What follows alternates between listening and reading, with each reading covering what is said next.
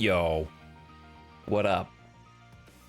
Welcome back to another stream. It's Wednesday, 3:33 p.m. in fabulous Las Vegas.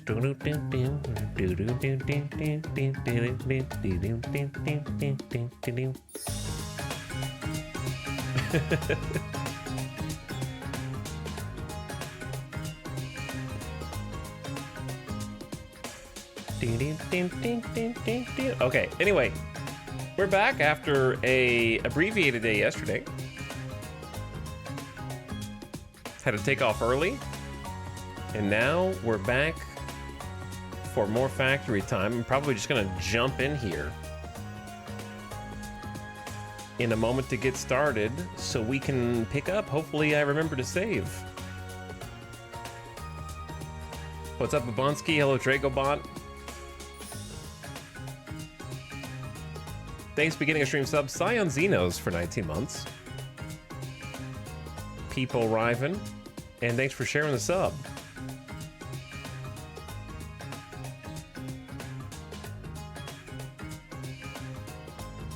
Always appreciate our beginning of stream subs. Hello, Communal. Soupmaster. But yeah. Had to take care of a mini emergency yesterday, but all is well now. And we are ready to go back to the factory.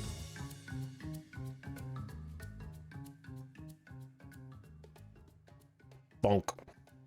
Somewhere over here. Howdy. And boop, bonk. There we go.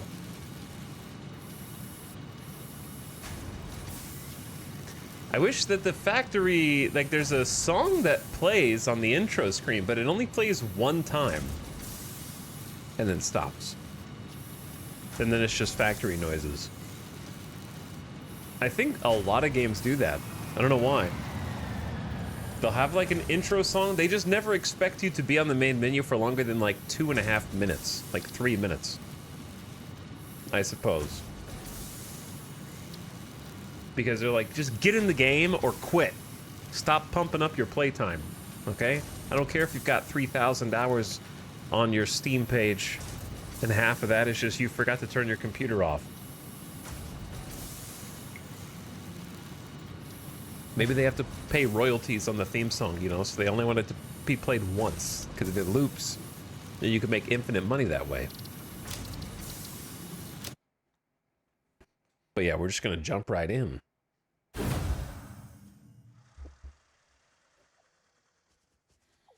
I just completed Satisfactory. Thanks for the recommendation. It was really good. You're talking about it in the past tense. One does not finish or complete Satisfactory, okay? So I feel like you're just making stuff up. You're still in the tutorial.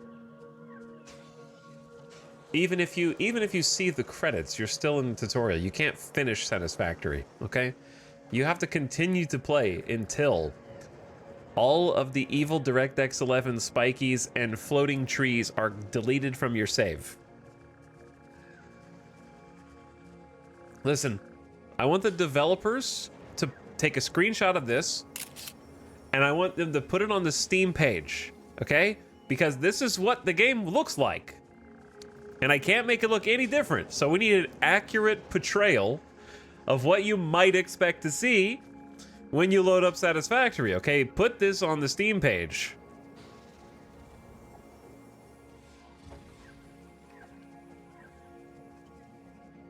You can make it look different. No, you can make it look different, secret developer. You make it look different, not me. I didn't design this. But anyway, DirectX 12 still crashes my game on boot, no matter what. Vulkan sucks, and DirectX 11 is all I got. Day 22. Chat, I'm gonna be real with you. For the first week, I was on copium that this was a known issue and that it was gonna be fixed in a timely fashion.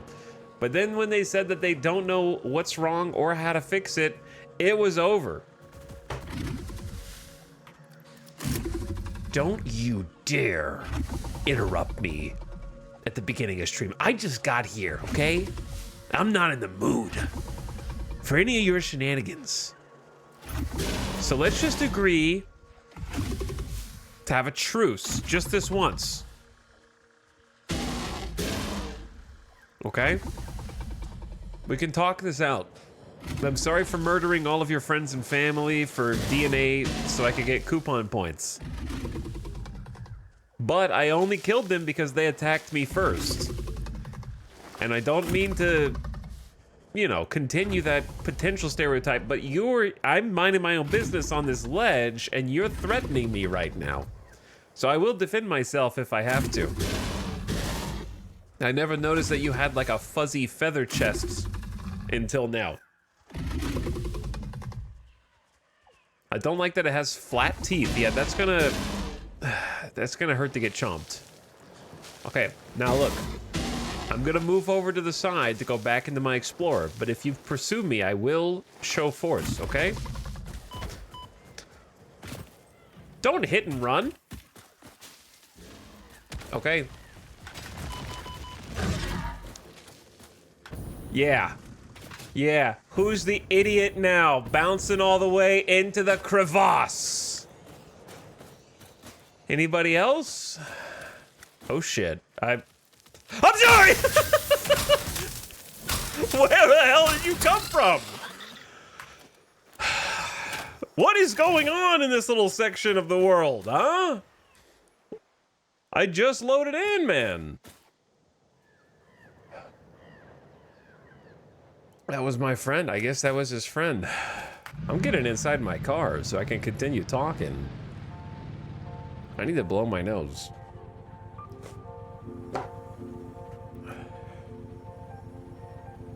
I wasn't ready.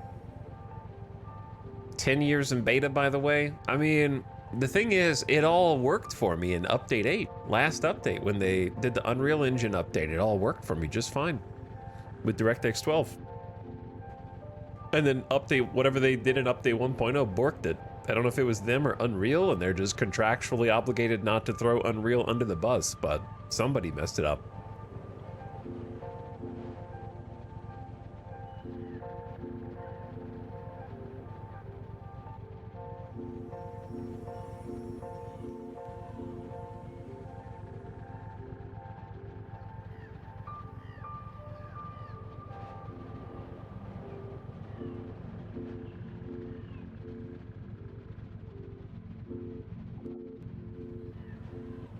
I see, I think, a summer sloop off to the top right. I see, obviously, the purple slug up ahead. There's so many things in this valley, but yeah, like, I don't know, man. I'm not trying to make much ado about nothing, but I'm kind of like a visual aesthetics person, and my suspension of disbelief and immersion hinges of, like, this is a beautiful game world. So it just sucks that the beautiful game world is like, you know, just this. I can't, it's impossible not to see when you're just looking around. It's in every single landscape. It's not like a small thing. It's all over the place, and I'm kind of just like playing through it. I'm gonna be honest with you. If I wasn't streaming, like if I was just playing this for fun, it is important enough to me that I probably would have stopped playing after the first like 2 days, 3 days. Like once the first hotfix came out and it still wasn't fixed, I probably would have stopped playing. Not because it's like, oh, I hate this, but like I'm gonna wait. I would normally wait until it was in its peak condition, because when something has been in early access for 5 years and it's finally done, a lot of people go in because they're like, I want to see it now that it's done and it's in its finished form and it's at its best, right? Like that's the whole reason you were waiting in the first place, is like you wanted a complete package, because first impressions matter. Like if I do a 400-hour playthrough now and in 6 months from now they patch this out, it doesn't matter. Like I already experienced it, you know what I mean? So like you can't have that experience again a second time. That's why a lot of people waited for 1.0 in the first place. So it just sucks that it's like constantly there forever, apparently. because I can't explore the world for the first time more than once, I guess. And it is disappointing, but it is what it is also. And because I am streaming, I'm trying to look past things that bother me.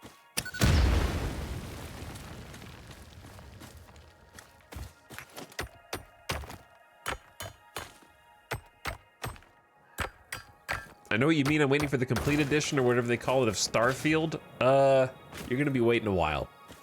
Because I saw more social media posts today about how bad the DLC was from people who said, quote, I played the base game for 100 hours and really liked it, so I was expecting to really like the DLC because I thought it was going to be like Far Harbor, my favorite Bethesda DLC, and it's just been really bad and I had to put it down.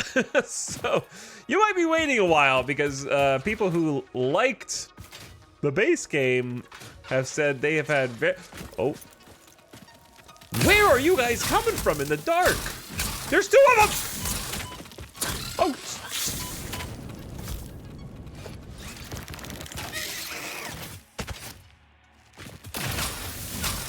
Gotta use those stuns. Where are they coming from? This is not a safe place to be exploring right now, man. It's dark and spooky here. Luckily, I killed the first one. They must be like up top or something. I hear another one, I think.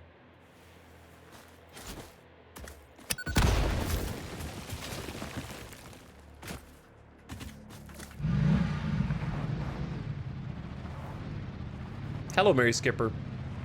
Welcome back, dude. What's up? Boo. You scared me. Trying to go backwards. Okay, I thought I missed this. There we go. There's some dudes over there. We were doing some exploration yesterday in this area. We were trying to find like a Caterium spot that's off over yonder. I hear something. I hear someone aggressively jumping or something. But I don't know what happened. I see a Mercer sphere down there. And then, did I build that? What is that? Oh, that's a wreck site that I didn't go get. Okay, so there's like a few things over there, and there's more stuff up here.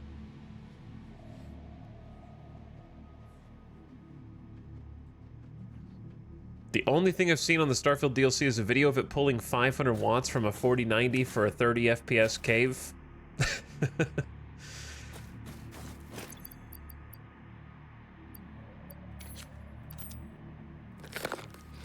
Should I go for that or no? I don't know how fast it's gonna kill me relative to the other stuff, but... And I hear a spooter over here. I'll go check it out. Wait, I don't know if I can make it that far. I need more speed, man. Let's get up a little higher. Hello? Where are you? I hear you. But I don't see you.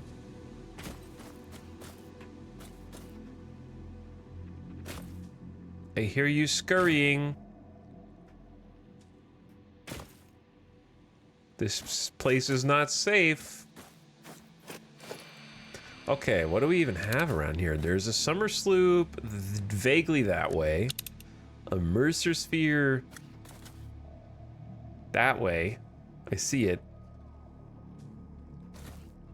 Okay, I'm gonna make the attempts.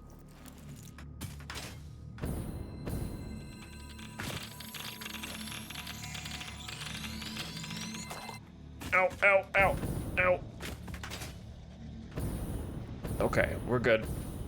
Jetpack is gonna save us. This is real spooky here. Why is it so faded and dark? It's like it was already nighttime, but then the moonlight went out. And there's like fog over the land and like smoke mist over the mountains. My frames.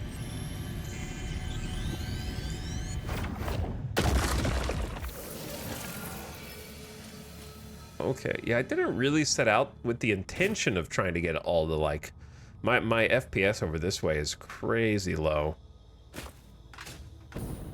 Like 25, 30 FPS. Listen, I'm okay with low FPS, but you can't have spikies and low FPS. You know, you gotta pick one. If I'm gonna have giant spikies in the distance, you gotta give me good frames. Those are rules. You're not rendering those textures. Where the hell am I gonna go? This place looks spooky. I see stuff up there. I'm gonna use my binoculars. Enhance. Enhance. Pink slug. Okay? Pink slug. Blue, yellow slug. Blue. Oh man, they really pop at nighttime. Possible hard drive if I haven't gotten that one already. Summer sloop. Hard drive surrounded by uranium if I haven't got that one. There's this vantage. Okay, and then don't look that way, okay? The developers have specifically requested you don't use binoculars via photo mode to look over there or here. Jello Mountain. And then there's a hard drive over yonder. Now, the whole reason I was coming out here was to go look for Caterium, but I don't want to leave my Explorer to go all the way down there.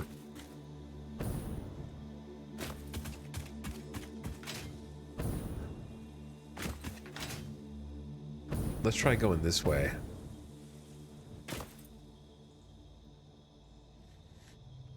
Just your regular factory building game where you're scared of the dark. Yeah, it's got a lot of good adventure qualities to it.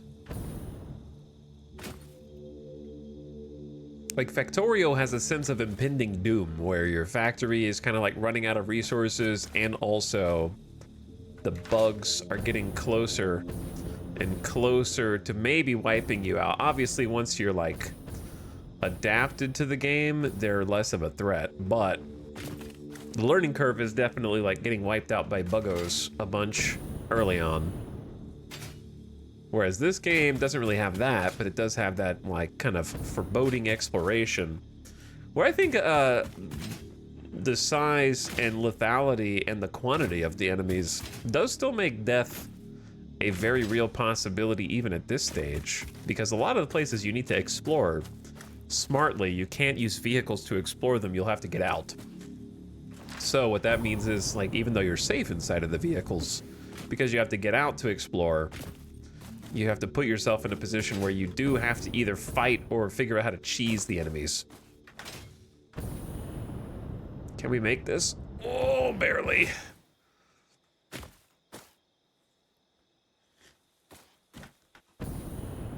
Don't even know if anything's up here, to be honest. Kind of just going up here to look.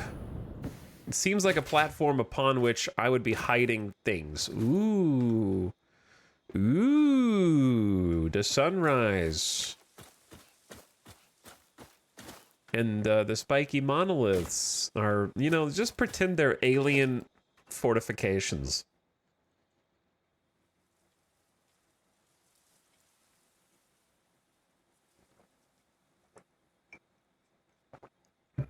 Before 1.0, I tried messing with a pacifist world, and it definitely doesn't hit the same. Yeah. I think, like, a good alternative is, if you don't really like the combat, or at least you don't like dying, you can make the death punishment less while still keeping the threat of the aliens alive. Like, you can make it where you keep all your stuff on death, and that way you can still have to fight.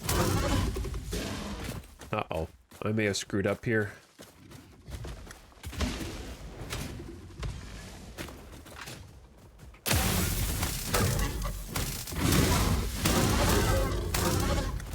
All right, chill, boys.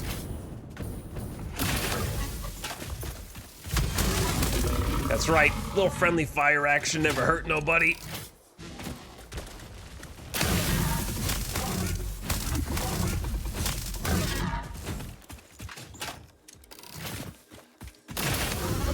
Don't think so.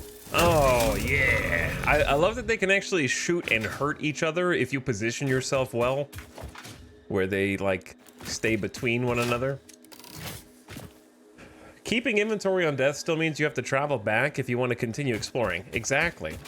It's the most forgiving way. There's still, like, something you have to do if you die, and there's still a reason to fight and want to stay alive, but if you die, you can just be like, I don't feel like exploring there anyways, and continue doing what you're doing without having to worry about losing any stuff. I think the losing stuff is definitely the actual punishment for death, because like if I died up here, it would actually be a huge pain in the ass to get back. I would have to recraft a jetpack to even get up here. I would have to recraft some basic healing gear. I would have to make like a gun just in case I got into combat again. So keeping all your stuff means you have choices. It makes it much more forgiving to explore while still maintaining the danger of exploration. So I think it's a pretty good compromise. Okay, I don't even know why this plateau's up here. Oh, okay. Well, there's one reason. Ew. A big waterfall. I hope there's no one behind me.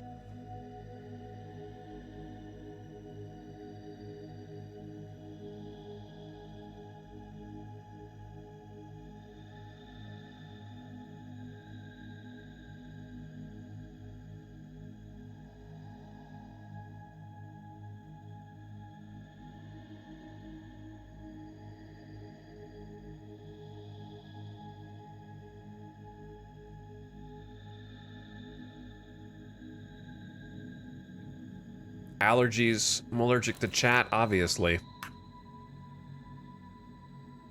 How else would you explain this? We're like on a different world. The height that is a node down there is insane.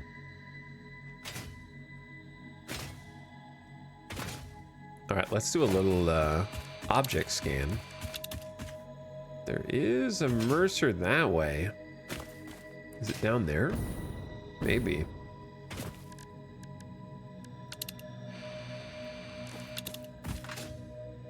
We got kind of lost in the sauce up here. Not a bad thing though, because it never feels like you're wasting your time, especially in 1.0 now. Because like we are using the power slugs against the wishes of our little signboard. Wait, where is this?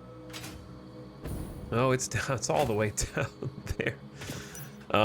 Because yeah, you can actually use all these like artifacts now for valuable things. And so it never feels like you got distracted and didn't get anything out of it. Okay, where was the Mercer again? Did I not just see it a second ago? I thought I had like a visual on it, didn't I? Oh, there it is. Okay.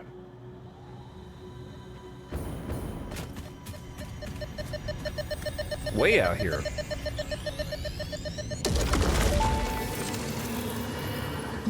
I have a question. Sing your song. Can you explain what a temple is? A temple is a vessel body, each a node in our tapestry. Temples are root, vein, and organ. Temples are our shallow bones and our shallow windows. I think I understand, but how do you maintain them? The builder blood grows and kills and distributes. Like fungus in a forest. Like fungus in a forest. The builder blood. Am I the builder blood? I might be the builder blood.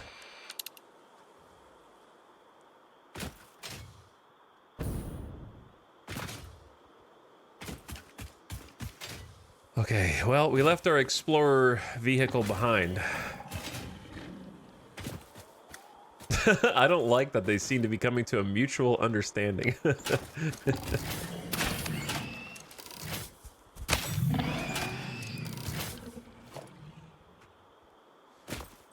All right, I'm gonna grab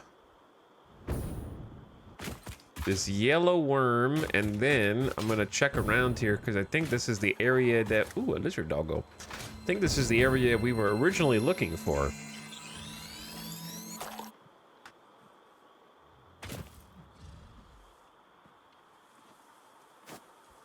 When we first set off on this little expedition. This area looks cool though.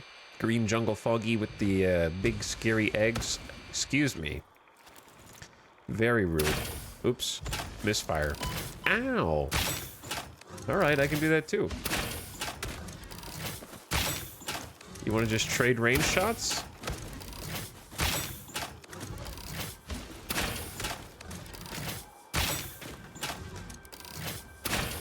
Let me know if you want to renegotiate the terms. Nice dodge. Swamp. The swamp.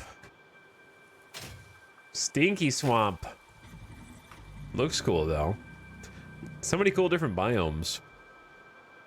And then there's the space elevator. Love all the little lights you can see twinkling through the clouds.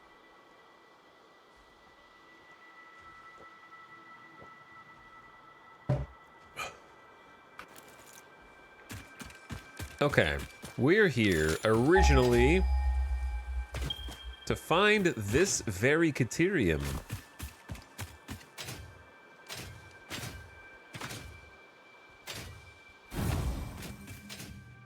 That's a bunch of geysers.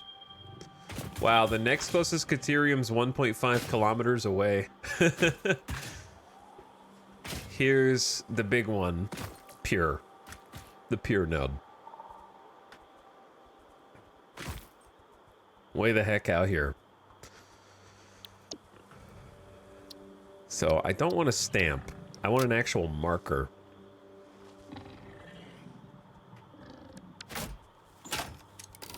Thought I heard somebody up to no good.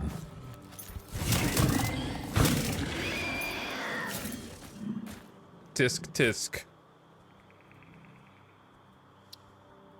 Pure Caterium.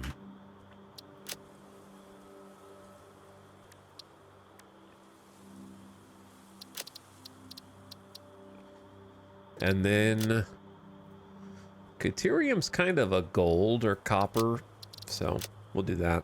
All right, Pure Caterium, just marking this so I know exactly where it is. The problem is it is so far away that I think it is too far to really be viable with a tractor. This is pure train territory right here. If we wanted to use this. Now, we don't have to use this one, depending on the recipe that we actually end up wanting to pursue. We should also try and get this while we're in the area. And then we need to go back to our explorer. But yeah, we're way out here, dude. And the map keeps going all the way out here. This is Dune Desert area out there to the northeast, where I used to do my starts.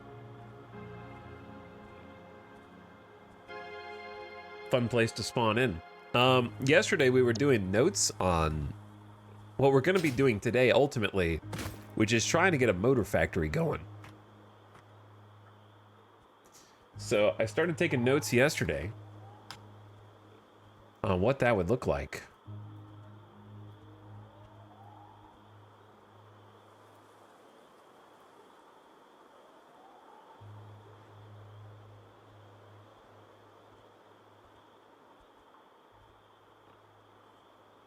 And I'm trying to pull them up for you. Here you go. These are the notes that I came up with. We were doing some math yesterday. So we have to make stators before we can make motors. So we're trying to output 40 stators per minute. And then we have two recipes, the default recipe and quick wire stator. So the final tallies of the default recipe are 8 assemblers, 120 pipes per minute from steel. Out of a possible 200, we have up to 200 pipes per minute. And then we would need also 320 wire per minute,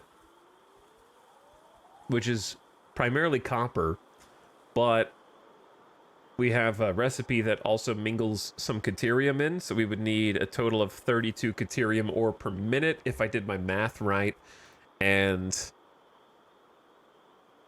42 copper ingots per minute total, which isn't too bad. Like 320 wire per minute ain't bad. It's pretty straightforward. It's the 120 pipe per minute that's crazy to get 40 stators per minute. Oh, hello.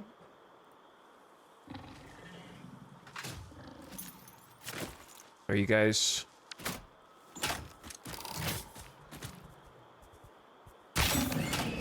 Why are you like this?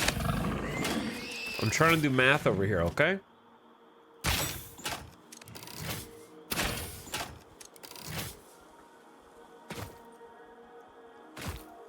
That's a difficult shot.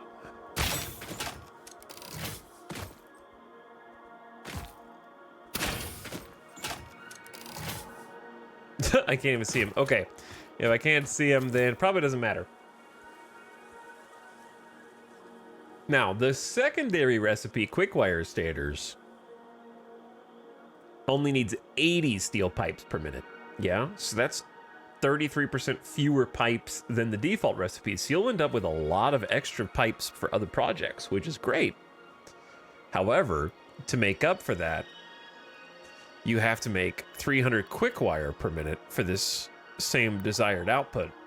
And for the 300 quickwire, we have 2 recipe options. The top option needs 5 constructors and 60 caterium ingots per minute, which would need it keeps trying to, it doesn't like the word caterium, which would need 4 smelters times 45 caterium ore per minute equals, so we need 180 caterium ore, which is quite a lot. Like, you know, a single normal node is 60 per minute, right? So it's either 3 normal nodes with a Mark 1. If you do a Mark 2 miner, that's 120 per minute. And so you'd have to overclock the Mark 2 miner by 50% in order to get that, which is possible with Mark 3 belts. Or option 2, you do fused quickwire to make quickwire instead of the default recipe, which needs much fewer ore. Instead of 180 caterium ore, you only need 75 caterium ore. But then you need a whopping 124 copper ingots per minute. So it was difficult to pick. Here, in short, here are the options to make stators. Option 1 is you spin more steel pipes to get them. Option 2A is you spend a bunch of caterium ore to get it. Option 2B is you spend a lot of copper ingots to get it. So would we rather spend steel pipes, caterium, or copper? That's the base decision. Which would we rather spend? And that's sort of the decision that has to be made before we can build the stator factory.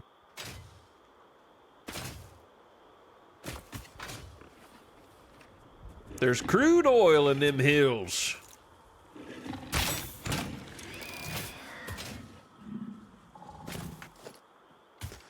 Well, we found a crude spot. Interesting. Bro. I barely got that reloaded in time. I was staring death in the face.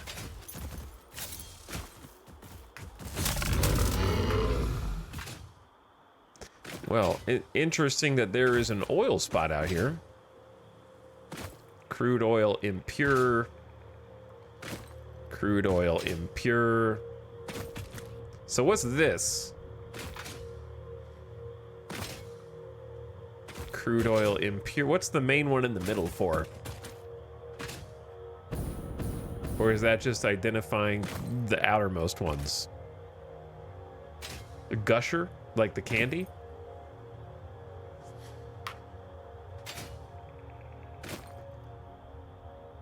I don't know if that crude oil works. It didn't on my game, and it doesn't show up when I ping next to it. Huh. Interesting.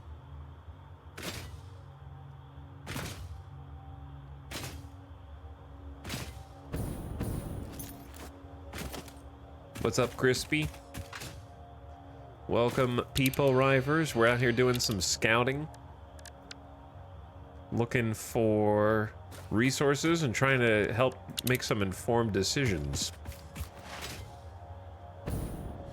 No spoilers, but likely a later game thing. Yeah, well, chat said it may or may not. Yeah, that's fair enough.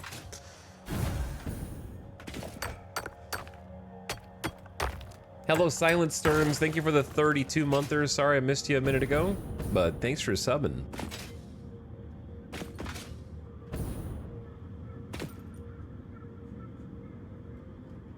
Can I make it up there?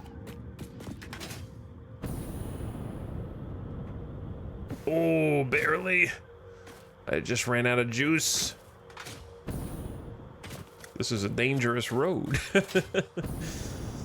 But yeah, I don't know if I'd rather spend my steel pipes, if I'd rather spend my copper, or if I'd rather spend my caterium. I think that's why alt recipes are fun, because they give you some difficult decisions to make.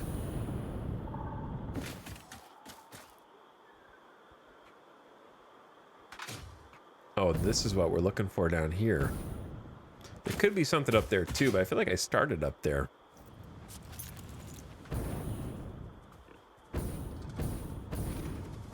Oh, this is a party.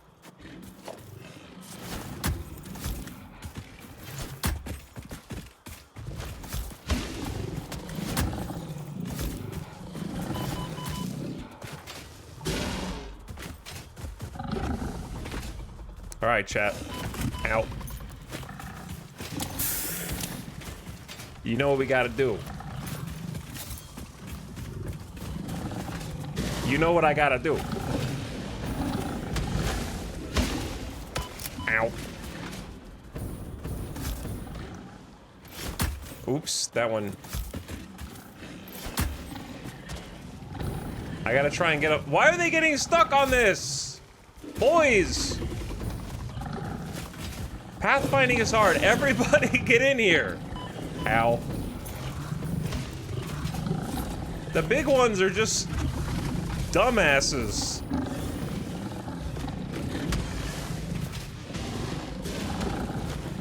All right, we got this one in here. This dude over here. Okay, he's in. He's in. Don't die. And now they're out. They run in. This is so chaotic. All right, I had to. It was time. I got a few of them.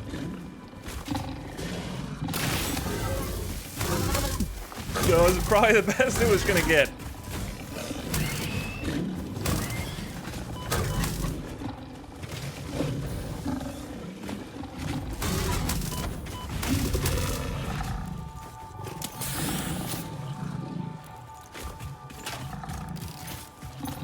Where'd he go?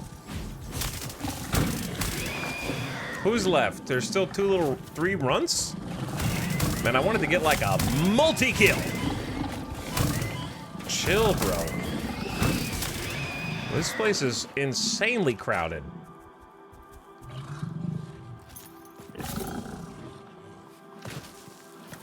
Who? Who? Who's alive? Is he up there? What is going on? Is he under the map? I think he's under the map.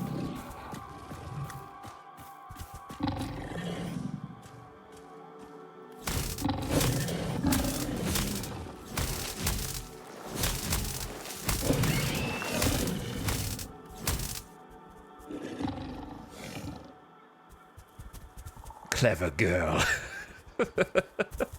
Where? Where did you go? They're in the walls.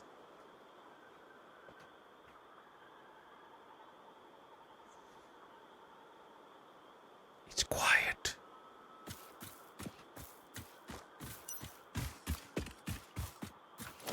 Chad, do you think they ever intended these little, like, nodes of ore to be more important? I feel like they're useless. Does anyone else? I feel like there may have been other plans for them at some point. I guess a few of them can be useful super early game.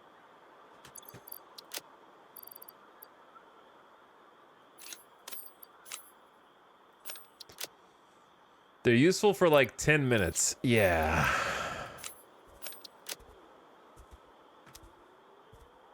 Oh. Did you find your way? Back up.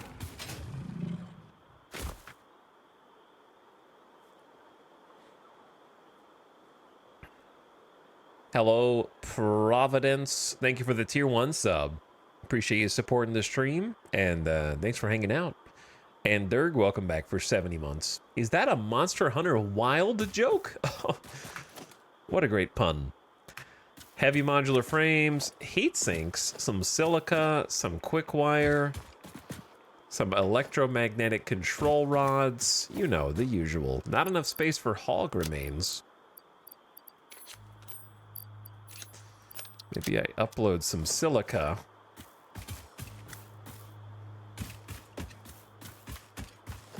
To make room, and then take the spoils. 60 aluminum sheets. Repairs needed, 25 cooling systems. Yeah, we're gonna be having to do an IOU on that one. For sure. I think I have another one that needs cooling systems.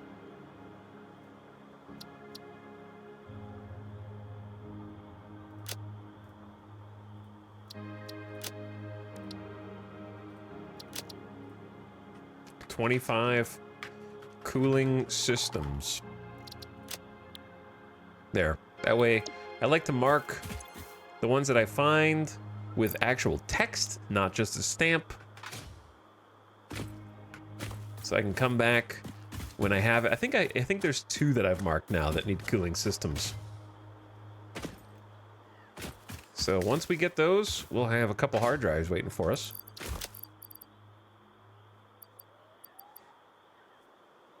And then inventory is very full.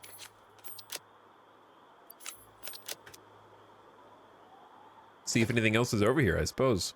Yeah, the hard drive, of course. No summer sloop, and there's a Mercer sphere in this general direction. Been here for a few days, figured I'd sub. Well, thanks for going the extra length to support the stream.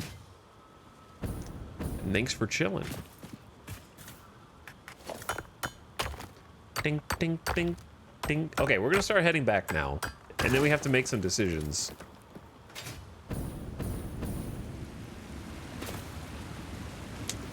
It's crazy out here, though.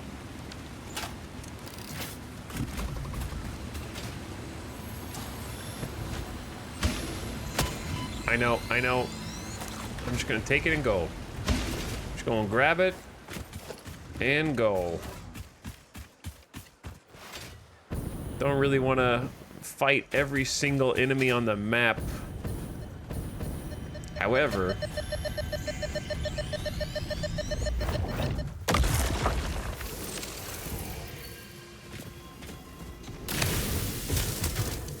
I do want the spheres.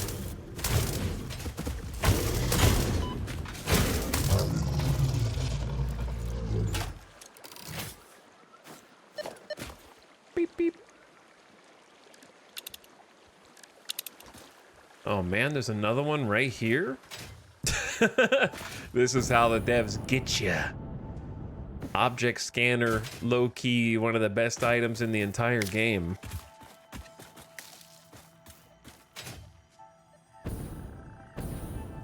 Might be in a cave. I hear it actually.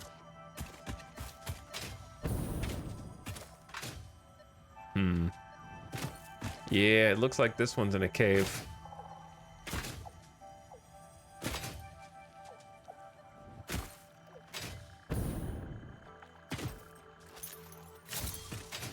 I wish the scanner was clearer about the height level. Well, that's where good old-fashioned exploration comes in, you know? You gotta put in a little work. I don't think it should lead you by the nose. That's where situations like this, I think, are a little bit more interactive, where you have to like, you have to make some deductions. I like actually having to play the game. My point of reference is Diablo 4, actually. Where Diablo 4, when you finish with the base game, you have to go around and get all the altars of Lilith. But since there's no in-game mechanic to even help you find all the altars of Lilith, basically all they do is give you small permanent stat boosts to your character. But it's effectively necessary for every single character to have those upgrades. So what do? You go online, you look up a guide, and you find them all. So as long as there's some kind of way in-game to figure out, okay, this is underground, I just need to figure out how to get underground, then I can not feel like I need to go look up all the locations of these things. Because there's enough of a breadcrumb there to get me,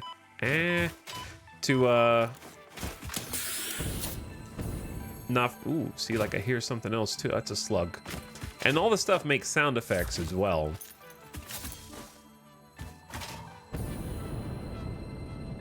So I think having a little bit of challenge while you're exploring is a good thing. Besides just fighting enemies. Are you gonna check out the expansion? I will, probably off stream. I watched a live action trailer for the Diablo 4 expansion. It pissed me off yesterday. Also,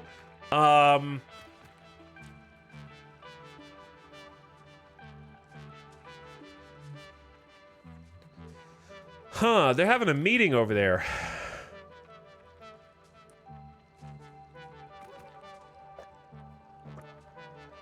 They're having a conference.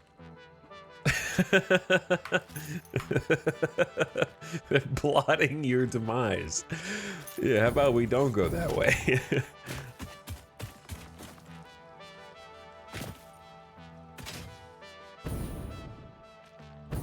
Okay, we know it's over there, but we know that there's a cave over here. So why don't we just do bird in the hand?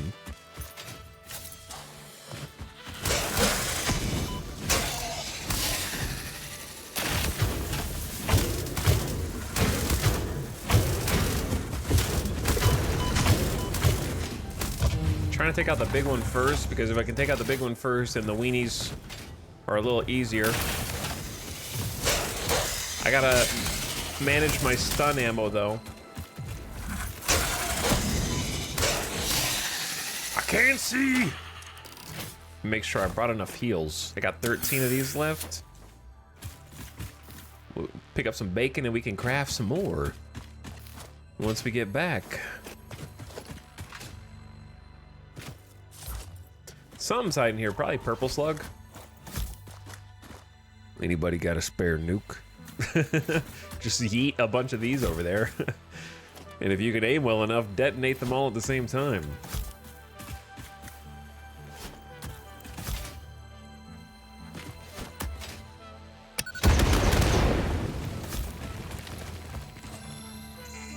If there's a rock I can explode, gotta. Doesn't matter. It has to be completely purged. You can throw those? Yeah, hold the button down, silly goose. Alright, if I were a cave... this is definitely a cave. But is it the cave? Hey look, Sam. Wasn't even looking for it, and there it is.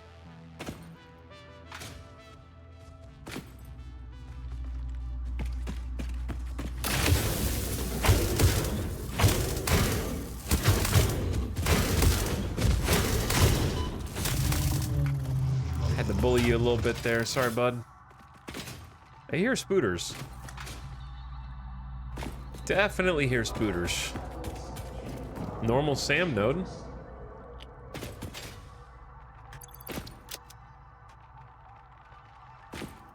I hear something skittering. Cats. Cats. Not in my game.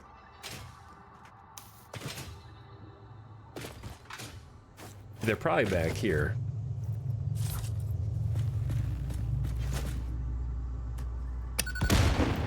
Terrible throw. What is this copy pasta in chat?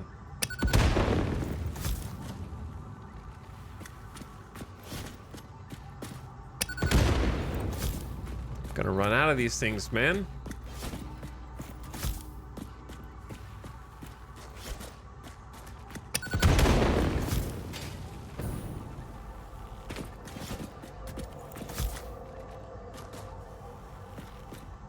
No spoilers? Hummus, is it spoilers?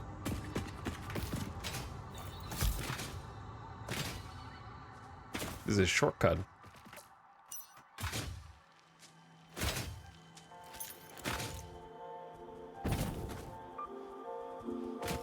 Okay, let's try going through the other way. Yeah, when you throw the nobelisks, the aim, you have to get used to the aim.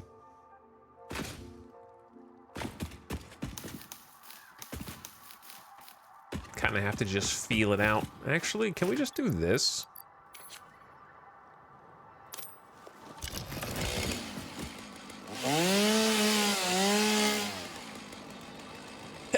I'm allergic to just doing this.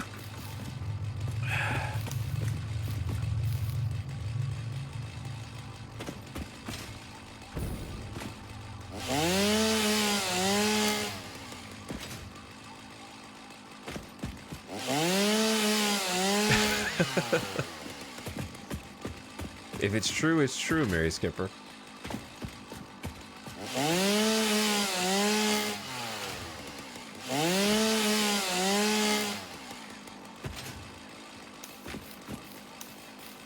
But yeah, this is like a ton of easy biofuel right here. Why not gather it for the way back? And also, look at this solid wall. I mean, it's not solid, it's got cracks in it, but it's a solid cracked wall. You know what I mean?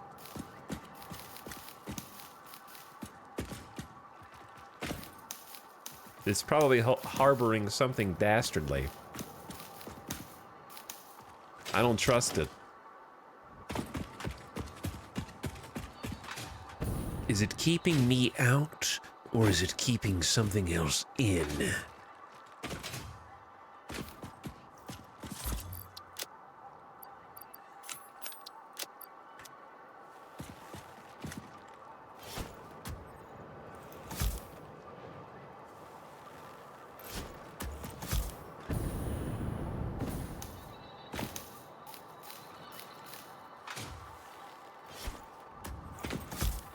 Why is the wall so big?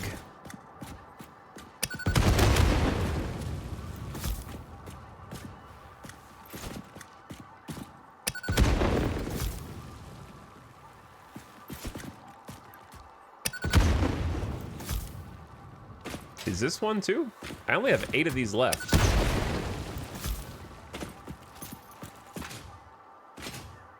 Hello? Where am I? I guess that's a shortcut. Okay, because my Explorer is up here. Yeah, this is a way to drive through to the other side. Interesting. You could create like a truck path, or get the SAM out coming through there to there. Okay, nifty. Yeah, this is like seems like it's got like 4 different exits. It's kind of just like a underground crossroads. Still didn't find what I was after, did I? What is this? Nitrogen gas. Uh-oh. That's not somebody I want to mess with right now.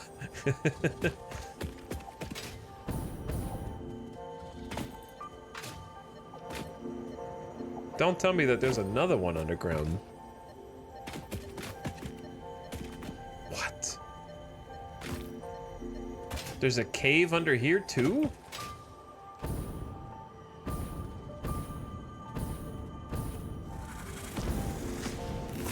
Oh god. And there's radiation? He shot his friend. This whole area is kind of dastardly. The longer that we linger here, the more dangerous all this gets.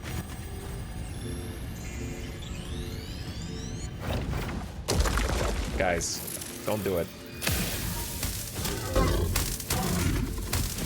Oh.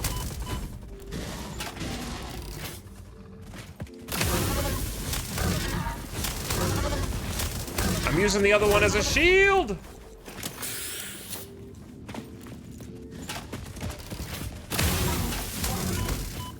Easy, boys. All right, one dead.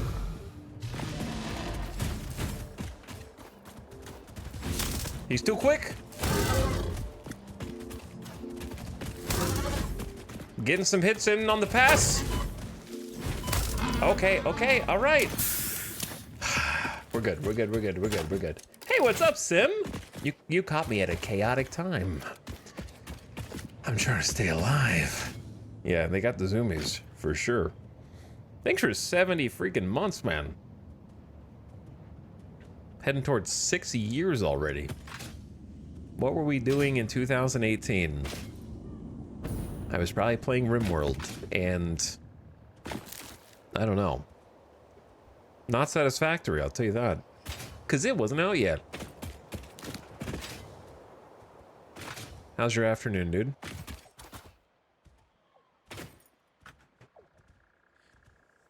Good evening, Intel. Good to see you having another satisfactory-ing good time. Hello, Dan. Maybe City Skylines? Yeah, maybe some City Skylines. Very well, could be. I want to get back up to here to get my core. I want my core. And then we need to start setting up a factory. Go back, deposit all of our stuff. How do I go up?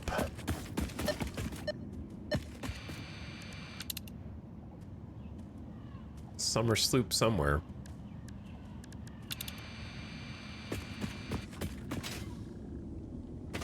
Grease got released in 2018. Great game, but I tried to listen to their music afterward and it gets DMCA'd every time, so I retroactively hate it. I'm just kidding. It was a good game. Fantastic soundtrack that I'm never allowed to listen to again. Why are you standing on that nut tree? There's a really strong nut tree. Frostpunk 1? Oh, yeah. We were definitely doing that.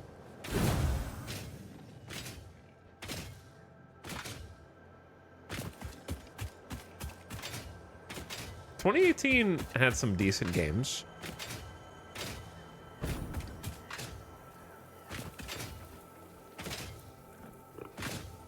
Let me dodge all these nerds. I don't know exactly why, but I didn't enjoy Frostpunk 1 for some reason. Yeah, it was okay. I'm in the same boat. I'm not gonna do a whole rant on it, but it was okay.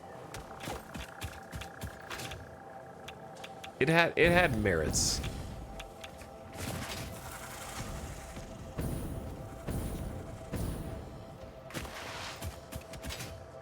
There were redeeming qualities. There we go. Oh yeah, God of War 2018. We did a whole stream playthrough on that.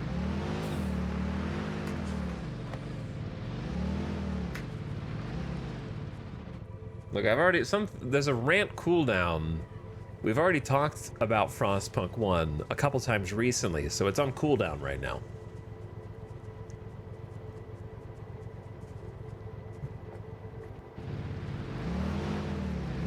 But anyway, Sim, hope your Satisfactory has been going good, and your GeoGuess, and your trains. I can't think of names, words, proper nouns. Ticket to Ride. That's what it is. I hope you are #1 ranked in North America by now. I'm gonna fall off this edge. There's sulfur up here. Why am I even driving up here?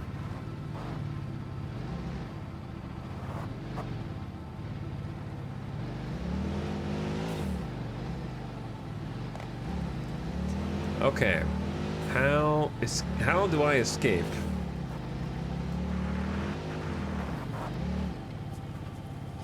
Easy. Easy.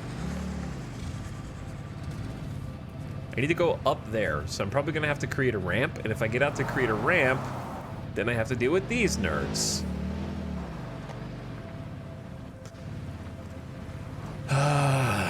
There's gotta be a way. I mean, the easiest way is to go down a level, which I could just leap off of the cliff and probably I would be fine, but I'd rather find a nice way to drive down if possible. Didn't I just open like a shortcut or something here? Did I even go in here?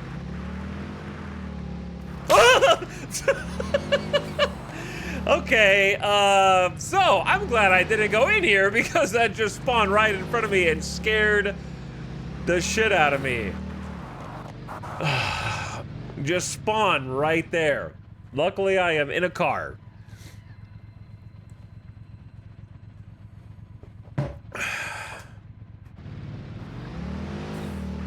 This is a cursed cave. That's right. That's right. I see giant green spider. I will absolutely take advantage of this, okay?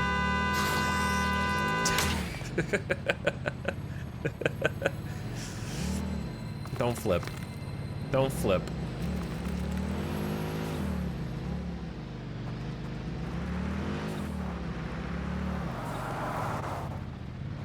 Okay, are you ready?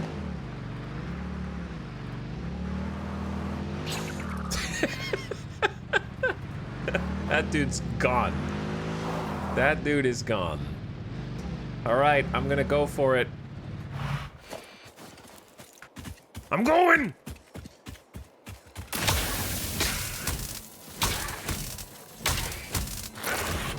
Ah! Yes, okay. We have to soften him up a little bit.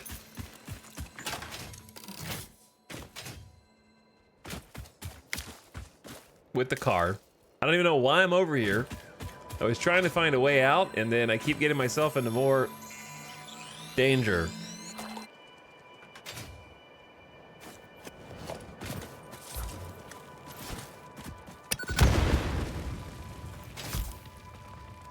Why? Why would there be another one?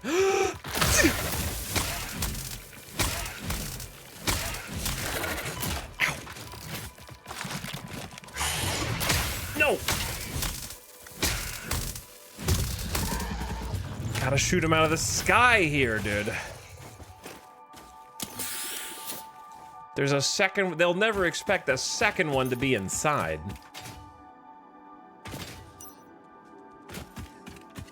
Ow.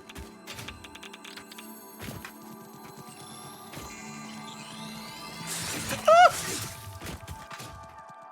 Did I get it? I think I got it. Okay, there's a bunch of babies in here. Yeah.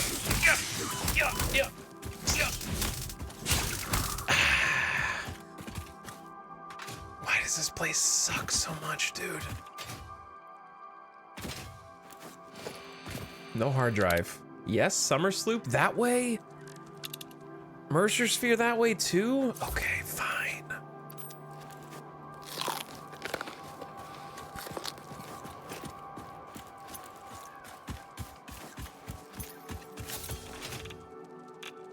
It burns. It burns.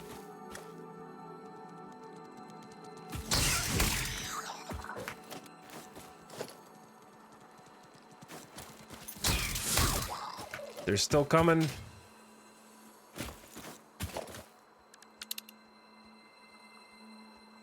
Up or down?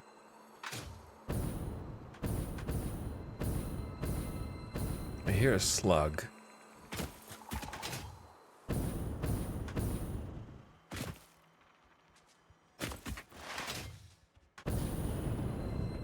Do Do we have enough boost?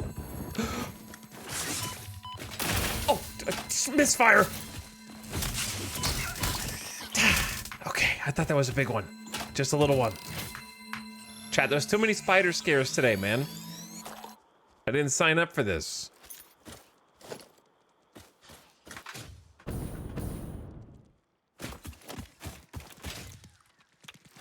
I hear more skittering.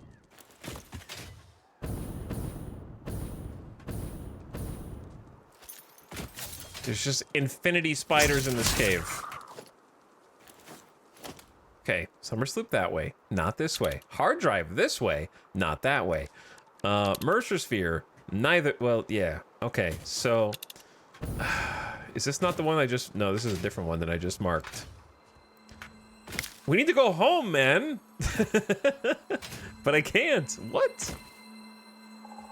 Ain't no way, there's, what?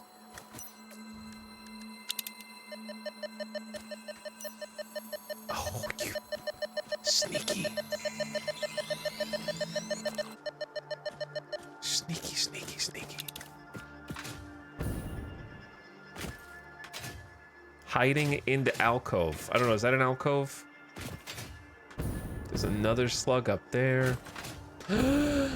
It's him.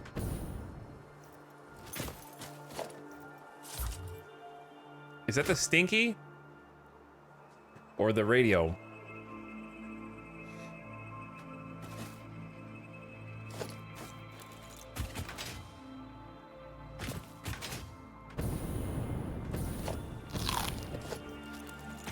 It's the radio one? Yeah. Yeah. Yeah. Yeah. Uh-oh, he walked away from my carefully laid trap.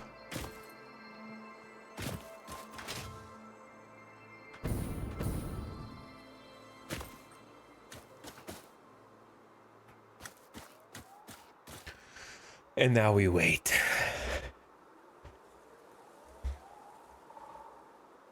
And now we wait.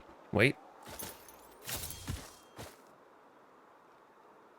I hear loud skittering behind me.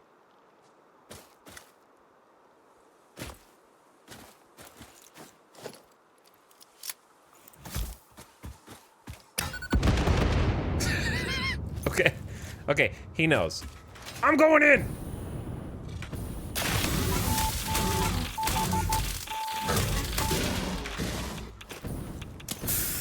I'm going in. I'm going out. Reloading. Going in. Going out. I did, well, okay. Going in.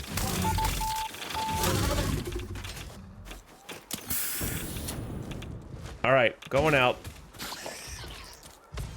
Do I hear a spider on me?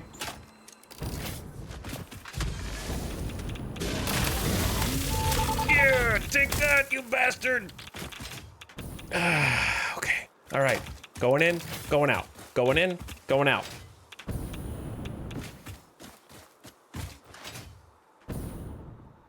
He dead. Nice job. People arrive, people leave. 19 motors. Also, there's more radioactivity over here. Okay, I am simply going to put up the quartz. Who cares? Do we already have... We have a slug storage. Boom. Boom. Boom. Sick.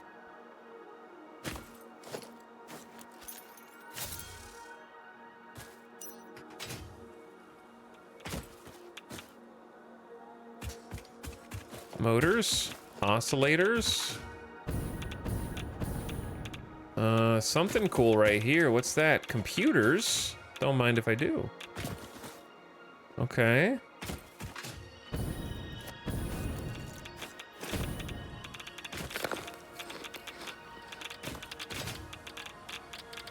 Ow, ow. Ow. Ow. Isn't there gotta be more stuff than that? Aluminum casing. All right, there's 4. Is there normally 5? Circuit boards. I left 1. Drop pod needs 1 computer. Got it. Wait, oh. Too late. Take the damaged hard drive to the MAM for analysis. Why wait?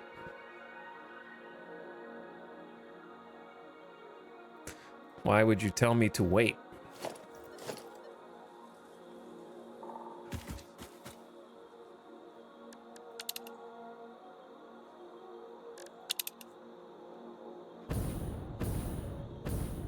Wait! Oh, too late. So there's a Mercer that way.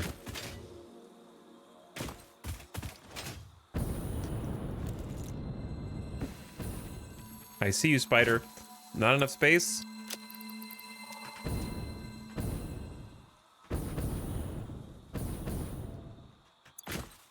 Okay, we'll make some space. Give me a sec. This is just gonna be temporary storage. I don't care whether it uploads or not.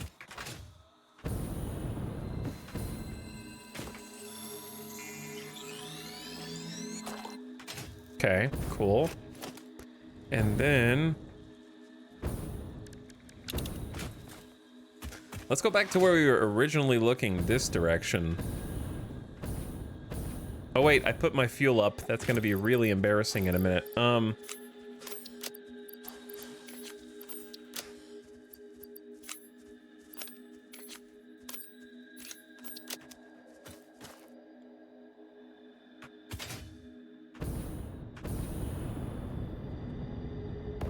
Uh-oh. Can't go up high enough. Ow! Whoops. I ran out of juice. Ooh, a Mercer. That's not what I was looking for, but...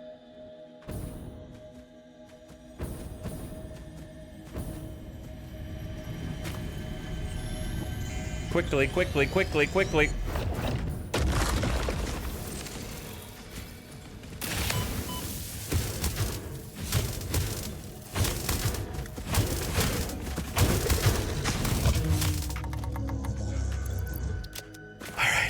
Reload. We have 18 shots left. Dude, I need to go back, man, but I just keep finding stuff. And apparently we're right next to... there's this, like, halfway to a sloop right here. Breezy meow, pumping it. 3 whole years. 3 whole freaking years. Thank you for the 3 whole years.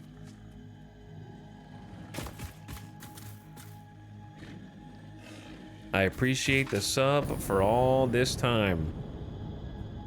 Aw, oh, come on, man. You gotta be able to make that. And also, Electroraptor people arriving for the factory. We're actually just been out here exploring for an hour. Picking up where we left off yesterday, getting a bunch of valuable mats. Trying to find this last summer sloop, and then I'm gonna go home. This time for sure. This time for real.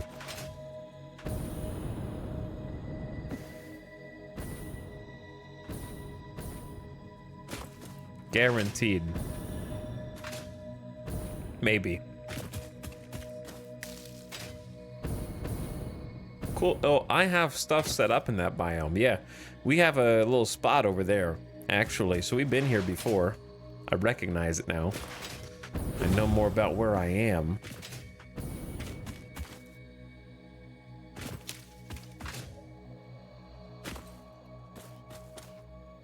I think I need to get up there.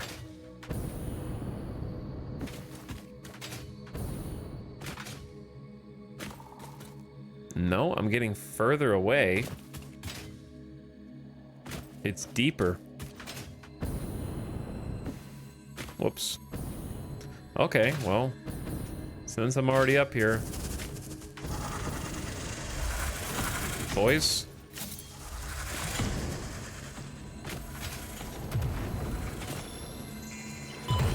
Ow.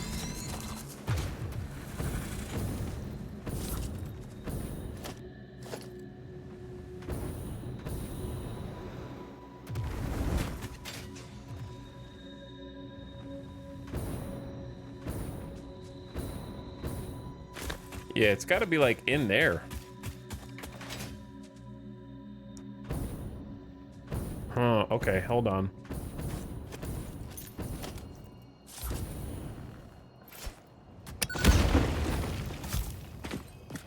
I think I see what's up.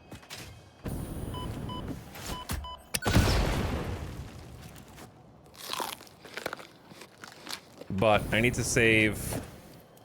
I only have one left. So hopefully this is good enough. Yep. I'm gonna have to ignore you for now, big guy. Uh-oh. This is not where I want to be, man. I saw a spider first. This is a bad place.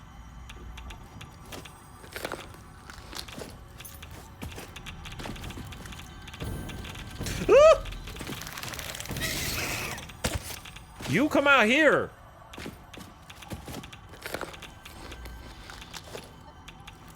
I don't want to go in there.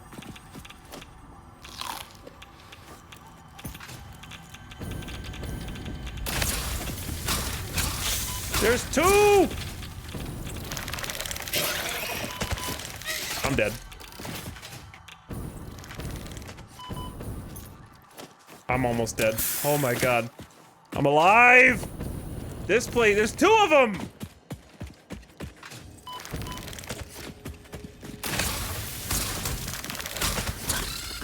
One dead. Where's the other one, damn it? I can't see!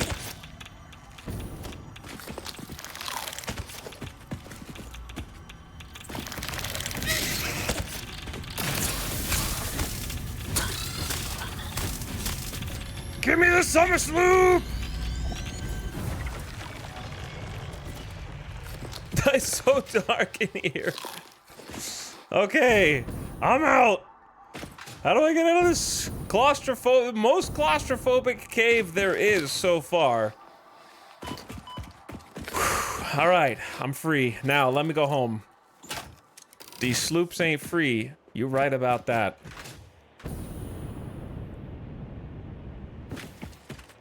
You are right about that. Who?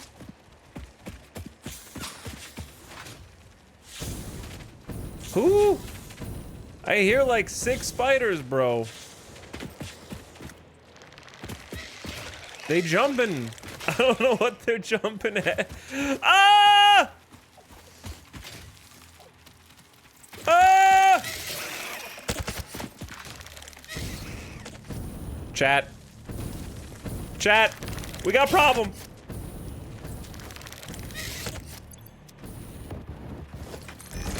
Holy shit! Clutch! Ah! Ah! Ah! That one block is gonna stay there forever, dude. I hope you all fell to your death, you little bastards. I'm coming back.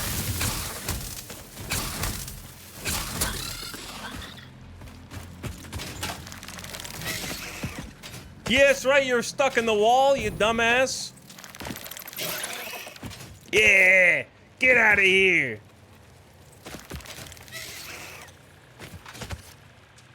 Okay, going through. Just get to the Explorer. That's it, that's the only mission. Or, hear me out, stop for this one blue slug.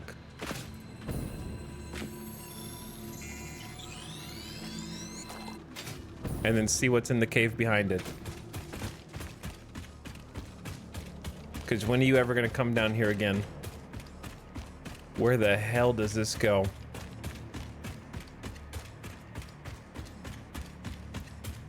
I don't think I want to be in here.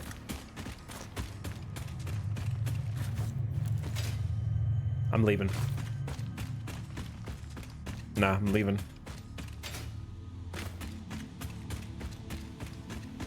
We need more explosives for that.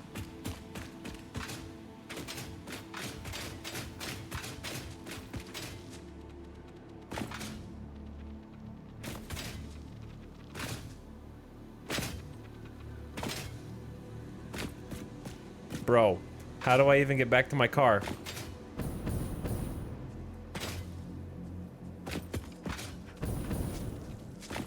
Shit.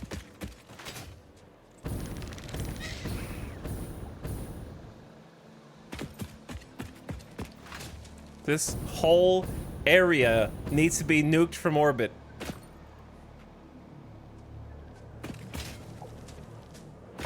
Nuke the whole area from orbit.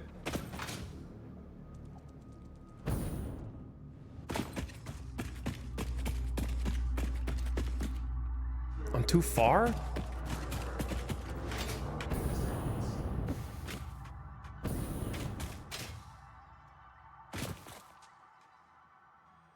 It's like right in front of me, but either up or down.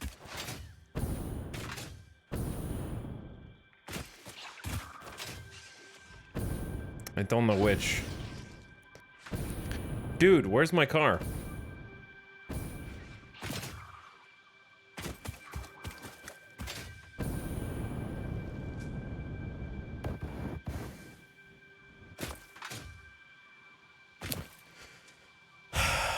Did I leave it down? Where did I leave it? On the edge. I think it's up.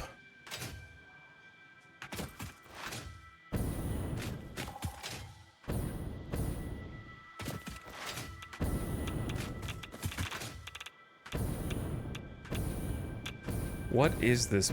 This place sucks.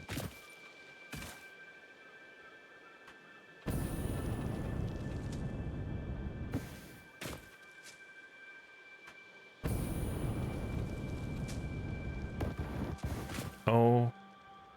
This whole rock is infested.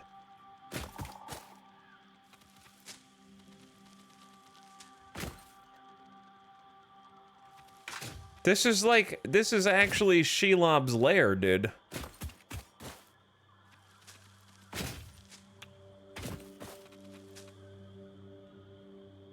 The explorer's just straight that way. Didn't we already fight here? Oh, I found it.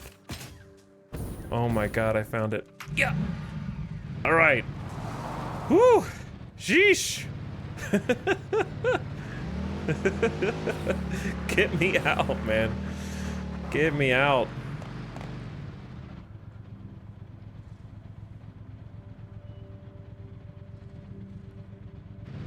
There's not...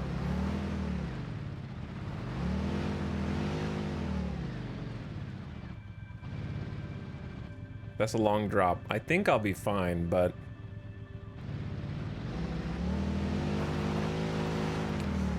I'm going!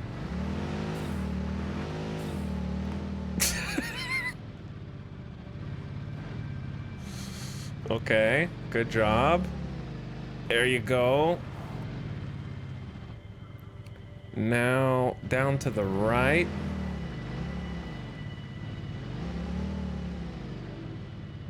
Don't go.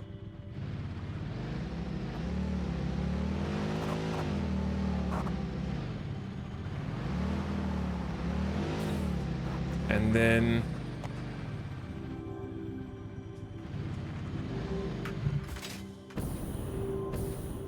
maybe make a ramp. I'm just gonna, listen, when we get safely out of here, we're gonna have a little talk.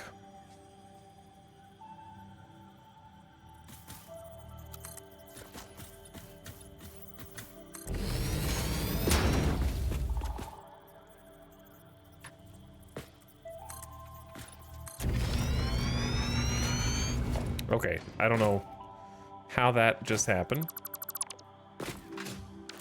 Now, like, 3 of those blocks are just buried in here. That's fine.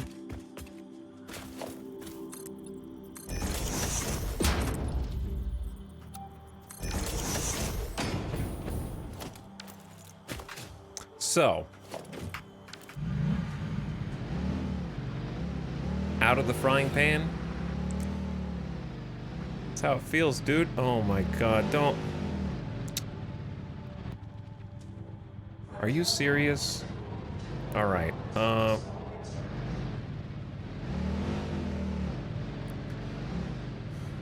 Rugged, versatile.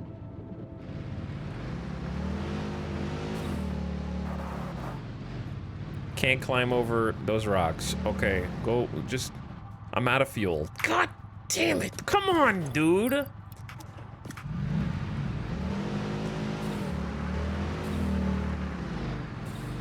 We need to get out of here, dude. Okay, do you understand?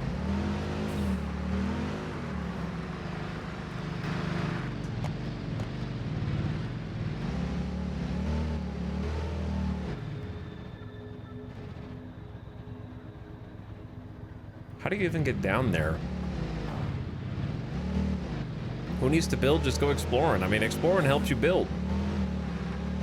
It does everything. Drama. It's got it all. Okay, there's more iron here. Not that I care right now. There's a... I need to figure out how you're supposed to travel through this without building.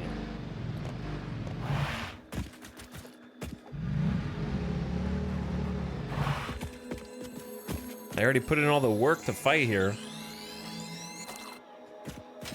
Okay, like I need to go down there.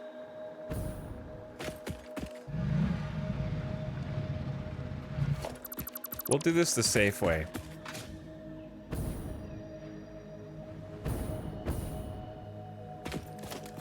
The very safe way.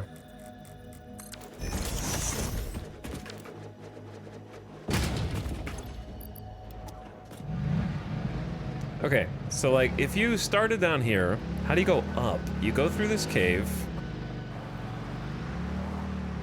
It's so foggy, I physically can't see.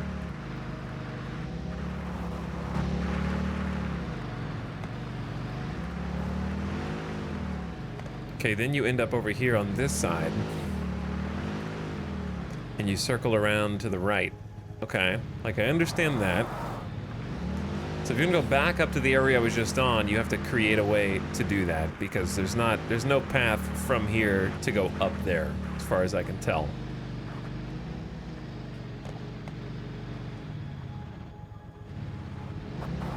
Wait. How did I just do this? 3 seconds ago. Wait, what? How did I just do this 3 seconds ago? Hold on. Did I just follow it around this way?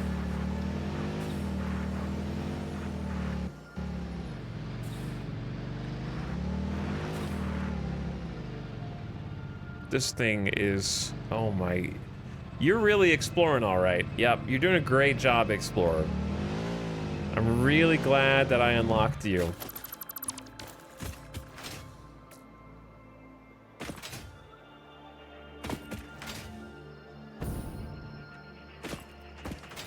Look. So, you start out down here. Okay, this is where I just started a second ago. Shit.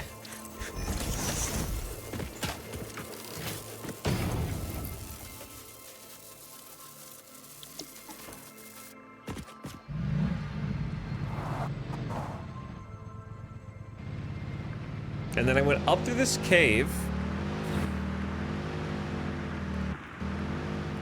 Okay. And then turn right. And then saw the iron. And then was like, okay. And then I turned around. And then where did I go instead? Instead of going around to the right, I went left. And then went over to this. And was like, I'm confused. Okay, all right. So you kind of have to like switch back on yourself. Once you get to the geysers here. Once you get to the geysers, you go here. Go the wrong way for a minute.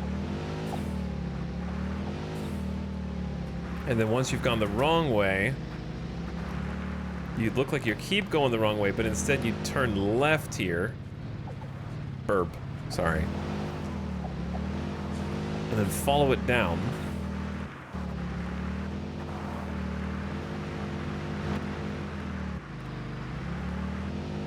And then, careful, don't look at the map on this bumpy road while you're driving. This Explorer will take one bump too many and then you're gone. And then you do left. Okay. And then you're back. Back into the land of the living. Out of, that place sucks. Like that place is one of the worst biomes there is, I think, so far. That's why it's so far out of it. You have to go real far to your way to get there, because the first spawn's here. The second one is like Northern Forest here. Rocky start or desert. And it's like pretty far from any of them.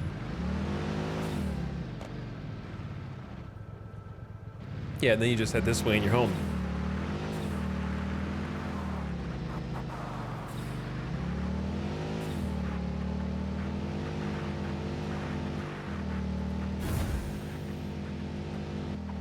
This thing is a gas guzzler, though, for coal.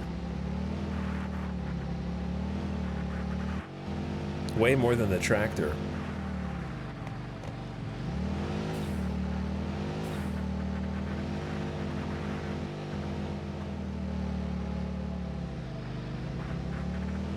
And its center of mass, like the weight distribution, feels like I'm gonna roll the vehicle. Yep.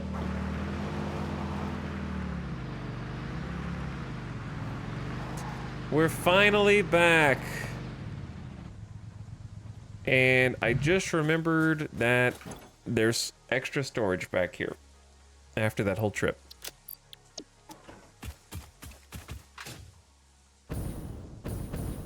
To be fair, I did destroy it and then rebuild it a couple times, which would have nullified the extra storage that we had from it anyway.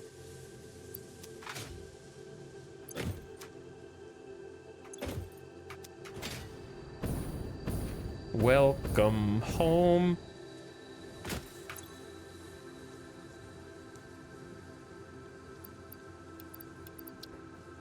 Yo, 10 Mercer Sphere excursion, 8 Summer Sloop excursion. We might have had a couple already. 7 hard drives. Honestly, pretty good. Pretty good.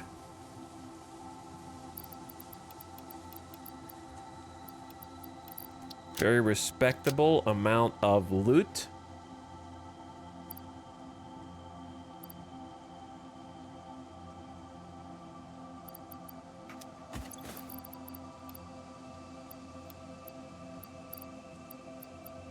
Just tossing some things in storage that we don't necessarily have an immediate use for, but might have a growing need for.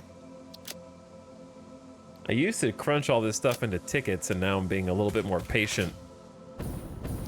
This place is safe. This place is nice. It's home. Beautiful home.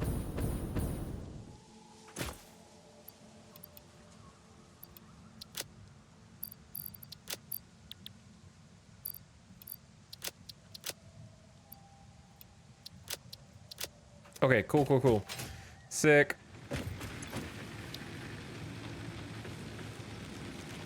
So if we wanted oil processing, I'm not gonna do oil right now, for sure. Logistics Mark IV is good, but I don't think I have 300 encased.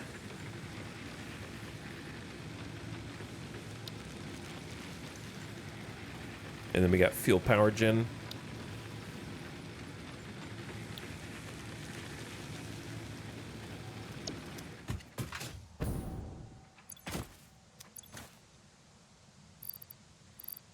Well, encased industrial beams is another issue that we're gonna have to solve.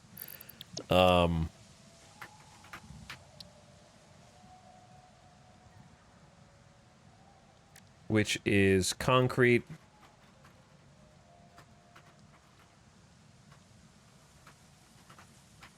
I'm a wiki boy now, chat. The alt recipes have corrupted me. Oh yeah, I remember. We actually do have the alt recipe, like, sitting inside the MAM, I believe. Hold on, uncommented. Are you telling me oil gives you power? Are you sure about that? No, that's a bold claim. I'm gonna need to see some evidence to back that up, I think. All right, I think we have the other recipe.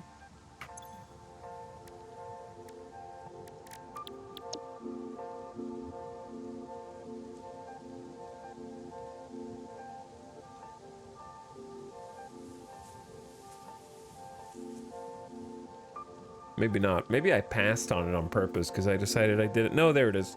Encased industrial pipe. We saved. How much of each item do you try to produce? Yes. Generally what I do is make factories that are too big so that I have a bunch of resources so I can not have to worry about making extra factories of that type for a very long time.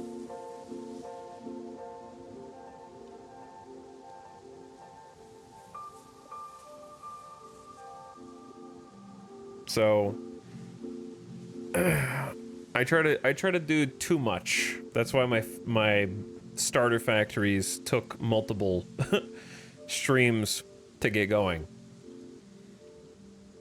But yeah, I couldn't decide whether we wanted encased industrial pipe. I think whether we take encased industrial pipe will largely depend on which recipe we use for stators. If we use the recipe for stators that requires more pipe, then we probably want to use beams for encased. If we use the one that is fewer pipes, then we might want to use more of our pipes for encased industrial. So I think it's kind of dependent on what we decide to do for stators.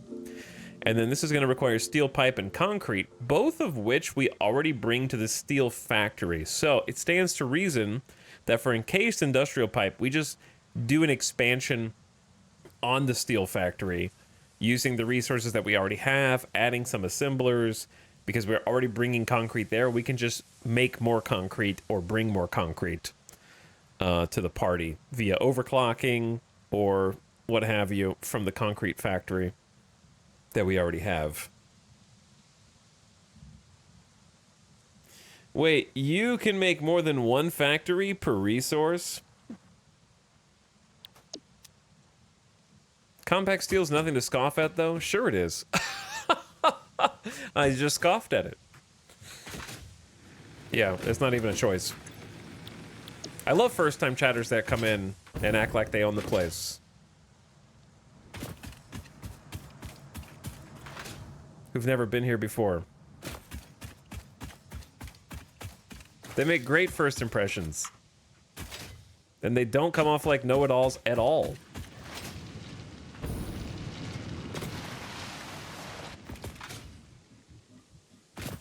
They just want to be part of something. I don't know about that.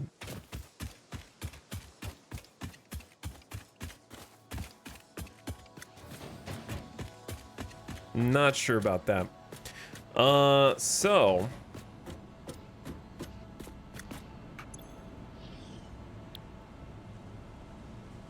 I got 6 tickets right now. We're gonna need another boombox. We are going to need another boombox. I'm also going to go ahead and plug in.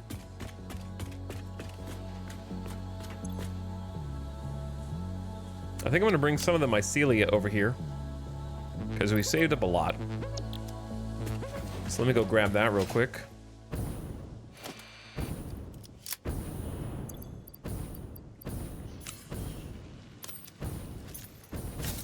We don't need the object scanner. At least not right now. Got wire, extra wire in there. Yeah, I'll take like 237. I'll keep 1 stack of mycelia just in case. I don't know why we have 8 leaves. I haven't really cut down any trees lately. We'll probably cut down some trees when and if we start clearing some land for a new factory, depending on where we want the stator factory and motor factory to go. We'll probably combine them.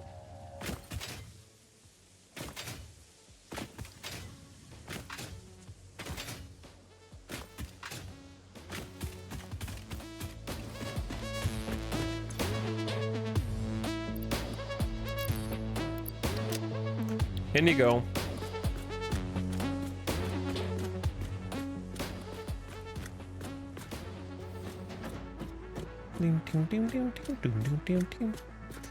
All right, resources go in. Solid biofuel comes out. It's magic.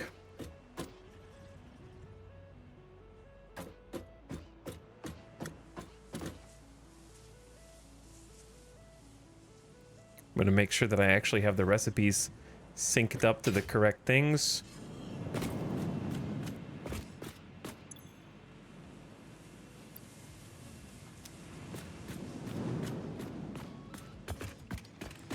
And if not, we'll do some troubleshooting. Because I did think that I might have gotten some of these reversed before.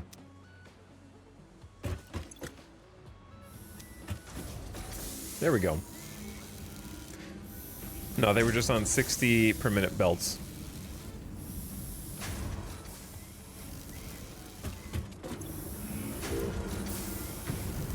Spitting out 300 biomass per minute, and then bam, this one kicks on. Nice.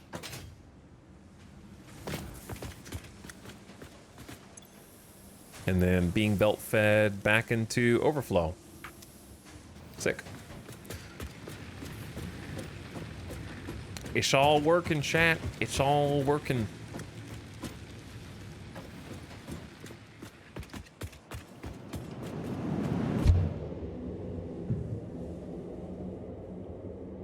Just like we drew it up.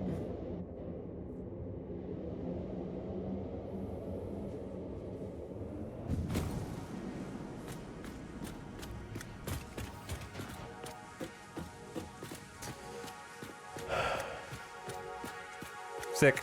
Okay. Just making sure it was doing what it's supposed to do.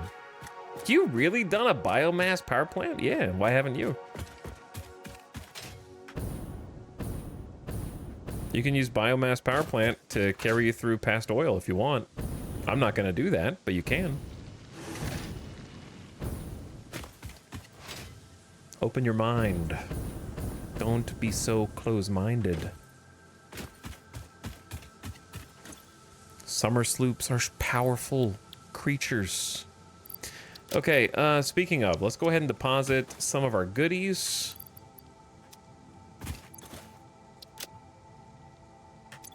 Maybe take those slugs out, because I always forget that they're here. Same for power shards. Same, oh, we have more Mercer spheres than I thought. Okay, those can go in. Summer sloops can go in. I just need to get used to looking for them there. And then hard drives can go in. Let's take the silica and the biofuel. Just gotta remember that I'm actually using this. Okay, we need to reload and make some ammo. What's the deal with Mercer spheres anyways? Is it a Seinfeld opening sketch? Hey everybody, what's the deal with Mercer spheres? They're small, they're purple, they're round, they glow and emit a foreboding energy.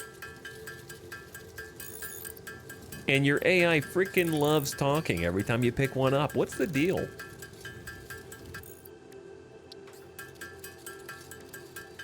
What's the deal with alien airline food?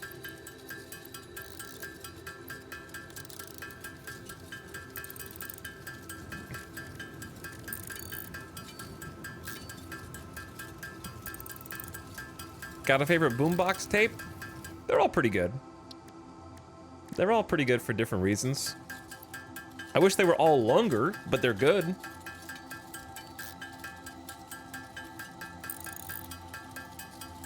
The first one is a banger. The second one's a little bit more chill. I think the game soundtracks for their other two games grow on you. And then there's Goat Simulator. Which would definitely be my least favorite of the bunch.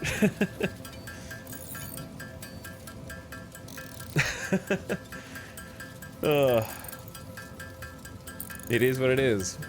At least it's free. Yeah, at least it's free. It's free for a reason, though.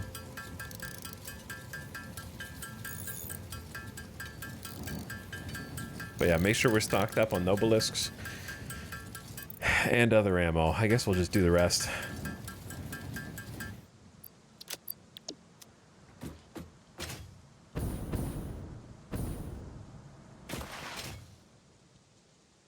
Okay. Time to make some decisions, I think. Which I'm notoriously bad at. Decisions are hard.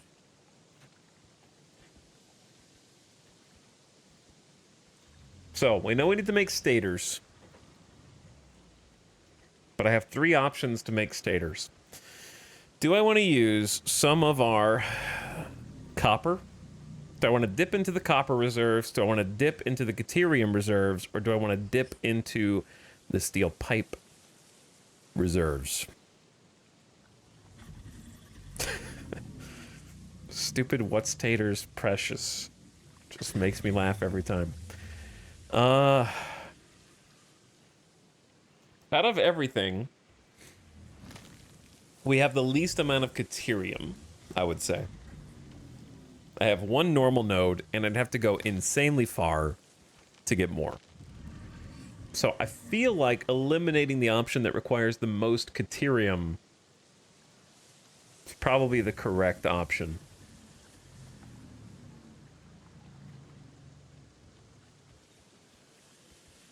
Then that leaves the one that needs a large chunk of copper, or the one that needs a large chunk of steel pipes. If I eliminate one of those 2. Because Caterium, we just did a whole thing. The pure Caterium is real far away. So we got the one that we tapped right now that we could put a Mark II on and overclock. And that would make a good amount. But it wouldn't leave any excess. We'd have to tap it, overclock it, and have nothing left over. Unless we super overclocked it. And then the next ones, there is a node up there that's not terribly far away. And then beyond that, very far. And then the perfect or pure node that we found over here. So like, we could do this one by the geysers.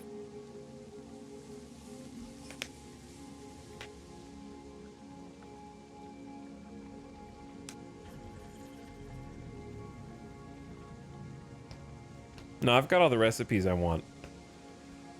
We're not going to wait longer. We're doing this today. We're definitely not putting this off. That's why we did all the math already. Okay, so as far as the copper goes...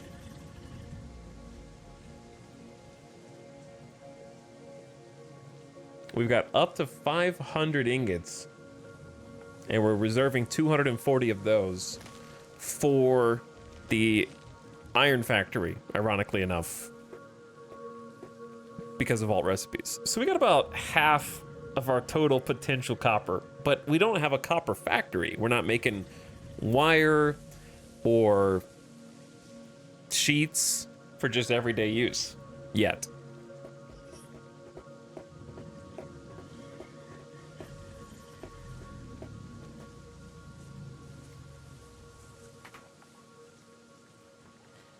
Tough call. But I feel like if we save our steel pipes, it's probably for the best, and then we could do steel pipes also for encased industrial and have enough left over for that. And I think that's a decent idea. So that eliminates the one that needs the most pipes and will force me to either use the super copper ingots, because I would need, by my math,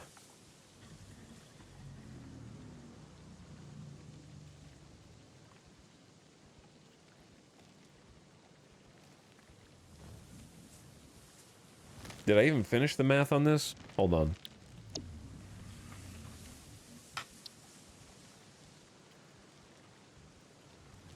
Did I not save this?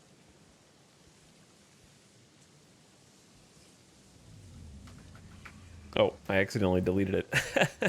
There we go. Yeah, I need 125 copper ingots per minute. So we would have about 125 copper ingots per minute left over, maximum. It's either that or fully tap one of the Caterium nodes. Now, there is something to be said for fully tapping one of the Caterium nodes because it saves on logistics. Then we don't have to figure out how to bring copper and Caterium together. We only have to make quick wire at the Caterium. Because if we do fused, then I have to figure out how to get the copper to its destination.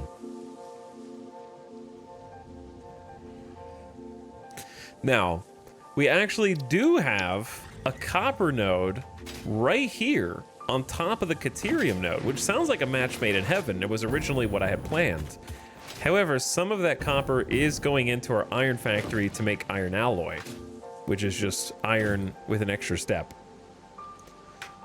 So if I could count how much extra copper we have here, then we might be able to just take advantage of this. So let me see how much copper big iron uses at peak production.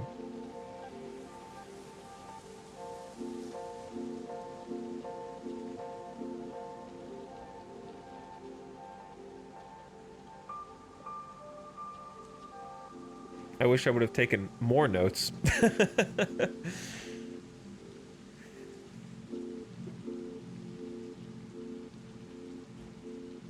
I believe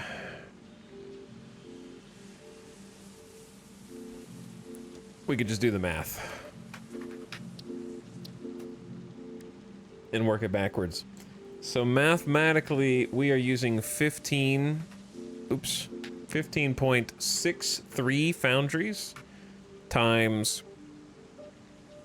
10 copper. So it's actually, we'll need 100, that's a lot. 156.3 copper per minute out of this one node at peak. That's a lot. That's going to be a Mark II overclocked.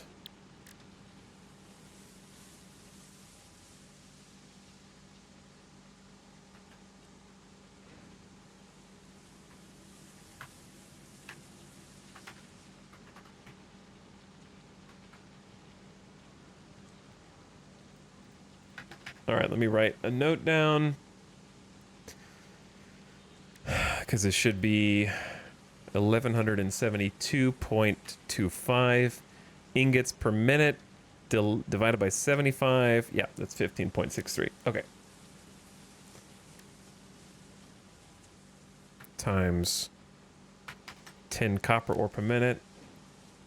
So that is 156.3 copper ore per minute plus a whopping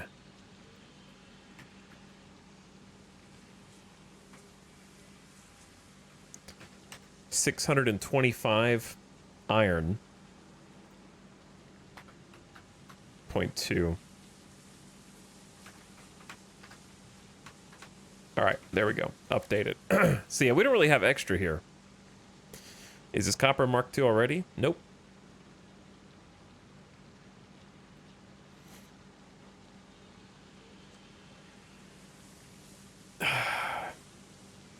Now, if we could bring big iron's raw copper from somewhere else instead of this, then we could just use the copper and the Caterium on this spot.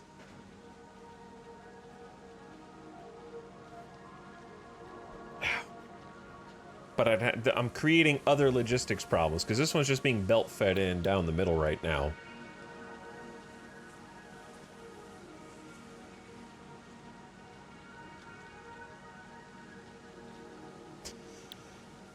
Where else would I bring it in? So we have...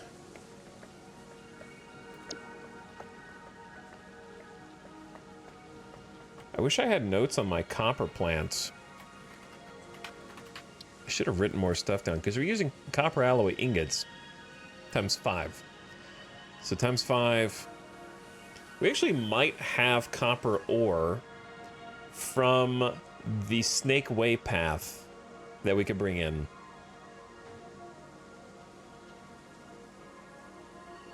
But if I do that, then we have to have another truck stop, which isn't impossible. And then the copper truck from Snake Way can make 2 stops. He can stop at the copper forge and also here to drop resources off. Because that's sitting on a pure node all the way over there. And a pure node is 120 ore per minute. On a Mark II is 240 ore per minute.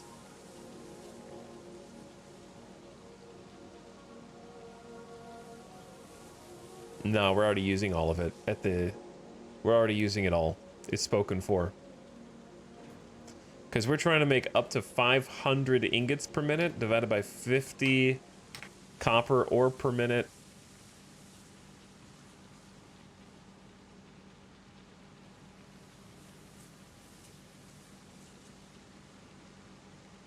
Or sorry, divided by, yeah.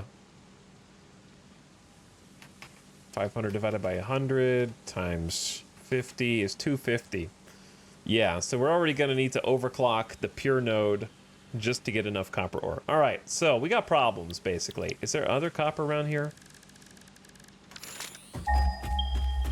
I know there's this one.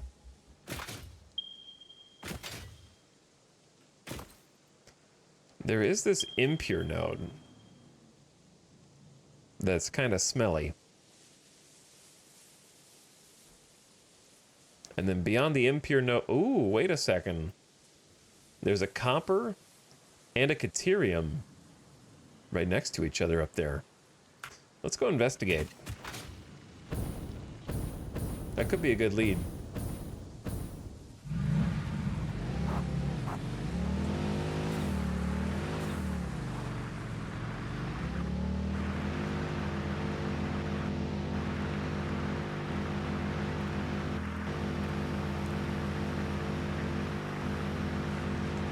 And it's not too far away from the base.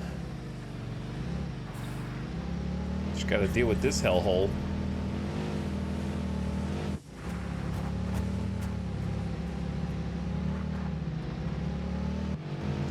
And I'm out of fuel. And there's a lizard doggo. Hello, lizard doggo. We have not made friends before. Sorry, I thought we had. I was wrong. He's running, man. He's like, I'm out.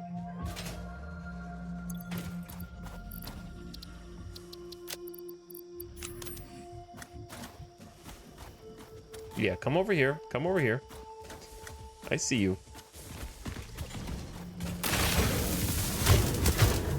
You're gonna scare the lizard doggo away. Beam, did you see that? Got wrecked. All right, lizard doggo, where'd you go?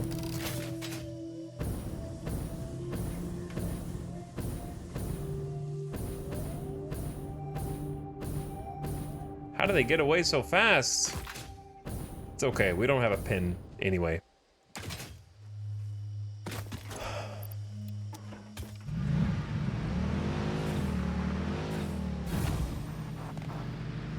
Just gonna leave that berry on the ground. All right, here's the caterium.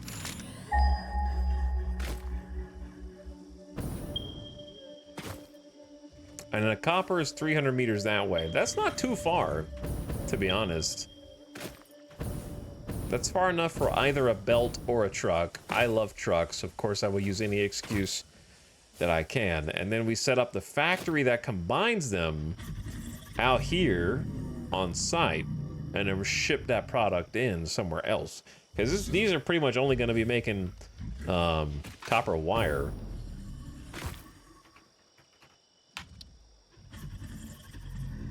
And then, or are we going to be making quick wire? You got to get that settled. I think it's making quick wire.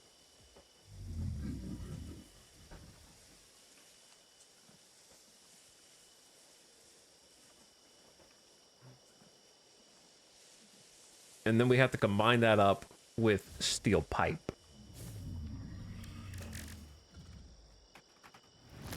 And then motors will need rotors plus stators. So we're just going to have the stators and the motors made in the same factory. And we'll ship in the rotors and the pipe and the quick wire. Oh, this is gonna be complicated, dude. This is gonna be complicated.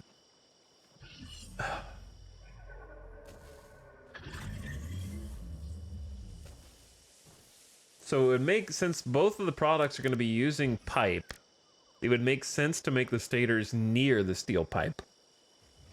And that way, it's one less, like, truck route. And then we have to ship in the quick wire for the stators. And then ship in the rotors from Big Iron. Okay, that's going to be a logistics nightmare for me, but it's doable. So let's get started on this first. What is going on with this part of the map? Okay. Confusing.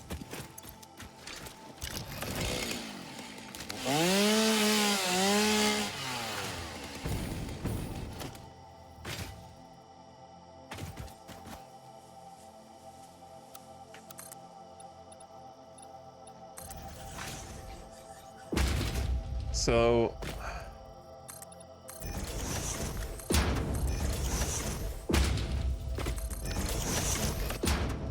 we're gonna have to clear a little bit of the terrain.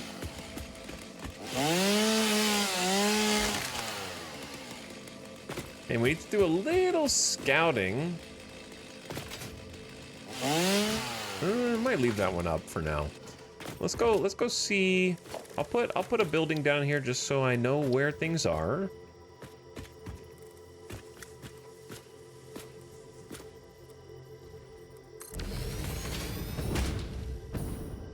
Okay. And then scan for copper. See where the copper is, and then try and figure out where to have them meet. I mean, this is a pretty good spot right here, right? Pretty good spot.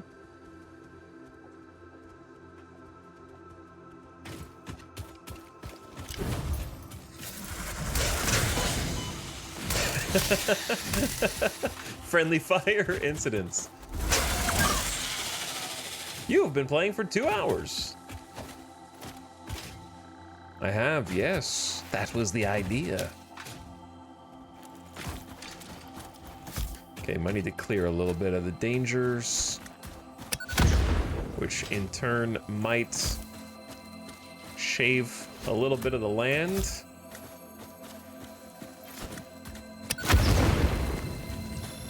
But so be it.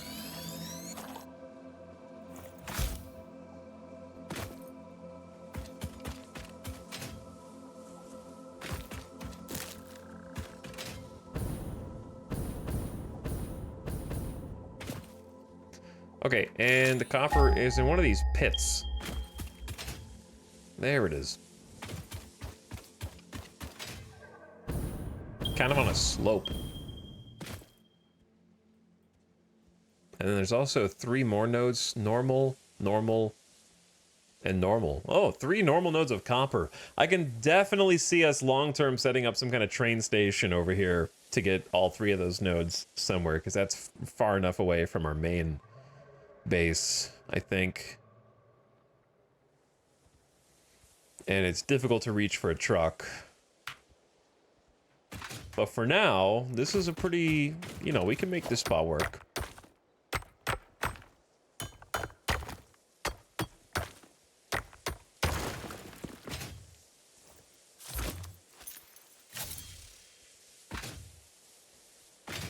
Okay, so I don't know if we'll be able to get away with this height. I'm holding control down for the global grid. We'll see if this is too tall. Maybe. Maybe.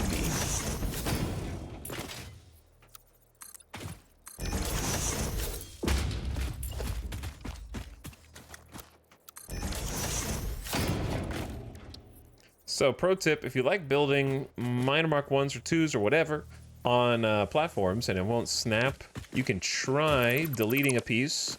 That way you can see the node and then see if it'll snap. And if it's still red, then it's too tall in this case. So we'll go down a level. Hold control for the global grid.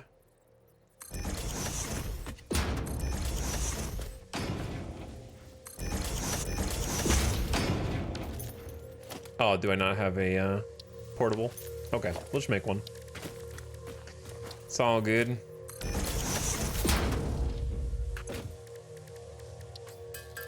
I think it might still be too tall.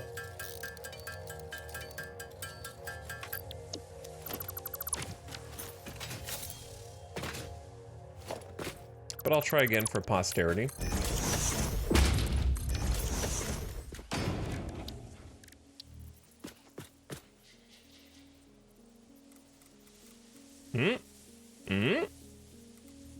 It's possible.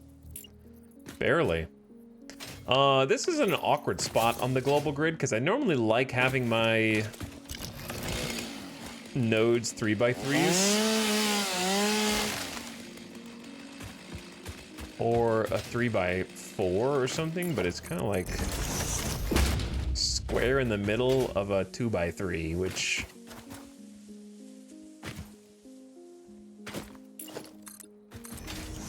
maybe we just turn it into this.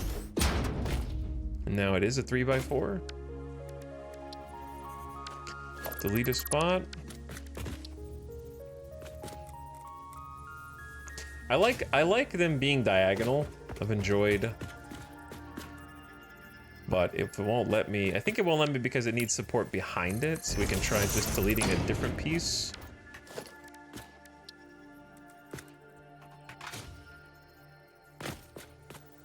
It needs like one. There we go. Something like that'll work. Cool. That extra height elevation does help because the ground is already like rising up to meet it over here. So any lower and it's just like super clipping.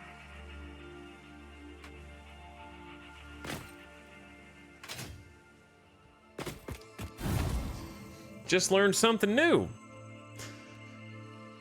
Which part? The looking at it to make it attach? What's up, Gunther Studios?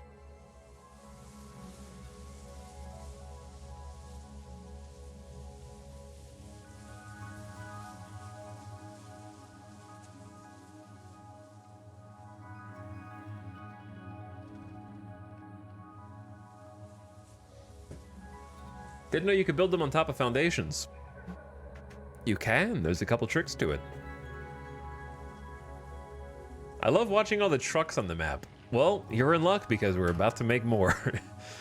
There's gonna be a truck running supplies between these two lines. I think it's like, for me, if I can't see the other building, I don't like using conveyors. If I can see the other building, I'll do a conveyor. Hey, Etal, did you know you could chat with Ada? I did, Redditor. Thanks for that Reddit approved tip.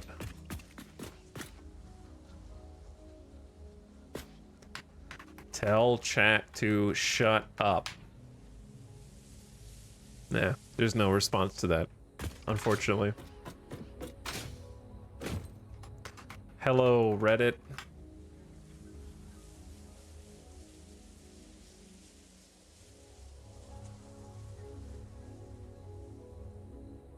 Look what you did. Look what you did. You revealed yourself.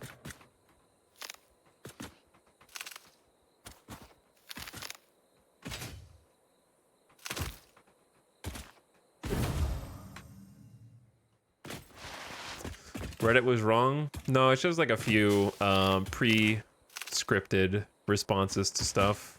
It's not like it's not like ChatGPT.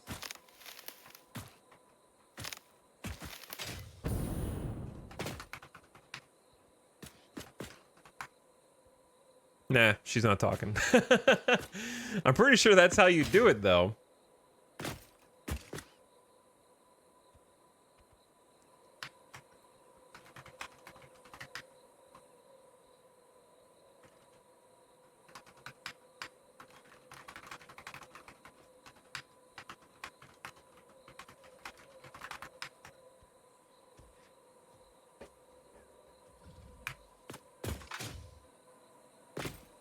Okay.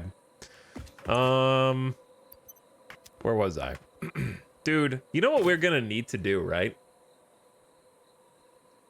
One day, we're gonna need to actually design what we want our Minor Mark 1, 2 buildings to look like, because that's one that we need to go back and do a bunch. We could do a blueprint, maybe, but some of them are in different positions.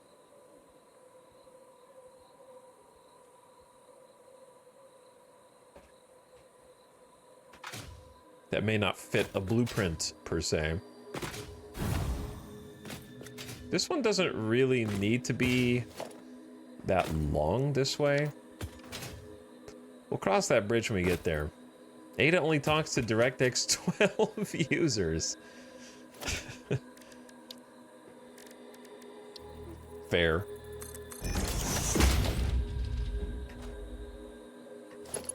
I think I'd feel the same.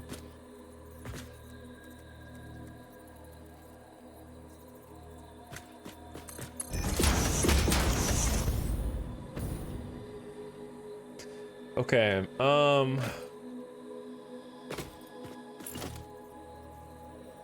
this is where it gets a little tricky. So, we've got you here, and then we got the other one over here. We're gonna need two truck stations for this. This is a short trip for a tractor.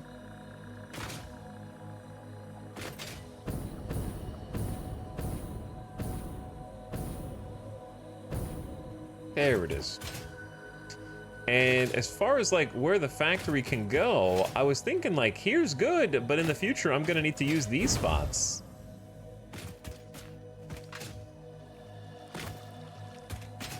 So when this says water pure, this one doesn't say anything.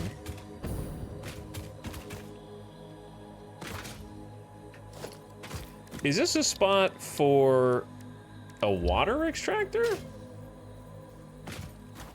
And not a geothermal. Must be placed on deep water. Resources not deep enough. Okay. Or is this for the hydro the geothermal that we just unlocked? Or is this for something in the future?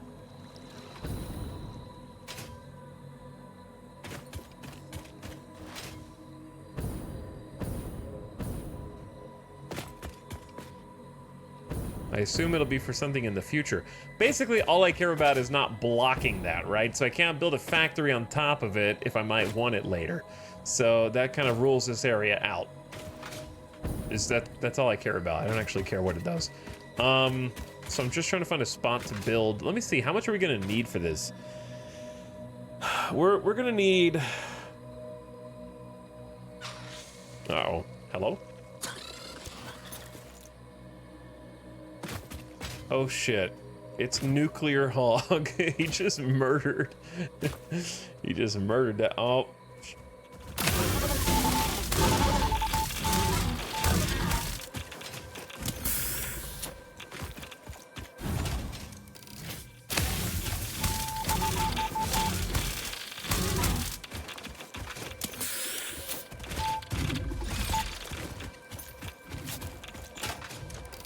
I've prepared for this.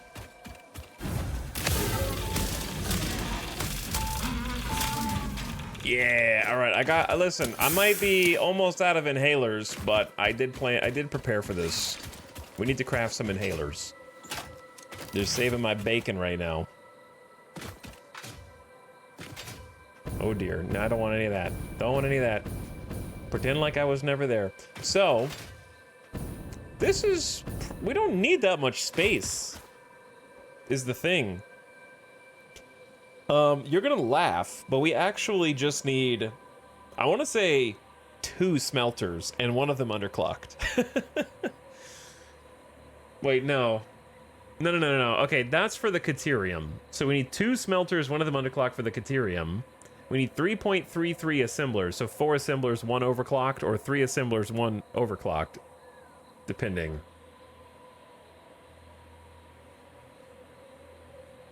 So we're gonna need...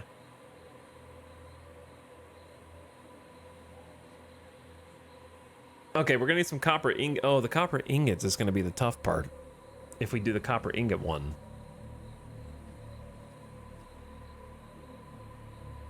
Maybe...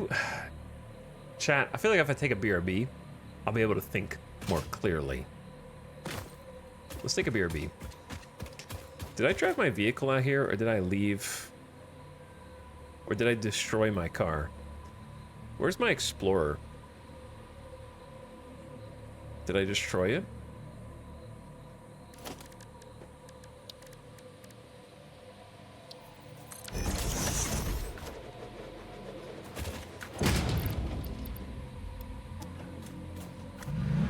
Maybe. Okay, I'm gonna take a gamer death break. Gonna hang out over here inside my vehicle where it's safe. Ish. They shouldn't be able to kill me in here. But yeah, I'm gonna take a gamer death break. My brain hurts. I need a drink. And not that kind of drink. But if I stick around long enough, then no, I'm just kidding. Take the dog outside, give him some water. Get a snack, and then start breaking ground on a new factory. Because I think what I'm torn on is I could simplify this by just having an overclocked Caterium. If I have an overclocked Caterium Minor Mark II, then I just need 4 constructors. Or 4 smelters, rather, to make 180 Caterium ore per minute. And then I just ship that in. And it saves me a step. Or I have to merge the Caterium and the copper. I have to make 2 smelters for Caterium ingots. I have to make 124 copper ingots per minute. And that's gonna need a lot, I feel like.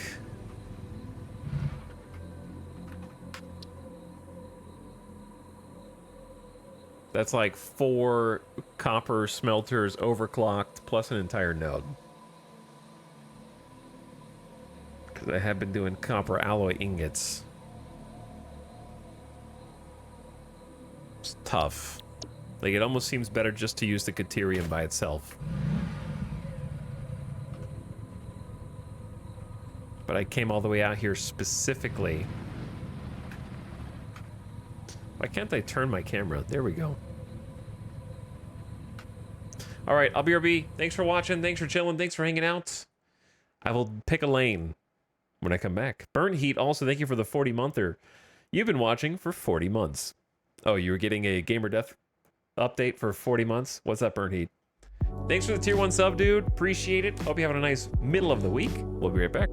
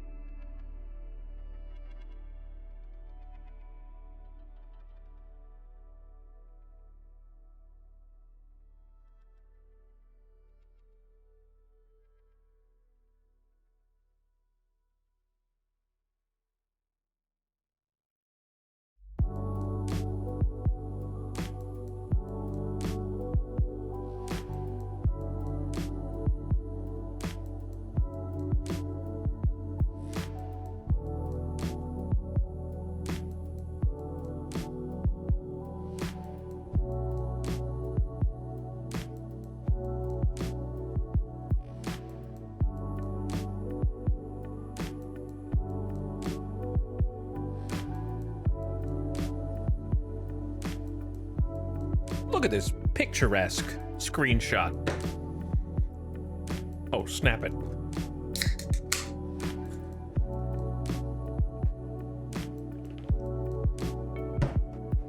Okay, what up? Bonk.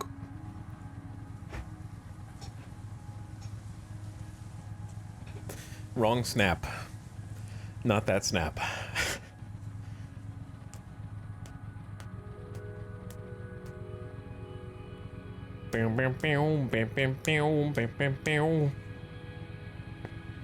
Okay, I gotta make a decision, bro. I gotta make a decision. Let's do a couple pings. What's over here? No iron. Okay. Duly noted. No iron as far as the eye can see.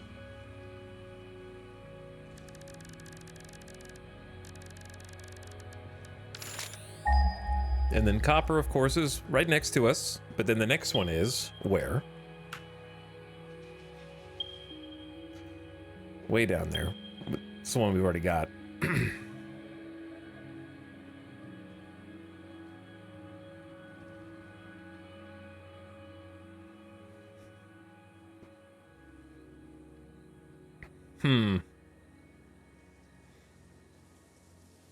And then the rest is way up here. This seems too good to be true.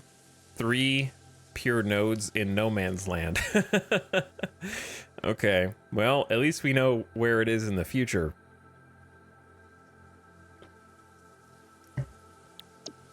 Then, Caterium. So I'm going to walk you through the issue real quick so you understand why this is difficult to figure out. Okay, so there's the one we're standing next to, the one we've already got claimed, and then one way the heck up there. Those are the closest 3. Pinging will only show you the closest 3. The closest 3 clusters. So if you want to see more, you have to go further out. But that's, you know, about 1 kilometer away from where we're at. Let me walk you through the problem. So here's the problem. It's kind of complicated. What we need are stators. To get the stators, we're going to be using the alt recipe quickwire stators.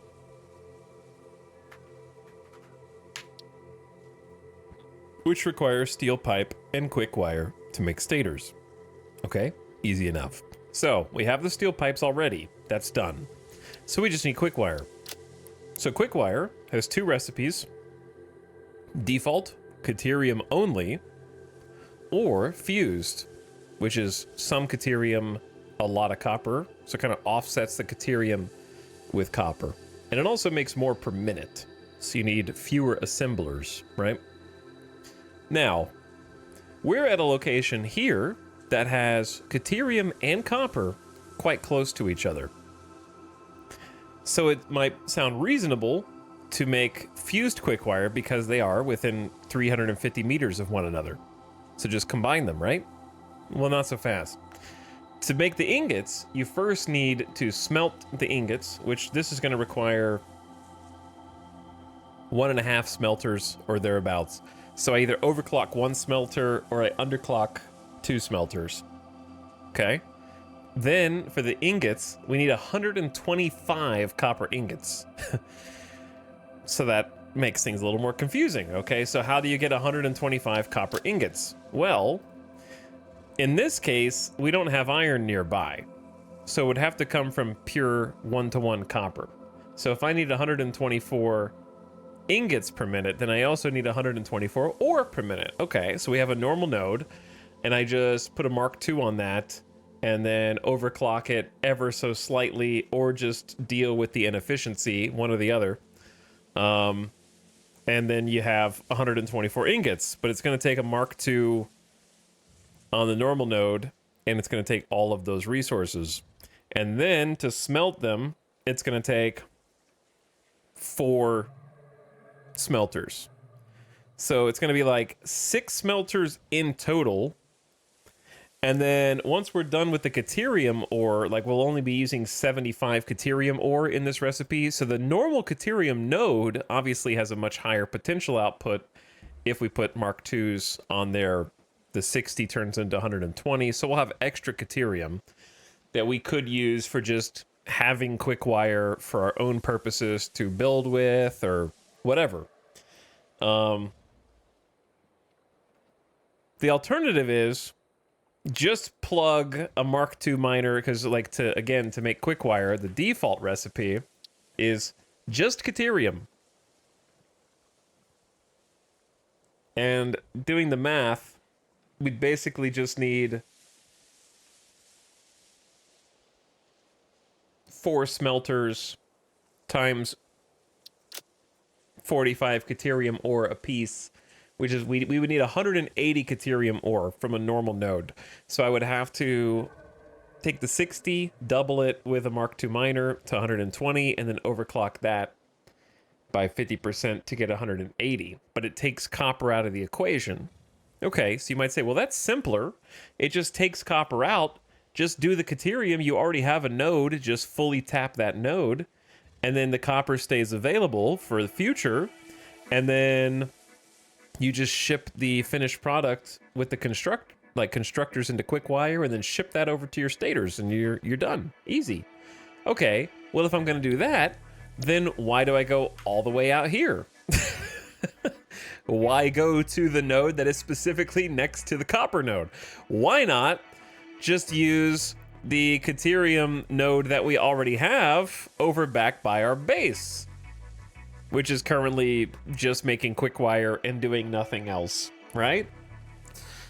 And that is another Caterium and copper node right on top of each other. So we're kind of just looping into the same problem. Like, why make a factory all the way out here when you could just make the Caterium here and then ship it to the steel factory a few meters away?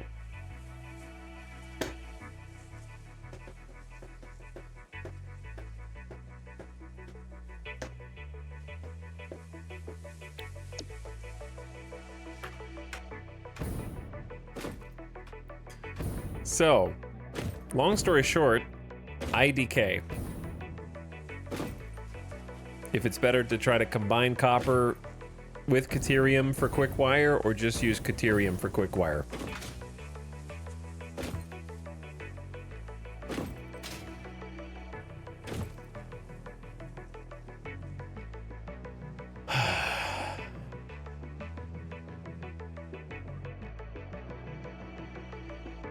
They both have kind of the same amount of pros and cons. One leaves me with extra Caterium, one leaves me with extra copper.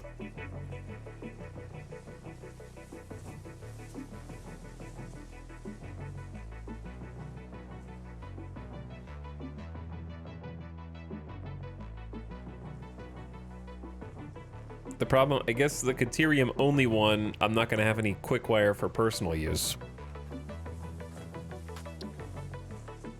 And currently, without future recipes, quick wires used in AI limiters and high-speed connectors.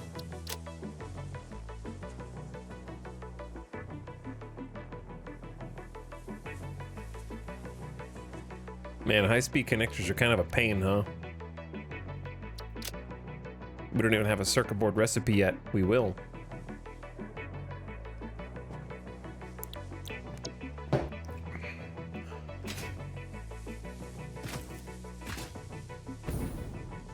Because if I use, like, I think what I wanted to do was use the copper recipe, but now it feels like just such a misuse of copper, because I like the copper recipe where we combine iron and copper to get more copper ingots, but there's no iron around here, and that would add another wrinkle into the chain on its own.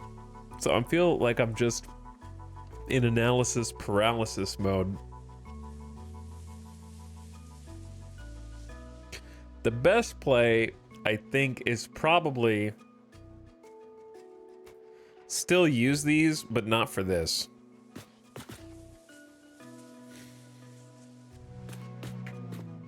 I think I know what needs to be done. and I don't like it.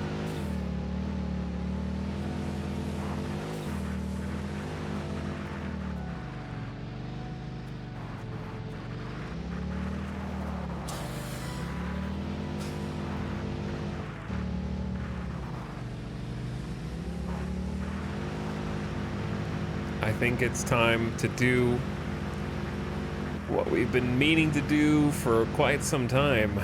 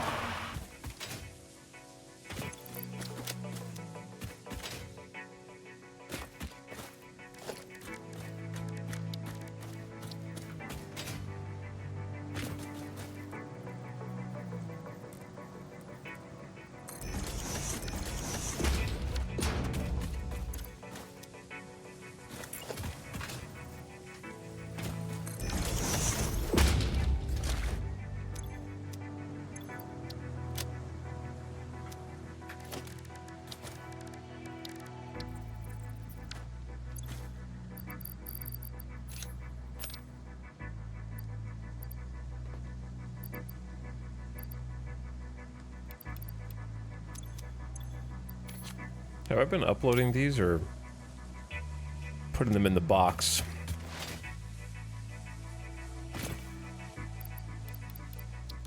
There we go. We got a lot of slugs. We've been in slug heaven. There we go. All right, let's do it.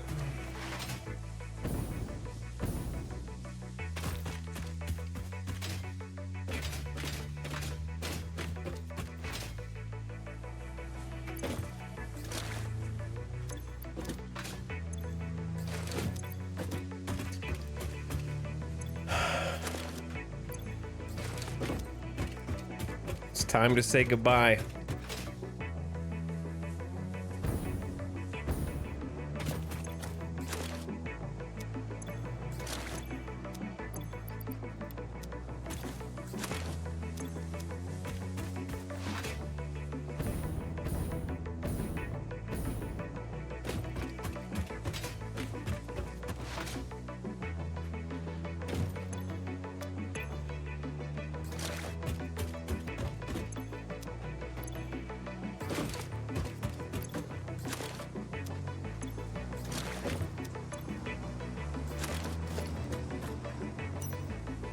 Goodbye, little factory.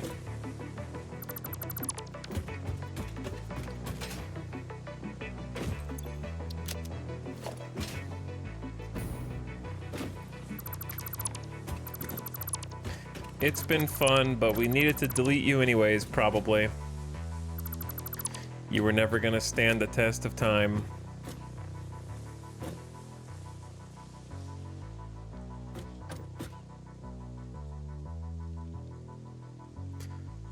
Original Copper Factory is being erased.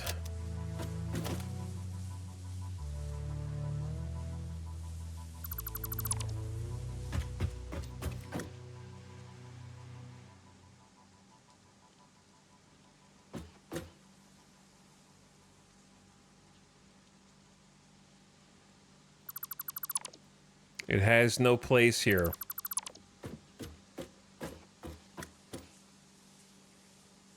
Its time is long past.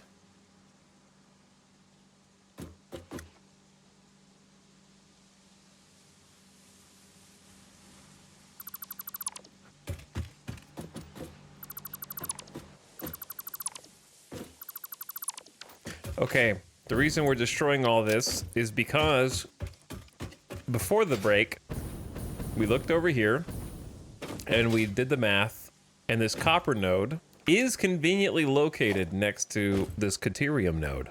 However, because of how fate would have it, this entire copper node is basically already spoken for.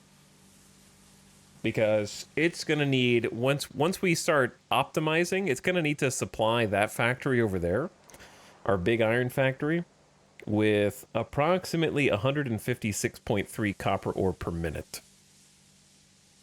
which is a Mark II miner with some overclocking.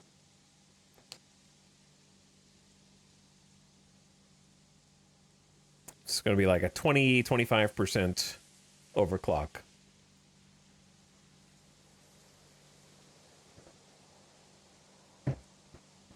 So, even though there could be more copper in here if I wanted there to be via additional overclocking, it's not enough to cover everything that we would need, I believe, from combining it with QuickWire.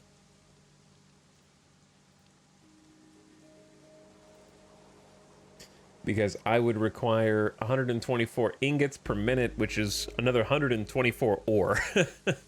So you could do 120 times, would it be 2.5? So the maximum amount we could get out of this is 300 ore per minute out of a Mark II, right? It would cost a lot of electricity as well for me, but it'd be doable. It's technically there. And then 300 minus 156 is 143.7 is how much we'd have left. So technically, if I did do a Mark II miner here with a full overclock, then I'd have barely enough ore to support both Big Iron and the motor factory. So is it better to do that? Or is it better to just take the Caterium ore and fully exhaust it?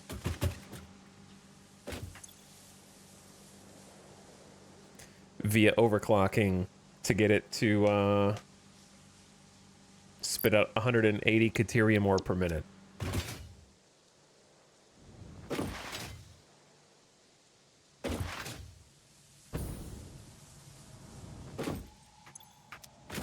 Chat, in your experience, would you rather have more Caterium or would you rather have more copper? I guess it depends on where you're located.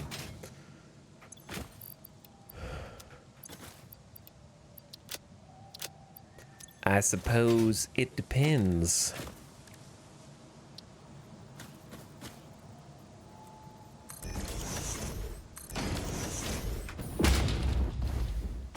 Oh, I'm out of fuel.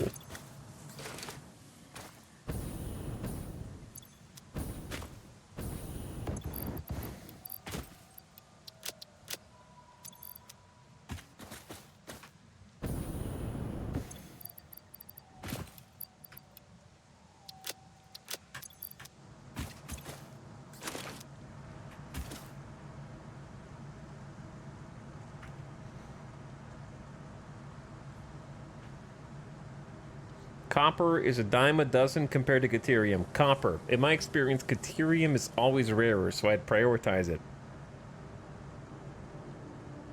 There seem like a lot of nice alt recipes that use Caterium, yeah.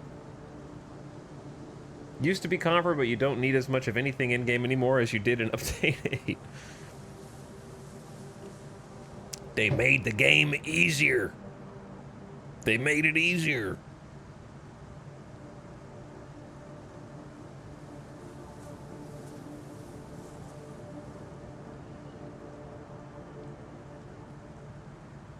.0 for casuals.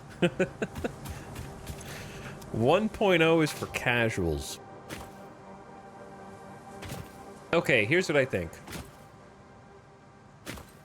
I need to math, see how much electricity this is going to cost, because I'm curious. Okay. So, to do the math, I need to have slugs, and I need to have a Mark II miner, but I don't know if I have either of those on my person right now. So, let's go see if we have what it takes. No, I need a second one.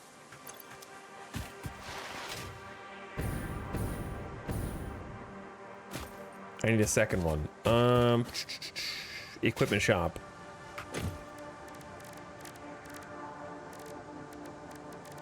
Oh, I need more inhalers as well. Almost forgot. Okay. Those plus... Maybe we should just craft... Since portable miners stack now, maybe we should just craft more of them. Because there's no reason to be, like, constantly having to stop over. Hey, what's up, Raiders? How's it going? Welcome. Hello, Zisto Raiders. We're doing some building. We're actually doing some, we're gonna make a motor factory today. But I hope you guys had a fantastic stream. What's up, Napoleon Stokes? Dame Snow? Howdy. Glad to have you. Ningato, hello. And Z-Wave to all of you as well. I think I have at least one wave emote. Let's see.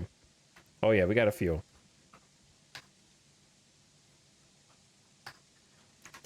Including a nice crab wave. There we go. There we go. Howdy, hope you guys had a fantastic stream, and I hope Satisfactory is treating you well. Thanks for coming back over. And we'll give a shout out in chat.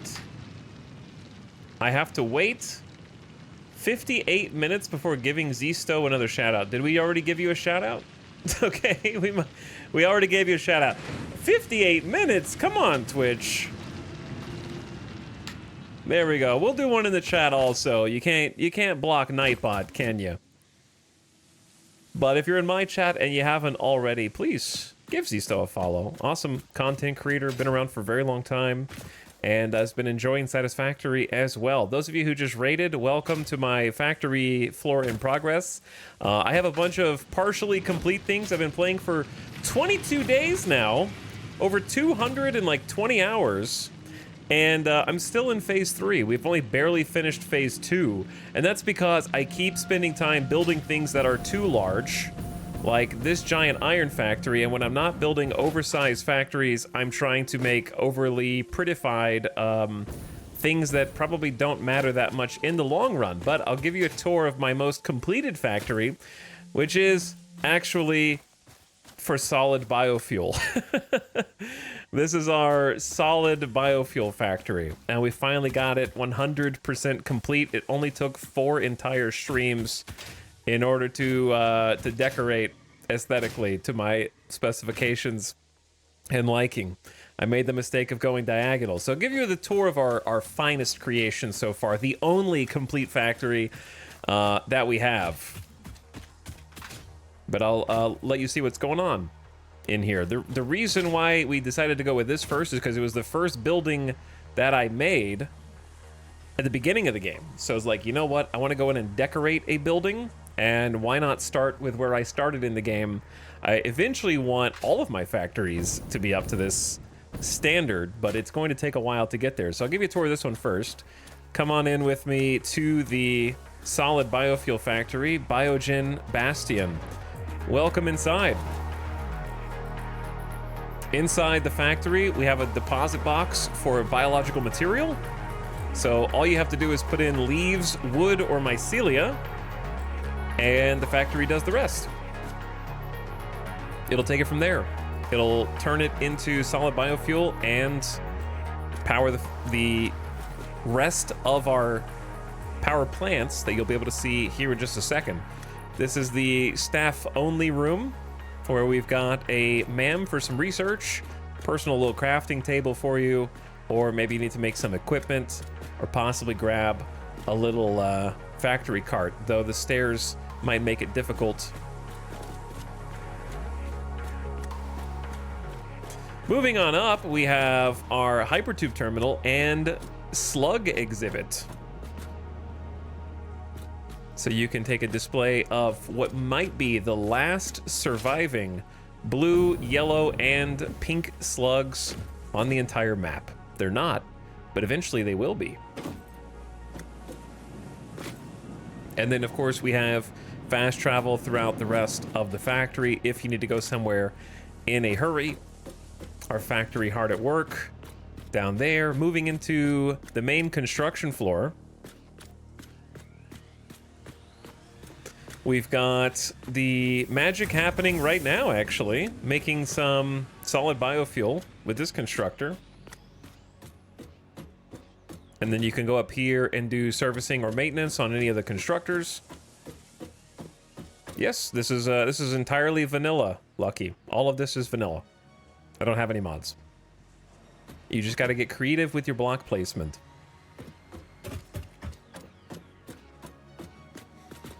And then on this side, we have generator observation, so you can stay inside the glass and look out over the factory floor before getting to our industrial storage, where we have overflow containers for raw materials.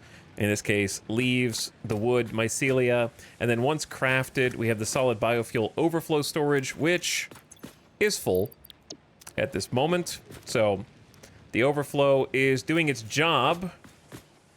And if there were raw materials overflowed, they would go in there so we don't get too backed up. And then, of course, it uploads to the dimensional depot so that we can have the solid biofuel wherever we go. We got roof access back here so that you can do any kind of roof maintenance you might need to. And we have a split level access to get to the roof here and also on a higher floor up here, so that you don't, you know, if you didn't bring your jetpack to work today, you still got a way to go get to the roof. Moving down into the generator service area, we have a maintenance ladder and a light control for this floor. We've got ways to stay up high and do any kind of maintenance on the actual generators themselves. We've got them overclocked right now with slugs, so that way you don't have to endanger your body parts or extremities with those dangerous grinding spikes. So passing by the catwalks for maintenance, we have the terrace in the back, which we hope to eventually maybe connect up to a sky bridge going across to Big Iron over there, which you can see is working, though it is not optimal yet, or optimized. And then from this side, make sure to keep your arms on this side of the barrier. You can get a little glimpse at the rest of the factory and some of our tractors moving resources to and fro.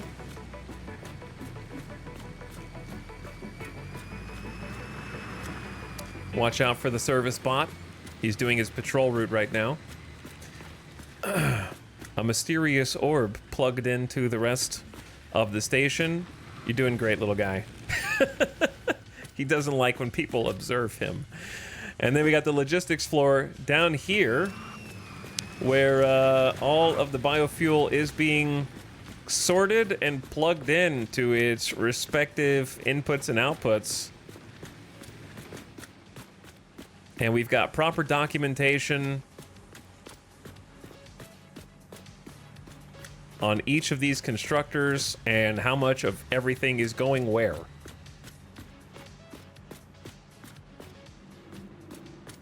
So at the moment, we got more solid biofuel than we need.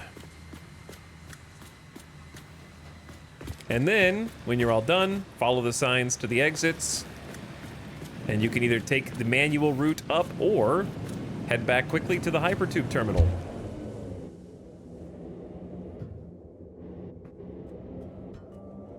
And go all the way back to the beginning.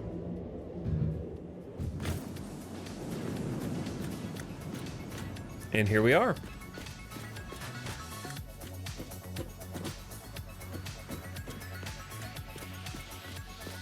That's the tour. Actually, that's not the tour. We do have one last little viewing platform out here that's not super important, I guess, but looks down over the staff floor, gives you a little bit of fresh air.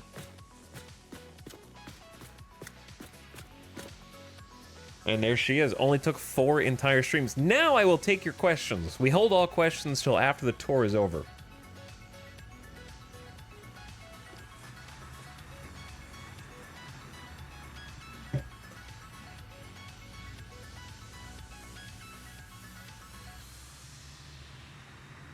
What was that mysterious orb? Well, if I knew, it wouldn't be mysterious, would it? No, it's a Mercer sphere that we dropped. It confused a bunch of chatters because they were like, what is that buildable? I've never seen that before. Also, don't mind the Z fighting. Z fighting is my eternal nemesis. Every time you reload the save, the Z fighting rears its head again. And you can fix it temporarily, but then it just comes back when you reload. Is there a storage for the rejected materials? There are no rejected materials because you're not a dumbass and therefore will not enter the biofuel factory, look the sign that says what materials go into the deposit dead in the eyes, and then intentionally put the wrong materials in, right?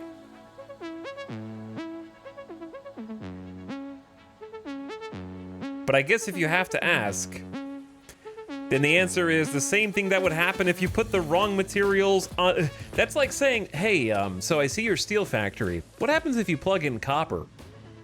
Huh. What would happen if you plugged in copper to the steel factory?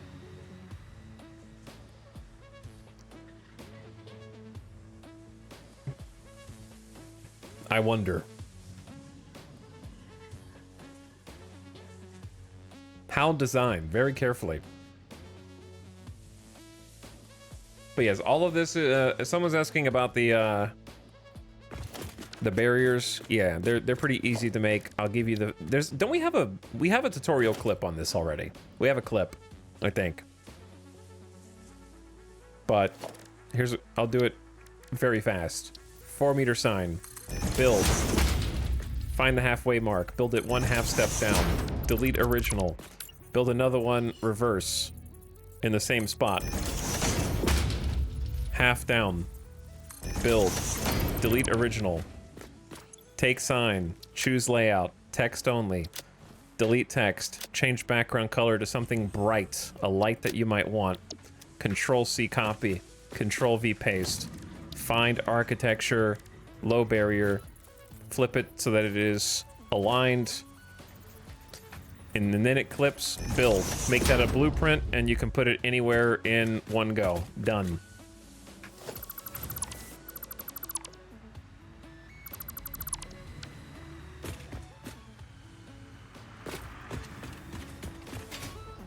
And you can make any sign into a light. Like that. Or that. And it's quite easy, and your mileage may vary. Different signs produce differing amounts of light, even when you think that they should make more. So you kind of have to experiment with it.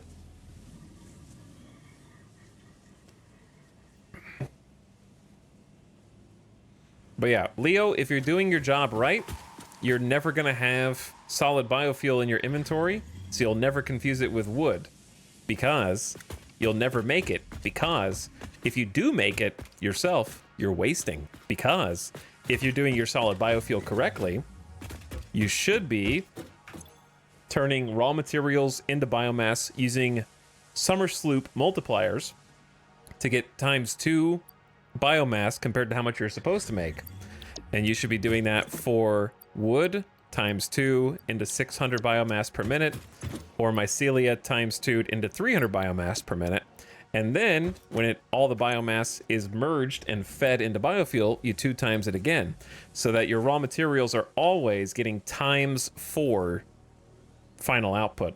Now, that's only if you're a filthy min-maxer, which I have now become, apparently. I started off so innocent and naive.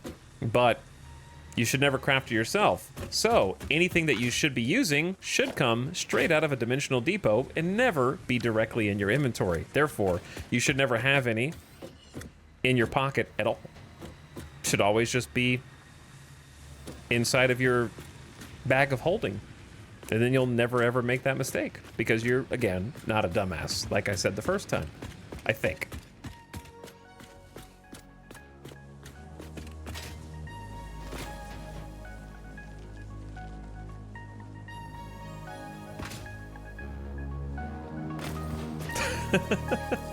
But if you really wanted to, you could make a smart splitter that just goes to a dead end. Are you saying people without dimensional depots are dumbasses? No, I'm saying people who are incredibly afraid to the point of panic about accidentally putting solid biofuel instead of wood into a build that took 45 hours to complete might be. But you don't have to worry about that because I'm the one who's going to be playing in this factory, Leo, and you don't ever have to worry about that. So, dude, I'm just messing with you. I'm giving you a hard time because you're giving me a hard time. Because I'm like, hey, look at my factory that I spent so much time on. And you're like, well, I'm sorry. If I fucked it up, would it be fucked up? So, I mean, if that's your question, then you're going to get a answer in kind.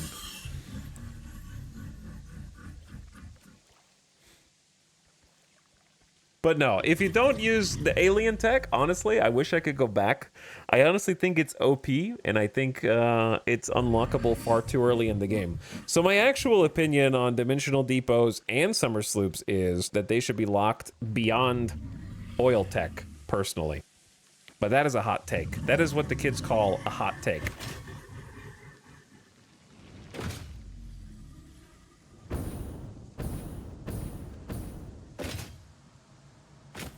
I would definitely make that harder to obtain than it currently is.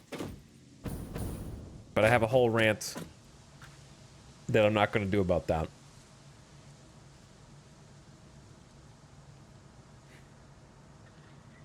How did you make the angled base supports on the cliff? Through pain, blood, sweat, and tears. It'd be easier to watch a tutorial video than for me to try to explain it. But effectively, the answer is beams in a nutshell. So, like, if you make a beam going any direction, it doesn't matter what it is, then you can have a foundation that attaches to it, regardless of the global grid.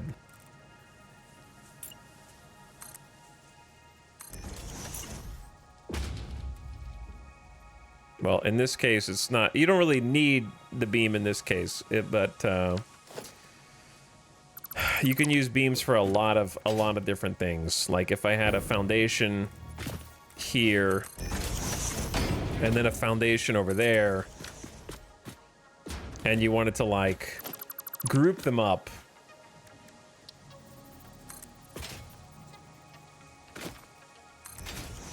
There are ways to use beams to like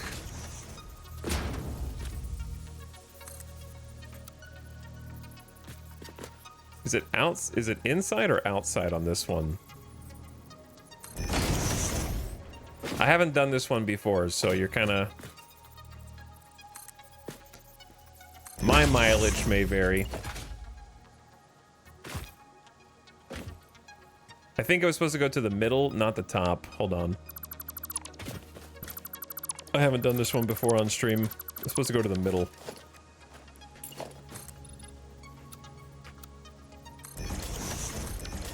Okay, so if we had like a path,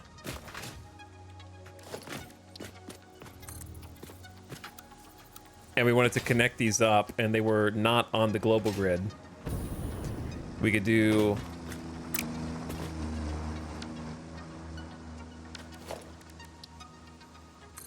middle of that one to the middle of this one, I think, and middle of this one to the middle of that one, and then you go like 1, 2, 3, 4, or is it 1, 2, 3, 4? I don't remember. 1, 2, 3, 4. Let's see. Go to default mode.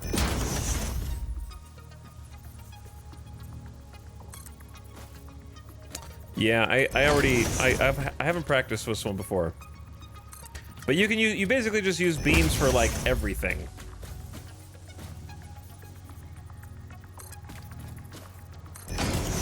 And if you do it right,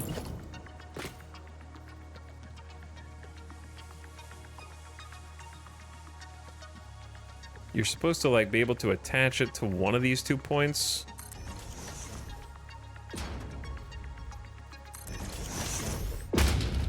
Yeah, I did it wrong. You're not supposed to listen to me. I can show you how to make curved things, though. Here's how you make curved things.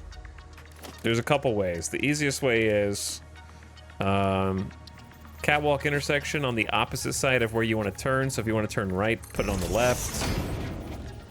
Then do the next catwalk, hold control, and rotate it 10 degrees, or however many degrees you want. Go 2, and then align it to this. Control, 2 in a row. Line it up. Control. And then you just delete the catwalks, and you have a curved road.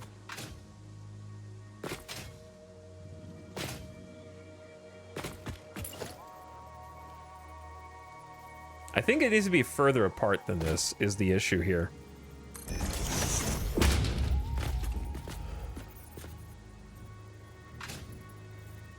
Or maybe you need to make the painted beams longer in the middle.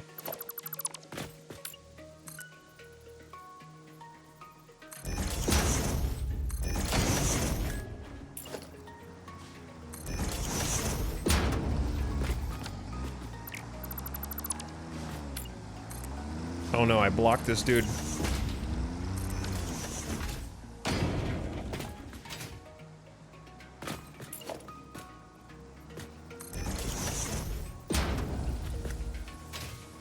Yeah, I did it wrong. Okay, but anyway, you use beams a lot. There's better tutorials on YouTube.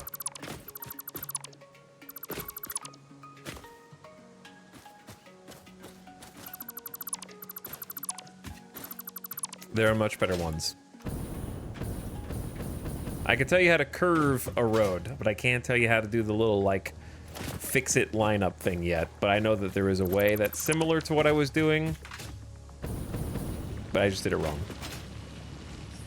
Anyway, Raiders who came over, how goes your Satisfactory? What were you guys up to over on Zisto's channel?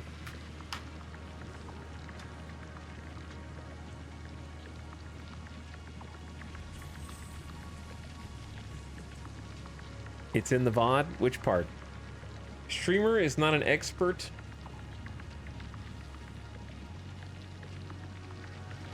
I wasted way too many slugs handcrafting power shards early. See, that's the problem. That's kind of, it identifies. I don't want to get off on a rant, but that kind of identifies why I think you can unlock all that stuff too early. These shouldn't feel like you're playing wrong. And I think that summer sloops create a feeling of I'm playing wrong. I think that would be my explanation. Z was working on his starter base, which in Z speak is the base to finish game progression.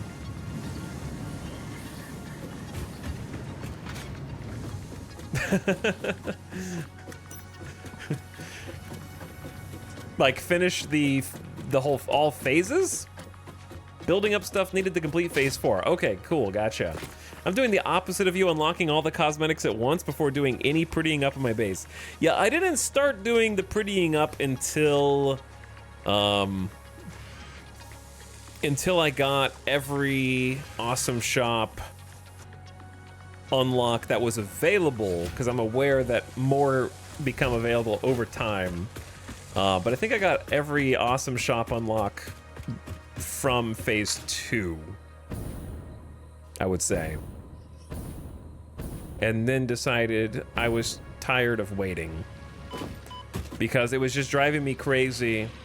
I love that you can play this game in so many different ways, and if people want to do like a factory in the sky and that's their entire factory and then they have fun and they win, good.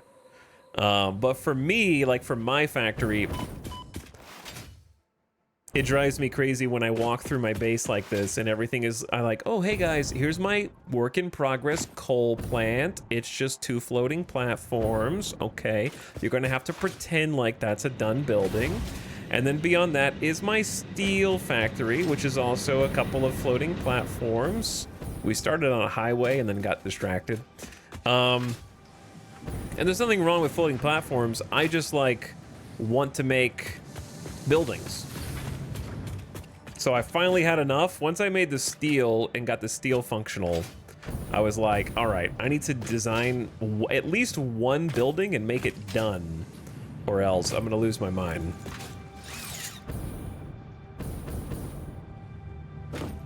But the downside of caring about aesthetics is that making even just a small building will take you like 3 to 4 days. Which is also an upside, because there's a hell of a lot of content in this game as a result. We're going to be tapping into the steel factory today. I'm just kind of walking and talking right now.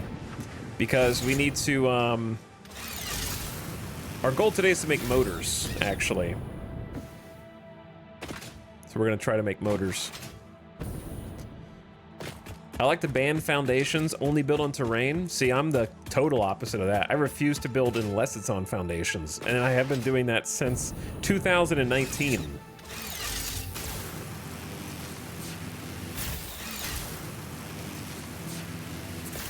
I've been trying to cover the world in concrete since the first alpha. But yeah, I just have so much that I need to go back and actually like touch up. And work on and fix.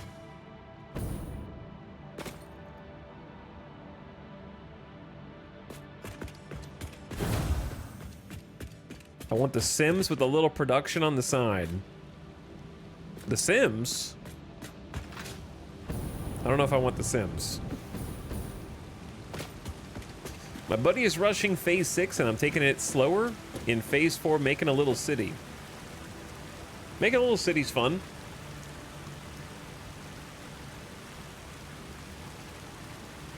So, Raiders, you guys are working on phase 4 then.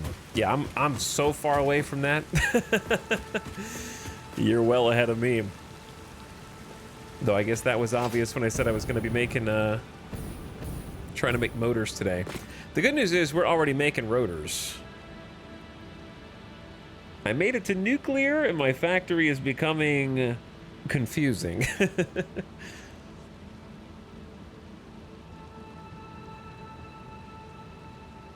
Is this your first playthrough since 1.0? No.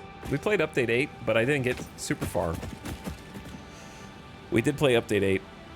I never gotten super far in the game, to be honest. I don't think I've ever completed Phase 4. Because I just...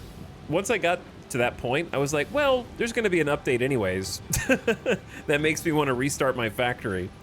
So why go through it now?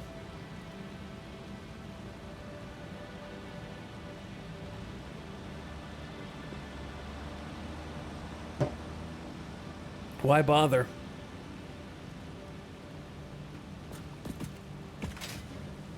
I don't really play Satisfactory to win.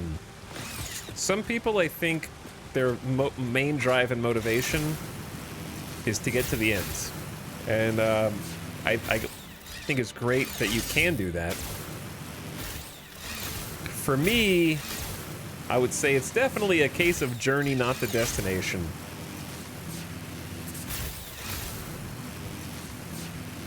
He doesn't care about saving humanity.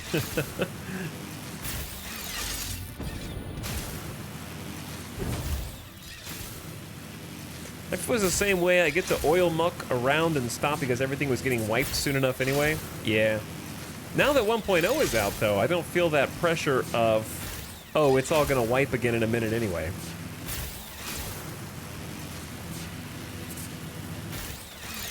I'm sure they're going to release new content, but I really doubt it'll be much that's like, you should start over. I could easily ignore the phases, tiers of tech, and just build stuff all day and explore. It wouldn't bother me. I'm in the same boat, dude. I'm in the same boat. Anyway, once again, I appreciate the raid. Thanks so much for sending your community over. And Zisto Raiders, thanks for hanging around, or if you popped in just to say hi and bye, thanks for coming at all. We're clearing this area out when you guys got here. And there was like a copper factory here, but we have to do like a reset. Because I'm about to repurpose this for a different kind of factory. And I'm sort of just moving all of my old storage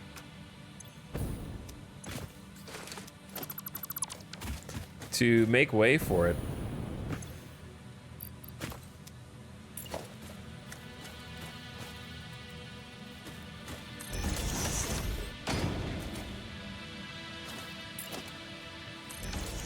And we got Caterium on top of the old copper.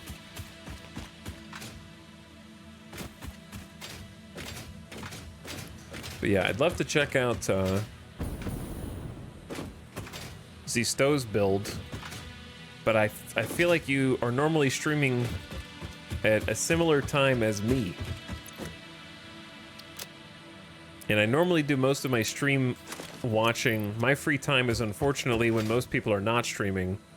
So I always hop on Twitch at like 1 a.m. Pacific. And it's like, oh, everyone is asleep.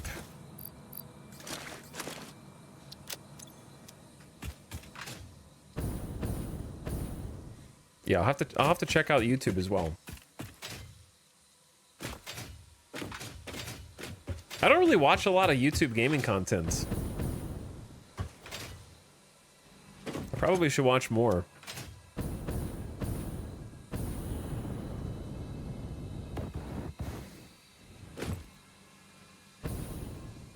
Anyway,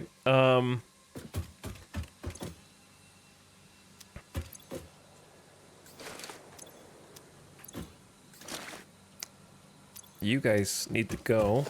You need to go. You need to go. You need to go. And this is also the part where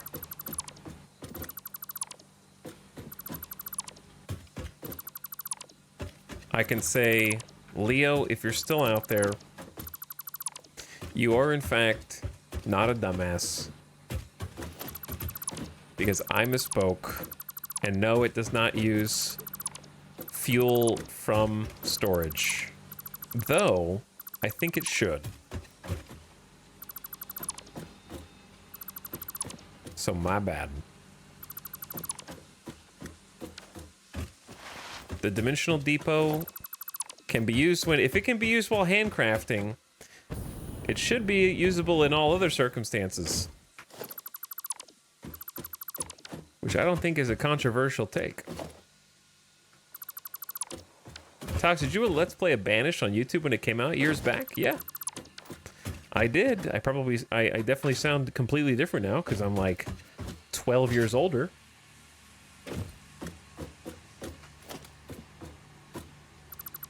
But I did. I started on YouTube in 2011. Ages ago.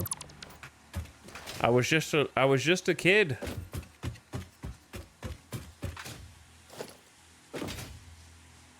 And I started full-time streaming on Twitch and gave up YouTube in 2018.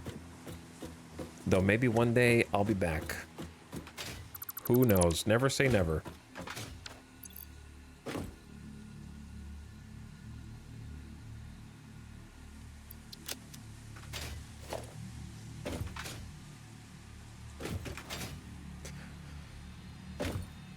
But what's up for me? You were why I got that game. I hope you enjoyed it because they're still trying to make a game that's like Banished but different even now.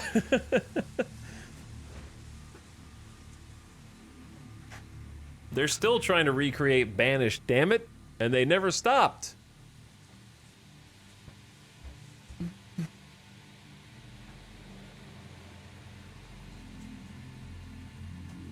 I was banished and can never return. Yeah, I do. It's true. I do find the city builder genre these days lacking. It used to inspire my imagination.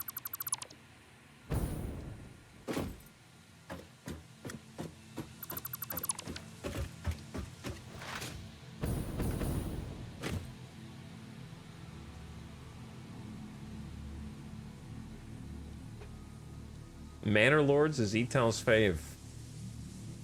Easy bait. Easy bait. Okay. We're about to set up a new factory here. And I believe the factory in question was going to be a hybrid combo of copper and caterium.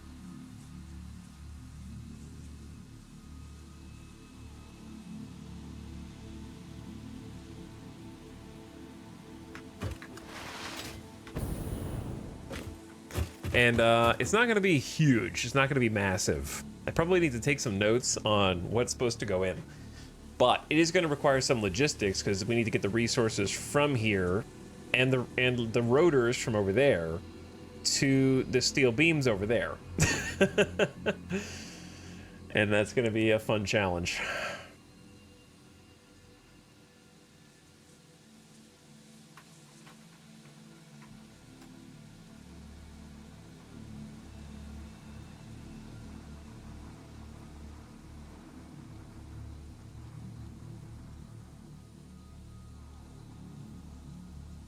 What's up, Slubs? Thanks for me for the brand new sub. I appreciate you. And Make One B says, Addiction Tory? What? Make one... What? Oh, Satisfactory, but it's a... okay. I see where you were trying to go with that. I see where you were going with that now. It took me a second. Took me a sec. Should I move the hub? The hubba? Maybe. Oh, what's up, Make One B? Welcome back for 4 months. I appreciate the resub.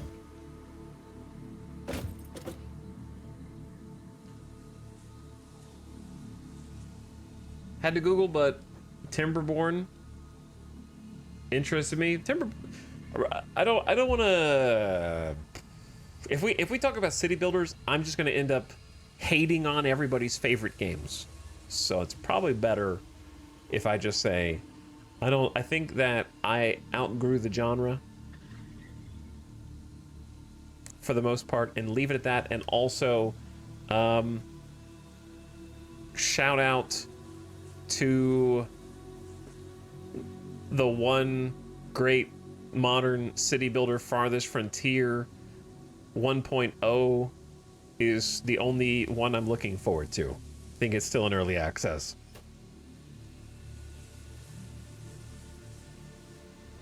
And that's all I got to say about that.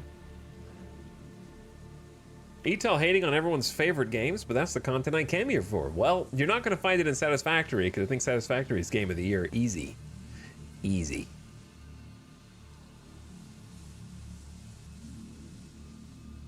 Yeah, I'm waiting on Farthest Frontier to hit 1.0 before I go back to it.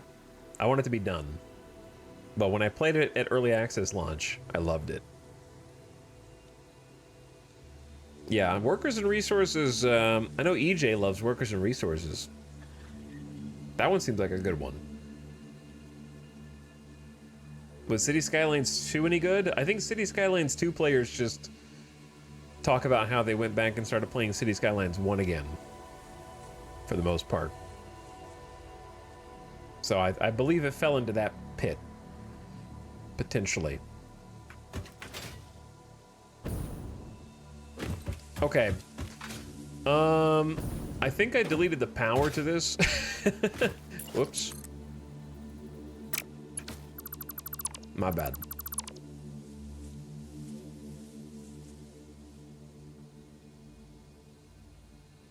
But anyway, if there's any Zisto Raiders hanging out still, if you're not lurking, what is Zisto's stream schedule, if any? Because I don't have a schedule, so I can relate to that. But a lot of my peers do have schedules, and they make me look bad as a result. But then again, I can do that pretty well on my own. I don't need anyone to help.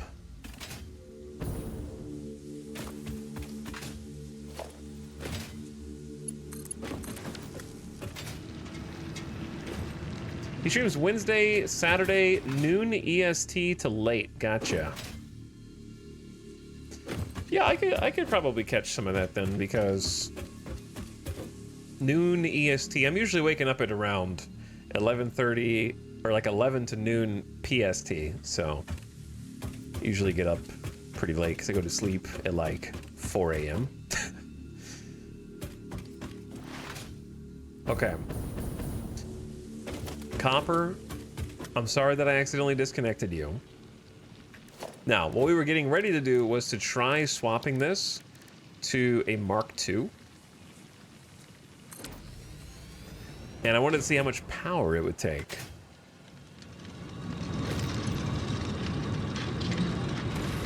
Oh, we need to finish moving the Caterium over.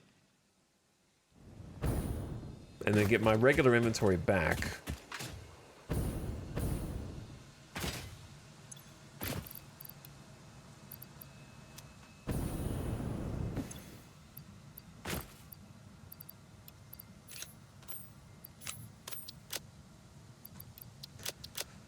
Okay, looks good.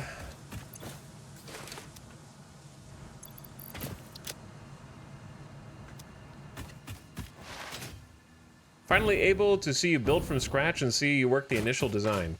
Well, this shouldn't be that hard of a factory. The hardest part is just decide. Like I'm just been analysis paralysis. I want to see how much power this goes up to. It goes up from 15 megawatts to 50. Whew. 300 copper ore per minute. Okay, 50 megawatts. Juicy. Probably doable, though. We don't have the power for it right now, but obviously we want to change that. What's up, Mac Truck? How's it going, dude? The next one was proposed to be the upcoming Saturday. Oh, the next Zisto stream. Gotcha. Yeah, I gotta catch one. Tune in because I appreciate the raids. And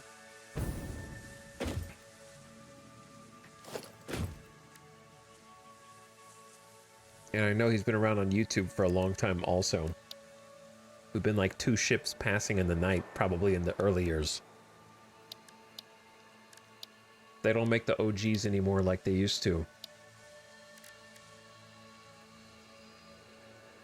Okay, we need I got some math. What you making? We're making quick wire. So that we're gonna use an alt recipe to make stators. So we need quick wire for stators.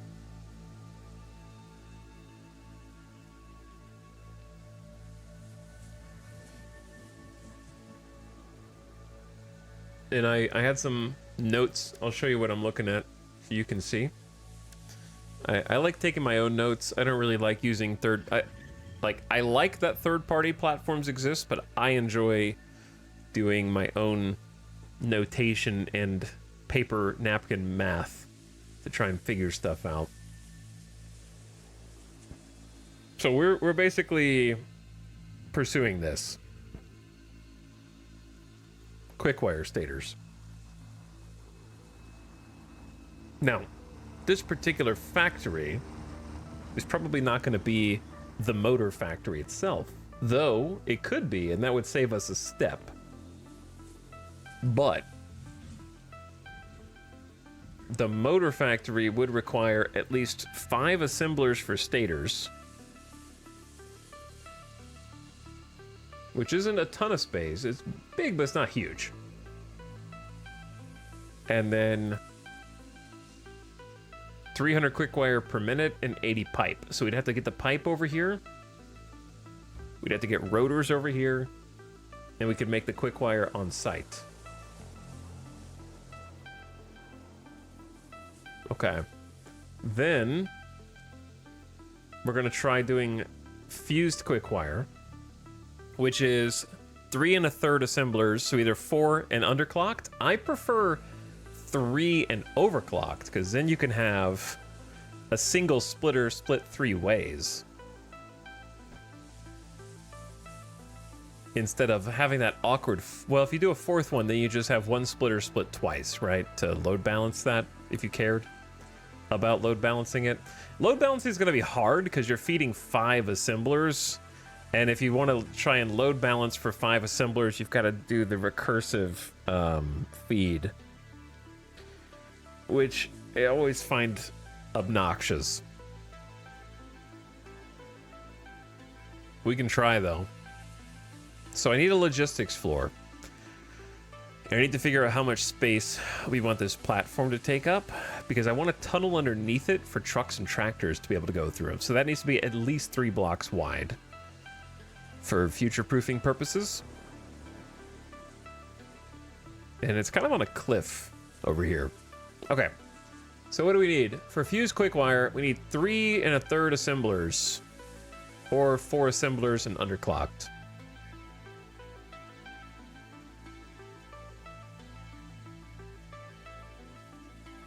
Before we even get to that, we're gonna need 2 smelters of Caterium, and the copper ingots gets a little more confusing. Because I just realized something else we could do if we wanted. Chat, alt recipes really introduce a lot of unnecessary headache into this if you decide to do it. Like, a lot. Because we do have iron right next door that's feeding big iron. We have 4 normal iron nodes, and I could do copper alloy that uses half and half iron and copper, which would need us to thread 5 iron for every 5 copper to make ingots, then thread the copper into the Caterium to make quick wire. That's the most complicated quick wire ever conceived. But the output, I know, but the output goes crazy. Alternate recipes are a curse. They kind of are. But the iron is right over there. It's right next door. But I don't know how I'm going to get it over here because it's just a pain in the ass. I don't know how much extra iron we even have. There it is right there.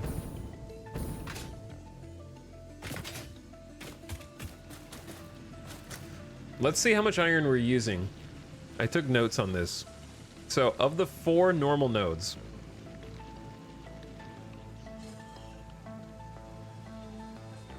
it's we're not making this right now. This is future proofed. We're going to need 625.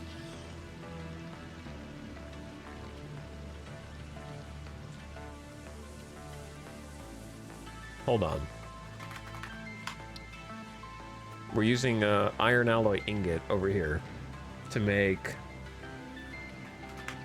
1172.25 ingots eventually.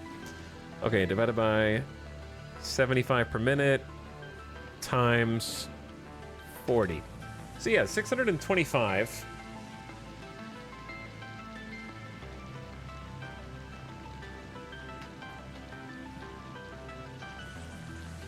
Iron ore per minute. So to get 625, how do you get that out of normal nodes?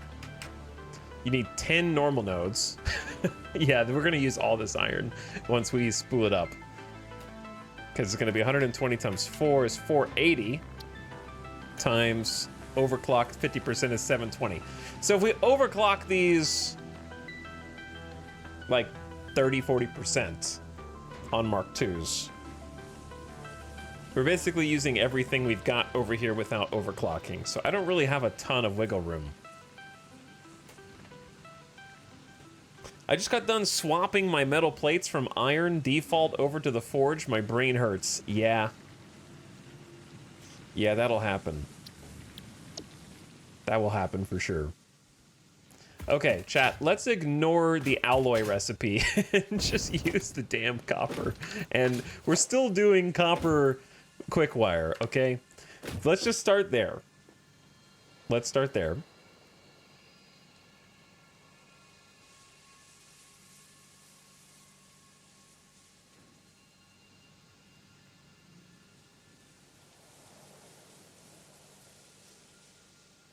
The biggest issue is that we need 124 copper ingots for this. And it's 36912. So we need 4 smelters and one of them overclocked, or 5 smelters. So the one that's overclocked is going to be a pain. which means there's no way to like properly load balance it. We can get it like 90 something percent efficient, and that's pretty much it without like a recursive load balancer. And it's going to be such a minimal amount of recursiveness that it's just going to be stupid. Like it's going to be 4 short. So I'd rather just split it. Or we could just use 4 slugs, overclock 4 machines, and then, or I mean, 4 slug, whatever they're called. You know what I'm talking about. Jesus. All right. Okay. So in total, we need 4 smelters plus 2 smelters, so 6 smelters plus 5 assemblers at a base for just the quick wire. So 6 smelters, 5 assemblers. Okay. I can make that happen. 2 smelters for Caterium, 4 for copper. All right.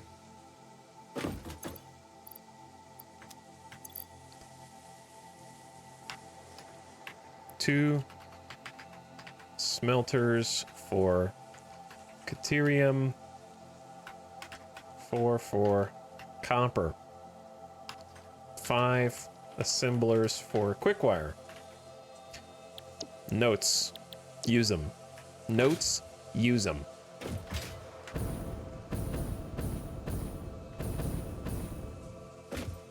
Now, the next phase is, do we want to make the stators on site here? Or do we want to make them on site next to steel? Because if we make them on site here, we may as well also make the motors here, right? We could do stators, motors, and quickwire here. Now, for the stators... Wait, no, this is for the stators. Yeah, it'll be 5 assemblers. That is including the 5 assemblers, not for quick... Why did I write 5 assemblers for quickwire? It's 3.33. Math is hard.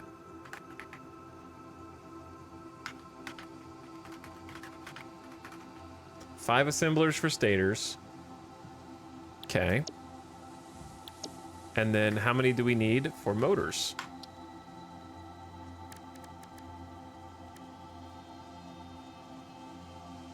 4. 4 assemblers for motors.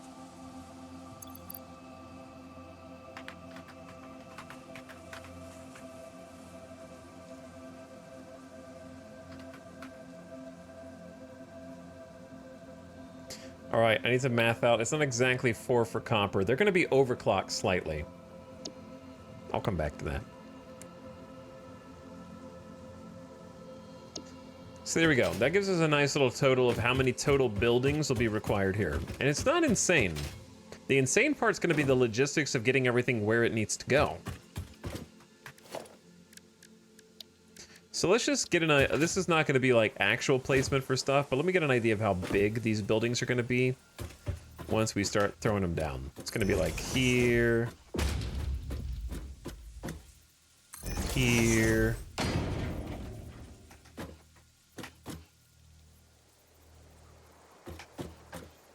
something like this, this, and then like...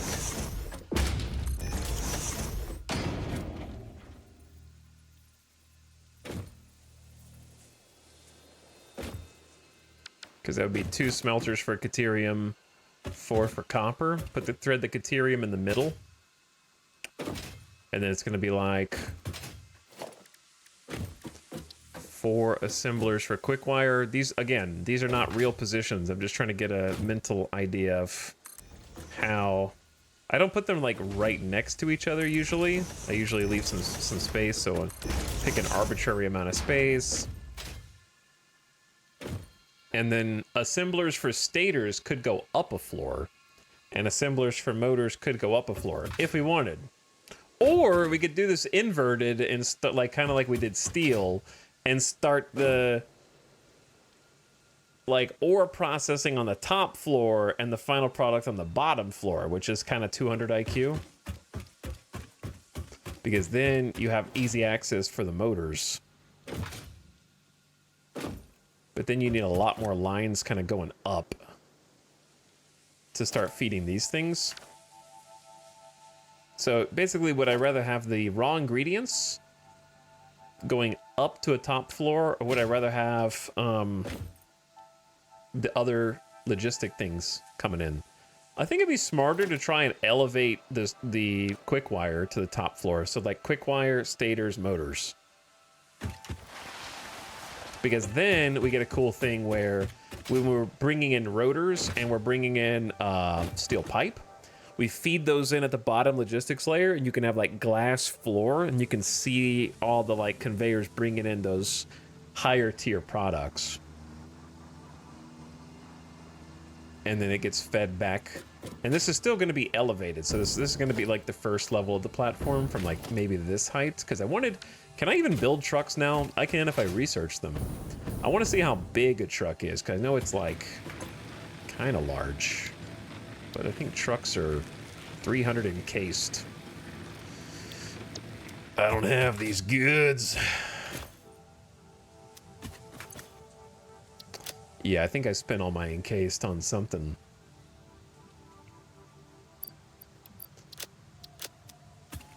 I don't know if I want to handcraft 240 in case I could. I could. Need more than that, though.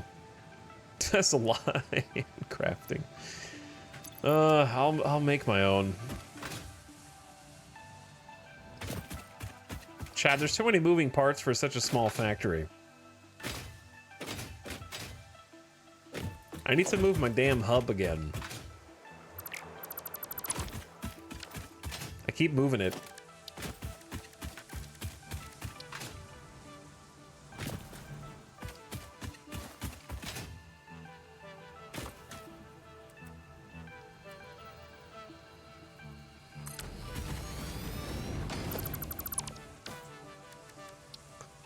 The hub. Actually, does this even have anything? Nope. Nope. So tall. Watch your step, I guess.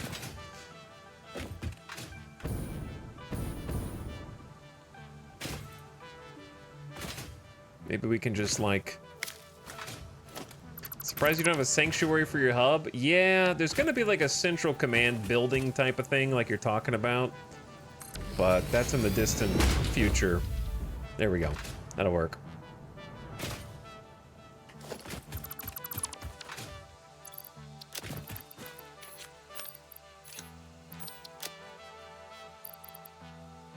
Where do we get this wood and these leaves? Okay, but yeah, I want this truck to be able to go under, and I want like tractors and trucks to be able to go under. This can extend a little further though, because it definitely is room.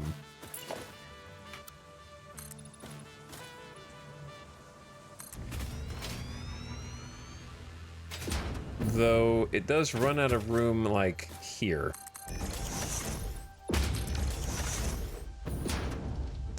Like that is off the cliff. I might actually just take this one down.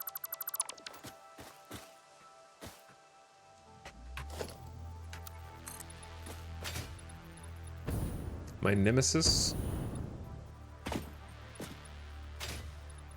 Don't like that. What are we gonna do with this building to make it stand out anyways? You know I'm not just gonna make a giant box.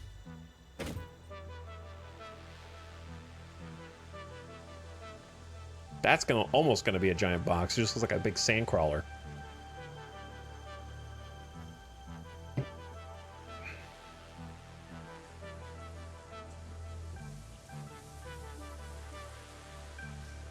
The other thing is the road that goes underneath here needs to be angled. which is going to make this even tougher.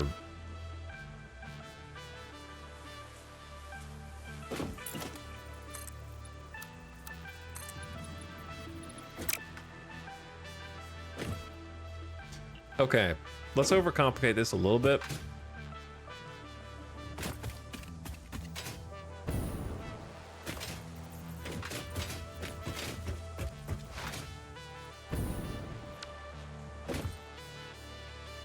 Yeah, let's overcomplicate this slightly.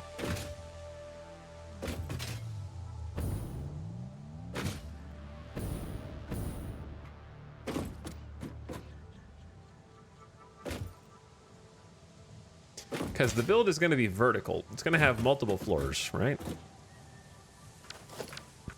So, step one is figuring out how much width you're going to need to leave for a tunnel. And that's where it gets tricky, because the tunnel needs to be 3 blocks wide at least, going partially diagonally. And 3 blocks wide, let's assume 4 for the diagonal. It's only going to leave 1, 2, 3 on this side, and then 1, 2, 3, 4, 2 on that side. So you could go bring this further out this direction.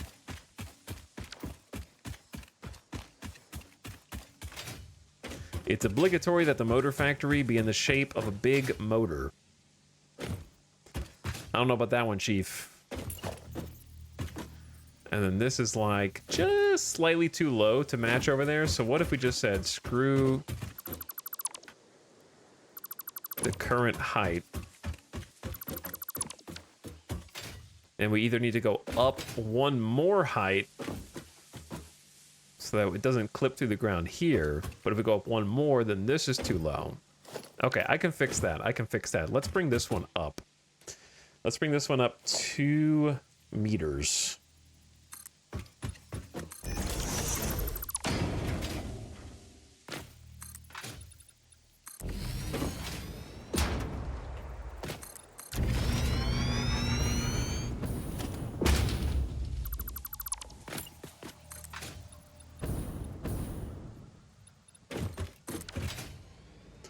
And then this rock face is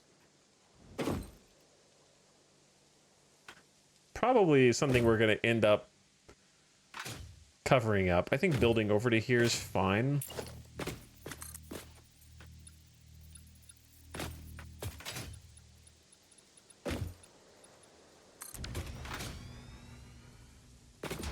Okay. Delete the 2 meter.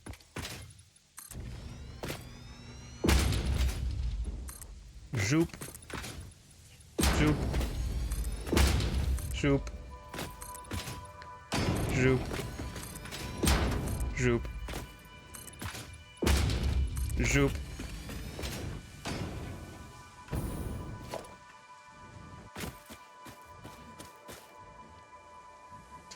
And then delete the underbelly.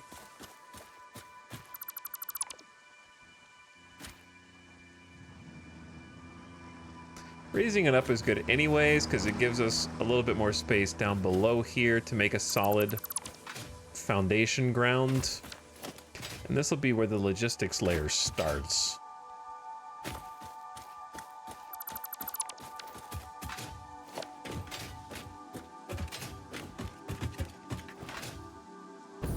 Okay.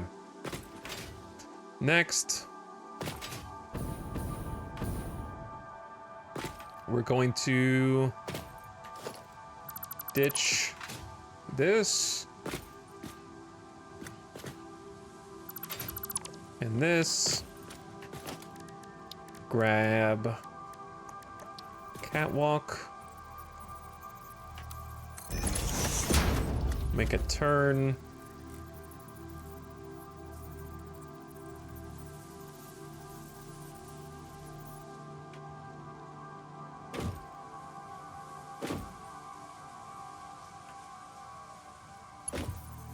Let's do... I want to test a 10-degree turn first.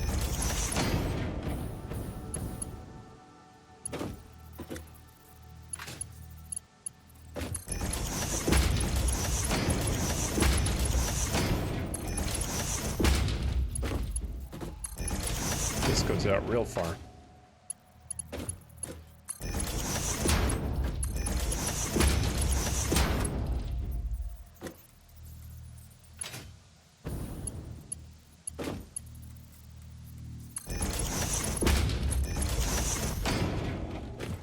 Okay, I wasn't counting, so I don't know if it's at 90 yet. How many turns is that? 10 degrees, 20 degrees, 30 degrees, 40, 50, 60, 70, 80, so one more? All right, that's a 90-degree turn.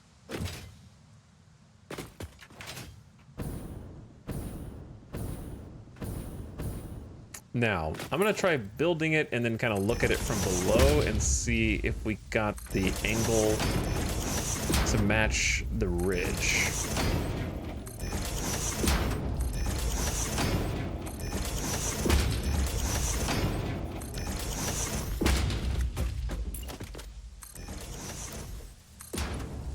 Now, it's not gonna line up perfectly.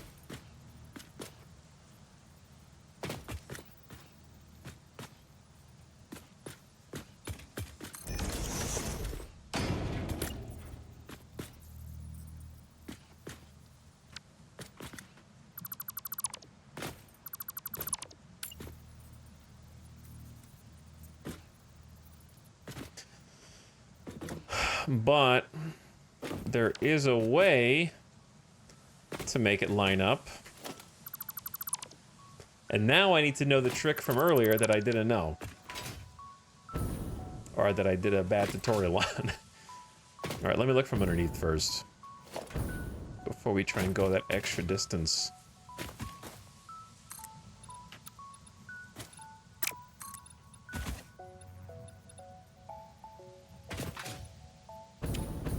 That's not my fave, but it might be workable.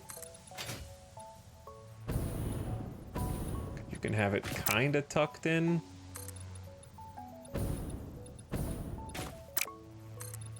Okay, then it's back to mostly solid ground over here, which is good,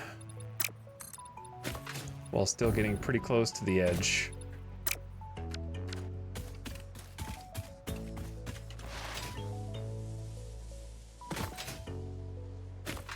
Yeah, it's pretty close.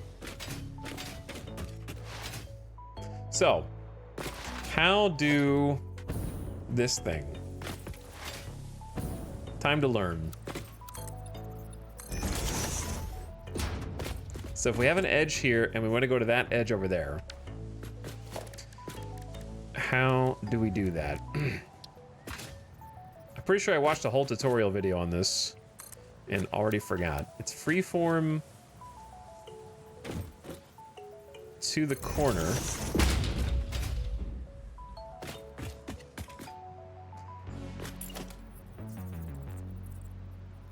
And then you do like 1, 2, 3, 4. And then it says default. Is it over 2 or over 4?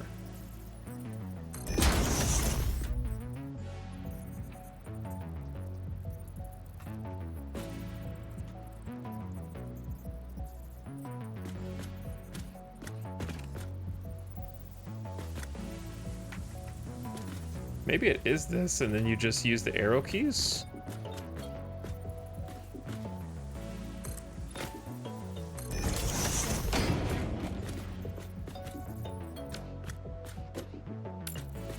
Then you build out one more, you can delete this, and then delete the painted beam. And then build it back. And you can do like 1, 2, 3, 4. 2, attach it to that, go over 1, 2, 1.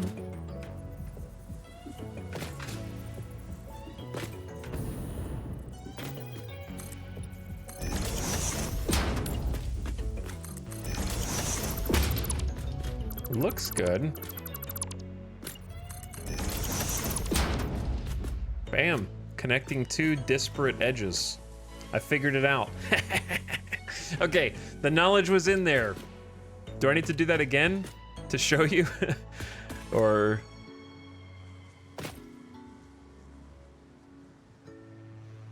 Do I need to do a second example?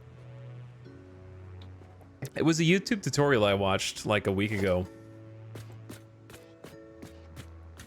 So I didn't come up with it.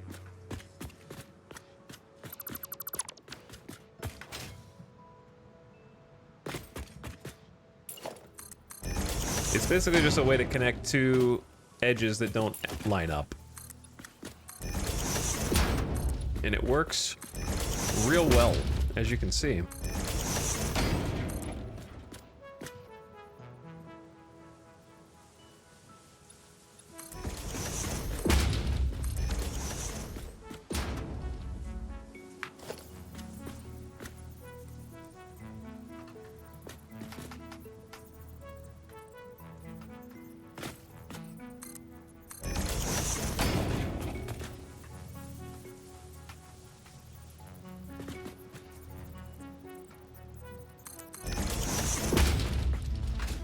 How would you use walls?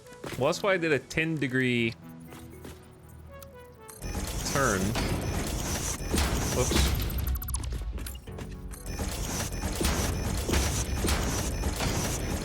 Ten-degree turn is the softest turn you can do with the catwalk method.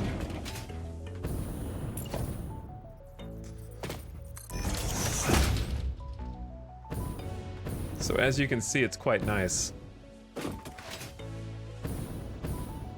And if you don't like the little crack, you can cover that up with pillars or something else. Is this curve on the grid? It starts on the grid and ends on the grid.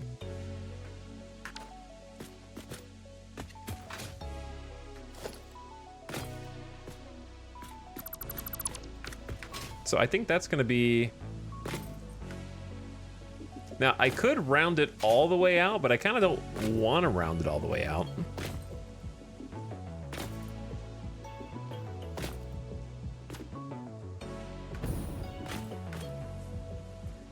I kind of like it just being a perfect 90-degree semicircle or like quarter circle. However, we have options to use more of this. Or we could use this as a drive to get up to like some kind of like parking on this floor, like an entrance.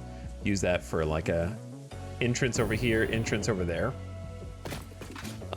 The other idea was to continue the circle so it was a half circle, so it just keeps going all the way back around to this way. And then just have the front rounded, or just leave a corner rounded. I don't know which is better. Corner rounded or entire front rounded.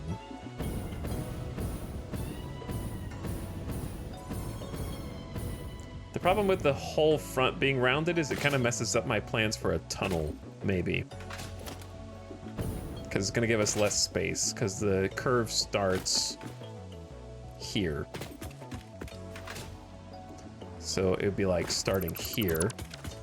And then I guess you still have a lot of space for the tunnel, but...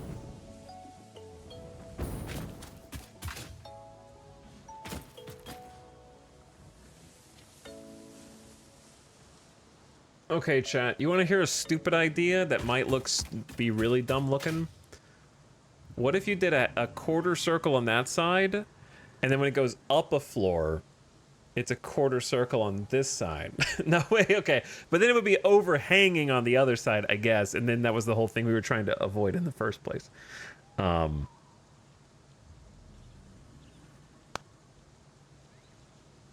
Semicircles are cool, yeah, but I think having just one corner be rounded is...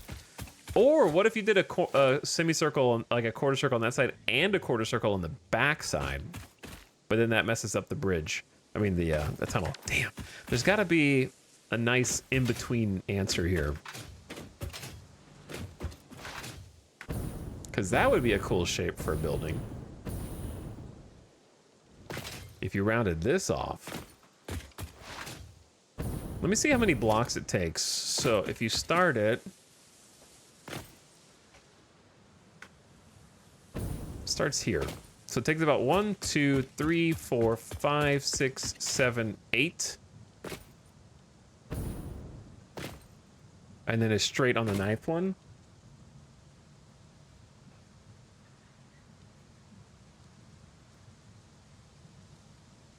Yeah, I was thinking, that's what I was thinking, it was the rotation. The problem is, I don't know, that corner wouldn't have any support going over the edge. And that was the whole reason I rounded it in the first place. But I also think it was gonna look janky. All right, let me try rounding that corner and see what it looks like from below.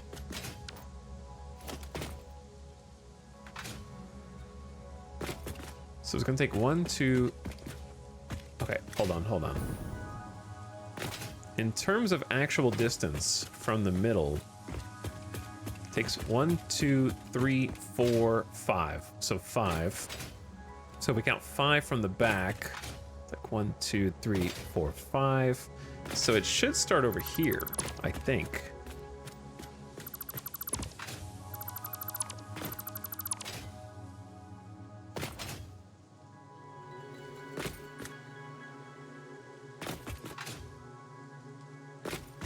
Yeah, let's try this first.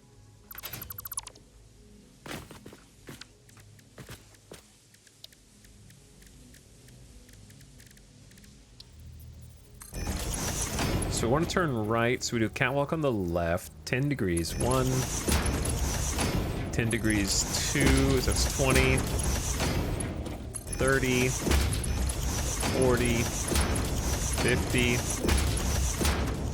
whoops, 60, uh-oh, 70, 80, yeah, it kind of goes all the way. We might need to start the turn earlier.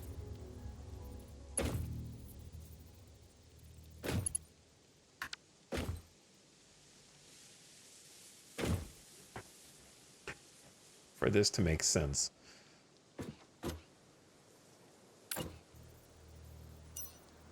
Yeah, let's start it like 1 earlier.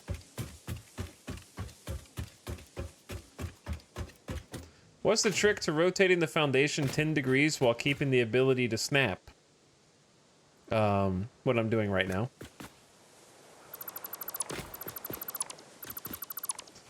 The 10-degree ones are just catwalk intersections you put on the corner. Then you aim at the front, middle, hold control, rotate with your mouse. Each rotation's 10 degrees, so you could do 10, 20, 30.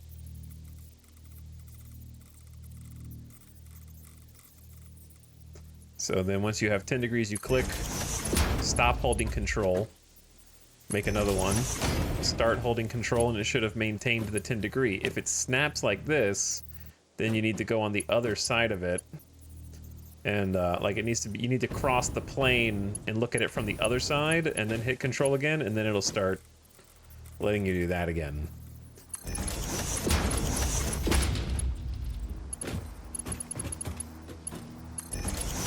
And then you just keep doing control when you want it to turn every full block in length.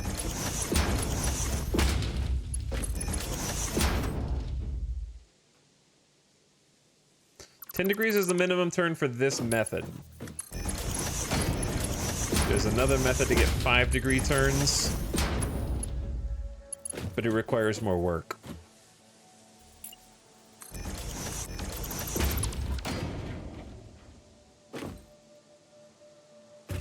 How far did I turn?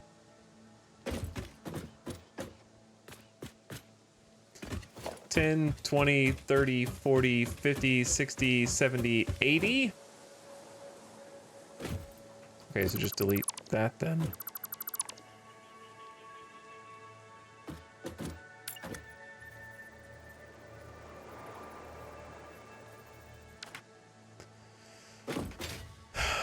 Yeah, I don't know about this. Because if I'm a tractor, I mean, don't get me wrong, the building looks cool, but I wanted to have this kind of attached to that. And there's not really enough room for a tunnel now. So it kind of shrunk the overall size of the platform. Are we starting a motor factory today? Yeah. I deleted my old copper factory, and I'm trying to get the foundations laid right now.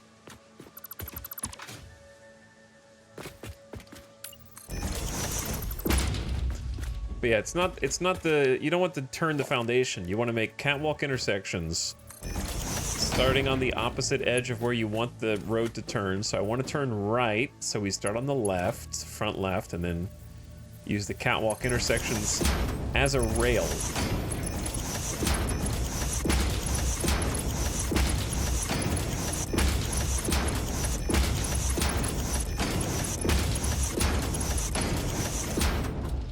I think where I had the first time was fine.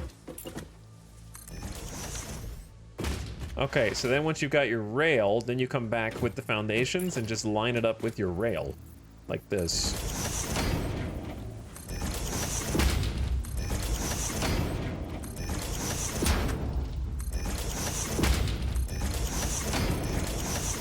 But for this method, you have to use the catwalk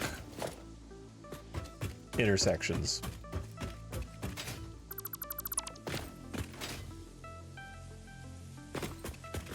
Now, to line this up with this... Okay, so if you have two different edges, and if you went... Oops. Notice how if I go over one, it doesn't align, right? And if I go over this way, also doesn't align. And if I turn it the extra 10 degrees...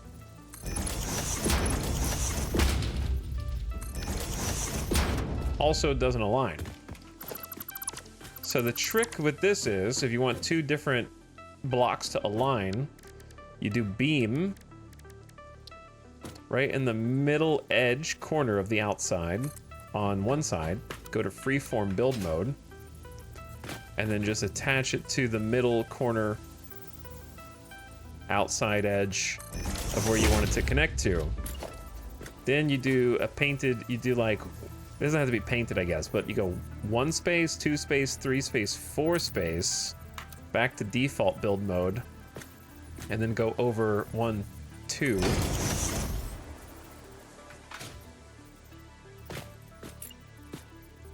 And then line it up with that block, and then hit H to lock, and then go over 2. And in my case, down 1.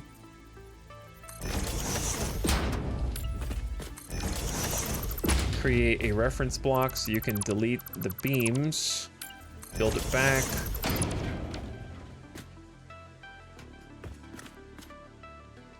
There you go.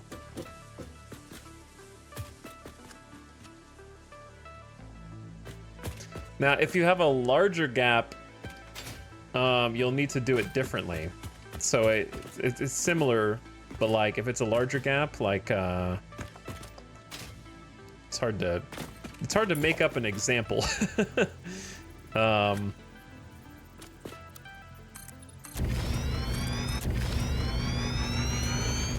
Like if I had these two, right?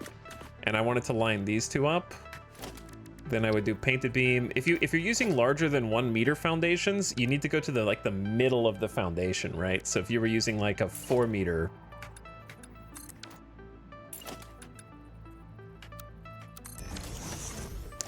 you need to find the middle of the 4 meter, right? On the edge. And then connect it to the middle of the 4 meter on this side. You probably want it to be the same size, right? But you wouldn't do it from like the top left. You would do it middle to middle. Okay, but we're doing 1 meters for now. So 1 meter, there is no middle, there's just spot for 1 beam, yeah? So we go to that corner, and then we do freeform, look at the other corner, and then I think we just do 1, 2, 3, 4. Default build, and then 2 meters in. And then go to the other side and do the same thing. 1, 2, 3, 4. Over 2 meters. And then you grab 1 foundation on that side. H to lock. Over 2, up 1. Seems right. Build that, and then do it from this side, and look at the horizontal bar. H over 2, up 1, and if up 1's not good enough, you can do a control up 1, and if that doesn't line up, then The regular one should be fine. Okay, I might have done it wrong. I don't think there's even supposed to be that. I might have done this side wrong.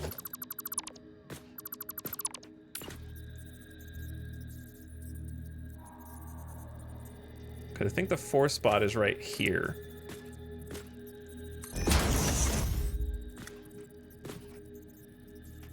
There we go. Yeah, I didn't count the 4 spot correctly. It's supposed to be up 4 over... Well, no, it's still, like, ever so slightly jutting out. Permanently ruined. I may have done it slightly wrong, but that's still pretty damn close. In the video I saw, you need to draw a beam from both sides. Maybe that was it. Maybe I needed to draw a beam from both sides.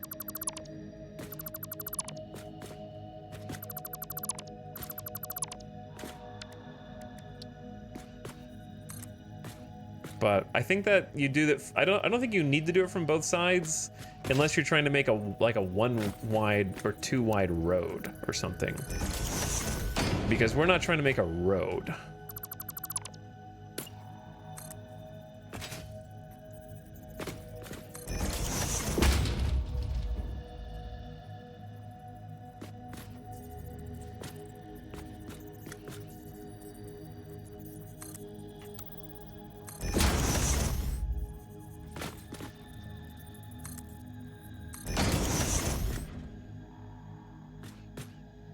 Okay, let's try it this way, and they go bam, bam, bam, right, over 2, up 1. And then on this side, you go here, and then go over 2, up 1, and then you end up with this still.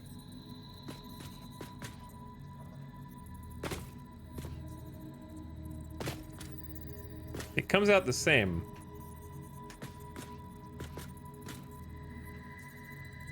To be honest, it might just be the awkward distance.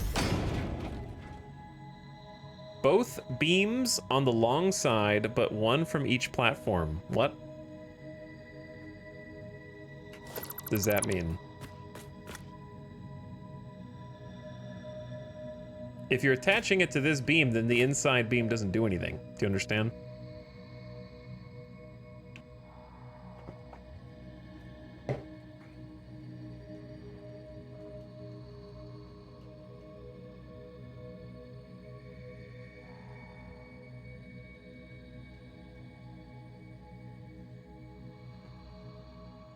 If you make your beam again for the second platform, it'll work.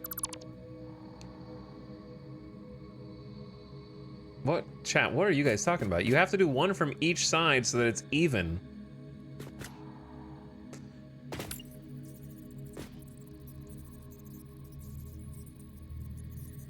Keep the far foundation, now draw a new beam from this side. It's gonna... You see it? It's perfectly aligned. Chat, I'm gonna time all of you out after this, okay?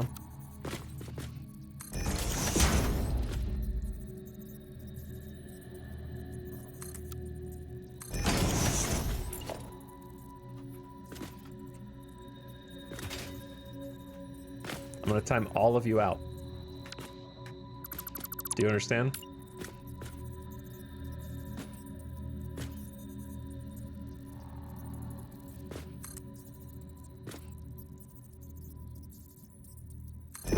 Most of us didn't say anything. Bro, this is just the best that this angle can do. I told you it would be the same. This is the way I originally did it. If you count from the other side, it's worse. You do 1 from one side, 1 from the other side. That's just 1 inch sticking off the end.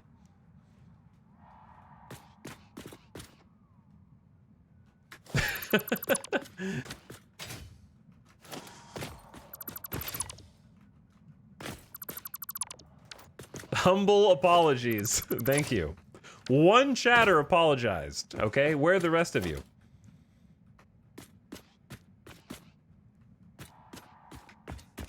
Debated.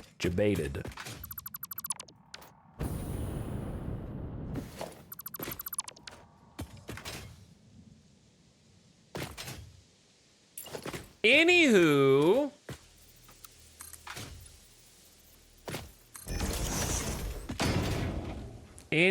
this part's working the way that I wanted it to, if I want to keep it like this at all.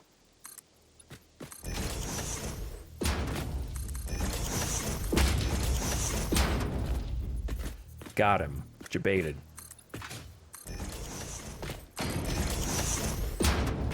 I just got here, but sorry anyway. You're damn right.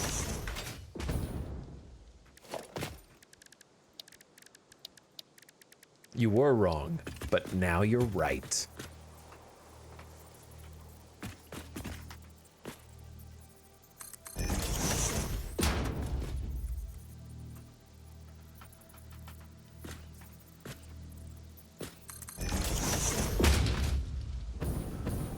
This is a funky shaped building, man. You know what? I don't like it because it looks like a really pointy egg. I think it was I like that side being rounded. I don't like this side being rounded, I think.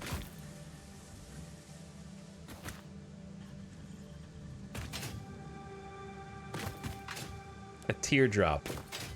Kinda.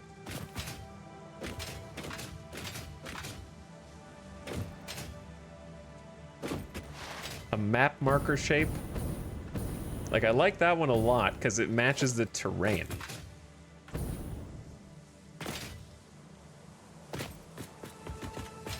This one just looks like I did it on accident, yeah.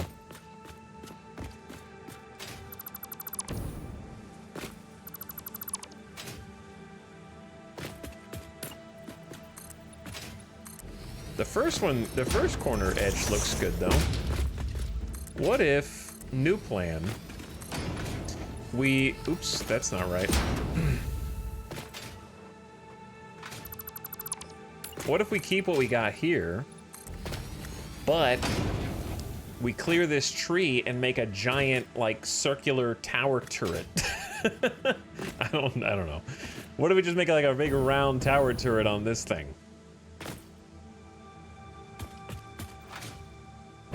And then this is likely just going to connect to this building, where we have the minerals coming out of the ground. And then this side is just going to be like a cool, rounded facade. What's up, Zero? Thank you for the tier 1 sub, dude. Appreciate you. I'll make it up to you. Apology accepted.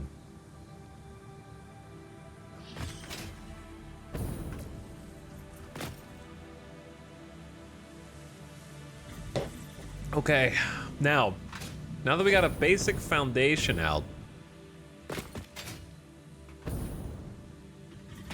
I don't know if I wanted to go all the way back over here.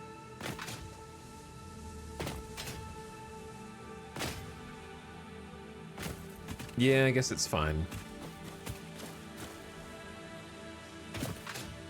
Okay, we got a lot of room.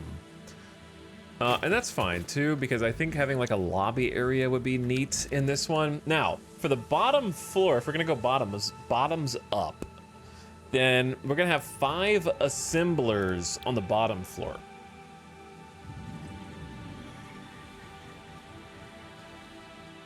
Okay, that's easy enough.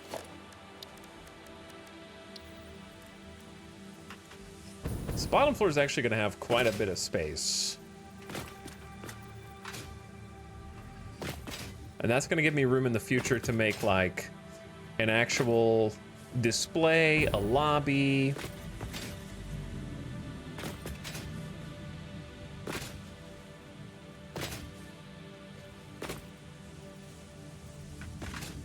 Oh man, yes, I almost need like a lookout tower here. So I can see how much space we actually have to work with.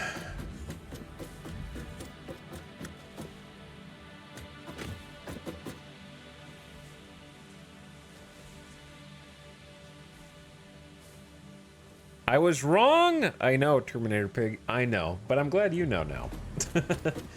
Yeah, it needs more room. But if you have to connect 2 platforms that were that far apart, the way I did it, I think, was the only way to do it.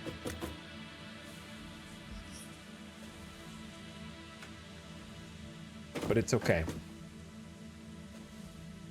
It's okay.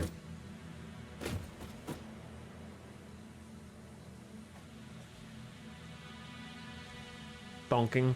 I'm thonking. Chat, why is it... Oh. A new sub for your collection. This scared me. The tractor. Guys, being a sub's not so bad. Get that guy. Thanks for the gift subs.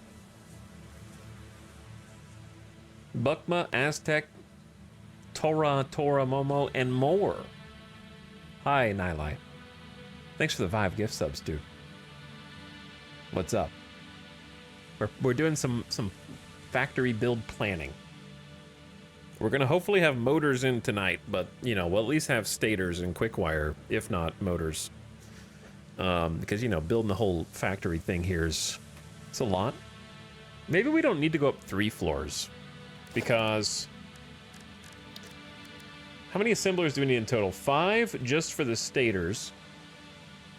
I wrote this down. 4 for motors. That's 9.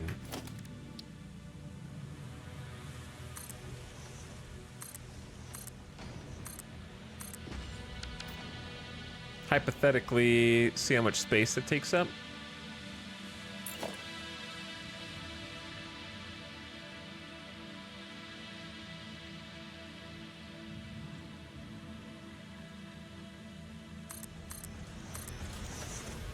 And then just have an upper floor for the 5 constructors. Or no. It would be 4 assemblers making quick wire. And we also need 6 smelters. Hear me out, a whole factory where literally nothing is aligned. I feel like you could take a screenshot of that right now for us, Zilch. You could say, I'm just chat, you don't need to see that. You already have that.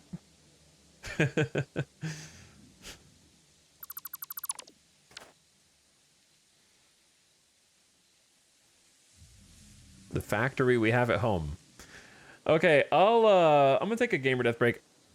It's easier to think when you don't also have to go to the bathroom. So let's go ahead and just take a BRB, and then I think this is gonna be the factory floor. Like, this is the floor. I have to decide whether it's gonna be 2 floors or 3. I think 2 floors would be ideal, but I want to have more space than I need so I can do other cool stuff, like in the other factory. Big Iron is going to be less space. You know, it's big, but I wish I had more space for like a lobby. There's not really a lot of room for extra cool stuff there. So designing that interior is going to be difficult, shall we say, but maybe we can I've got an idea to find some space for it though. That would be really neat. Okay. Yeah, I got some ideas. I'll be back in just a minute. Thanks for hanging out tonight. Thanks for watching, everybody.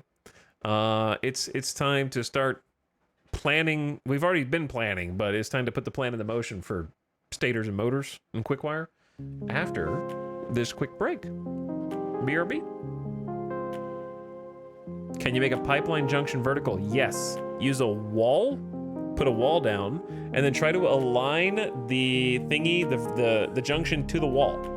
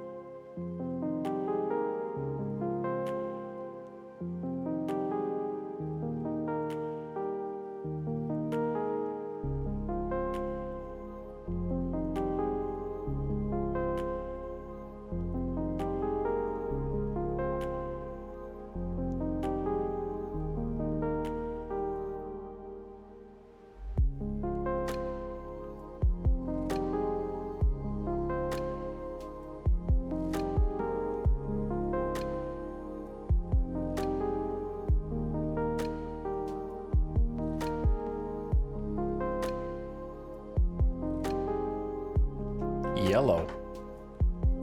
What up, gamers? Thanks for waiting. Bonk. Bonk. Had to figure out what's for dinner.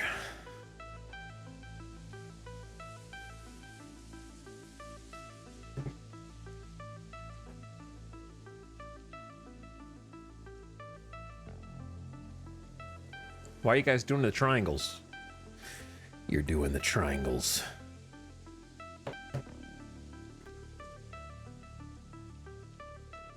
What time is it for you? 8:13 p.m. in fabulous Las Vegas.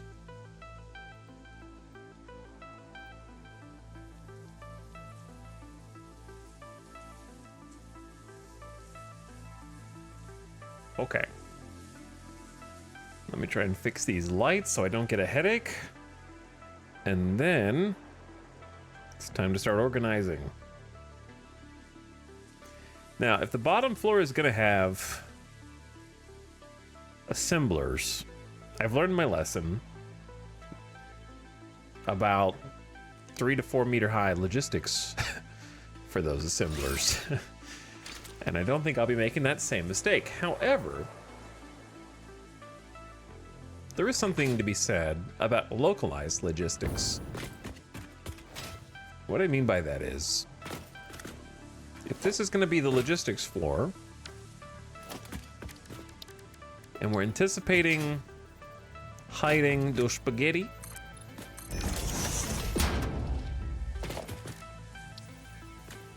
assemblers can technically be, you can do this with only, you can do it with only this much space. It's just not my favorite. The more space I use for logistics, however, the thicker the building is going to look from the outside, sometimes in a confusing way.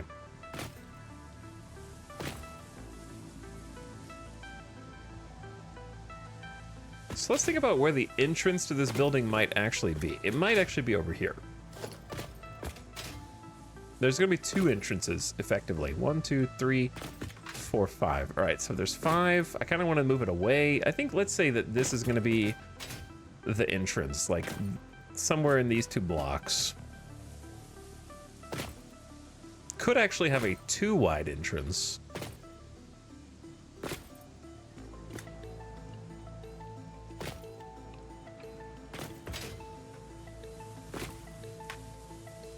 Sorry, I'm jumping because it gets me a better view. This block or this block will probably be a door leading that way. And we'll have another door on that side.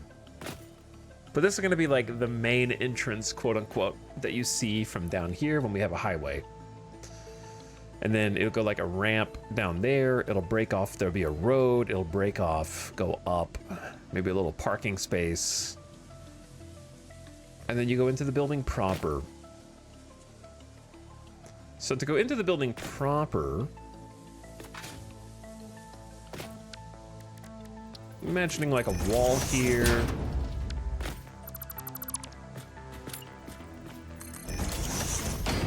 Or maybe some pillars.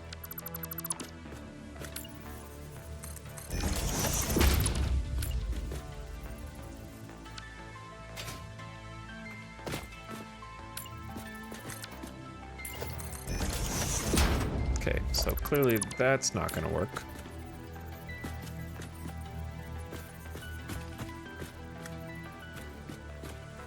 We'll have some design challenges later.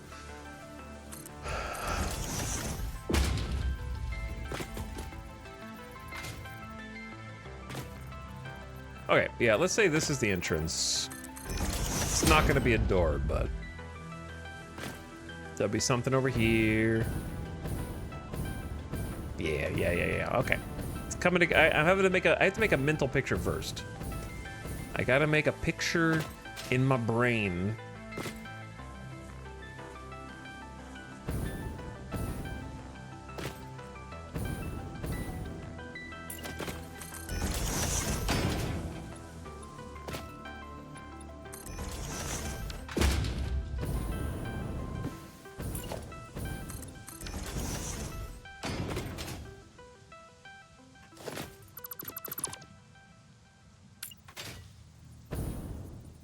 I'll just do like a half wall here, just to kind of remind myself in the future that it's probably going to be open.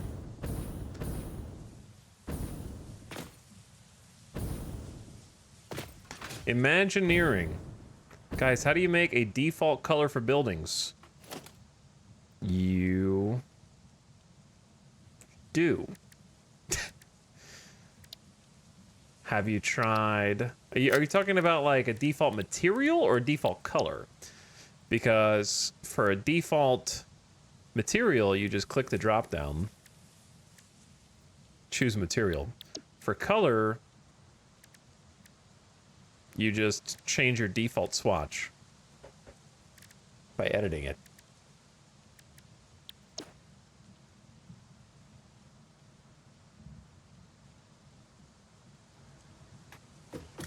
Eating at 8 p.m. is not healthy, Mr. Streamer? Yes, it is. The body does not process food differently at different times of the day. The reason you hear people say it's not healthy to eat late is because they go to bed at 9 p.m. like little babies. And it's not, no offense, chat. I don't go to sleep till 4 a.m.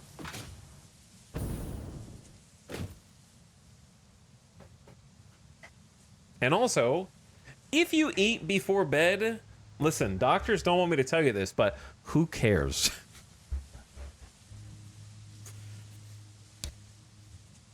Do whatever you want.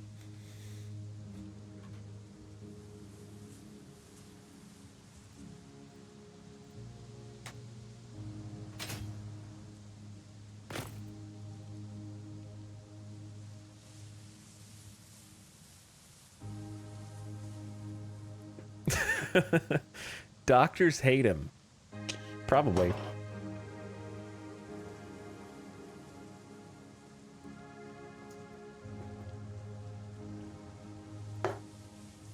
Look, if you want to eat like a slice of cake before bed, who cares, okay? You only live once. You can either like eat and be happy, or you can do everything in your power to try and overcorrect for an unpreventable ailment that's going to afflict you later in life anyways. You know what I mean? Like, it's... Cake is your YOLO moment? Sure, why not?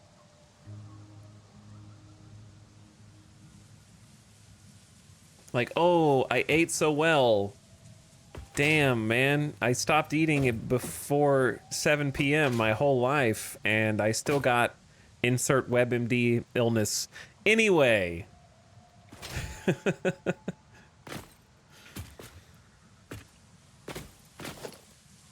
gotta figure out how to line these up.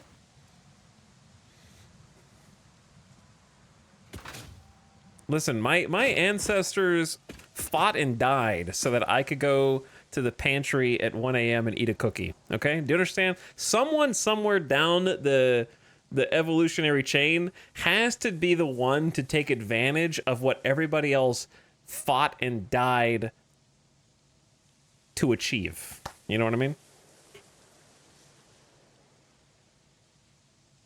Like, somebody has to pick up the torch, or else everything they did would be in vain.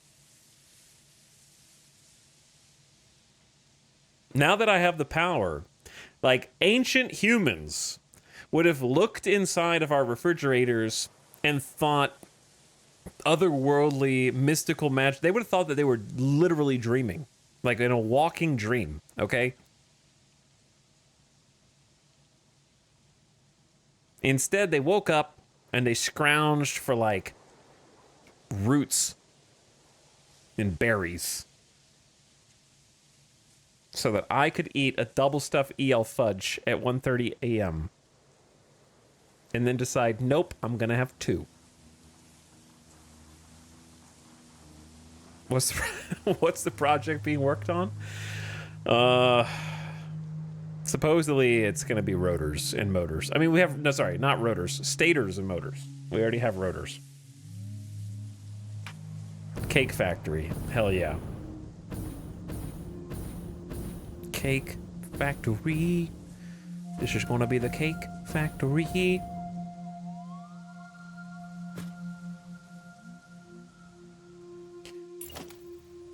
We're gonna make cake in the factory.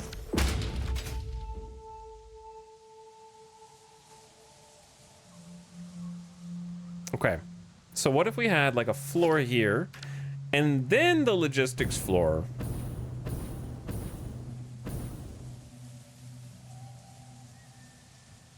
They come in double stuffed? They do. They do. They have double stuffed DL fudge. Or should I just start the entire floor from up here?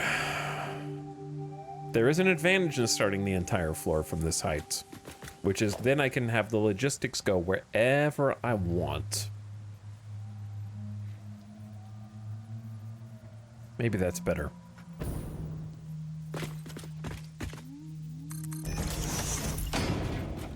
No matter what I do, I'm gonna regret it later. You know what I mean? Like, whatever I think I'm planning, I'm gonna be like, well, I wish I would have done that slightly differently.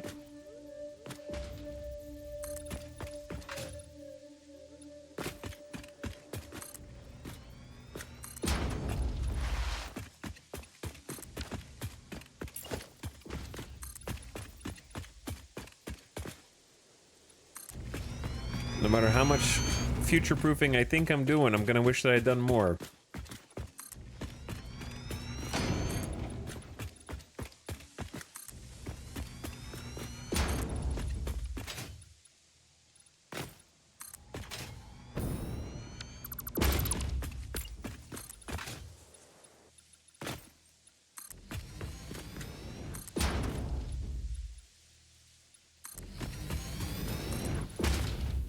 Okay, now the hard part. So...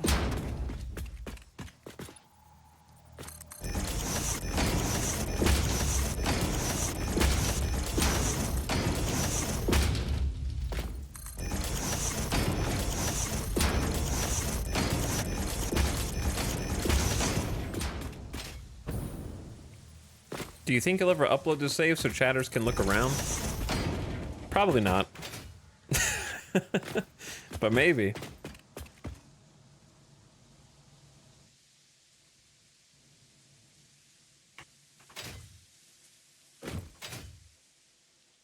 We don't deserve it. I mean, if I was ever like finished and was like, I have hit the object limit and the save is now retired, then maybe then. Chat just wants to steal it. Chat just wants to steal it.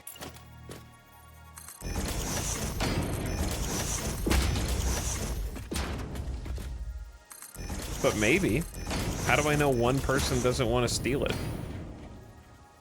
How do I know one person isn't just going to use it to make YouTube videos?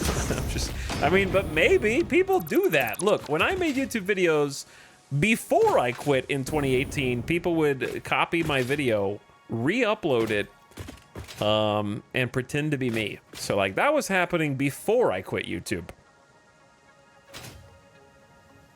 I think most of the content creators who release their saves only release it after they've already made a video on it.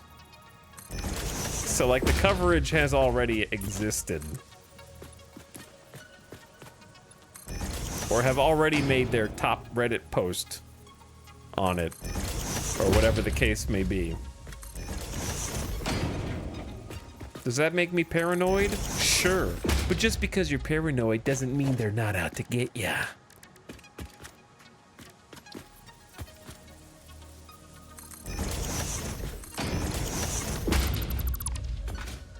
Chat, you would never download a factory, right?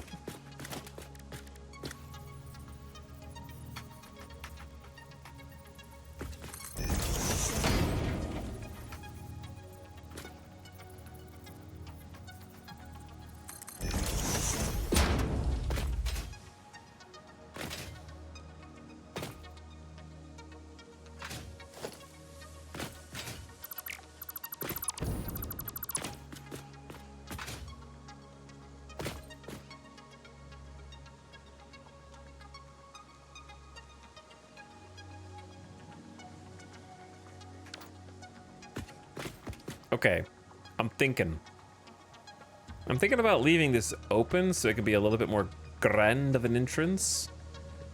And then...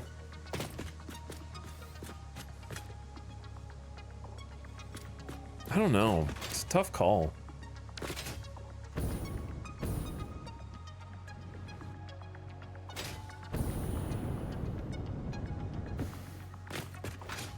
Like, I don't know if I want to do a split level entrance where you enter and then this is sort of like an area you can like climb up some stairs. And the problem with climbing up stairs here is I've already made it more difficult.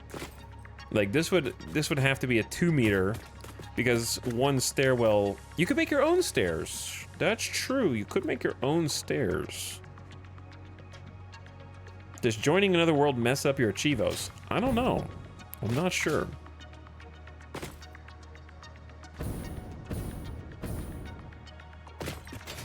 Okay. Now, I think I need to do a little bit more fixing up of that area over there, but I think I know enough to be able to handle my business.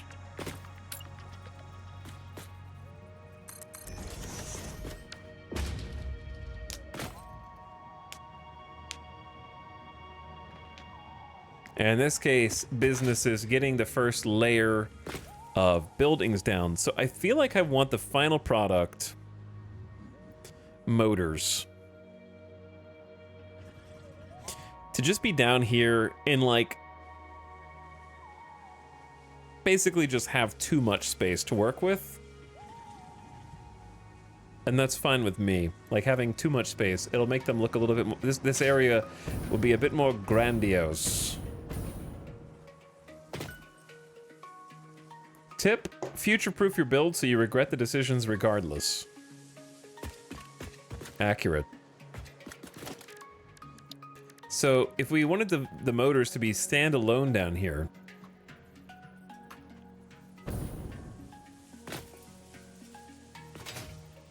then we would need 4 assemblers for motors at the bottom.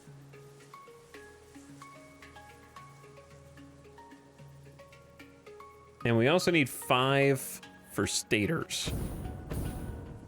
I feel like this is just too much. I mean, I want it to be grand, but even I feel like it's too much space for just 4 assemblers on the bottom floor. This is going to be a large building.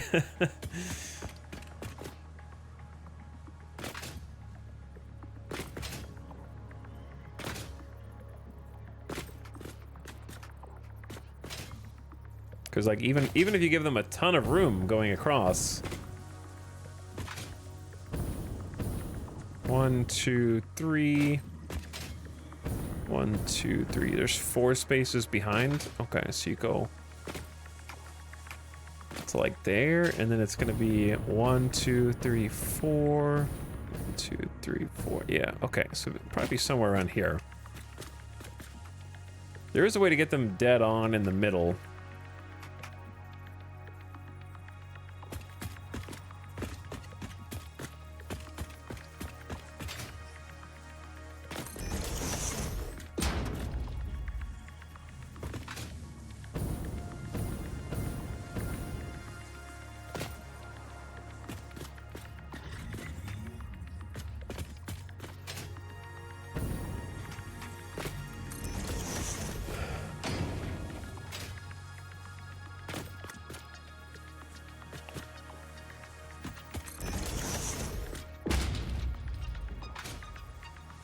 Did I put those like right next to each other? I did.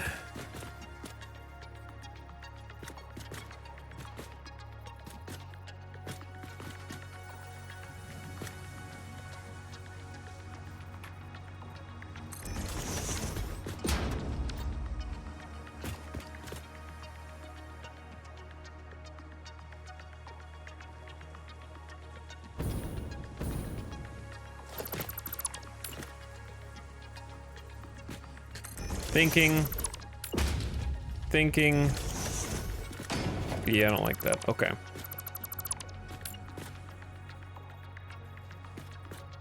Like, I want them to be close, but not, like, overlapping each other.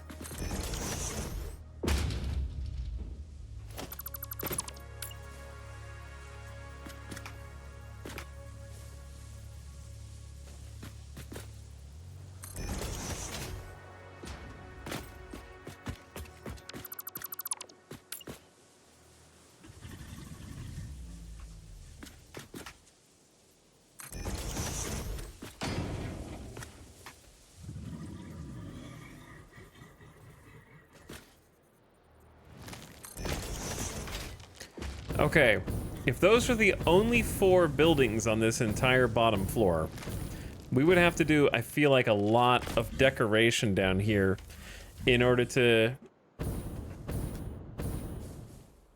make this pop.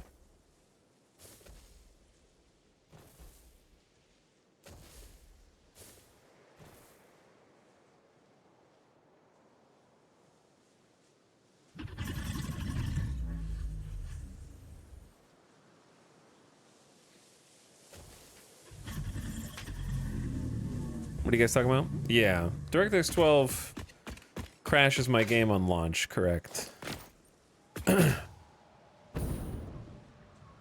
Yes, I've tried all workarounds, and also Vulkan sucks. I think that covers all of it. A single spotlight illuminating the assemblers. Yeah, it seems overdramatic even for me. Like, what other buildings would I, like, what other rooms would I have in here, I guess? Like, I was already planning on possibly a spot over here for hypertubes. This was going to be like hypertubes. This was going to be like the actual entrance. There was going to be a walk around the edges. Oh, I guess that's something worth considering as well. Hold that thought.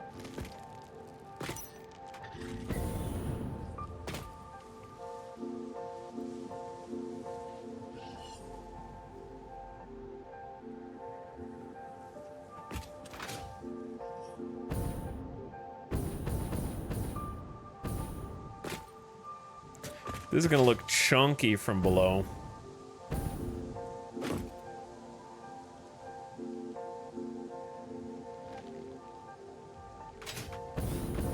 So I was thinking you like walk in here and then there's no roof here. It's like sort of open, like a pillared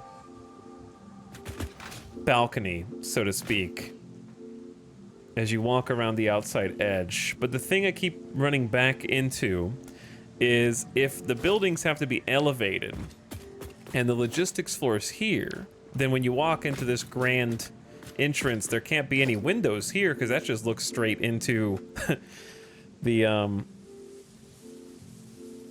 that'll look into the logistics floor.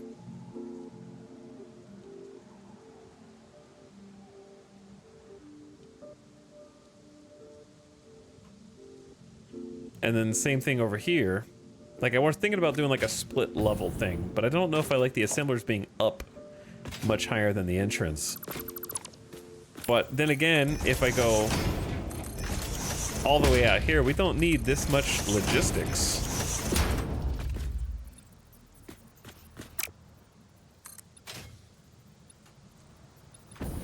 This is a lot of room.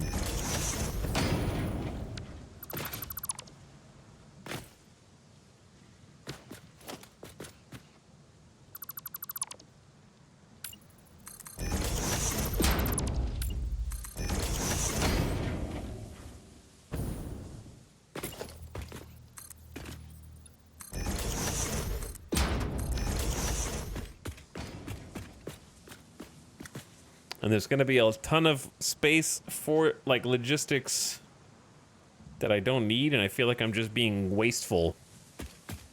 And then when you look at this from the side, it's just going to look like a big, thick, fat platform.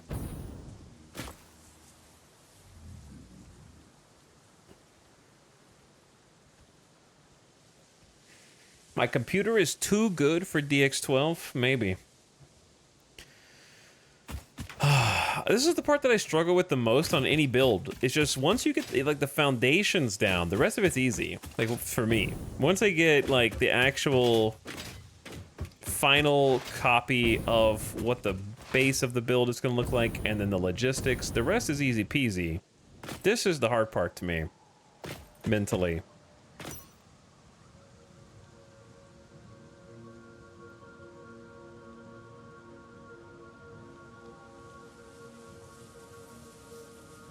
Could leave space for an integrated train station.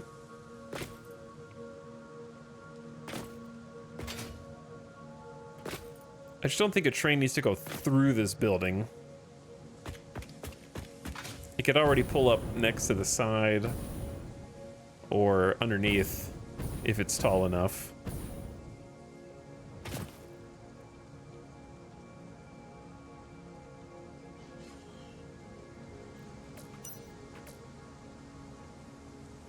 Wafer thin crawl space. It's actually larger than my normal crawl space by a meter.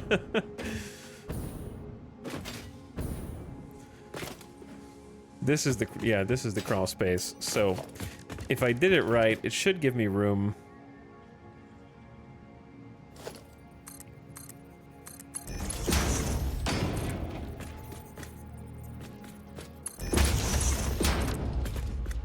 To do over-under belts. The problem with over-under belts is if the resources end up clipping each other, I'm gonna be very annoyed. And I think they will, because I think rotors stand up vertically.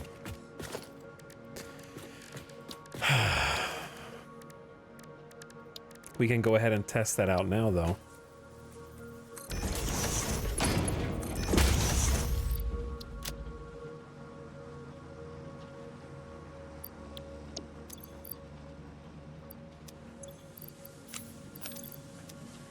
Yep, they do.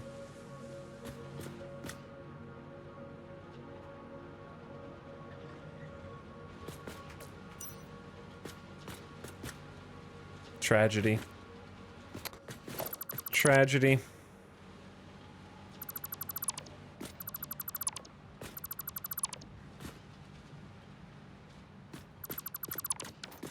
So that means I either need one more space or I'm gonna have to use a lot more of the pillar things.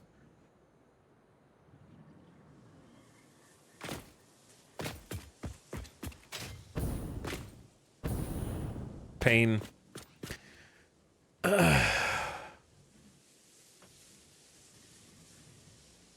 What to do? What to do? Chat, you guys want to take over the control for a while? You want to play for a bit?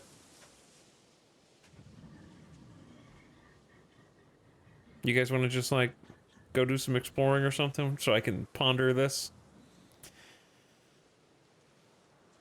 It's a trap! What are you guys playing tonight? What are you gaming on? I always struggle when starting a new factory. It takes a little while for me to get into a groove. Factory game, this, Stellaris, same thing. Frostpunk 2, Grand Blue Fantasy, New World Football Manager 24, X4, Core Keeper and Satisfactory, Crusader Kings, Gunfire, making trains, Terra Invicta. I am also making a motors factory. Nice. Finishing up Copper. City of Heroes. People still play City of Heroes? TCG Card Shop Sim. Core Keeper Gamers. Satisfactory. My brain imploded, so I decided to make a teeny factory for the basic iron products. Yeah, my brain's kind of imploding now. Been playing a new Tekken character. Yeah, you gotta, like, do the muscle memory. Big muscle memory. Just started a new save on Satisfactory because I suck. Starting over is fun, though. Writing some code. RimWorld. Trying to make oil and fuel work. Satisfactory Squad. Cool cat. My brain actually is totally fine when thinking of how the logistics are going to work. It's the visual design that my brain explodes on.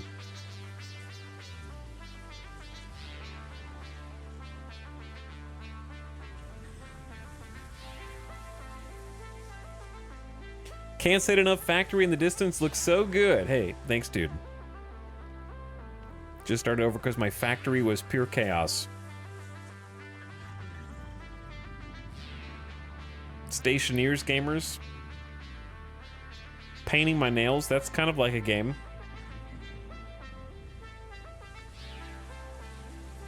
But yeah, I'm trying to think about the future. I'm struggling with, like,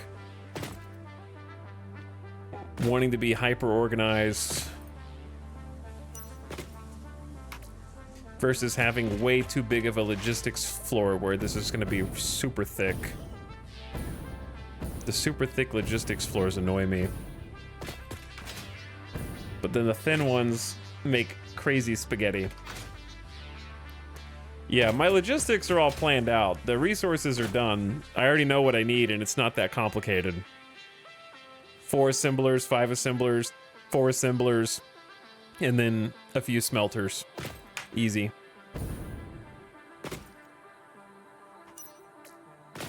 That's all mathed. Can I tell you a solution for the logistics floor? You can, but I don't think you know one because you don't know my brain. The problem is not a problem of I know how logistics floors work. My problem is I don't like large logistics floors.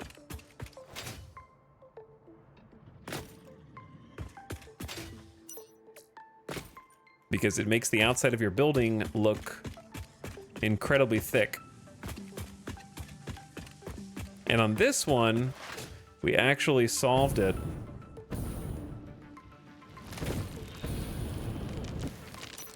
by using angled supports underneath to make the building look thinner than it actually is. So the building looks like it's one block logistics floor, but actually it's using this space as just, it's using like 2 blocks here. But the angled foundations make it look smaller than it is. It's still kind of narrow on this side. And then it's much larger in the back right. But we kind of obscured it, so it's not like...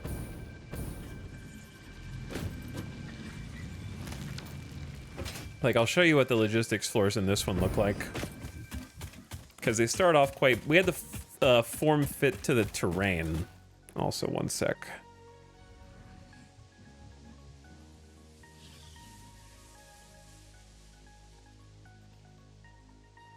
Okay.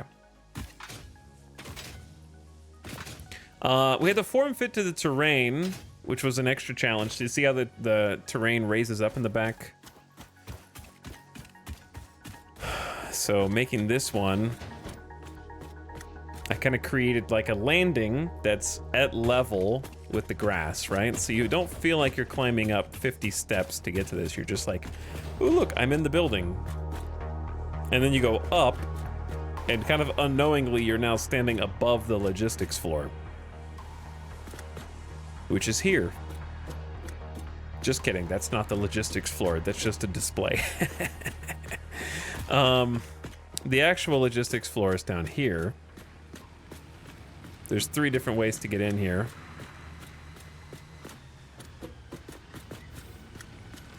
So part of it is about this then, which you can get away with this if you don't have assemblers. If you're just doing a manifold, then this is the only height that you need. If you're doing assemblers, it gets tricky. But over here, we had a little bit more room to do some elevated belts. And then this is a little bit more space. But we still didn't have any assemblers, so it's not, you know, super complex.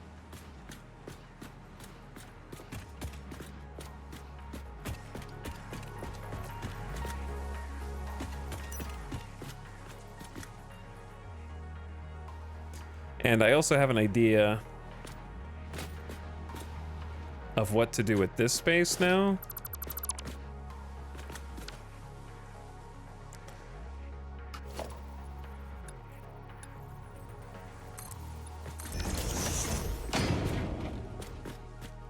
Because chat wants to be sassy every single time I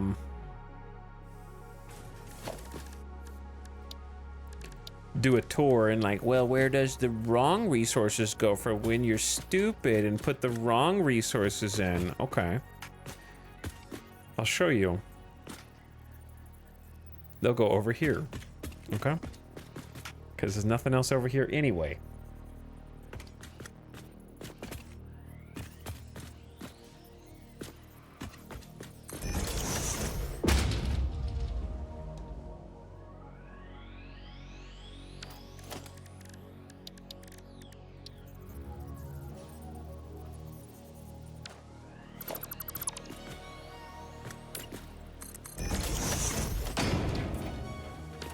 Who's putting the wrong resources in? Gremlins?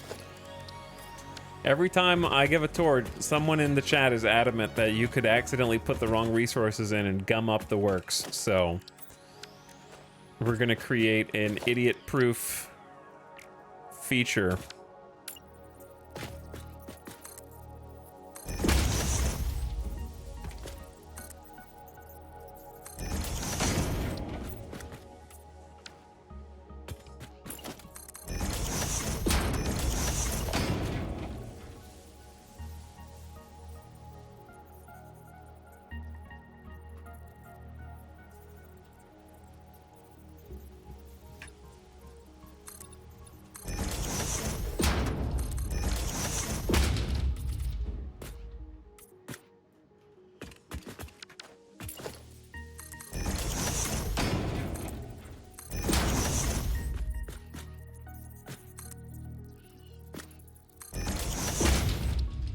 Hopefully you can't see those through the wall.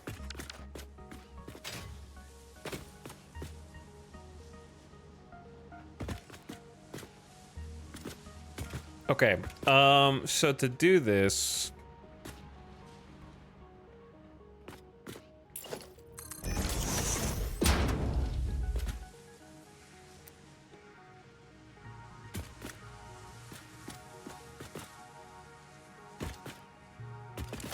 Okay, I wonder if it's possible to, like... If I do 1 meter, is that gonna clip through?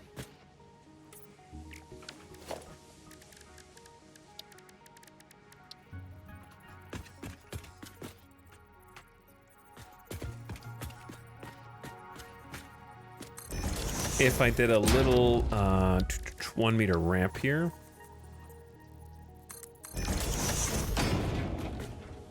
Excellent. Okay, and then we just have to do this. And then a smart splitter.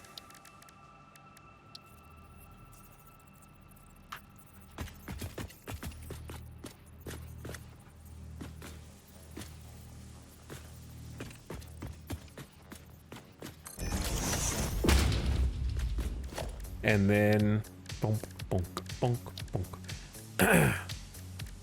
Mark 3.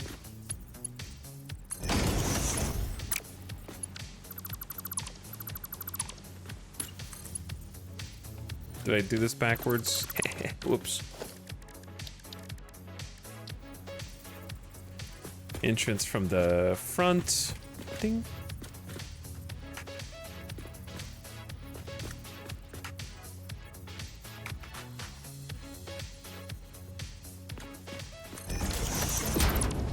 Okay, there we go. Boom. Boom. Boom. These are just there for aesthetics, to make it look like they're being supported. And then we have a tier 3 conveyor going this way.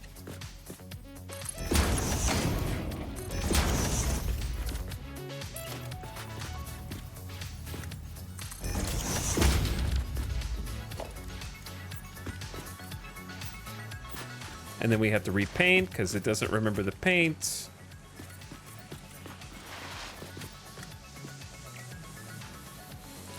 Okay, and then we just configure the smart splitter.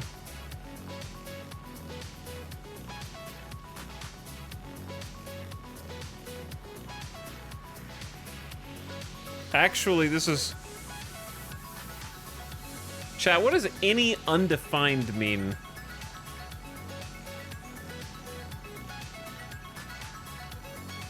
I need a programmable splitter for this, don't I?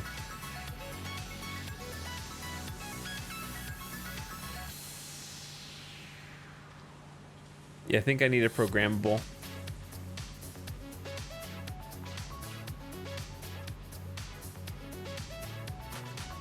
Okay, so once we get programmable, then we can do this. We'll just upgrade this to a programmable. So right now, we'll just say none left, none right, any center, and it's like we didn't change anything, and then we come back, upgrade this to programmable. And then it works. Basically, we're just gonna offload anything that isn't what we want to go through over to the left, and then have that be the trash dump. Effectively. Okay. It's there for later. We could probably do that upgrade and unlock programmable splitters in the not too distant future. Small side project.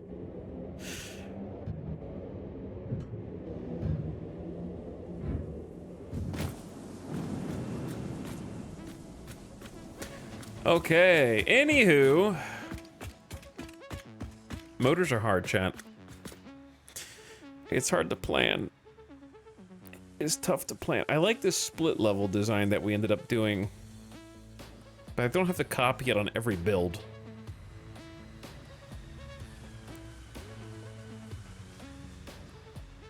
Also, I think my food's here. Oh, I think the food is here. One sec, very quick.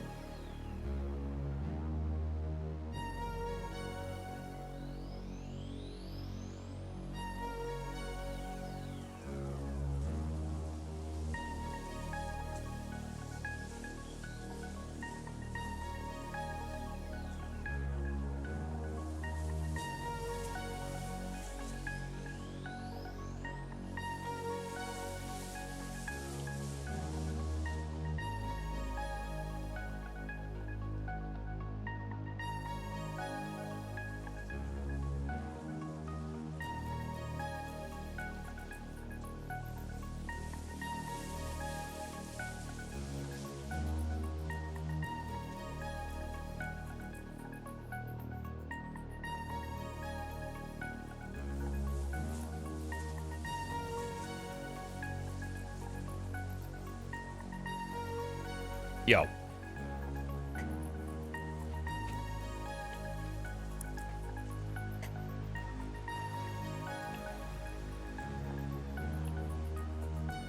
What up?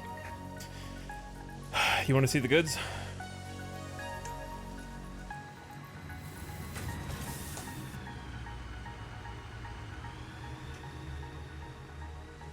You want to judge the goods? Here you go. We got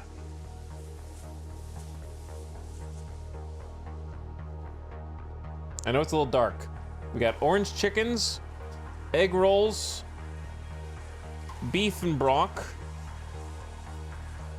white rice, and some sauce for the egg rolls. It's pretty good. Pretty good spread. It looks solid.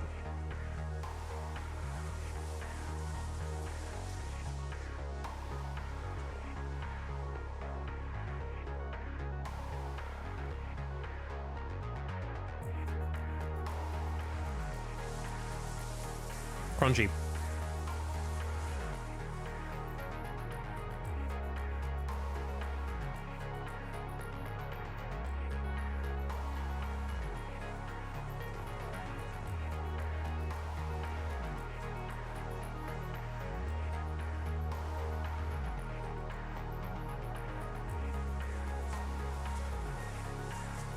Is food chat on?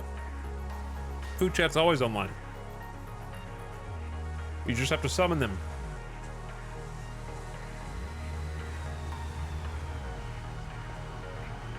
Okay, chat, here's a question for you.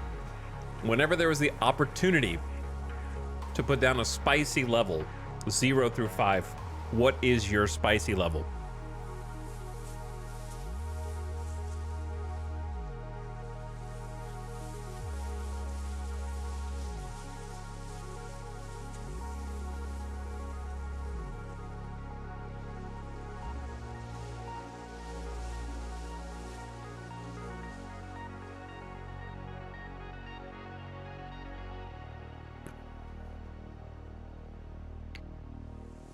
We've got a lot of 3s. Seems like a lot of 3s.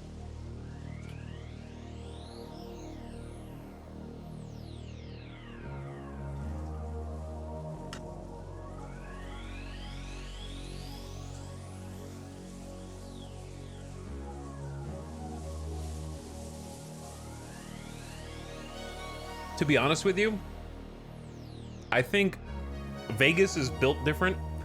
And I think at least half of you guys who are saying 5 would not be able to handle a 5 out here. And I know this because I've seen it with my own eyes. I have seen a friend who was always picking the maximum spicy level at any restaurant falter under the Las Vegas heat and finally meet their match, unable to handle the heat. I think Vegas is the only time I ever saw them wither under the maximum spicy was in Vegas.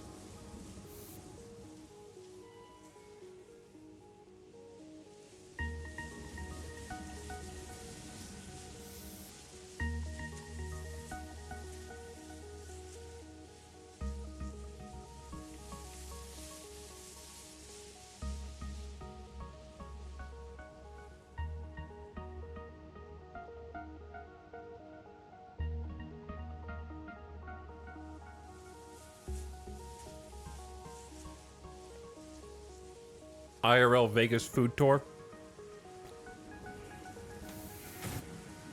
That takes a lot of this and a lot of time. That's what like they've already got YouTube channels who've already done the like food tour, like all celebrity restaurants in Vegas or whatever.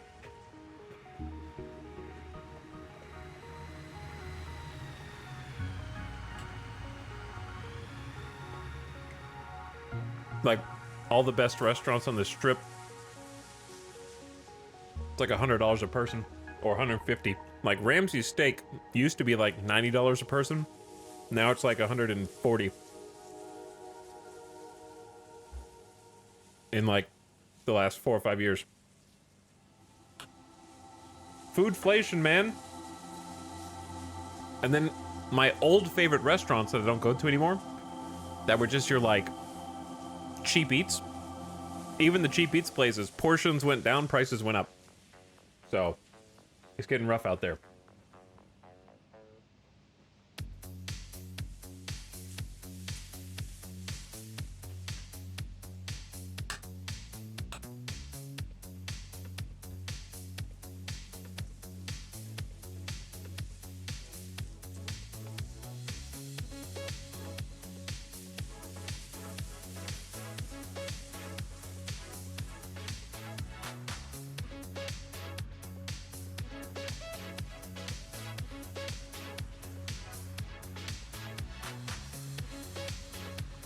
Orange chicken, General Tso's chicken, sesame chicken, or sweet and sour chicken. Those are your 4 choices. Which one are you picking?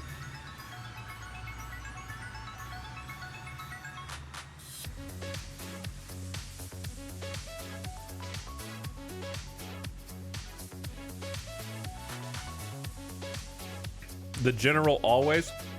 Fun fact, Las Vegas has the weakest General Tso's chicken I've ever had. I've tried it at a half dozen restaurants. There was one good one and it closed after COVID.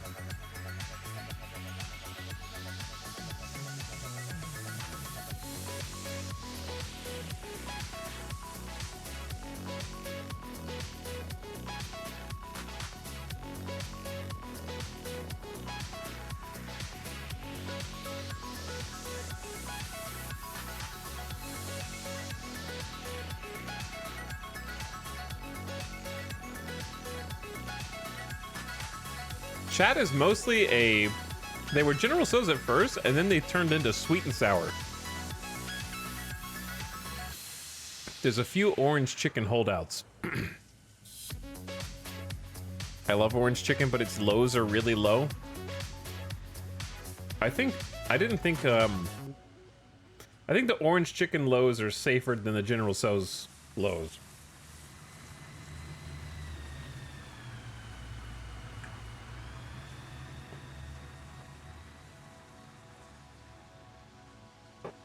To be honest, if you come to Vegas, get some Japanese food. And if you're not getting Japanese food, get some Thai. And if you're not getting Thai, then get Vietnamese. And if you're not getting Vietnamese, then get Chinese.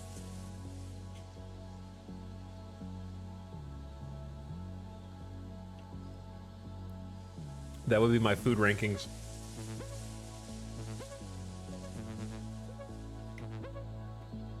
Korean, yeah, I mean, but Korean's on a different style.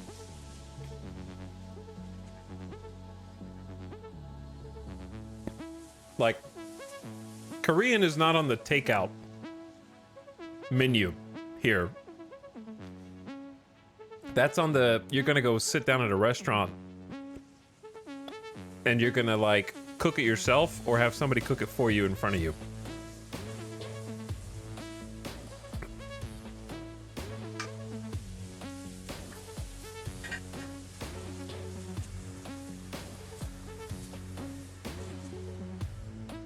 Well, that's Korean barbecue. There's other Korean foods.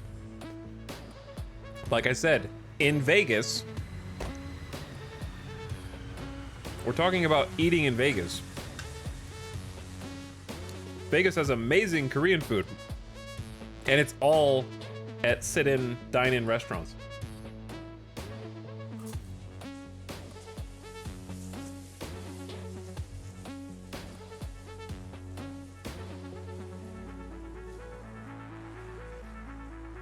I've had a few of the Korean fried chicken places here, like 3 of them, and they are all super overrated. I'm sorry, but it is what it is. Like, I keep wanting to like it. I'm like, damn, they sell corn dogs. They sell fancy, crazy corn dogs. And it's just like, it's never very good. Like, I look at it, I'm like, chicken and corn dogs, yes! And then I order it, and it's just kind of bland. Just bland. No seasonings, no flavor, just kind of like meat and bread. Can you showcase that catwalk? Sure.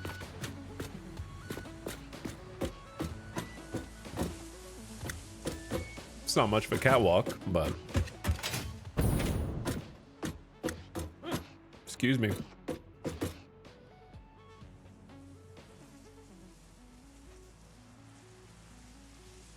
All right, I'm almost done eating.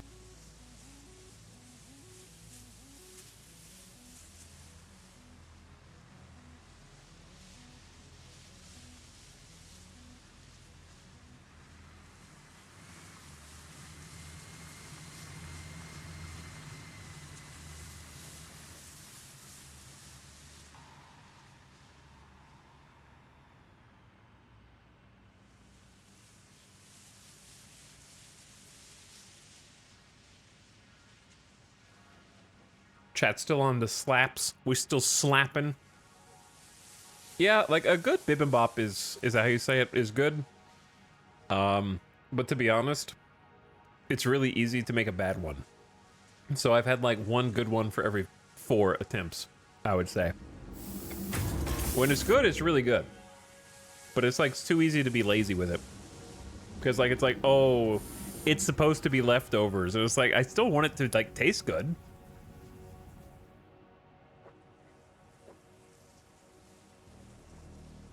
For me, if I'm getting Korean food, I want it to be like Korean barbecue. Because I think that's the peak. It's also more expensive, but it is... You get what you pay for. And Vegas has really good Korean barbecue. And a lot of it.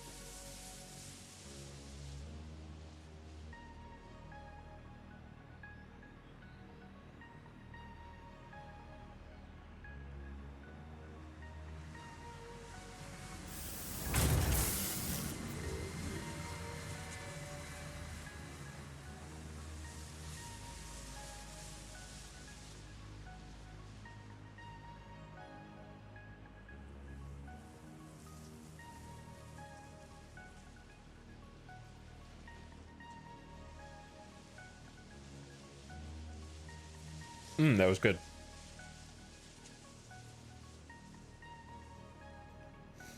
Do you have a video guide on good factory design? I do not.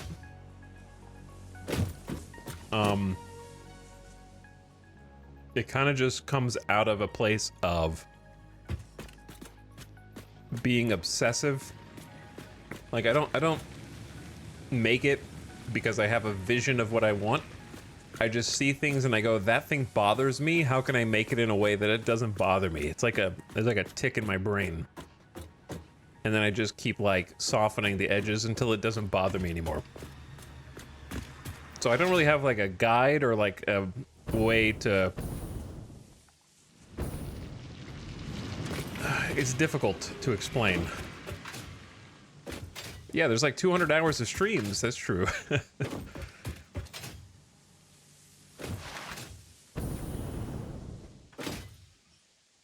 This is how it starts, though, right? Just a slab of concrete. And then eventually it'll become that. One day.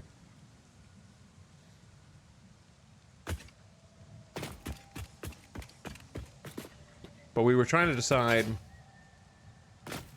the height for logistics down here.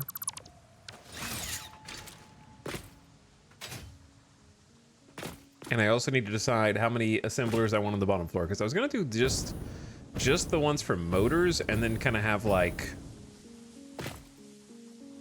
a really fancy walkway surrounding it, and then have the rest of the buildings up above, which is doable. But I'll need a second logistics floor up there. I do not, Serov. Don't know who that is. What factory? Motors and stators and motors.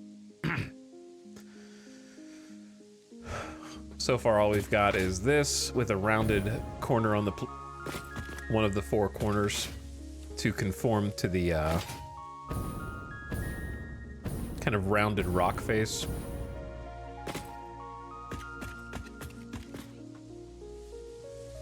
And I tried to make this have a full 4 meters,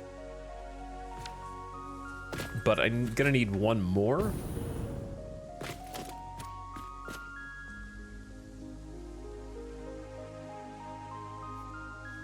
If I want to be able to have wheat woven, actually, okay, let's think. If there's only gonna be motors on the bottom floor, what are we gonna need to go through this logistics layer? To go through this logistics layer, we'll need room for the final product, motors, okay? And then the motors are gonna need rotors and stators. We have motors, rotors, and stators on this logistics floor, guaranteed. However, because we're gonna be bringing in other materials and threading them up to the higher floors, there's gonna need to be room to move those through. So we're actually gonna need quite a bit of space. So I really think going up an extra, at least 1 meter, will give us the desired. Why don't we just start here and like zoop it over?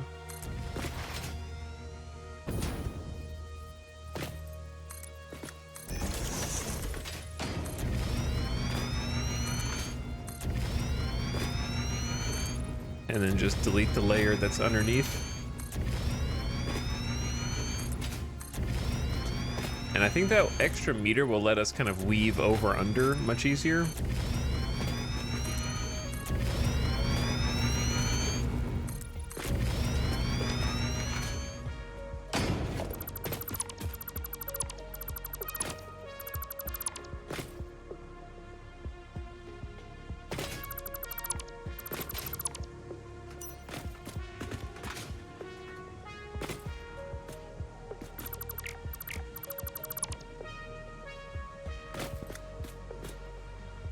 He's zooping. Gotta zoop.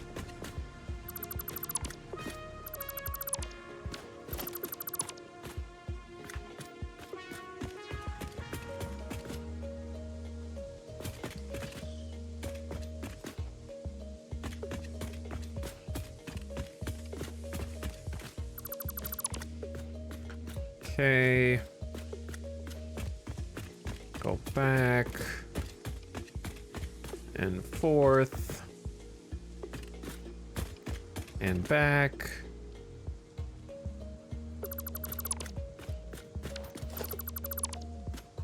Uh-oh. My inventory's full.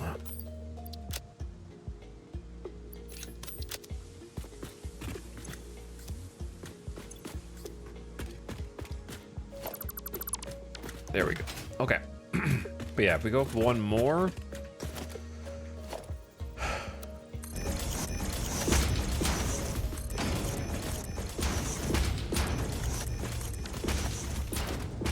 Go 1, 2, 3, 4, 5, 6, 7, 8, 9.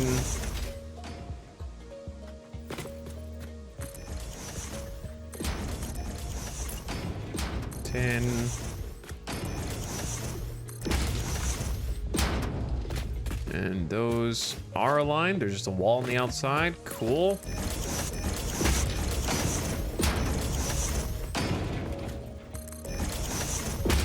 Will a half block fill this? Nope.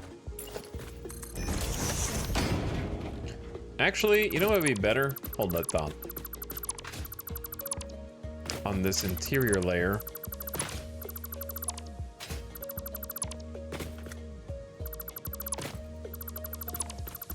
Because I want to have a curve around the outside that's like 2 blocks wide.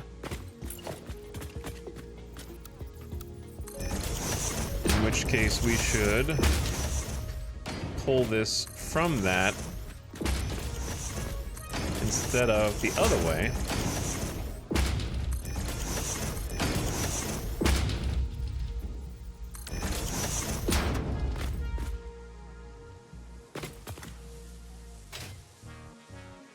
That way we have a full rounded 2 block. Turn here.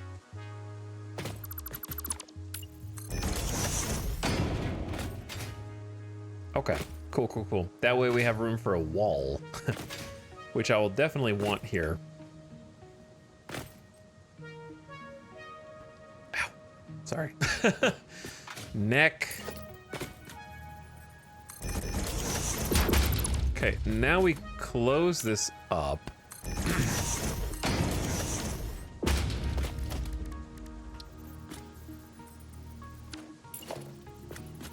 There will be Z fighting, but when is there not? When you do curves? All that matters is we have like a nice array set up for a wall. So what that's gonna look like is this.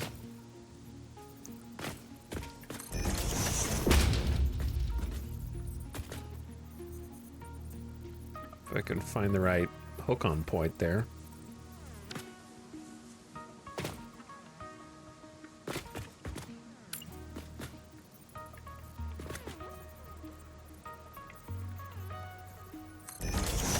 Now, on the interior, we might have a problem with clipping. Like, that's just a fact of life. However, there's ways to sort of hide that. I should have probably not done these until I made the wall first.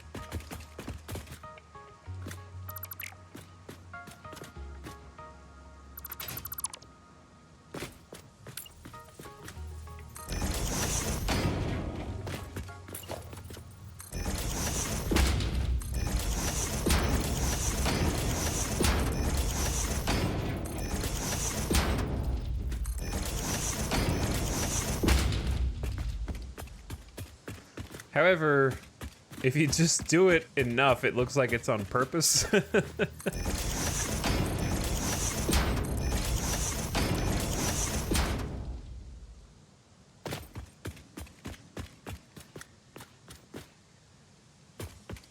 But what's probably going to end up happening is a little bit this.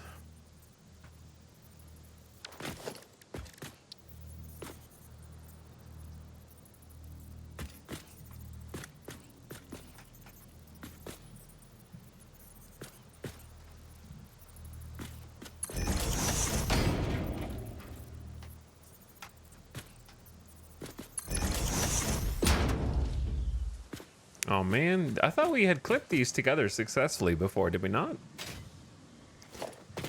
Apparently not.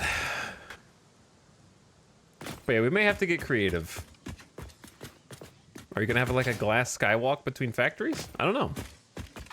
We'll have to play around with that.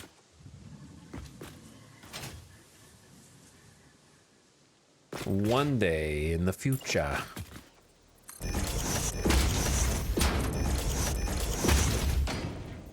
Okay, so that fills the back end, but the point is that I wanted to have at least that much space in the front.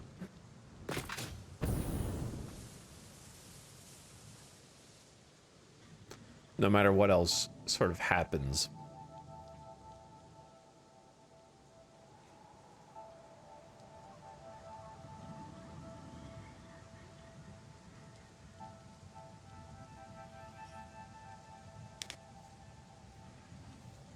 Wiring everything up and making it look nice is the most annoying thing to me. It is definitely the hardest part. And the hardest part to me is having to sort of imagine it all before before even getting there to that point.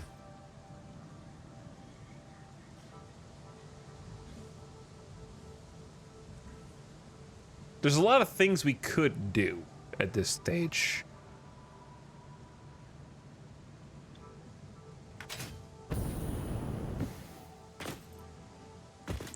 At this point, I have to decide one thing that seems like a small thing now, but it's actually a big thing for the rest of the build, which is, do I want to have this empty space between this and this as a logistics floor when right here is going to be like the entrance, like a grand opening. Like it's going to be, there may not be any logistics under this. In which case I could actually have the entrance here and it could be at a lower level and then have a split level that goes above, like a walkway, or, you know, something that just looks like really tall. Like we could have pillars stretching up to an overhang that's above us, so you walk all the way around the edge, and on the edge is like some kind of a rail. Like you could do this, and you're looking out over the horizon, you know what I'm saying? Like,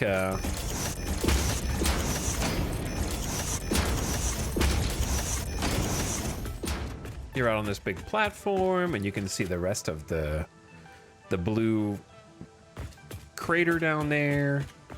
Should that start on the same level as the actual factory proper, or should that start lower? And if it starts lower, how do you decorate the back wall? Are there going to be glass windows between us and the rest of the factory? Do we want to have any kind of logistics threading through here that you can see as you walk in through the glass? Like there's a lot of options, really. I think that one may be the best one. But yeah, there's a ton of options, so it's kind of hard to just narrow things down.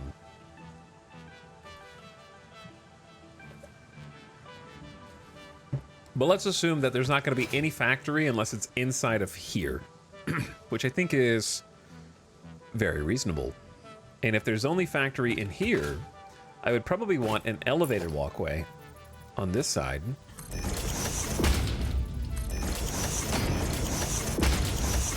To the best of the ability of the blocks, that is.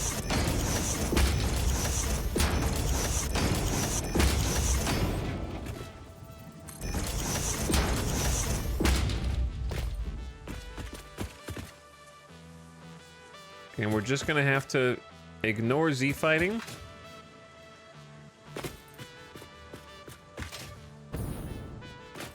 And accept it for what it is.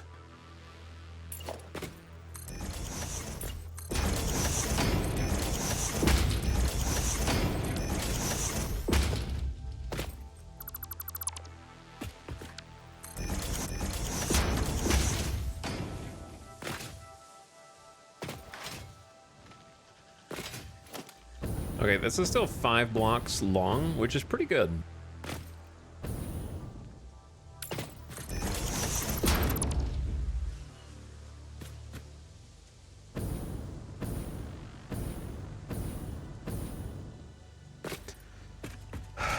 Ding, ding, ding, ding, ding, ding. Okay, what's over here, though? What is over here?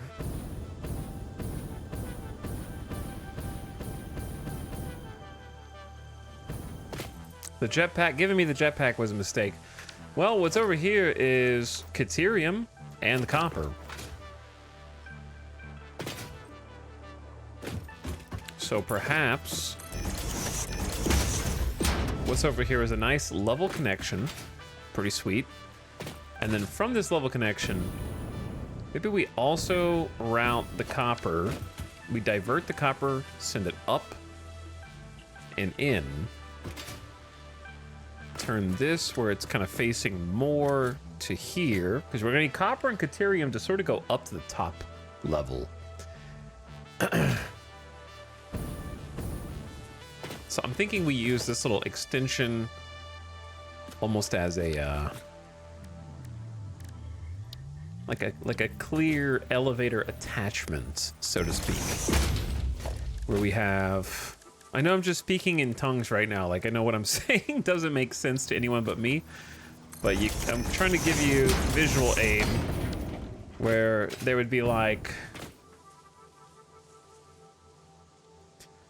the copper going up one side, right? And then the Caterium going up the other and sort of being fed much higher than this up to the level of the smelter where it's actually going to be used. And we could even have these elevators more to the middle, and then it could be like a glass receptacle. But yeah, like a a pod of glass that goes up, and you can kind of see all the materials being fed up to the top floor. Don't know what this is.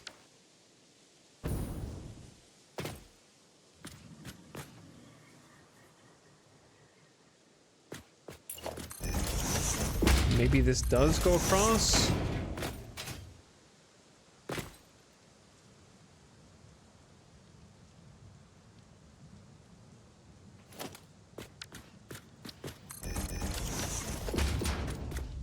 But if that happens, we run into the other problem. True. Okay, I didn't think about that. This is why it's good to think of these things now. Because to avoid that clipping, we actually need the wall to go up by another meter. And then start.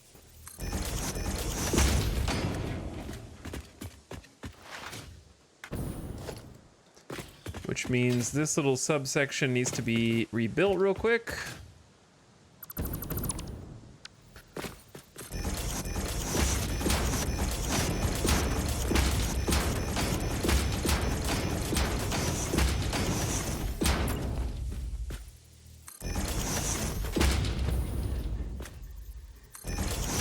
And then build the floor from the 1 meter.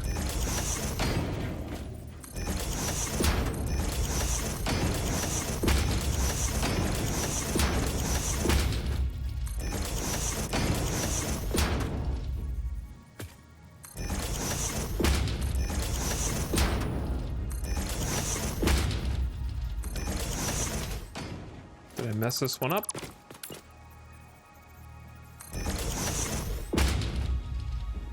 Why is that the only one that seems messed up?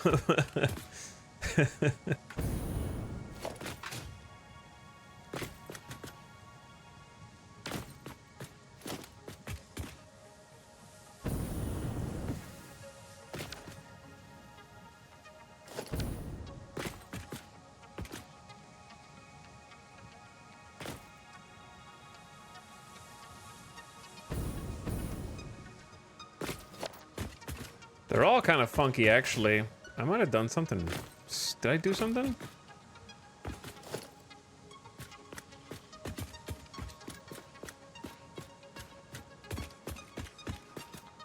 Am I the problem?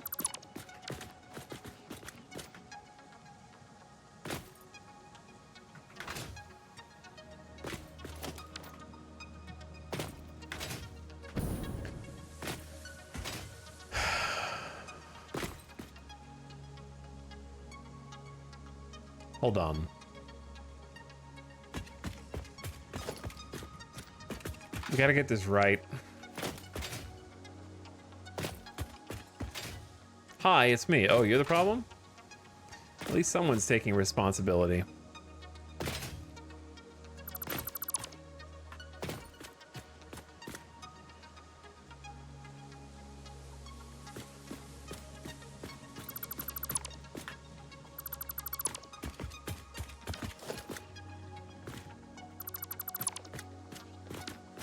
Okay.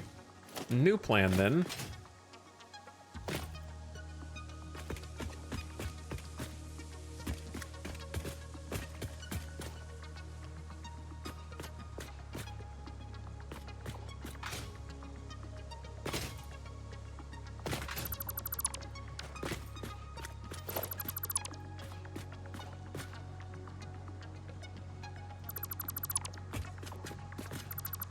Okay.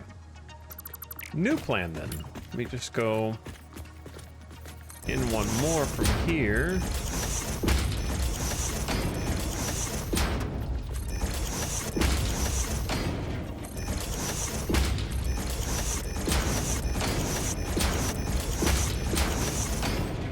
Okay.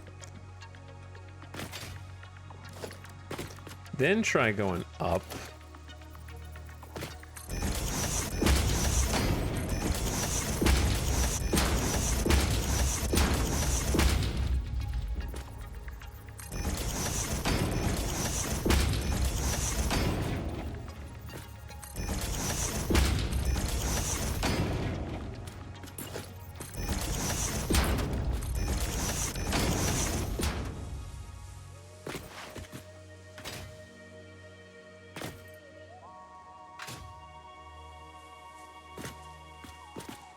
Oh, I think I understand what the problem is. I think this is going to turn out the exact same.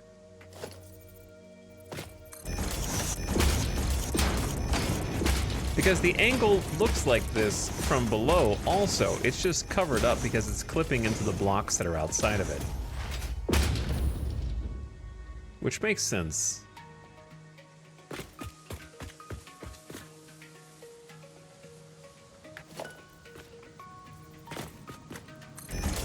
So like for me to do this is always going to end with these foundation pieces clipping.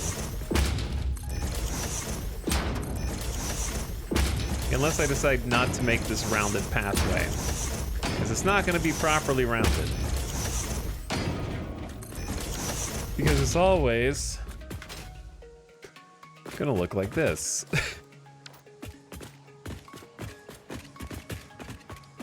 Which, if you're okay with that, is fine.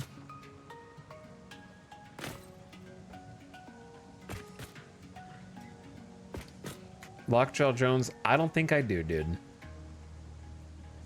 Potatoes? Do I have potatoes? I don't have potatoes. Unfortunately.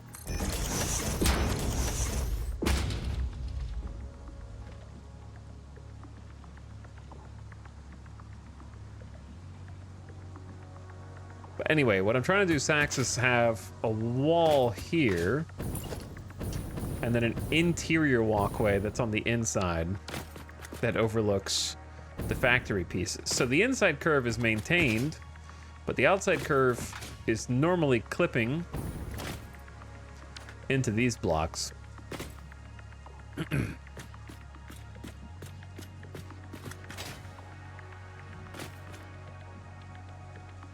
So there's not really an easy way to maintain them without also going out an extra, like,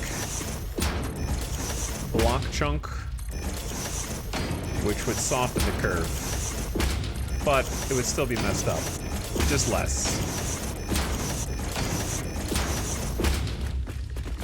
So it's still messed up. It's just going to be a little bit less. Either way, I don't really like it, but also it does look kind of neat. I'm a little torn.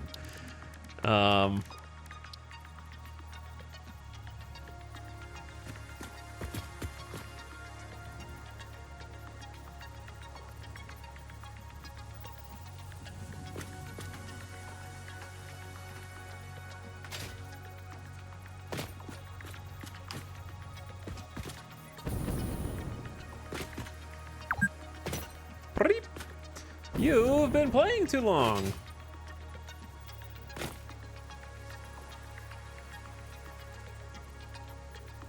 Yeah, that's what that's for, Sax. This is a balcony. You're going to be able to look out from here over the horizon.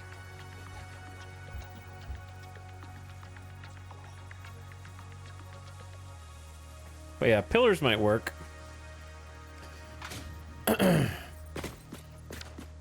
What factory? We're trying to do stators and motors. We're in the beginning planning phases. I've already figured out how many of each thing I need. I'm just trying to figure out what space it's going to go in. And that's honestly the hardest part for me. So to me, this is the hardest part.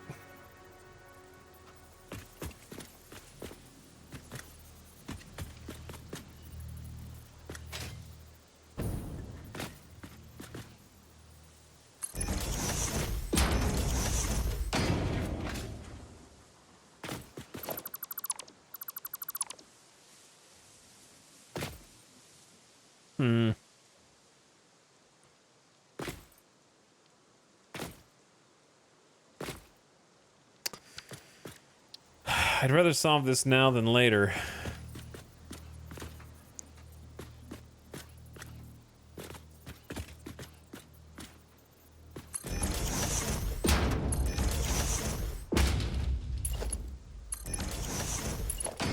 I'm just worried. These are going to have to be really close together is like the biggest...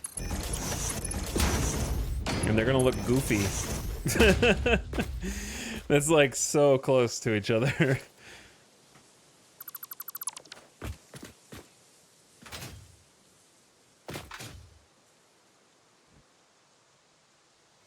I'm sure there was a cleaner way to do what I'm trying to do. Use smaller pillars. Well, that doesn't cover it up, so there's no point. I'm trying to cover bits of it up.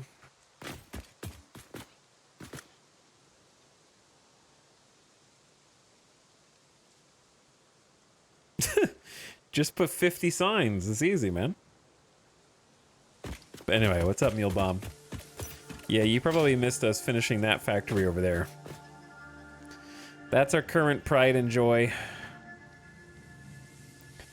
Factory building number 1. Only took 4 full streams to make.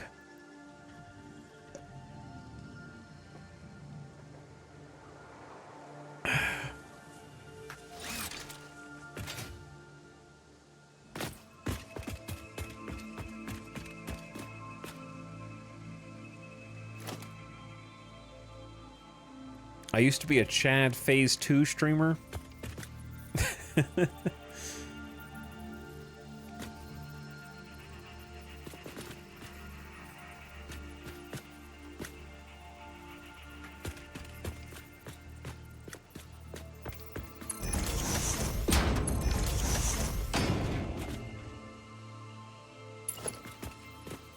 Trying to see if you did it like in between the clipping,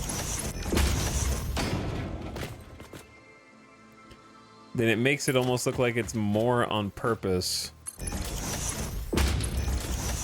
Instead of trying to cover it up.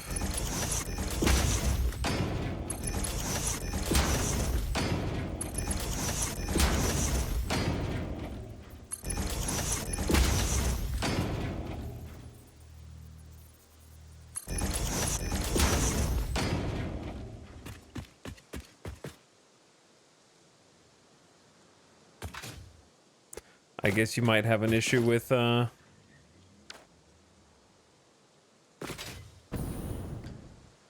Z fighting on the actual smooth edges.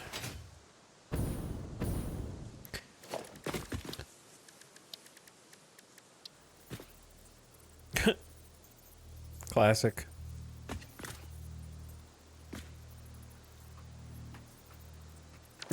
Signs will clip either way.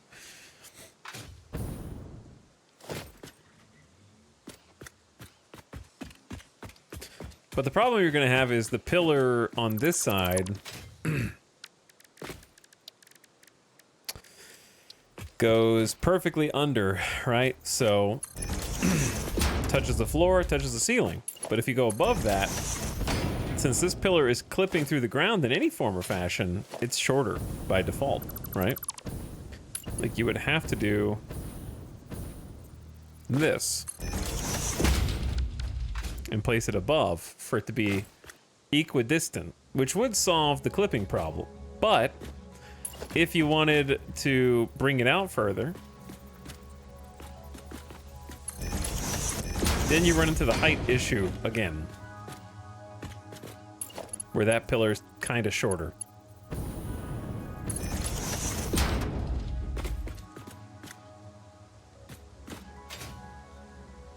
And so eventually you're going to be left with a pillar that either clips through the ceiling, like we kind of had to deal with previously over there. We kind of made it work for us over there, but it might not be so easy over here, or it might end up looking the same. Like they might end up having the same aesthetic, which I'd like to avoid. But I was also going to have pillars on this outside corner, kind of like going up to a roof. What do frame pillars look like? I mean, they just look like frame pillars. Pillars of frame. Not a big fan. Only under specific circumstances.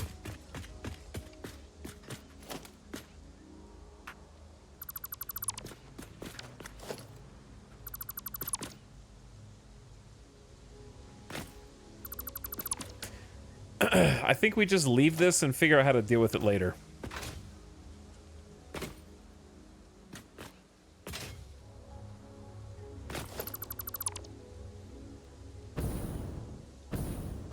Because the only alternative is no patio and the walls just go up here. Which you could do. You could do. Like, you could just make the walls go up, and then this is just... the base is more round at the front. Swath Stingray, they're just signs. You just change the sign layout to text only, delete the text, and then change the color of the background of the sign, and then up the intensity, and voila, lights. It's you can do them as many as you want in all different kinds of cool configurations. Thousands and thousands of different configs. The front almost looks like a castle battlement. Kinda, yeah.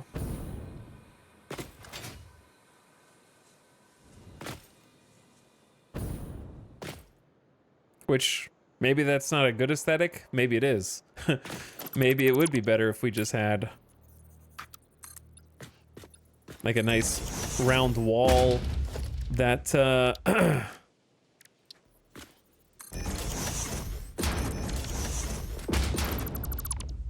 had like some clean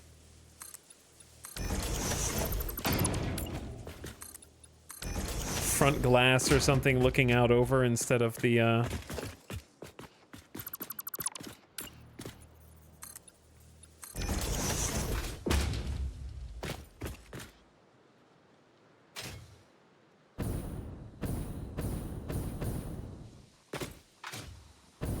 But yeah, my plan was this was going to be a big walkway, and then it was going to this wall is going to go up. Then there's going to be a ceiling at like the second floor or something ish. And then above that is more factory pieces. So like this is going to be enclosed. You'll have to trust me, okay? Either way, I think I'm going to do what I was originally planning on doing, which is this.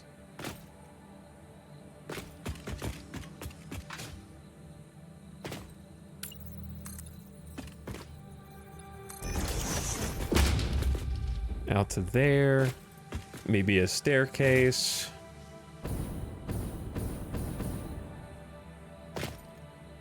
We could also have some overflow storage for the Minor Mark 1s over here so they could have some ore overflow, which I don't think we really would need. This is going to be pretty even.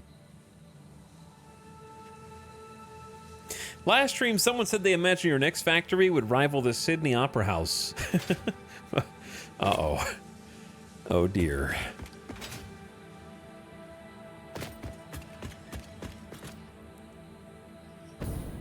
What have I done?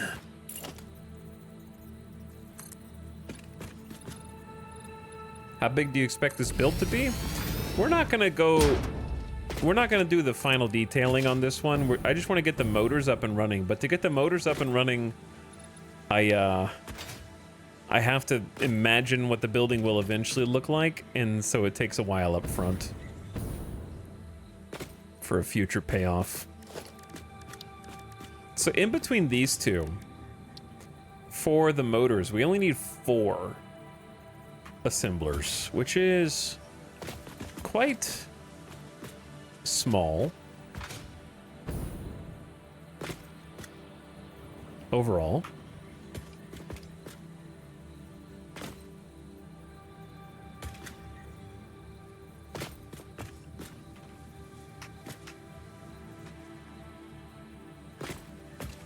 I know I need to fill that in. I'm not really worried about it right now.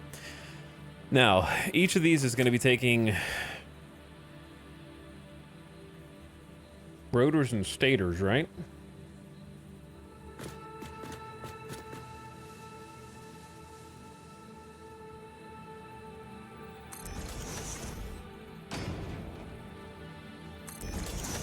I just want to see what they look like. Okay, they might actually have to be all crammed together.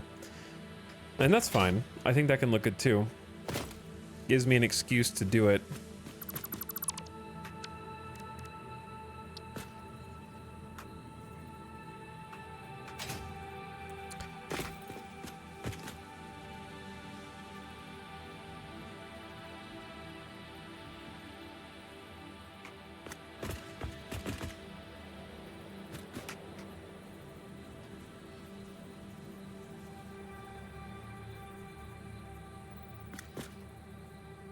But look at all the space we have in the back.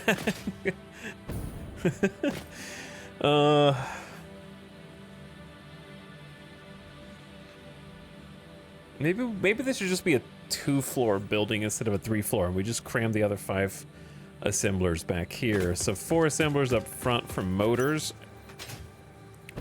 and they should have plenty of logistics floor space beneath them. Okay, let's just see what happens. All right, you do 1.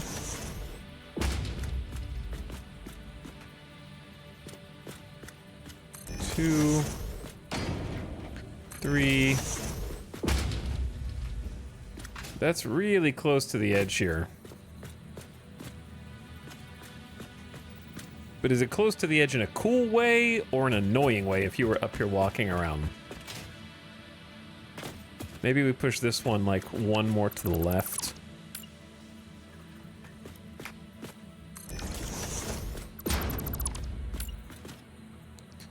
Okay. 1, 2.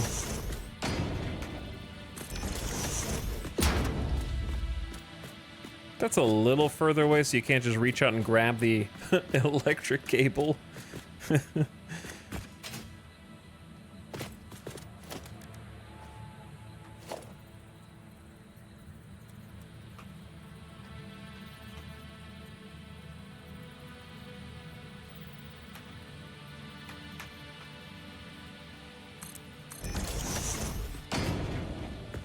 Okay, in which case...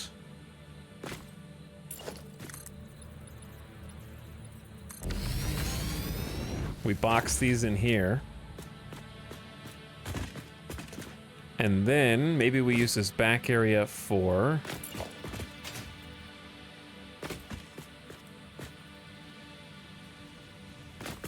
stators.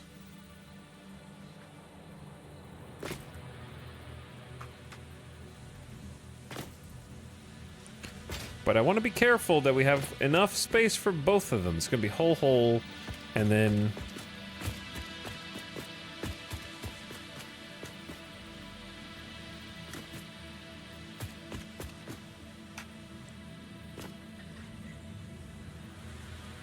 Okay, that's lined up with the middle. Why don't we just... push this back one.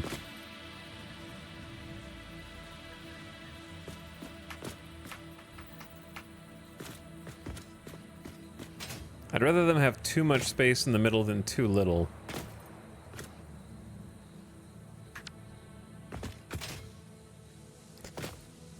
Excuse me.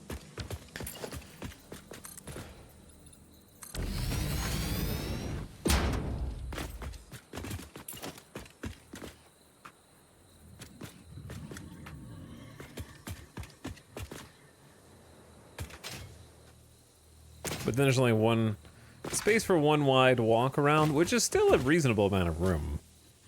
And this is supposed to be the factory floor portion, yeah. And we could make another entrance over here if we wanted as well, because I had an idea for the stairs. Okay, so let's go 1, 2, 3, 4, and 5.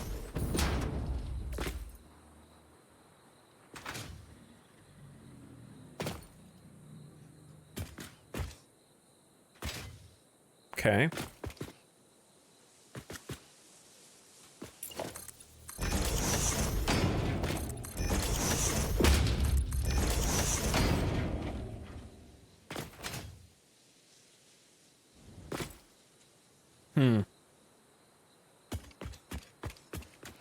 All right, this is gonna be messed up probably. But if you did like...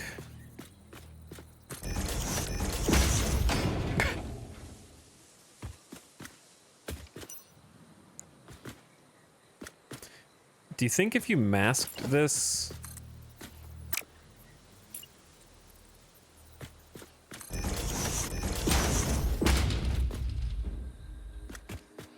with... Do you think beams would be enough to mask this?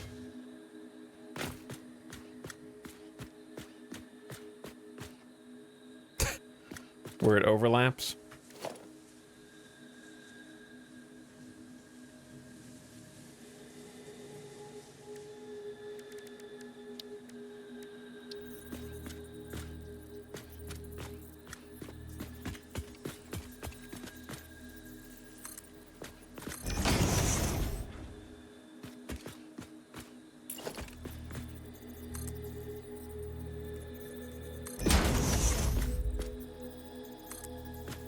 I mean,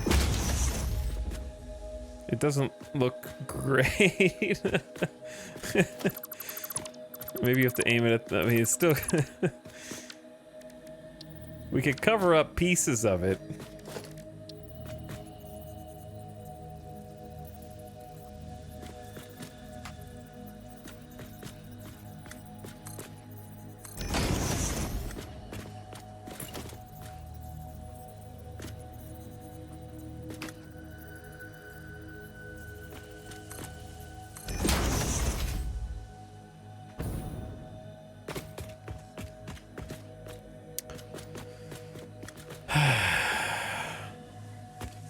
What about beam across the bottom? The beam across the bottom isn't...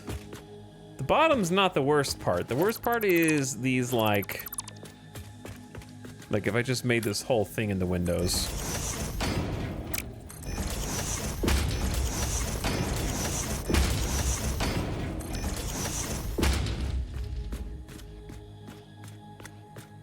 It's just that it's overlapping layers of glass because there's no half glass blocks.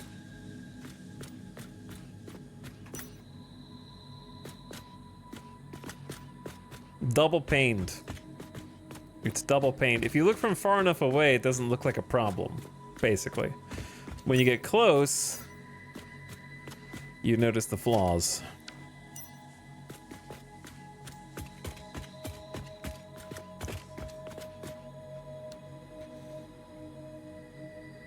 Because, like, from here, it just looks like you have a stylistic choice with the beams.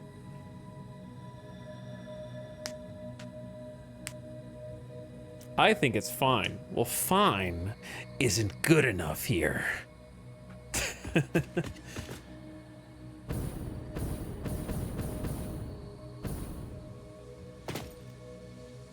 We have to do better.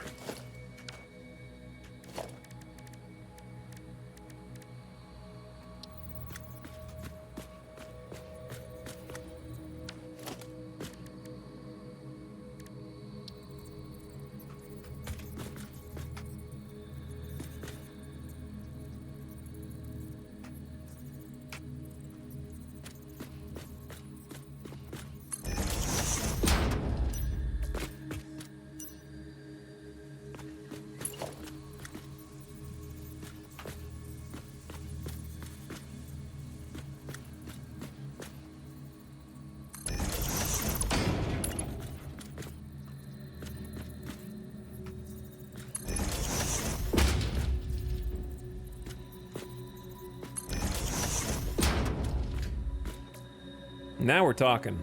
See, I think we can get away with something like this.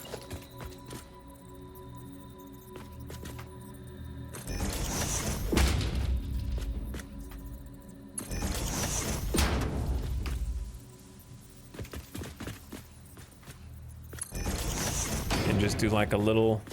Now, once we get to here... we sort of get into a different...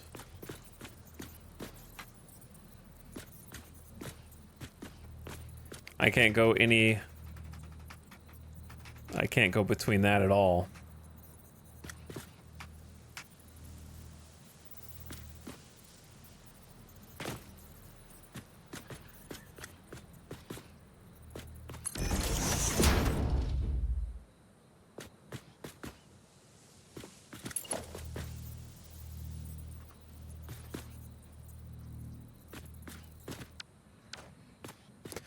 To be honest, maybe we don't do glass there. You could just turn that one back. Oh dear. You could you could turn one of them back. I don't know. Cause this part looks pretty solid. No, that is with control nudge, Aldebaran. That's why I said that. You think I built all this and didn't know about control nudge? I should be teaching you about control nudge. Statistically speaking, there's one person in chat who doesn't even know what nudging is.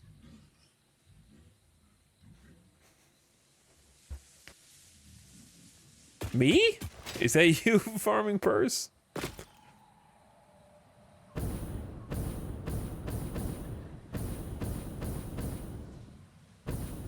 What's a nudge? That's me. Chat, you don't know what nudging is? It's when you get a blueprint and you hit H on your keyboard to lock the blueprint in place and then use your arrow keys to move it. And then you can hold control to do half steps. What? Are you serious, dude? I've been playing for 7,000 hours and I didn't know.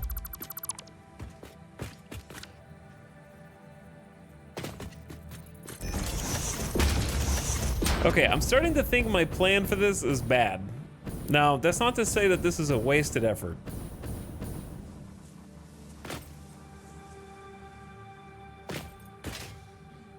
But the further in we go with the circle, the worse all this becomes.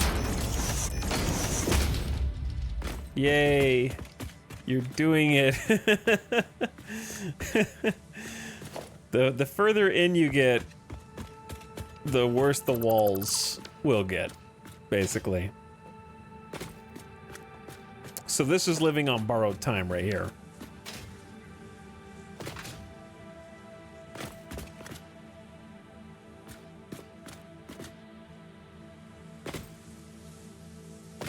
In fact, I'm gonna try something.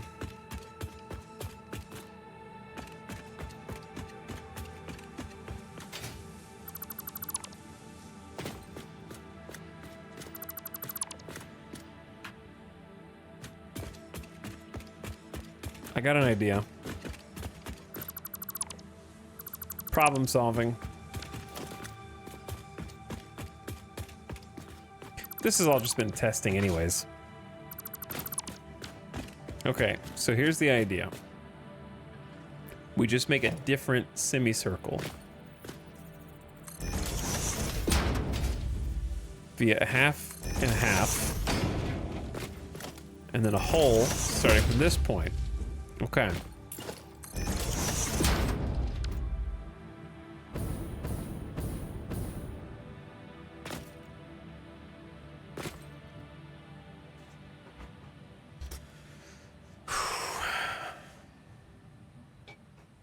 So when does this start curving in? Here?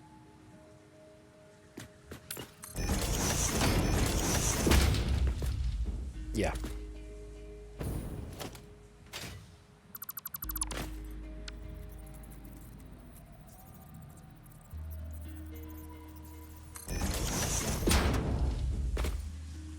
I'm just gonna test something out. Let's do an experiment. If I do catwalk, 10 meters. The thing is, we need more, or sorry, not 10 meters, 10 degrees. We're gonna need more than 10 degrees. Because it's 10 degrees on the outside, not on the inside. I'd have to do math. Hey, chat, does anyone know how to do math here? Just curious.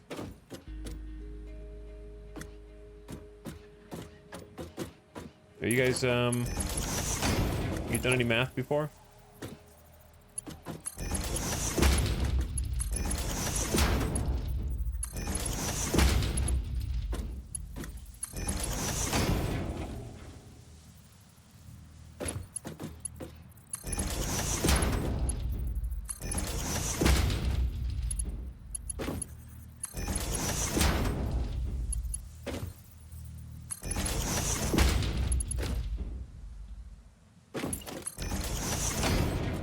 I kind of just winged it.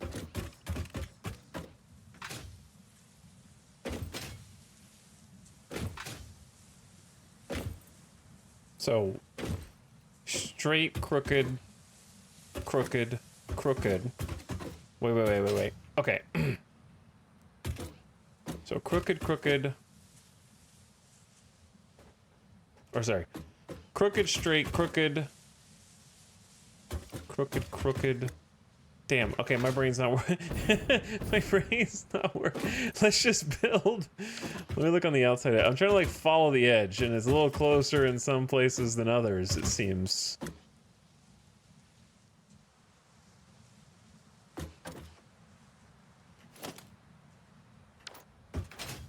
I've heard there's a calculator in the search bar. I've heard.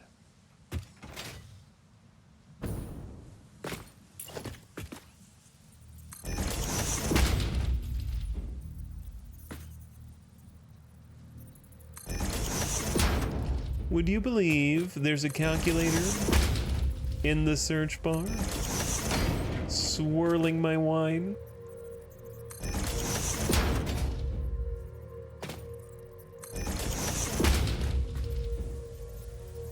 Peepo wine.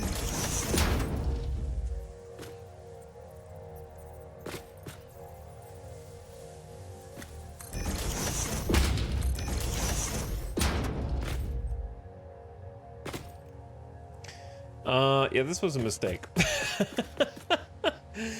This was a mistake. I'll need a redo. Whoops.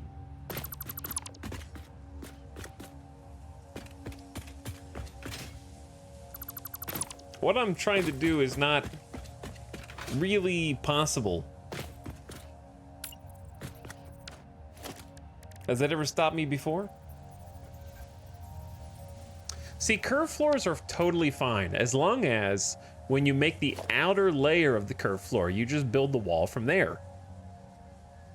If you try and go in and then build the wall up from the curve, it gets progressively more granular and gross until you get back to the square foundations. You could just do squares inside of a circle, and that's fine, but who knew just a corner circle was gonna be this problematic?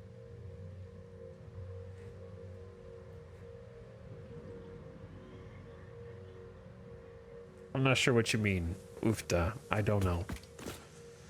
All these squares make a circle? That's crazy.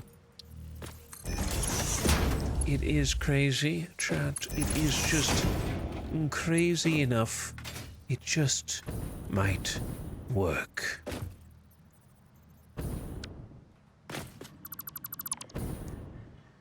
Just might work. It's not going to, but it might.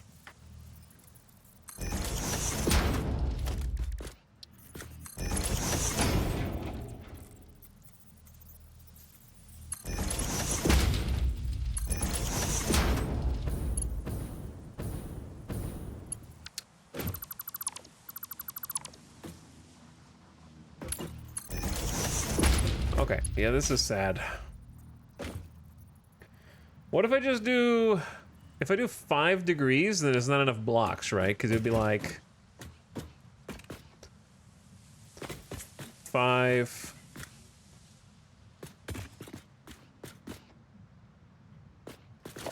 Yeah, it'd be 5, 10, 15, 20, 25, 30, 35, 40, 45, 50. I'd get to like 55 degrees by the time we turned over there. The end result is the curve 90 degrees, correct?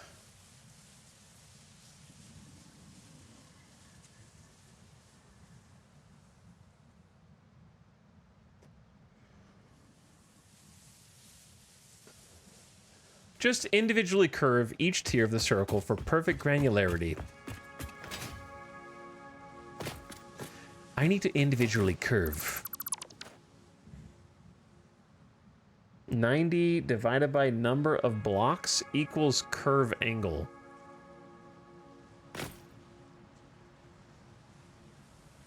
The problem is we can only go in increments of 5 or 10. 90 divided by the number of blocks.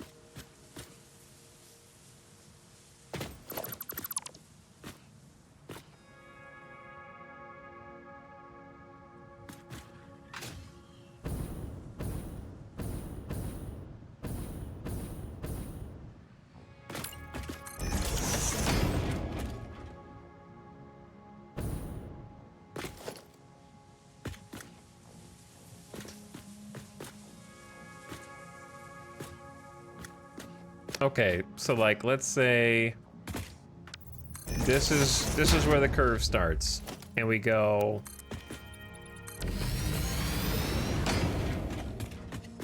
this way until we end up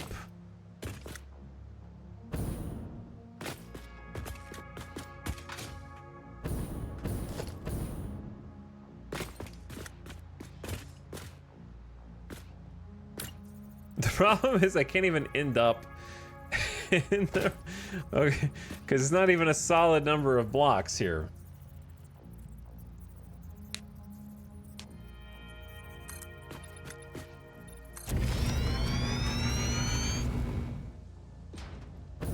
Why are we one lower now? What? Why are we lower? Oh, because I built this off of a half foundation.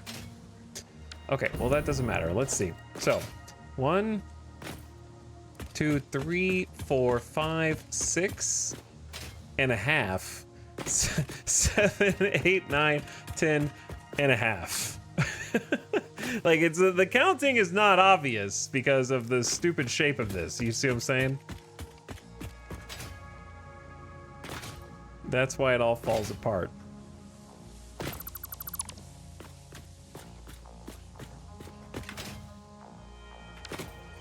Chat's doing math. I'm going full screen. Bro, my brain hurts. And I made this... I didn't think I was making it that hard. I just put one little curve on the edge. And I was like, this seems like a cool idea. Let's do it. And then instant regret somehow. You could say there is a learning curve. I'm sorry. I had to. I had to.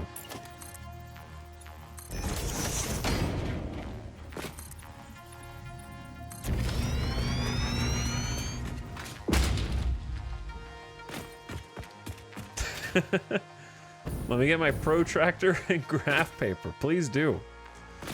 Please do.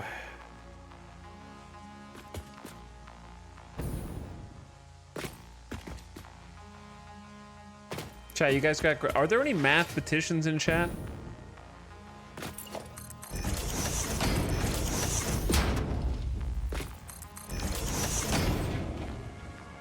Yo, are there any math freaking maticians in chat?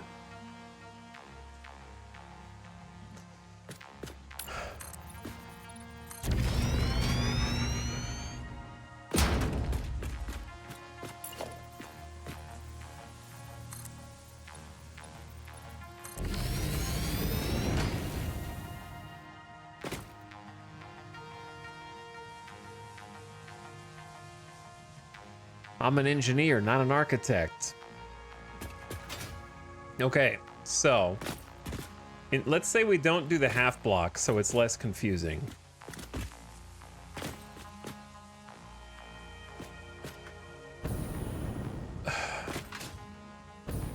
But I want to do the half block.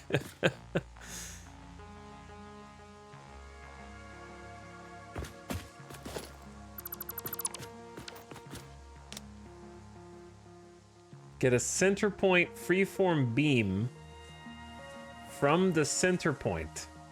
What?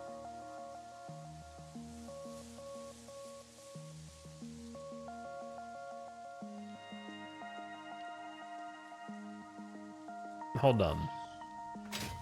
Okay, all right. Just hold on. Everybody chill. No, I'm just kidding. Give me one sec. Give me one sec. That is an idea. I see what you're saying. The problem isn't that I can't do it. The problem is that I can't do it cleanly. We can do it. It's just gonna be clipping all over the place. Everybody, calm down. need you all to be calm.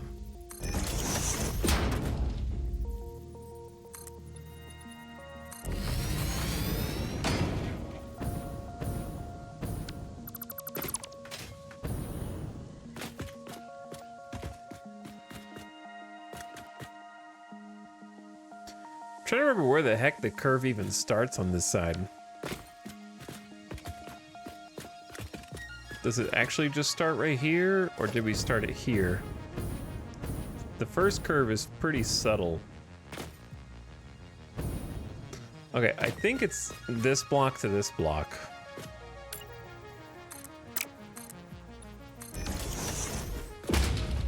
So let's say starting from here. But actually it's starting from back here, if you think about it.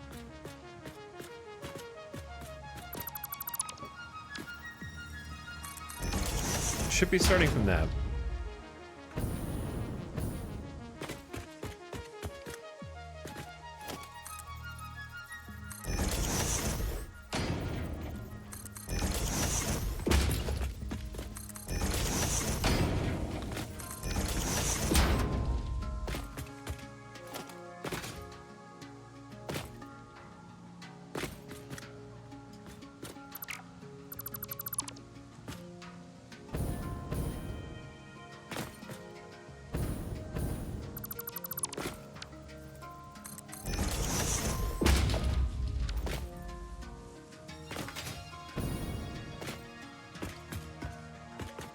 Okay.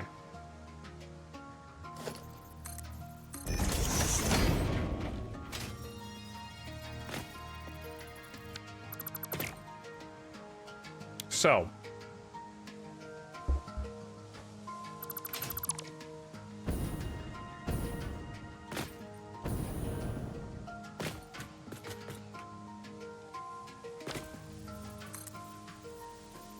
Let's say it starts from here. So there's 1, 2, 3, 4, 5 blocks one way, and if you count the same block, it's 1, 2, 3, 4. It's a 4. Why is it a 4x5 curve? That doesn't seem right. It should be the same. If it's a perfect curve, it should be the same number. I think. Maybe I started counting this one from too far.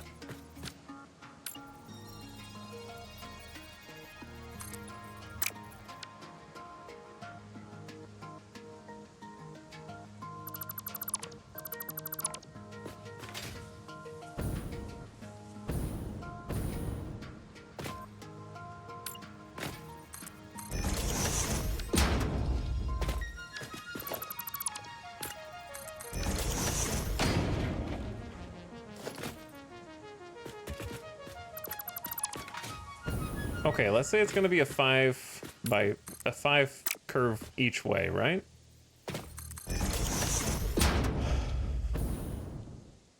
One, two, three, 4, 5. All right, so if it's 5 both ways, 1, 2, 3, 4, 5, 1, 2, 3, 4, 5. What angle does the curve need to be?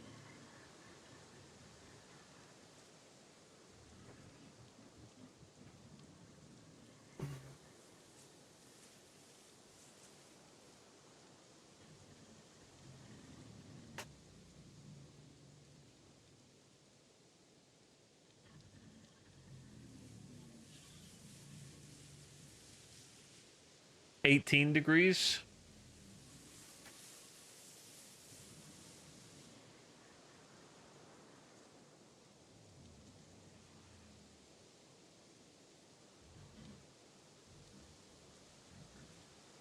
Like per block.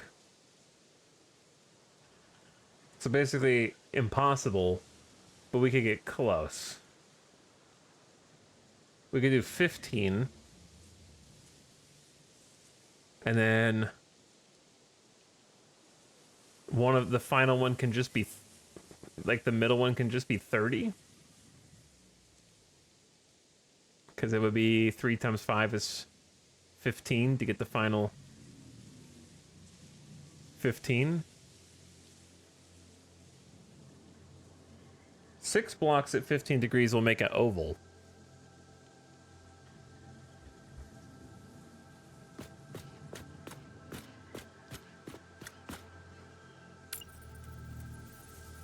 And that's the issue. Okay. So we could try, let's just try this and see what happens. So 5, 10, 15.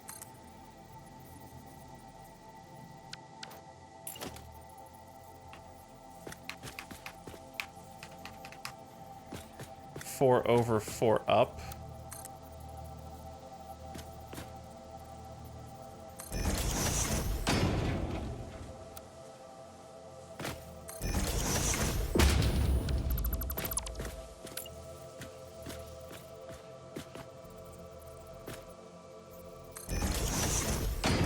Wait, so what you do is you basically build a foundation, look for the top right corner if you want to turn left, or the top left corner if you want to turn right. Hold control and look right on that corner, and then every turn is 5 degrees. Then when you have what you want, hit H and then do 1, 2, 3, 4, 1, 2, 3, 4. Build, and then you build one underneath at the height you actually want, and then delete the guide block. Okay, so that's 1530.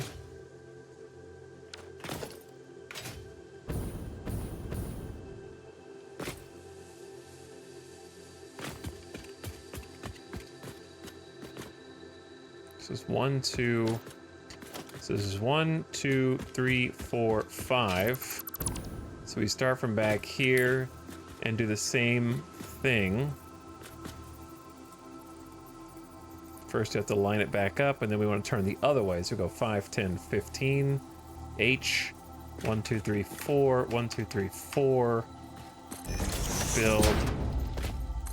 Build under. Delete guide block. Corner. It remembers the last curve. Oops. Sometimes I build it on accident. Instead of hit H, H, over 4, up 4.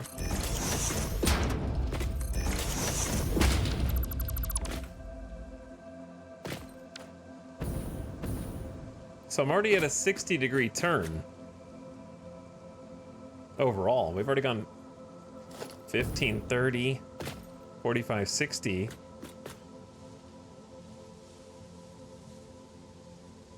Chad, I don't think you're doing it right. This isn't 5 blocks long. Yeah, this is not 5 blocks long. It's 5 on one axis, 5 on the other axis.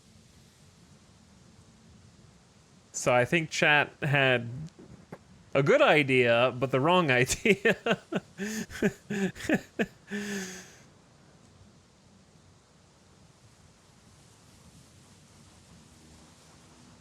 So I guess it would be 9, but that would say every block needs to be 10 degrees, which is what we were doing to begin with. Which doesn't make sense because the outermost one is... Okay, let's just try what we were doing before and just see. Let's just see. Okay? Let's give it a try. I don't think it's going to line up. We're doing everything under the sun here.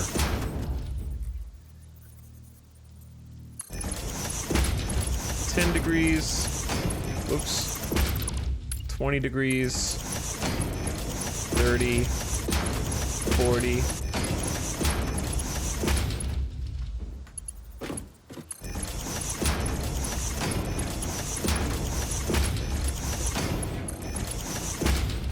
It actually works. But here's the problem, right? I don't think it's going to be even with the circle underneath it. I don't... Because it's not even with this, so I'm gonna have to start from this side and go 10, 20, 30, 40, 45, 45.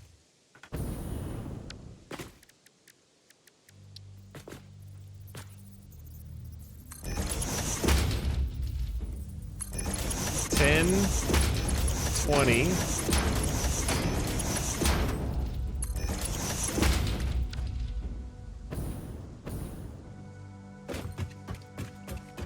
$10, 20, 30, 40.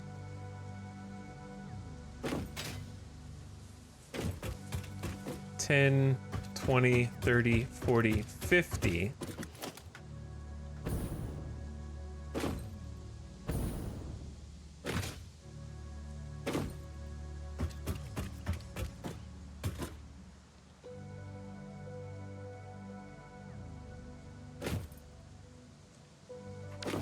Okay, hold on.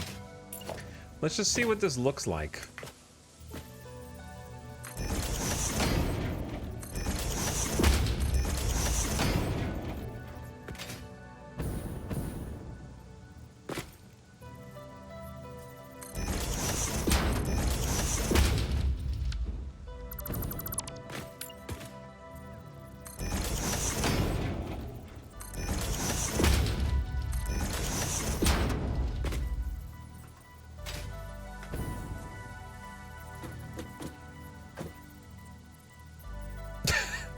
Hold on.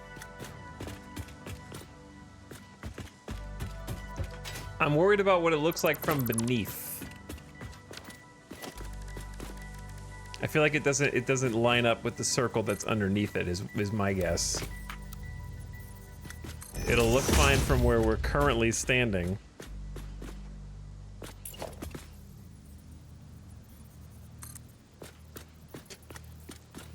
Which is different.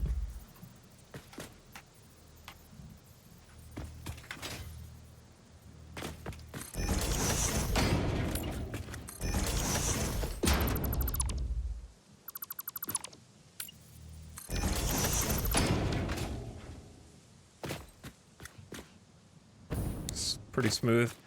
Okay, so if you were walking around this outside edge, right? Hypothetically, it should be about on the halfway point because it's a half block over. So if you keep following the halfway block, see how the curve doesn't start at the right place. And now we have nothing overhead. Right here we have this overhead because we're walking down the middle. And we keep walking down the middle and then clear skies.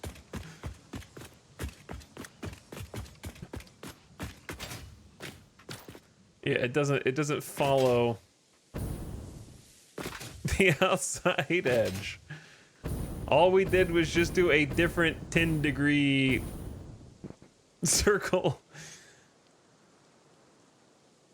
Yeah. That's what Splibbo said. The messier edge. I think people who are trying to solve the problem now don't know what the original problem is. And so you're kind of like going in circles in chat.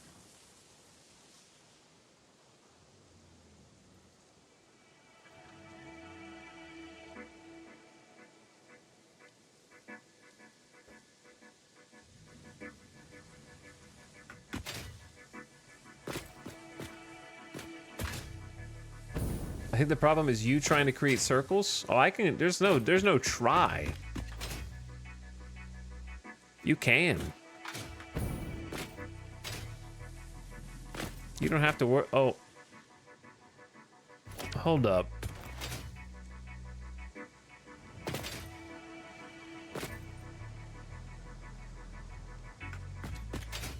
I see a problem.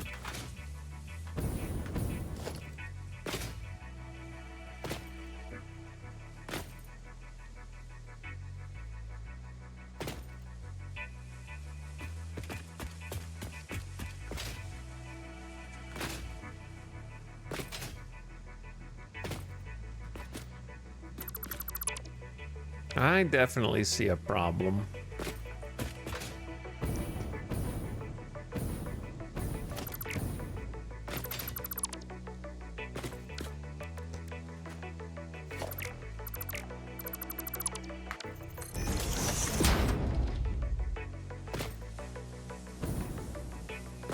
Okay, what is it doing on the other side? So it's this one full block, and then halfway up the other one, the roof starts. Okay. So one full block, and then right here, we should be having this.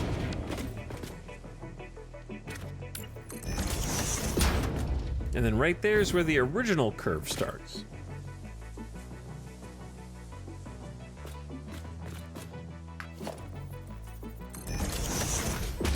And then on this side,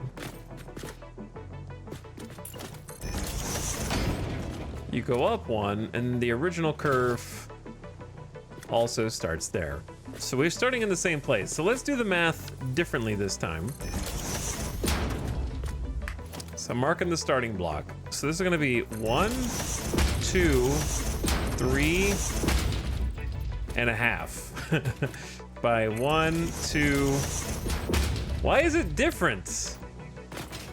What? It should be a quarter circle, which should be the same equidistant start. But it's not gonna be because it's 9 90s. Right? It's 9 90s. Is this how proving a curve feels? Maybe. So this is like 1, 2, 3, 4, 5, 6, 7, 8. See, I miscounted somewhere. Because there should be 9. So this one of the starting blocks is wrong. It's because of that one that we like grouped up together, isn't it? But those are perfect. So this is 1, 2, 3, 4, 5, 6, 7, 8. Do I just count this one? But it doesn't turn. What? There's only... Am I losing my mind, chat? I think I'm losing my mind. Why is this the hardest thing I've ever done in this game? And it's like, this should be the easiest thing. I literally tried to make it easy.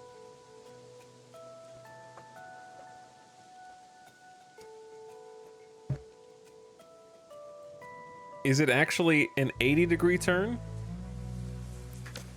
Okay, let's say we start at 0. Starting at 0, we turn 10 degrees, 20 degrees, 30 degrees, 40 degrees, 50 degrees, 60 degrees, 70 degrees, 80 degrees. I guess the final one is 90, even though it's straight on both sides. So there's only 8 turns, not 9, because we have the axis. Like, it all makes sense, but there's not 9 separate turns technically, because we had 2. We started over here and over there and wanted them to match up. So it should be 8 total blocks. So if it's 8 total blocks from each side, there should be 1, 2, 3. There should be 4. And 1, 2, 3, 4, right?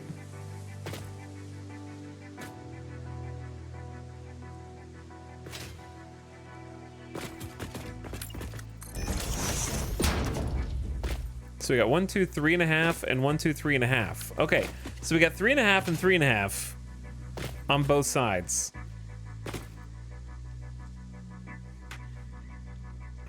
So if we just... If we did 20... Wait, no, not 3.5. Divided by 7? We can't do 12-degree turns.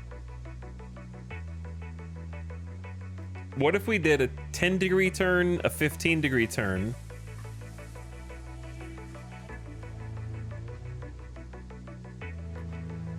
No.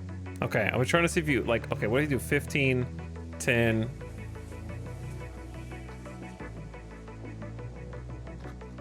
One, 2, 3, 4, 5, 6, 7. Yeah, that'll equal 90. So if you do a 15, 10, 15, 10, 15, 10, 15, then it'll work.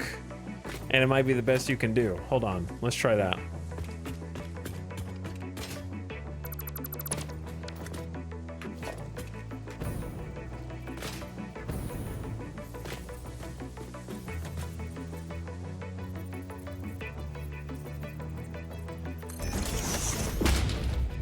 Shit, I always do that.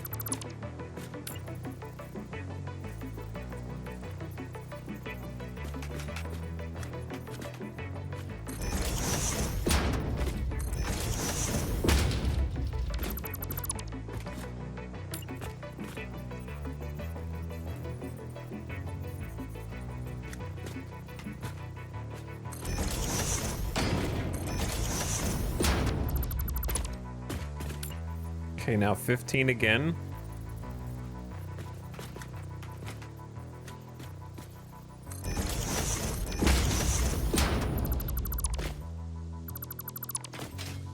And then from this side... Actually, well, yeah, you could do it from that side. 5, 10, 15.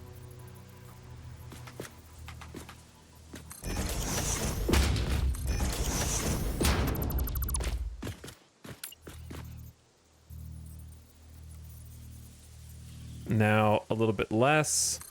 Whoops. Classic.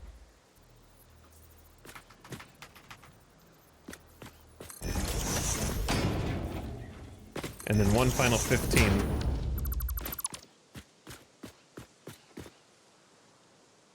Or whatever, whatever closes this gap. It's gonna be the smallest block. I'll do this with no clipping. Also, I feel like these should line up. And we don't.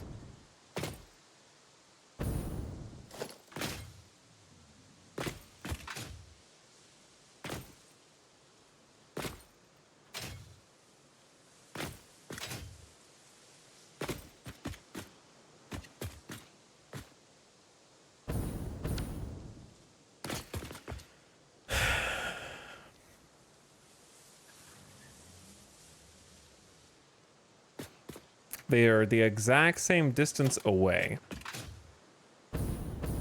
3.5 blocks.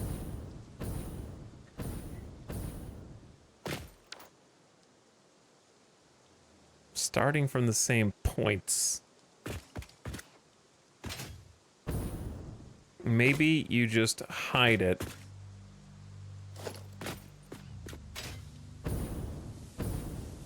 What happens if you just do this? All from one side and just obscure it on the other end.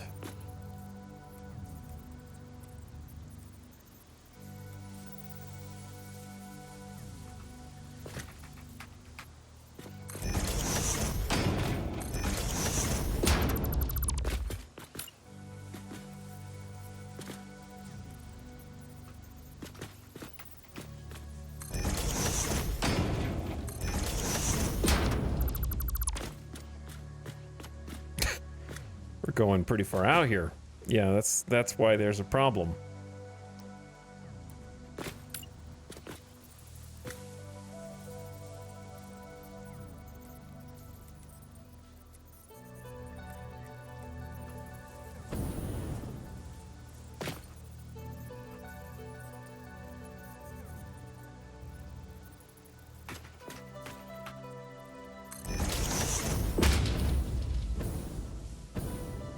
Okay, I don't think I turned hard enough.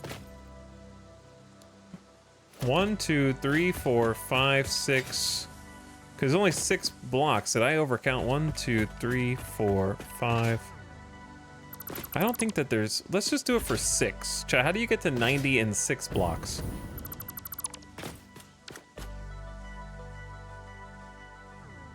Wait, it's just 15 degrees each time. Hi, what's up, Mamphy? Hold on, just give me a minute. Just give me a minute, okay? Give me a minute.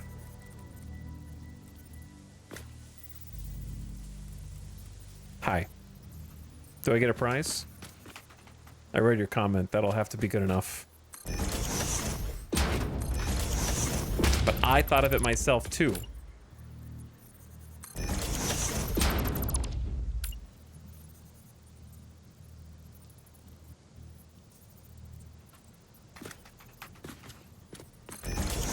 Anyway, sorry chat. Sometimes it'd be like this, you know? Sometimes you try your hardest, you bang your head against the wall until something works.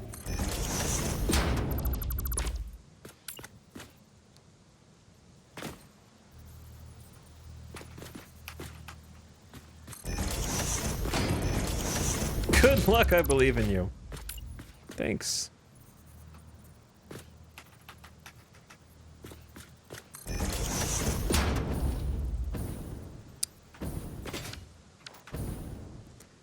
We're so close, man.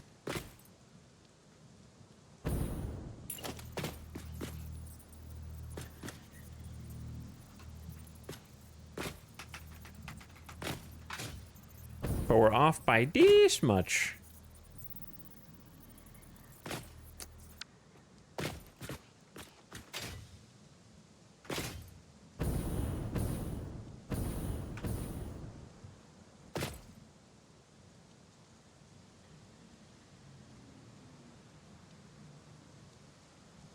Six blocks would be 7 turns. Kinda. No. No, it definitely lines up the way. It's the right angle. 15, 30, 45, 60. Yeah, no, it's good. It's just, hold on, we gotta do something. We're just gonna have to meet in the middle and then cover it up there. 1, 2, 3.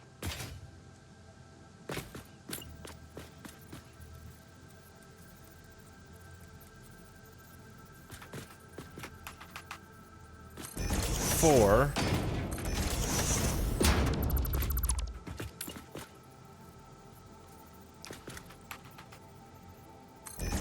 Five.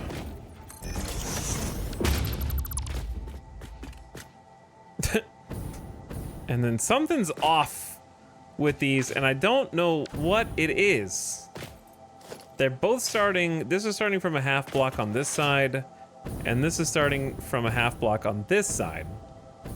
And they both start where you can only see half the block underneath the starting block. And on this side, you can only see half the block. So, like, they start from the same angle. For sure.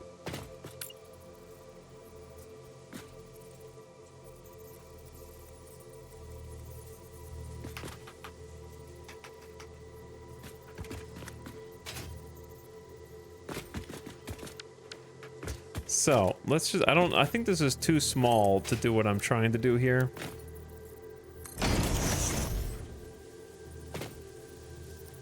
But if I just pick one side and sacrifice it to the wolves,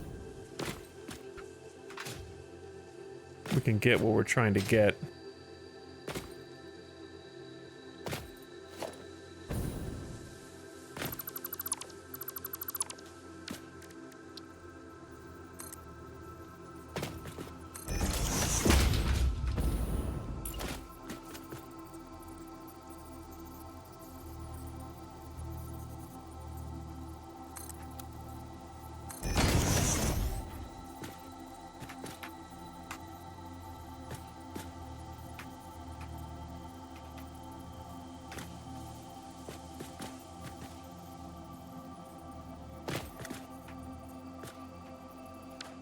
I don't think I counted this right.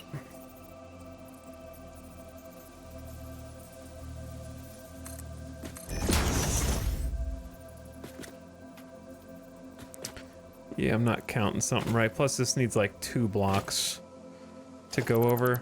How did I do this a minute ago?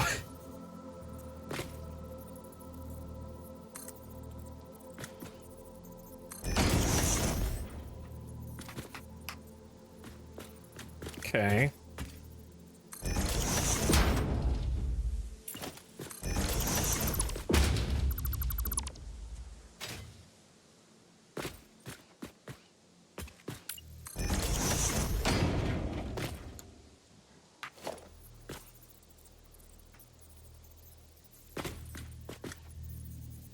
I don't think that there's a world in which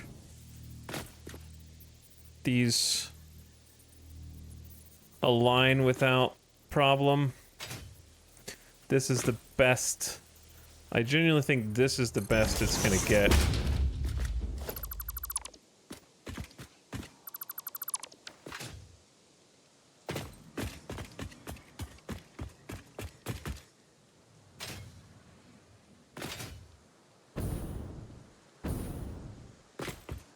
Can't wait to build walls off this. I mean, that's not the hard part.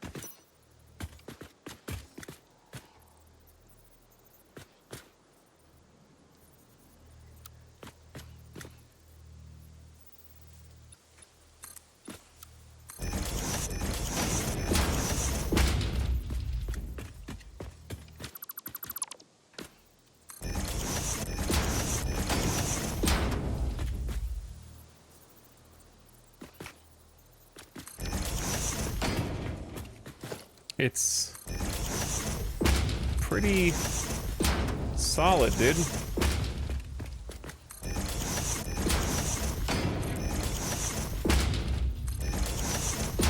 Damn. Look at those walls, bro.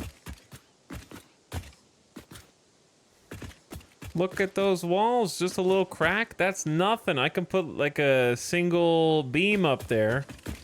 Easy peasy. And then the ones that are overlapping are fine because they're overlapping on the same axis. So you could double the windows up, and that would also be fine because they're not clipping on the other axis. They're just overlapping each other, so you could easily have a window there, and bam. I was right to believe in you. Thank you, Craspu. Now, if you follow the block all the way around, see how it actually stays on at basically the halfway point on this block for most of its run until you get to like... I mean, there's walls here and there's not walls over there, so that's why it looks like this one's different, but it's not. Once you get the walls down, it's the same. See, it's like half, half, half, half. Creeps back a little bit here when it's making the round, but like it's pretty dead on. It's okay, sorry. It took a while, but we got there. It took a little while, but we got there, okay? Sorry, Chad. That took saved. Okay, saved. Sorry I had to ignore a bunch of you to get there. I knew that it would be right in my heart. If we could just get the count correct. It was the count that was the problem.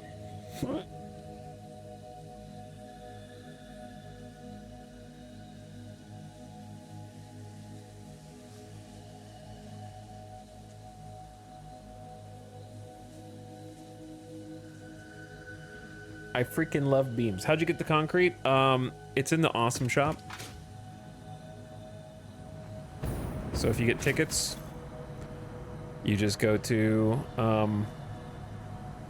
not foundations, customizer, concrete foundation material, buy it with awesome shop tickets or coupons.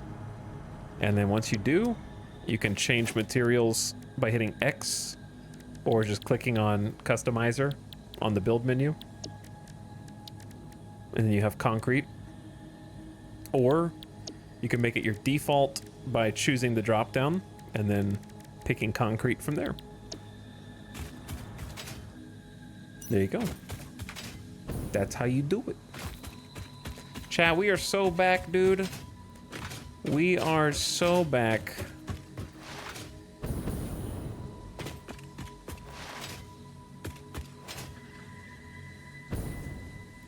We are so freaking back.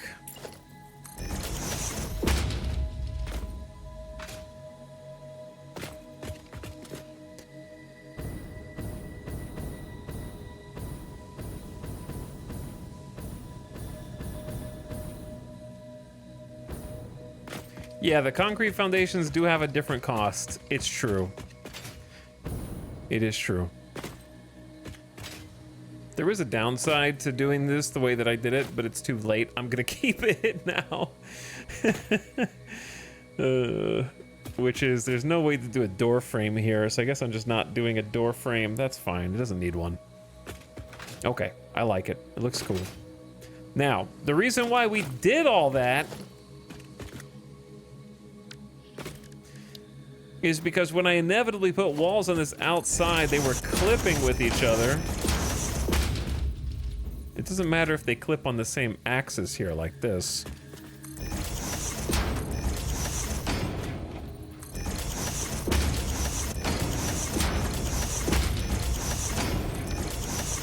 And now we have a perfectly round wall, so that's kind of huge for me.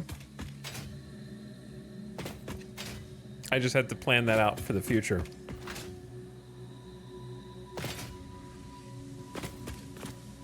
So, next on the to-do list, now that we've got the basic shape down,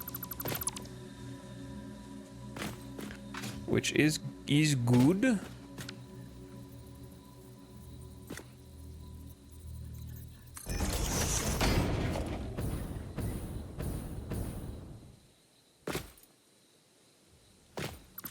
No reason for this not to be just a full foundation, I guess.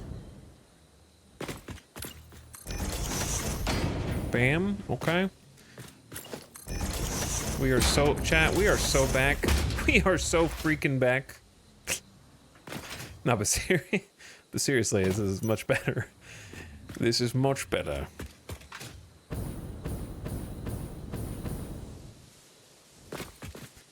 This is significantly better.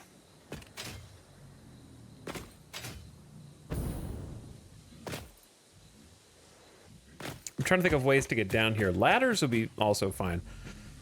Let's freaking go. Dude, let's freaking go, man. All right. So this is the first layer of hell. These dudes over here are going to be making the final product, motors, with the default recipe. They're going to need rotors and ye old stator. We got there. All that matters is we got there in the end. All right, these dudes over here, reasonably far away. Like, there's a lot of room for logistics underneath this. Are going to be outputting one of the products used over there. So, looks good from a logistics standpoint.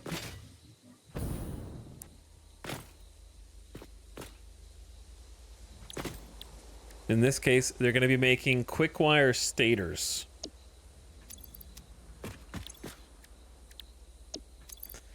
At a rate of 8 per minute. 8, 16, 24, 32, 40. How many versatile frames do you make? 0.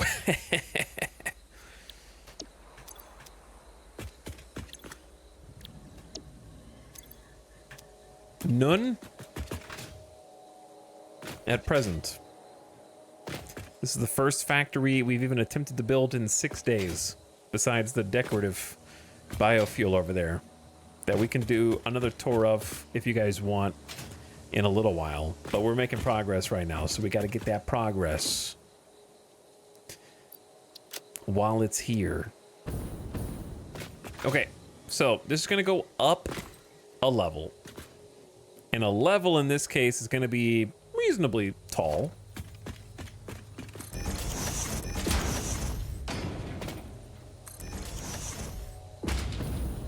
Reasonably tall, because I think it would actually be kind of neat if there was like an elevated catwalk for once that went over everything. Some kind of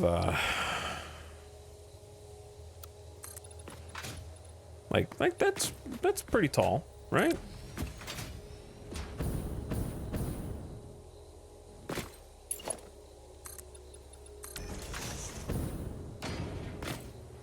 That's pretty. It's got good clearance. Doesn't look abstractly tall. Like from if you're walking here. If you're walking here and looking up there, that just looks good. It just looks good. Okay. So above that is going to be potentially a roof, or at least like to the next floor, to the next logistics floor.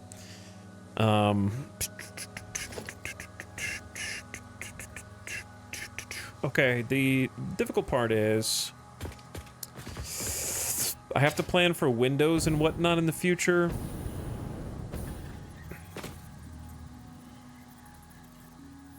Hi and good night. Might see you in 9 hours. I don't think you'll see me in 9 hours, Ham is food. Hopefully, something will have gone very wrong if you see me live in 9 hours. How did you do the entrance lights on your factory? Those? They're just signs. So... They're just little 4-meter label signs, or 3-meter. The 4 meters are actually slightly thinner than the 2 and 3 meters, which is kind of annoying, but they're just signs. Max emission. Change the background color to something. Make it bright. Change the layout to text. Delete the text. Voila. You have lights. The triangles in front of the door. What? That? Those are just lights. And it rotated. Rotated. Wow. Magical.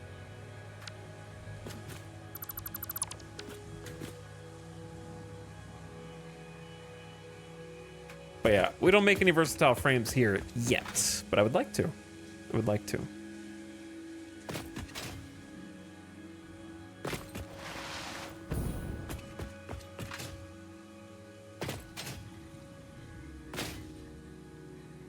Okay, think, chat. Important thing to think about.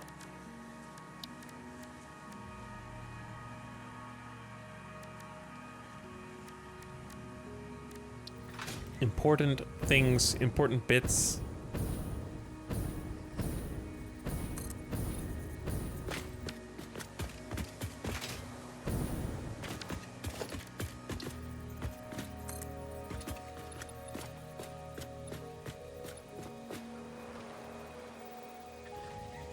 Important actions to think about, to consider.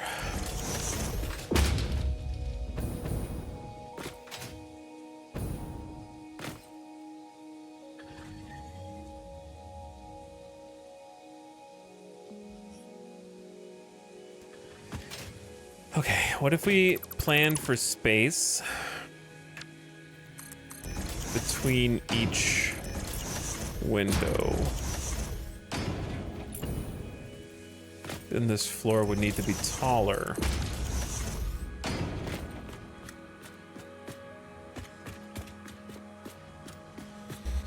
Is taller bad?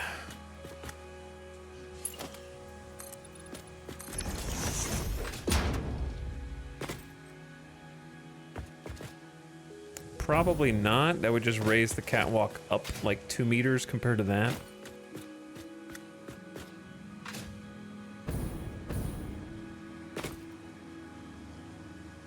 Tall catwalk. I feel like I'm gonna end up with a lot of space in here. Building a skyscraper. Maybe.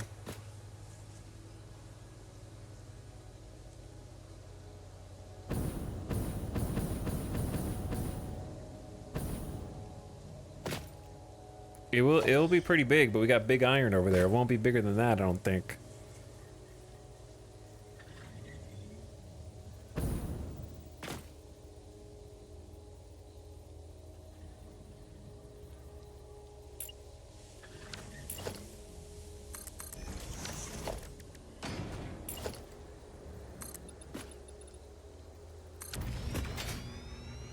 Big.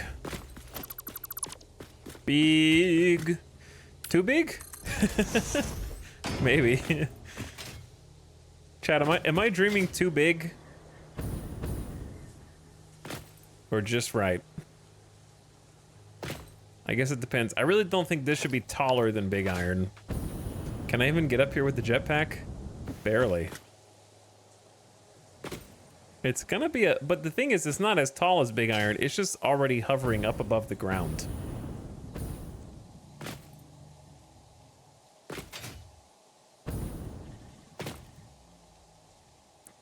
I'm also thinking about having it recessed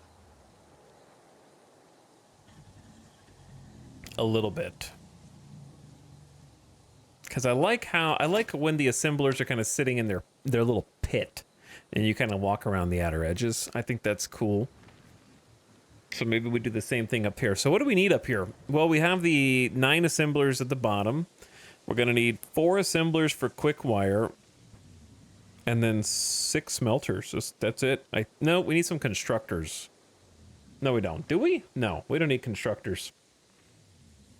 Nope. Just 4 assemblers plus 6 smelters. That's it.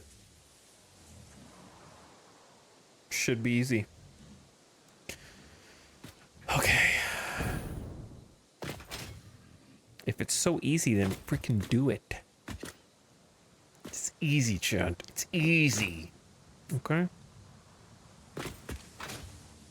Now, the 4 assemblers are going to be making quick wire, yes? Now down here, we're using said quick wire, and the inputs will be there.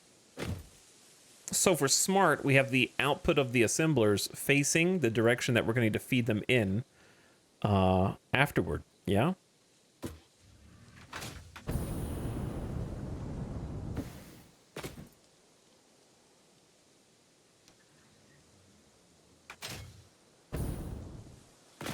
Okay, so since we need 4 assemblers over the top of those, I feel like getting them where they're almost directly above one another is not a bad thing. The other problem is this is going to be a logistics floor, so it's actually going to be even taller. It just occurred to me.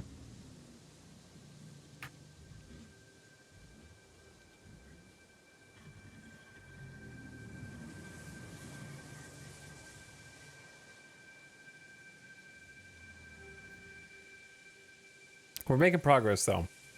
I kind of want to use the front space here also.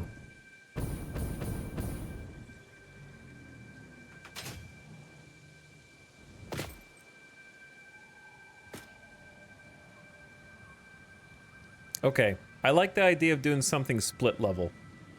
So let's do some split level shenanigans. You know I like a little extra challenge, right?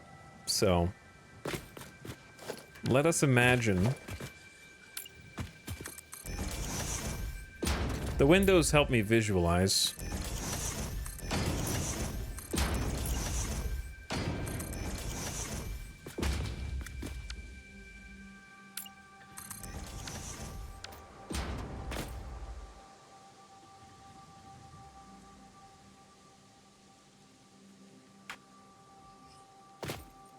One, two, three. Okay, now that is tall. I don't know how I'm gonna use that much space.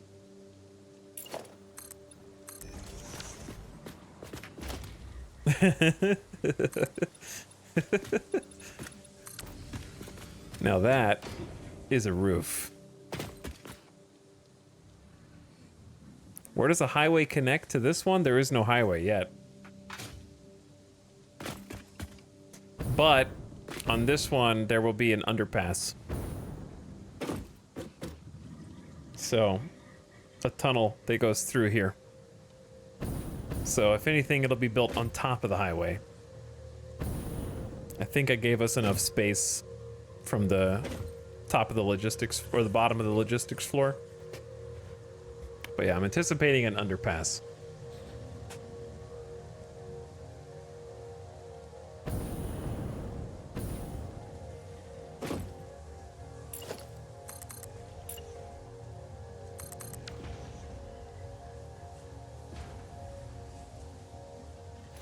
One, two, three, 4. Interesting. That gives me 4 meters of extra space, gives me some room to play over here.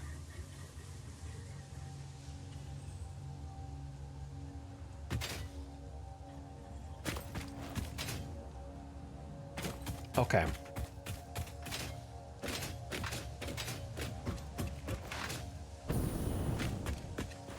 In that case, this is largely unnecessary for it to go that tall.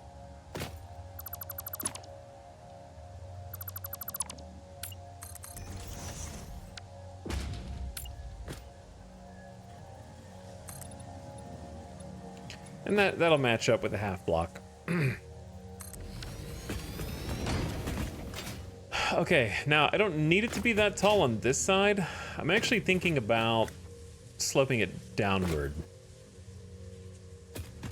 which I feel like will look kind of cool.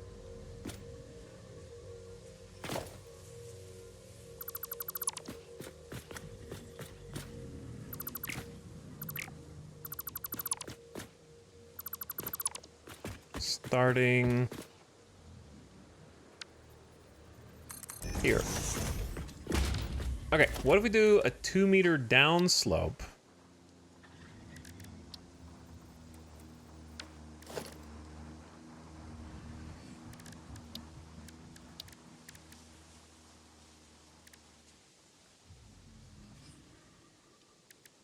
This might actually be a good opportunity to use the double ramp.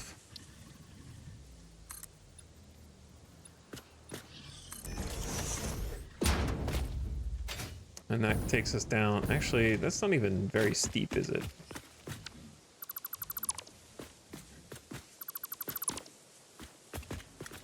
Because I like the idea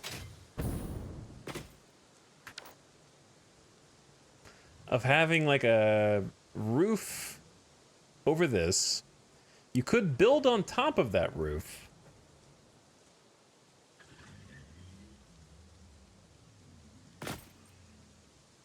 It's just going to be really high up. How do you do the downslope with the curve? It's a good question. That's a good question. The easy answer is you only downslope once the curve stops. So the curve stops here. Right? So you could do a downslope from here, and it would be the same all the way across.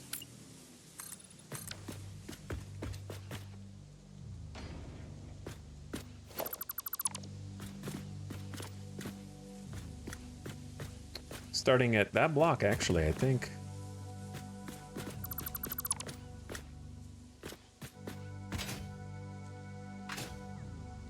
Or rather, 1/2 block over.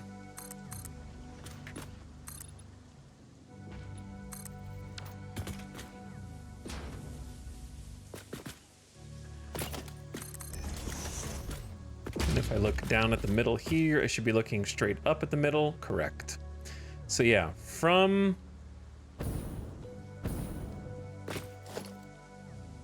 To be honest, this block even could start downsloping, but it's probably safer just to do it at this one.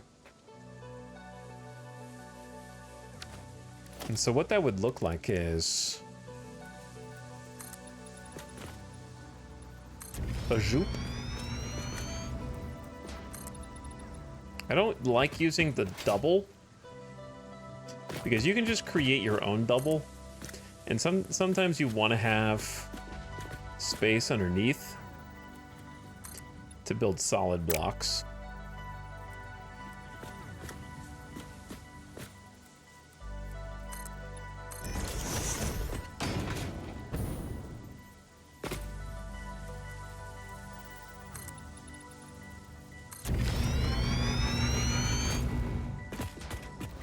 So the problem with this is it's a 6-meter downslope, which is a little awkward. You could keep going if you wanted, but you're getting awful close to this. We could just do like a 4-meter downslope and then even it out.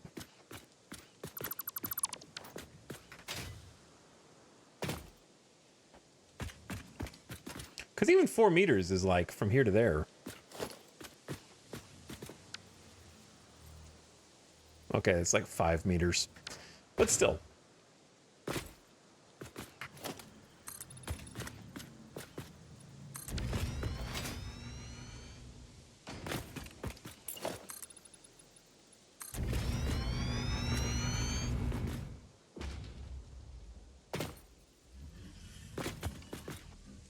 So you could do that, and then downslope if you wanted, again, to taper off the building. But I don't think I really want to taper off the building, because we're going to have like structures around the minor mark 1 and 2 down back here, or if these are both minor mark 2s that are going to be kind of like tall pylons. We kind of want to make it look like these are almost part of this building to some extent, because I wanted it to go all the way down to there.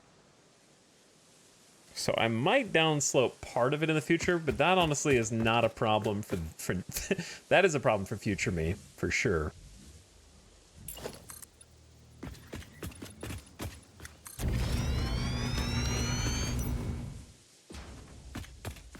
But I think we'll want a few blocks of space over here.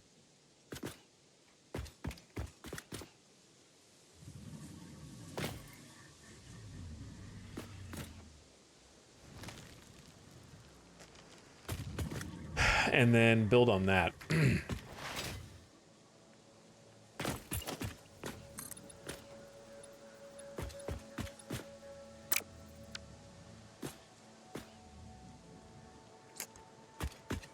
where should this half block go?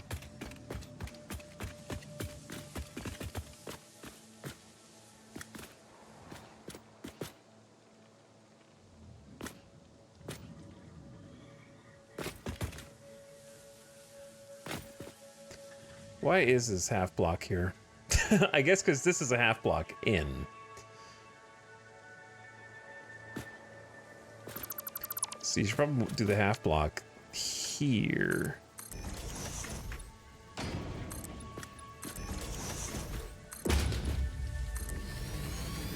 Okay.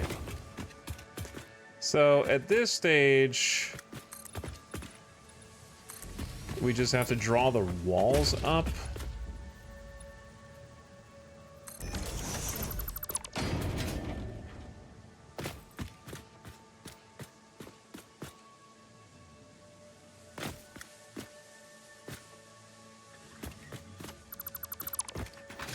Like we did here, all the way around.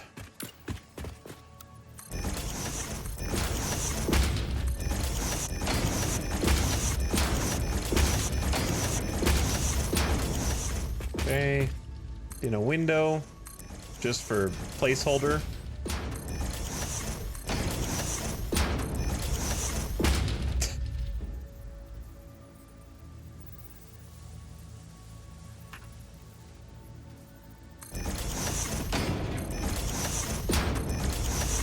Okay, placeholder window with basic wall.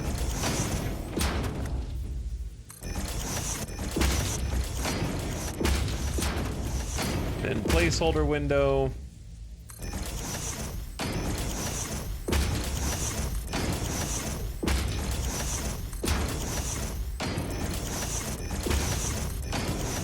And then 2 meters.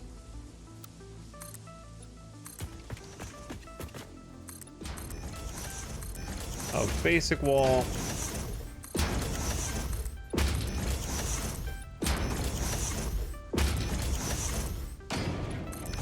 Cool. And then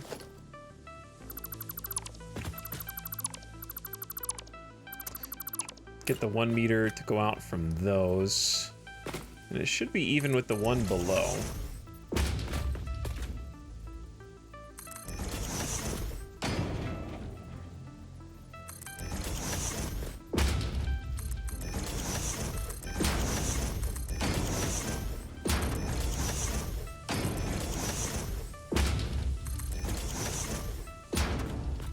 And then from there, you just cleep until the floor is covered.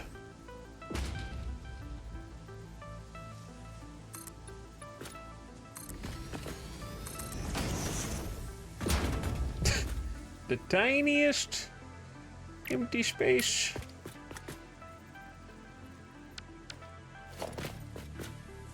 The littlest empty space.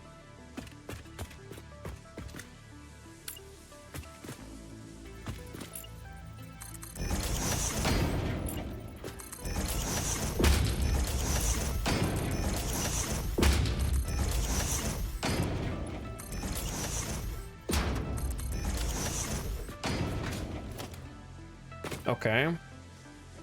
We're getting there. We are definitely getting there.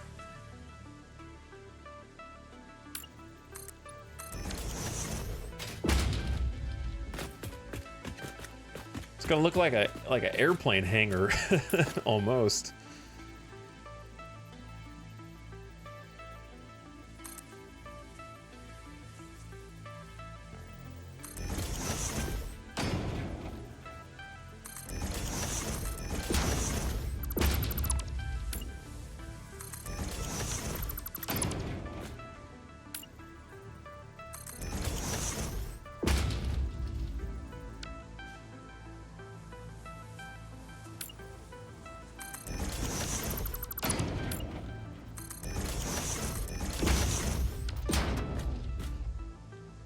Okay, boom. Your Coliseum. Kinda. I can definitely see the, like, future of what this is gonna look like from just, like, an outside profile.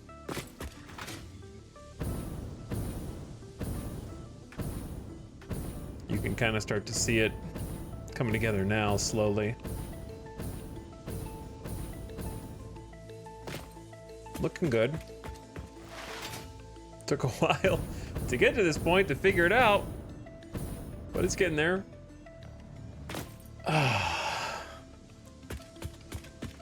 So, now we have to go up. Best way to do that is a ladder.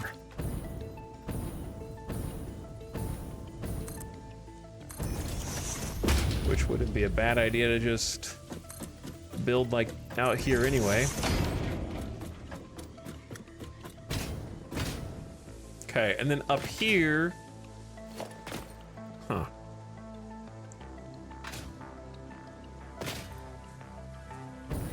Did I build this one too high?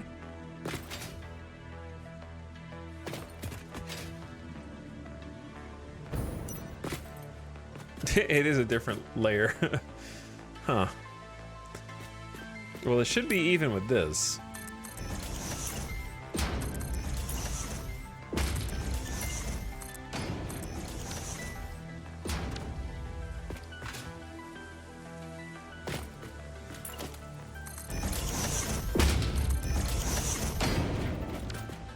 And we should have 1, 2, 3, 4 meters of basic wall to play with to make some different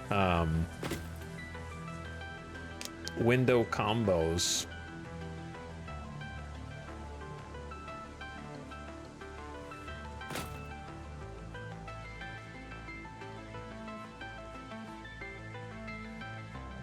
I like this song. This is a nice song.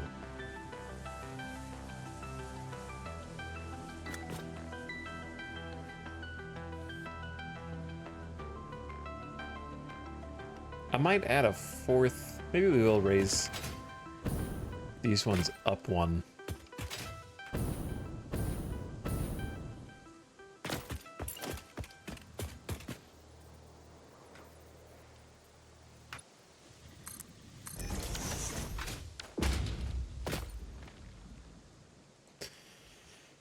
Okay, that way we could have 4 vertical windows in specific places if we wanted, and it would be really nice and open, airy looking.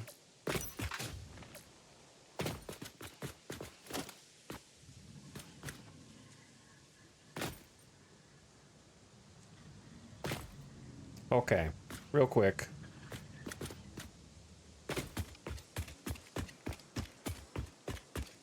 Just this part, not the whole thing. Don't worry.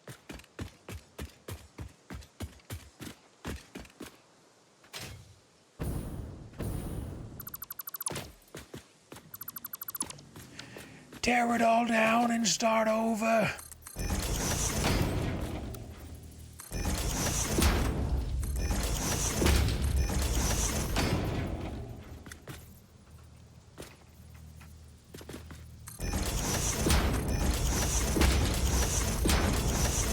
No need to get so crazy.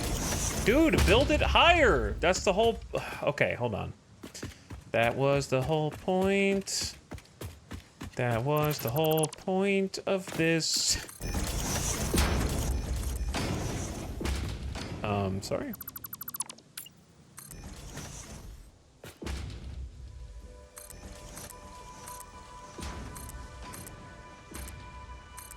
Okay, now build your little half block. There you go. It's just so hard.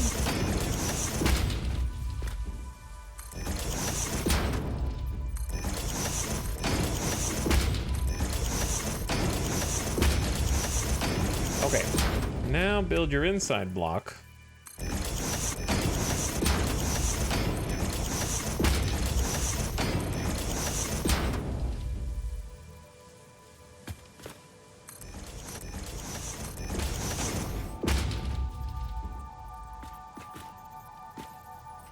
Oh man.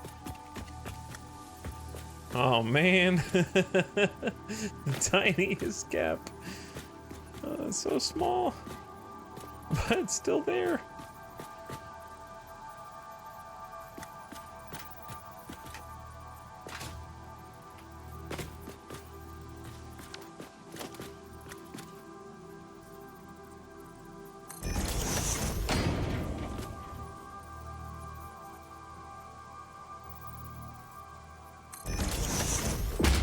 right, that may be a problem in the future. We'll cross that bridge when we get there.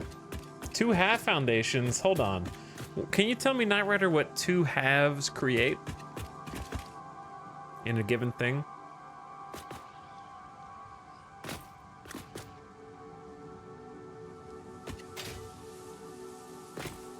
Oh. True.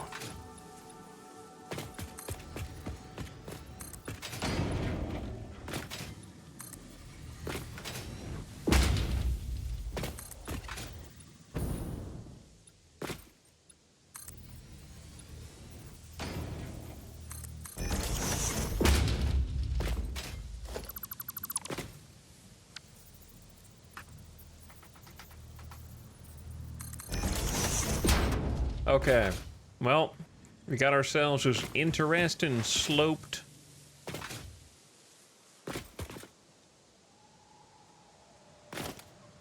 little bit here.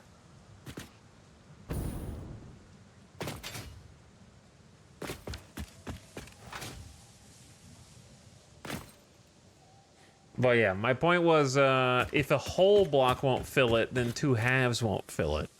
Because it can't reach end to end, because it's not, 2 halves are not going to be longer than 1 whole block. But you're good, dude. Gotta poke fun, dude.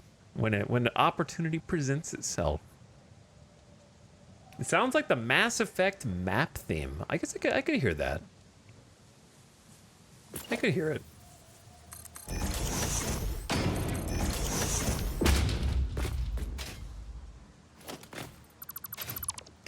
Okay, we need to make a temporary wall.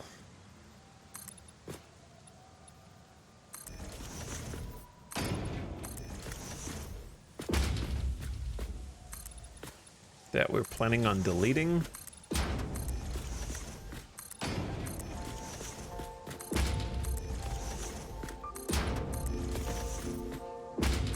Just to have a reference build-off point for the floor that's going to service the very, very tall roof under there.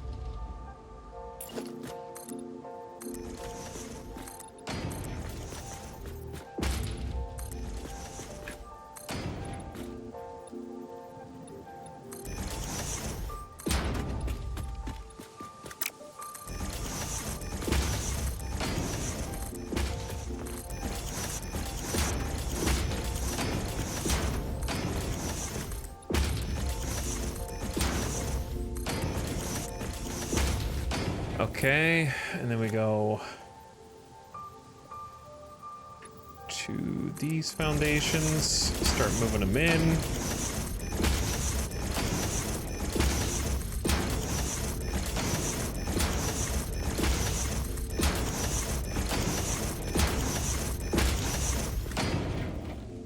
And then it's possible a half foundation will fill these.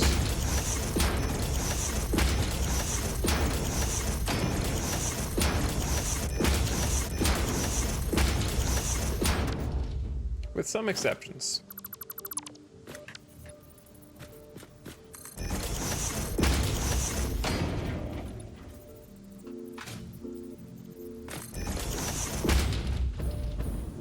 Okay.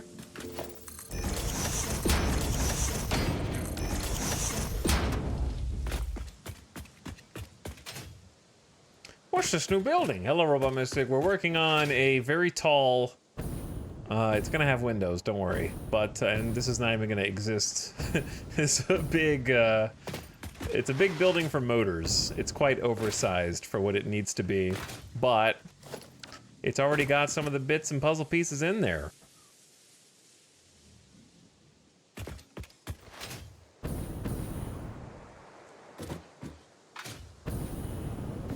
We're trying to make it into a legit looking building. I'm not done with work for the night. Oh. Get back to work.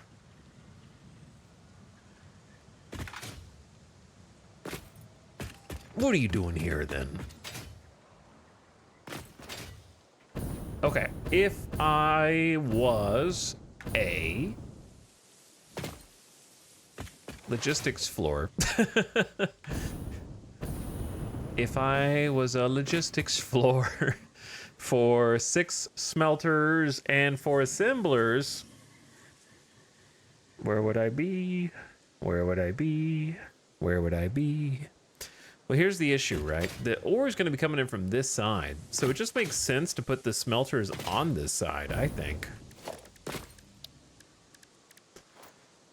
But again, the trick is that we actually do need a logistics floor.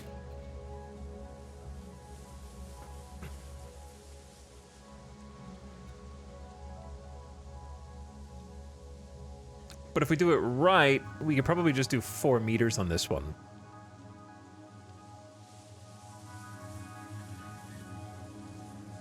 Like the smallest one possible.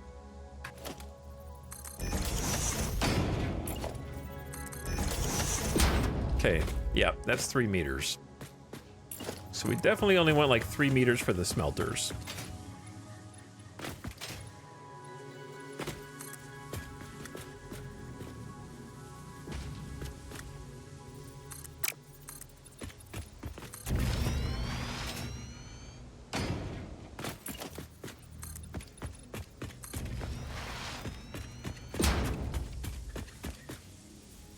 Okay, and then they'll go up a ramp. This is so much space for like 4 assemblers, man. Okay, well, we'll try and make it cool, I guess.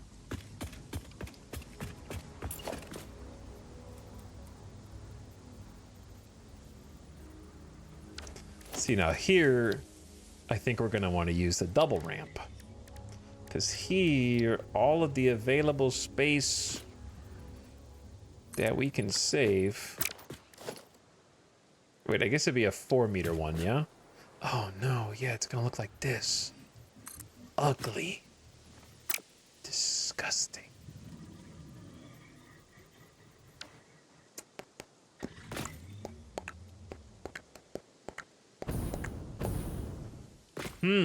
Yeah, that is an issue. How did I do this before? Do I need to go look at my own factory? The steel down there? I refuse after working for 13 hours. Psh. What are you, some kind of Satisfactory streamer? Working for 13 hours?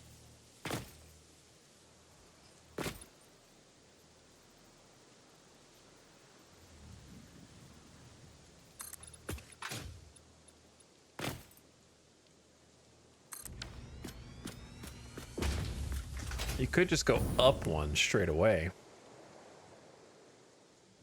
instead of trying to follow it up a slope.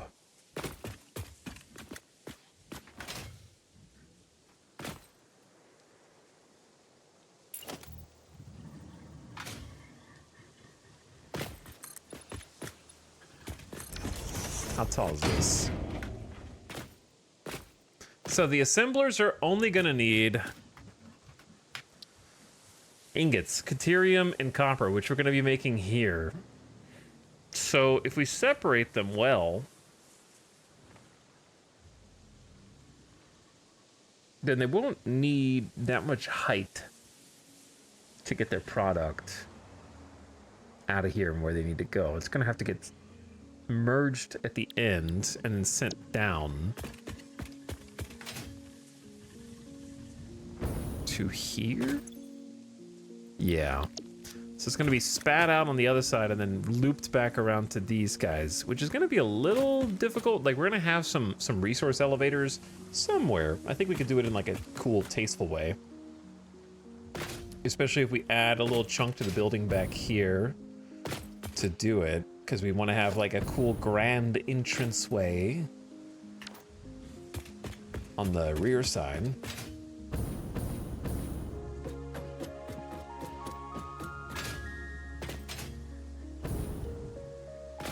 Okay. Am I gonna regret only having this much room for spaghetti? Maybe.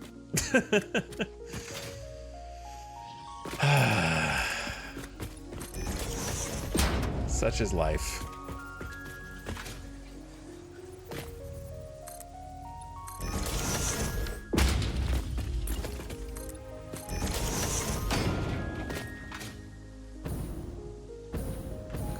That's a little... I need to change that back.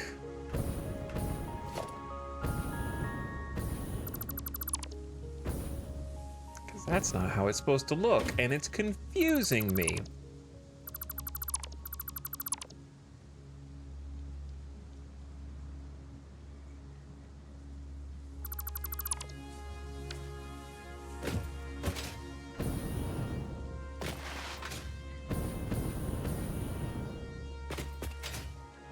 No more waterfalls of resources. No more resource waterfalls. We tried that in Big Iron, and it was a waste of stinky time.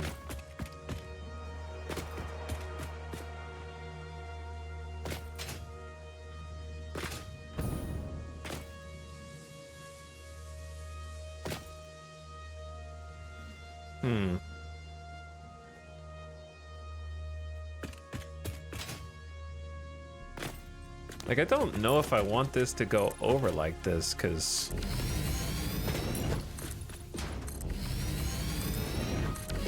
it creates a large gap of space right here. We don't need this much room.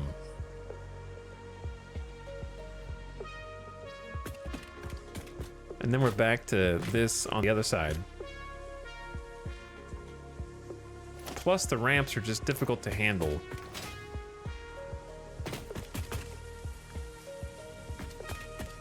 Is there a world in which the smelters are like here,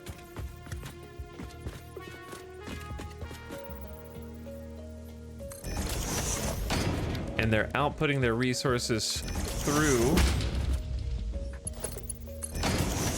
this wall?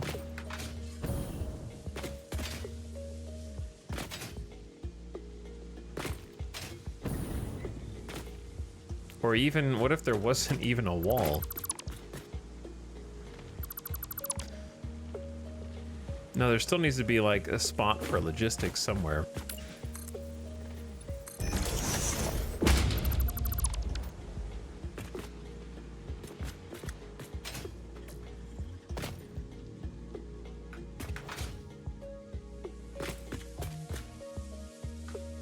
All right. Let's figure out what's going on, but first I'm gonna take Dog outside, okay? I'm gonna take Doggo out. Get some, I need some water. I need water.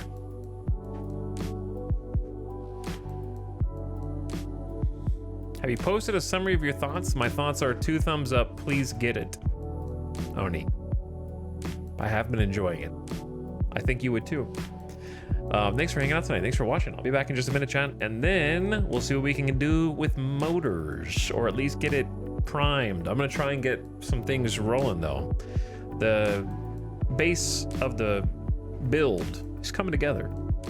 Appreciate you guys hanging out. BRB.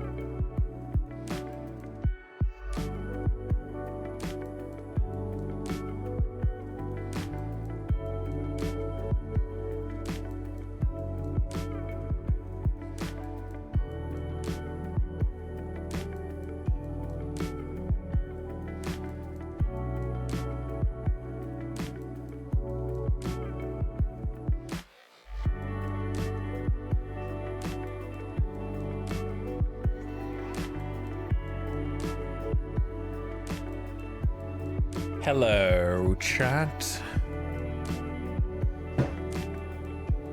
Hello.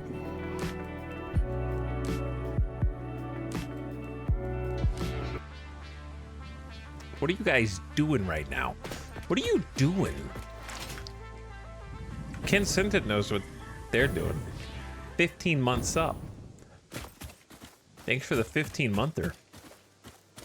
And also for supporting the stream. I want to listen to a jam. Play a funky beat.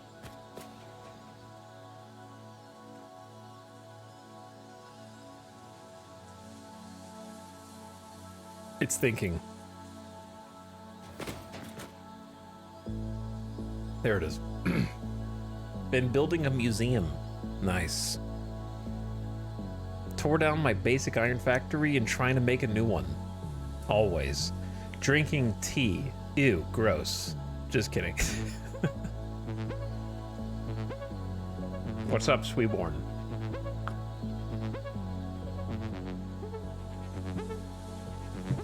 And thanks again, Ken sent it.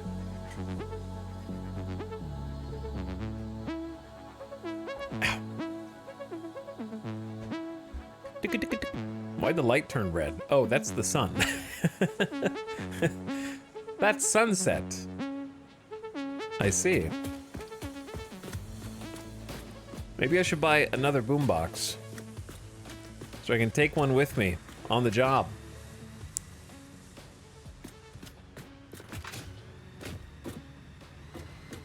Go, little one. Go. You're doing great. Well, what's kind of nifty is that eventually you'll be able to look outside of this factory and see the new factory we're building. Unfortunately, that factory is not going to be anywhere close to finalized for a while. We're just going to get it working. Like it took a long time to get the foundations of where everything goes so that that part doesn't have to move. And then we build up sort of the rest of the factory around it. I haven't tuned in for a few days. What's up, Kent? Welcome back, dude. Yeah, no, this factory's donezo. This one's donezo. We're finished. It is complete. Now we're working on motor factory.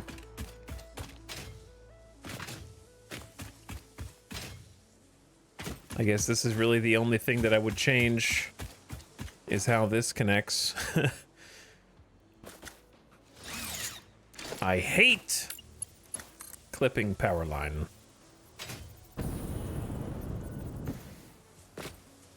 Dude, that is so funny. I didn't realize you could use beams to make a floor-mounted... that's actually a really nice tip. You could do a floor-mounted wall mount with beams. Sick.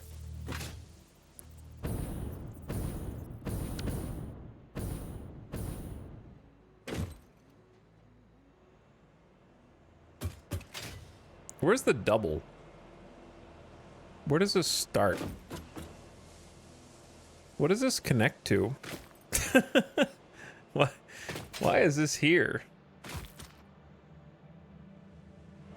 Am I losing my mind? Oh, wait, no, what? Chat. We already have a connection right here to the outside world, so this connects for nothing, for no reason, right?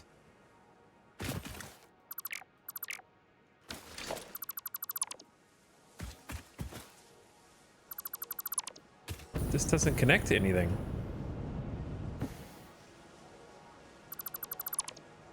Pretty sure. Okay.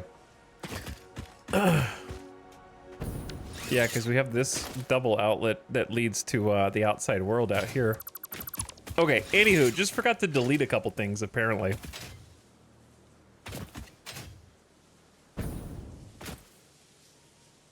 I'm allergic to forgetting to delete a couple things, apparently.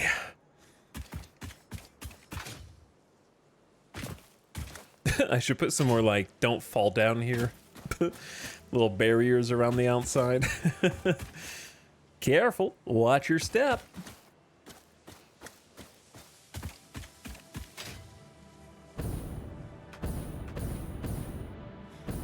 But yeah, this one's a done deal, Kent.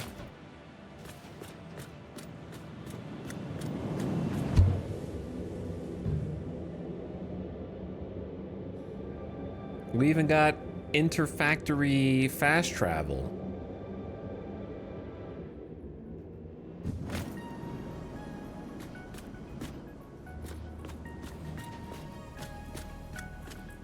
There's a Power Slug museum display. There's 3 different paths you can take from this one fast travel hub. If I need to do any maintenance on the logistics floor, we have a fast travel to the logistics floor even.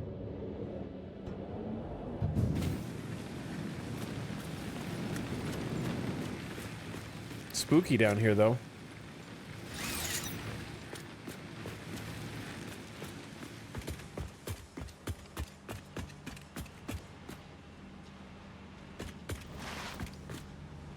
But yeah, we did some overclocking earlier, actually. Like yesterday.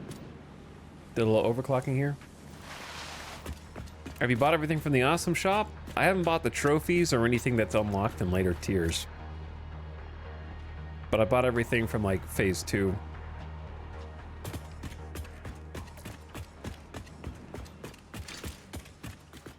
Don't worry, you can't get lost because the exit signs will point you where to go in the dark.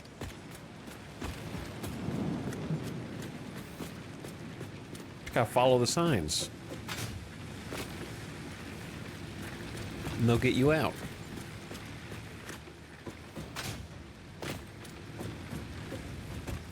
But yeah, this is our baby. It took a long time. And now we're starting work on an actual functional factory for progression.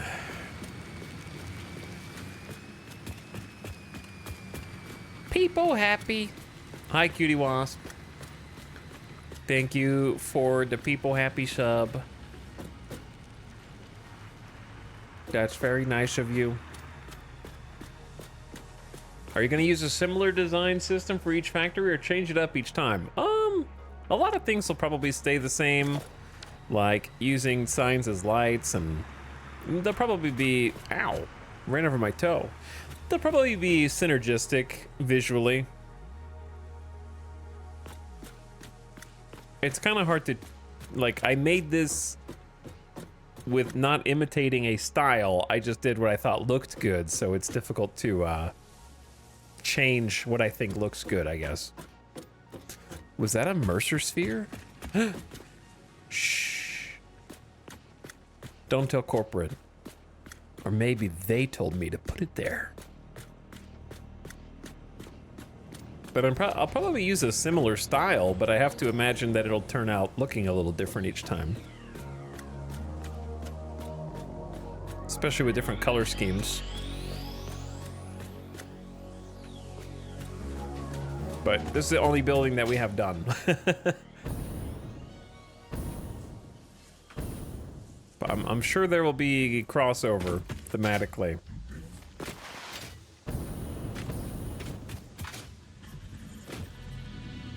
Now we're this big empty concrete building. I don't need to make it look pretty. I just need to make it work. And I was getting a little stumped up here.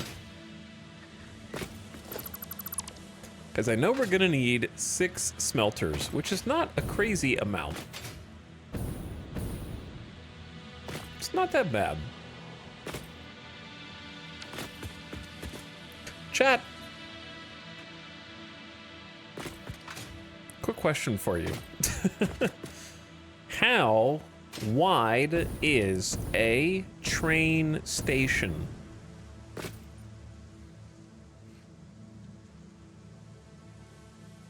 Load this into Counter-Strike. Takes me back to the old modded map days, dude. About this wide. 4.5 foundations, 5 foundations.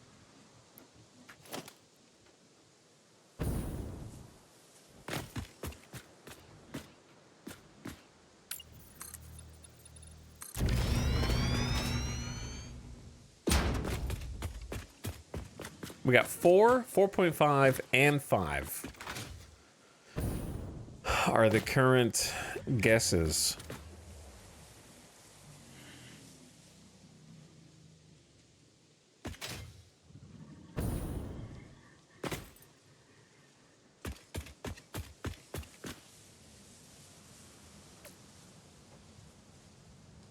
I use 5 to keep it center so the track runs down the middle. I remember having to do 5 to not hang over the edge.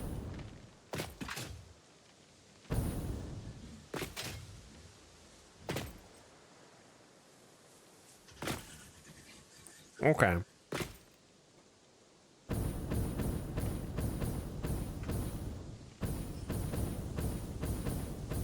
Well, I was thinking it could run like on top of the building, but that's kind of silly. I could probably just eventually use this space. If I wanted a train station up here, I could just attach it here.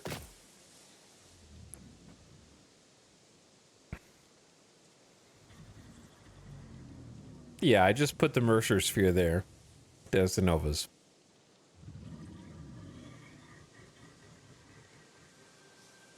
Looking at mine, it's a few ticks more than 4. Okay. Interesting. So I was kind of thinking like whether or not I should leave space for a train station up here. But I don't think I need to. I think we got plenty of space over here if I wanted to like build over this. And who knows, I might be able to fit it underneath. I don't know how tall they are, I guess. Probably pretty tall.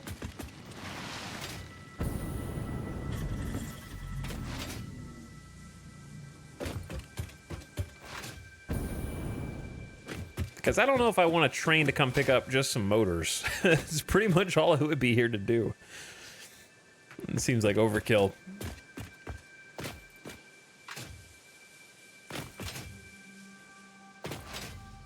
Okay.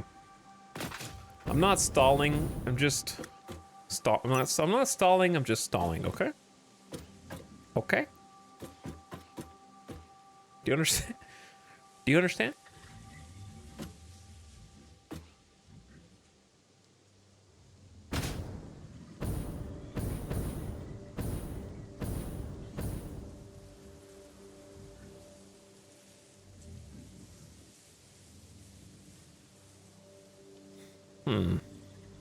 This slope is a little funky.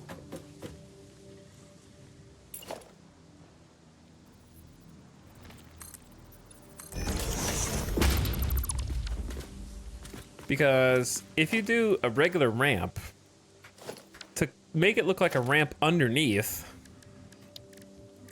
obviously I know you can use double ramps, but I try not to use double ramps because it really severely limits your options. But to make it look like a ramp underneath, you could do a 1 meter inverted.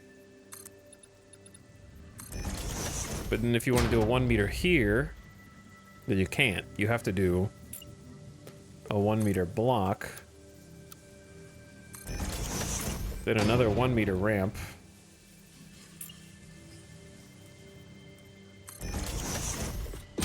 and then once you get to here, same problem, except now you need 2 meters.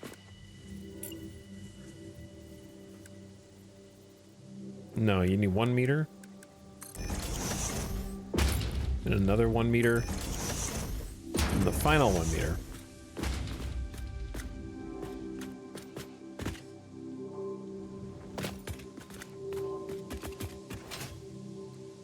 Which is kind of a long slope, to be honest.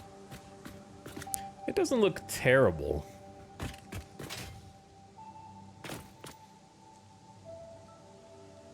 No, I'm not worried about the tree. You want some space on the side for the input-output ports of a cargo? Yeah. I figured it was just going to be huge, Mary Skipper. It's not really worth planning around for me. I'm more concerned with how to make this area look like an actual intentional slope.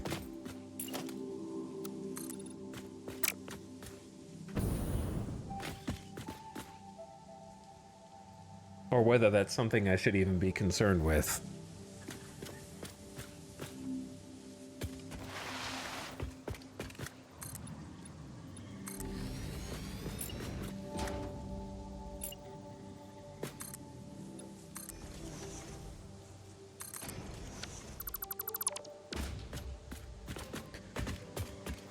I'm wondering if it might look cool to just have it slope on the right and the left and not all the way across the middle.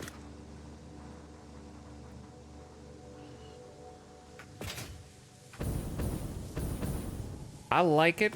Who needs sleep? What's up, KJ? Welcome back. No sleep here. Now, you can't do this because once you get across to here, it's going to be rounded. That's the biggest problem.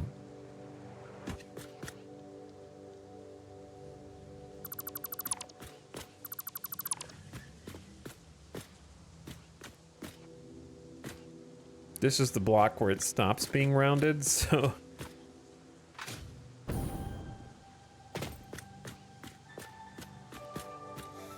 Or is it that one?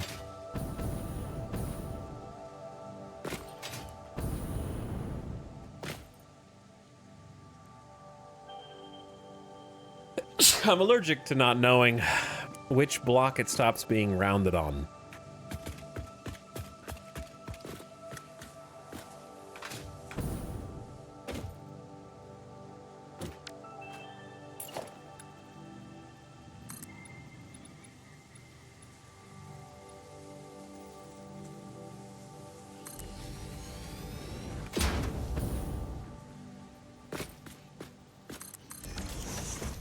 We're getting so many sneezes in today.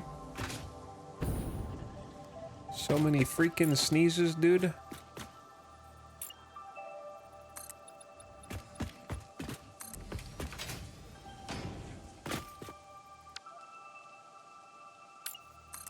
All right, I'm kind of just messing around with this one to see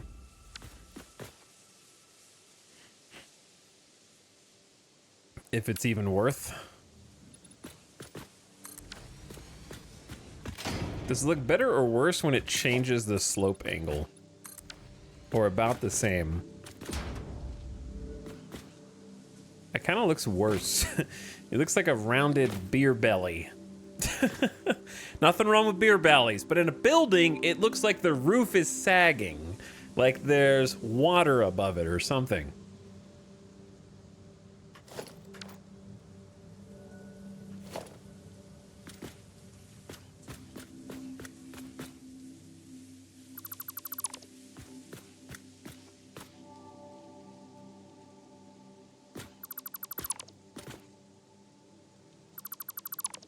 A little droopy. Yeah, a little droopy. Just a little.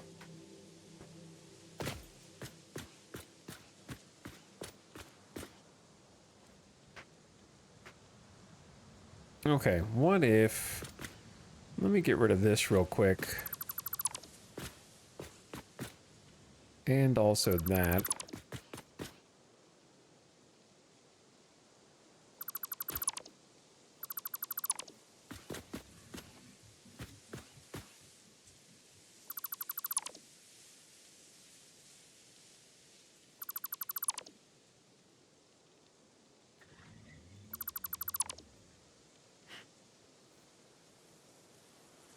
Birds.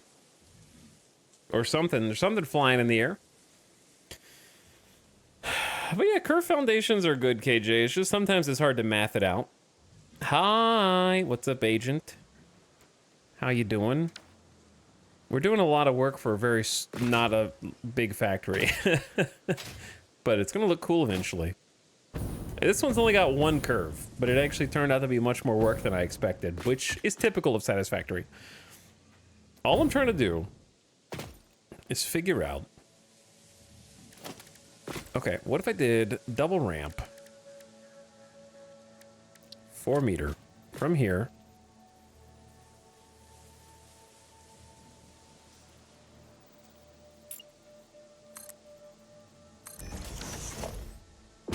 How do I get this thing...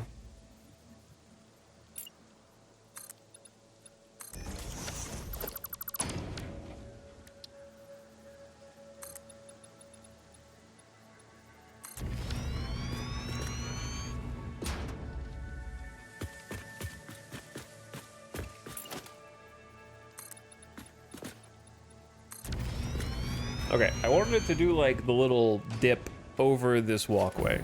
That was kind of the idea. So now it shouldn't look like it's sagging. It should look like it's going down to a different level on purpose. Okay. Now, I may not want it to go on that line the entire route, but we'll see.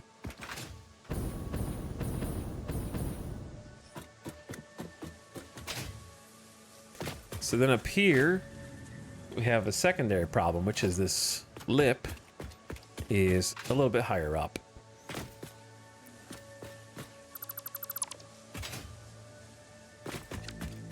Which will create the need for a gentle 1 meter ramp to level us out.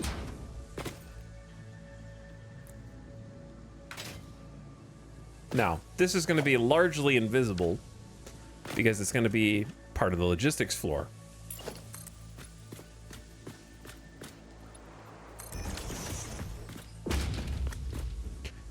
The only thing you would know from it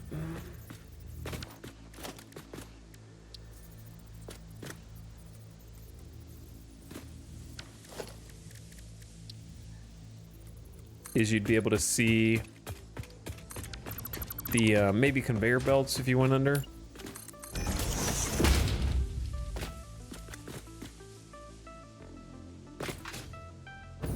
Yeah, I kind of liked it on the edges also, but then what do you do at the middle? Like, it has to be either high or low, which creates confusion. And how do you get from here to there? Like, you have to go either vertically or on a slope. So even if you delete the middle, what do you replace it with? You got to replace it with something. Or you just leave a giant gap.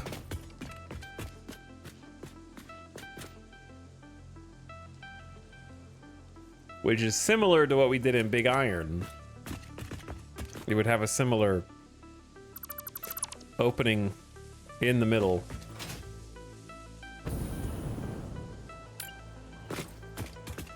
Isn't a double ramp just a regular and inverted automatically together? Yeah, and?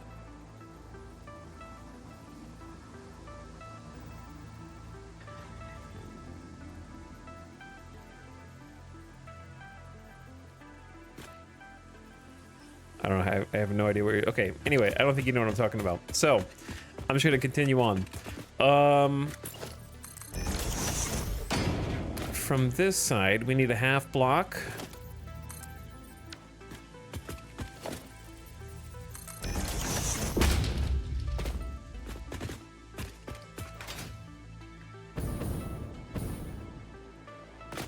And then...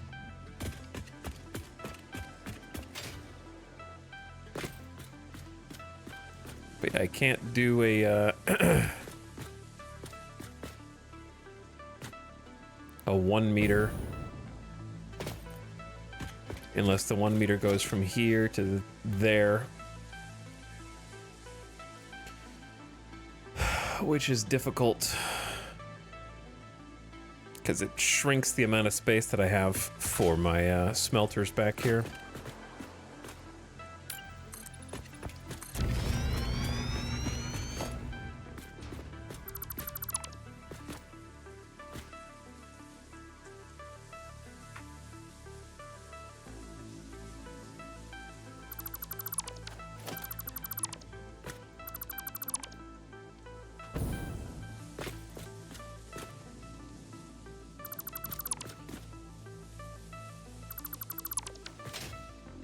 Okay, so you'd have to do... Why are there 2 blocks on top of each other here? Oh, that's the ramp. Okay.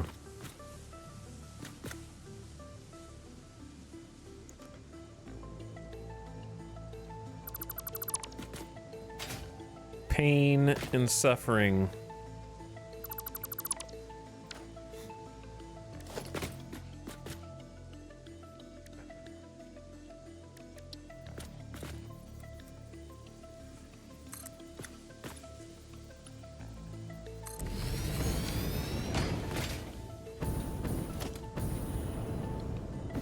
What?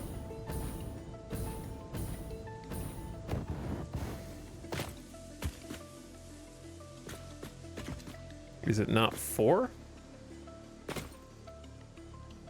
How many meters is it between this and that? It should be 4, right? That goes up 1, 2, 3, 4. I need to go up there and look.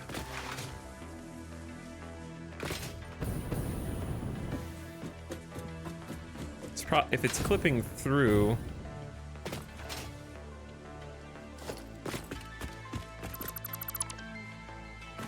Oh. Okay, so yeah, it's just not gonna attach because this is where it starts to curve. Yeah, that was the issue that I thought we were gonna have. You could argue on the logistics floor it doesn't matter.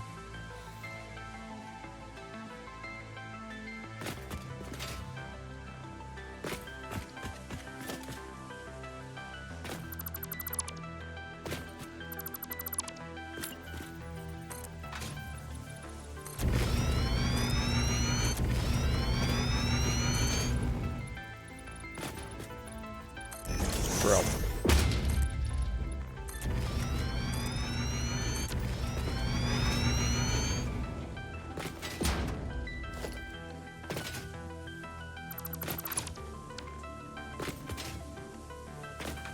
Okay, so the only part where it's kind of messed up is on this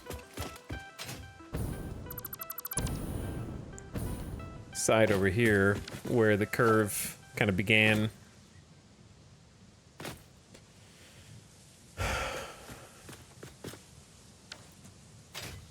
Might be a little chunky. Watch your step.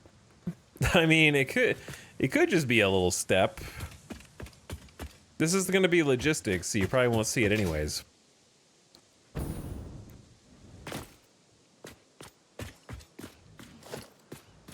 And then on the underside,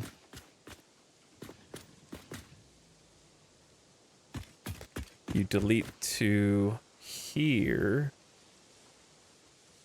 Keep the outside edges.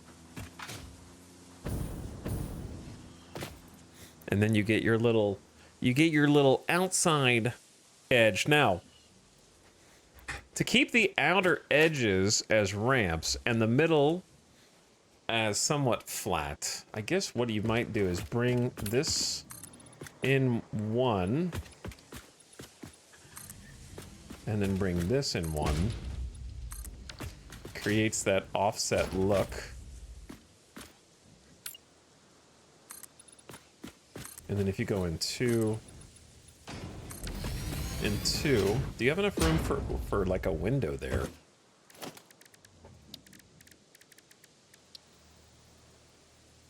No. Can we create enough room for a window? Well, if you do a window there, it's just going to be into logistics. Do you really want a window into the logistics?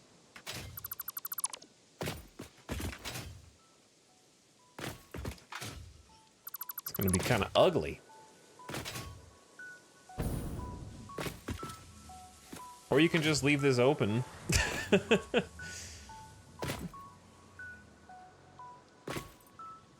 I want to build my factory with the logistics on display. So a normal factory. You can definitely do that. That is extremely viable. Perhaps even efficient.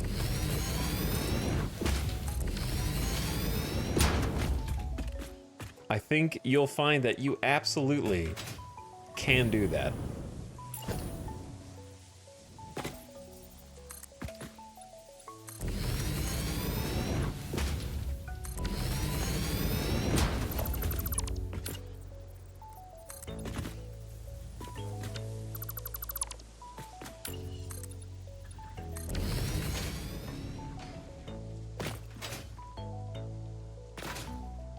It is, in fact, most likely the preferred way to play the game.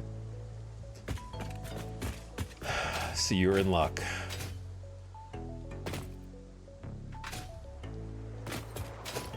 Okay.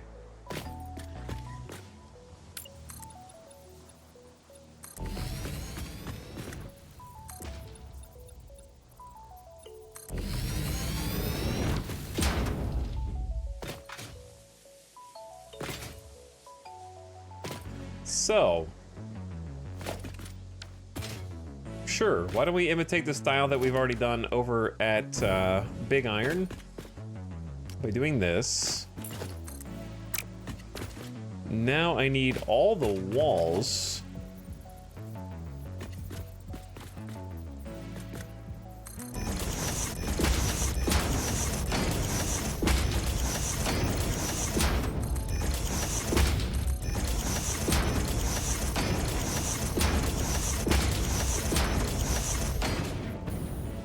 So that I can make a circle for this logistics floor. My first logistics circle floor.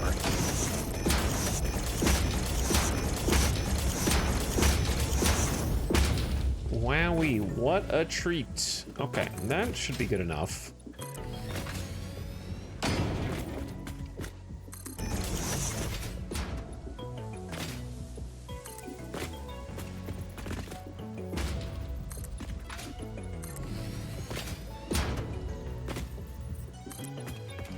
Good thing I have so much concrete.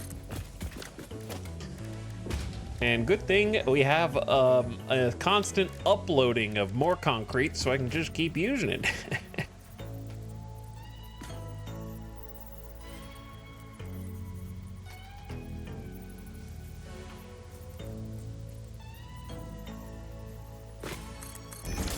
I guess it's gonna be clipping no matter how. All right, there's our spooky crawl space, and then this is where the final factory buildings are gonna go. So, the plan is we need, what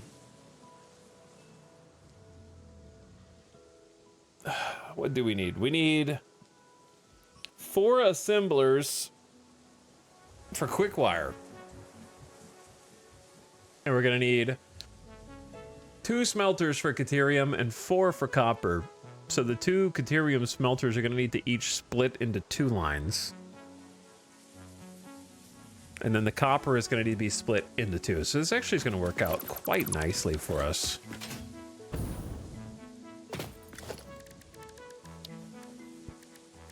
So we're going to have the smelters on this side.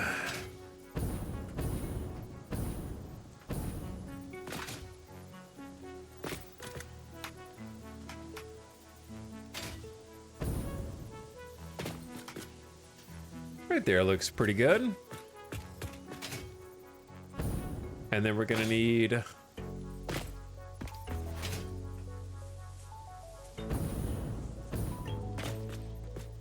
to loop the output down, and then it's gonna have to get onto this. So we need enough space to turn. And then we just need, what, 6 smelters? Let's start here, question mark?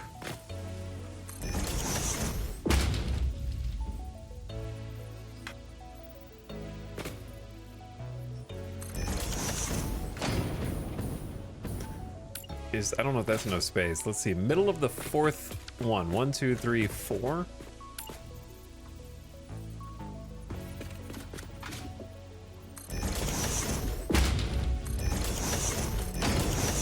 No, not enough space. Okay, didn't think so.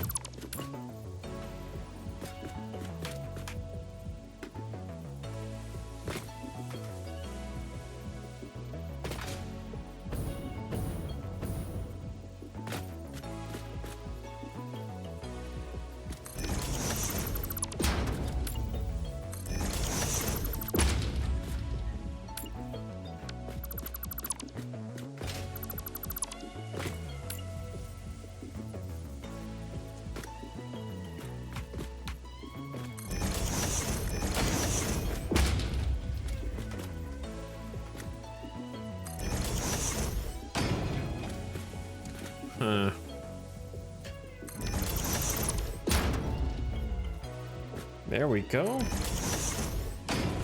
Okay, so we're gonna have 2 on either side for smelting copper. It's gonna be copper, copper, then Caterium, Caterium, then back to copper, then back to copper. Okay, sick.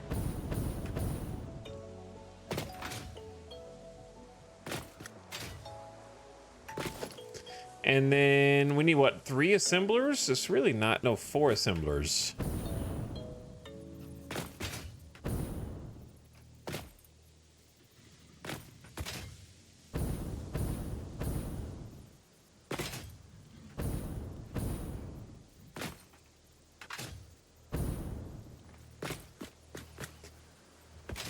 Okay, we have the curve coming in, so we can't afford to take too much space. I just left enough room back here, assuming the materials are going up these little side tunnels. They need enough space to, like, turn left and then start splitting, right? So hopefully that's enough room. And they can also split on the inside, too, and then we have an output.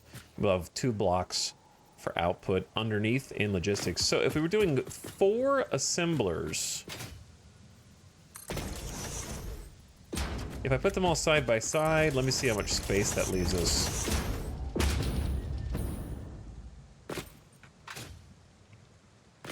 Well, it leaves you enough space to have the little raised floor that goes around, like we did before.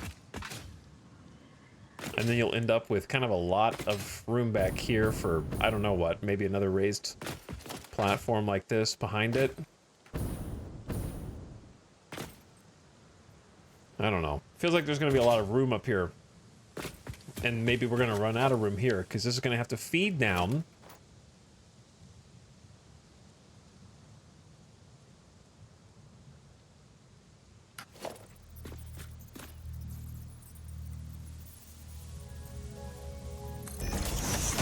Like this.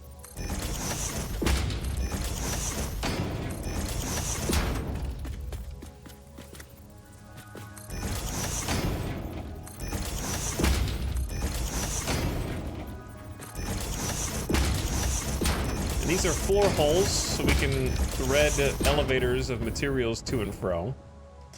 And, like, I guess the question is there enough room down here with the curve to do what we need to do? Or are we gonna run out of room? There's still about 1 block. Because, like, let's say I was outputting this way. There's still about a block, and these should be the only materials coming out here.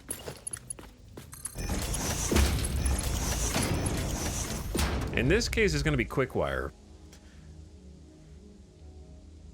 How much area for a train station? Chat said at least 5 blocks. I don't know, because I haven't really used trains very much, to be honest.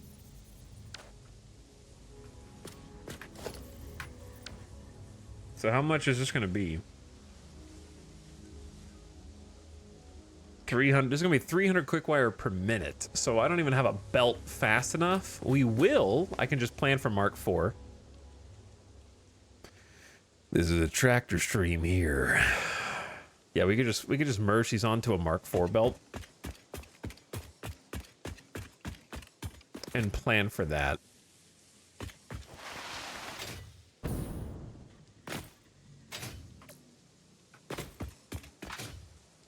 Okay. We're doing fused quick wire. I guess. I guess we're doing fused quick wire. I talked myself into it earlier.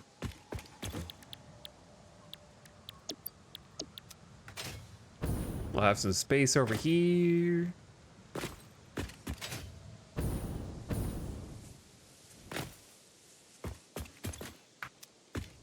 Okay, these are all ready to get an input. Oh. Nudge that one.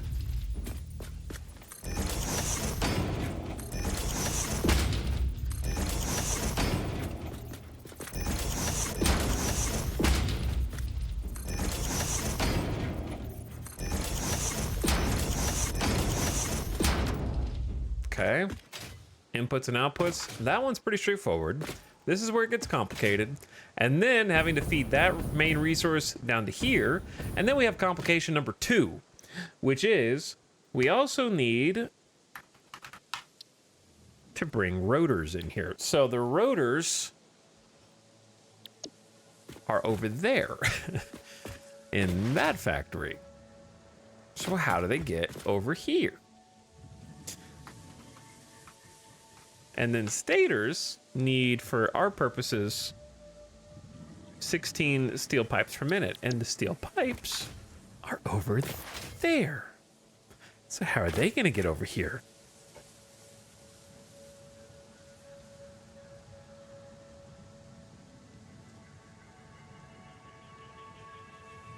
What if you loaded them into a truck and then used launch pads? But yes, we're almost at the part where we have to figure out logistics. Classic. We can do this part first, though, because we have the raw materials for these smelters right here.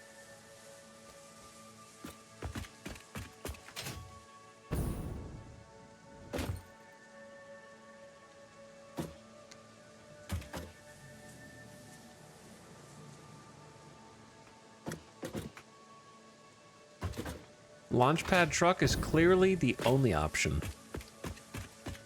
It's fair.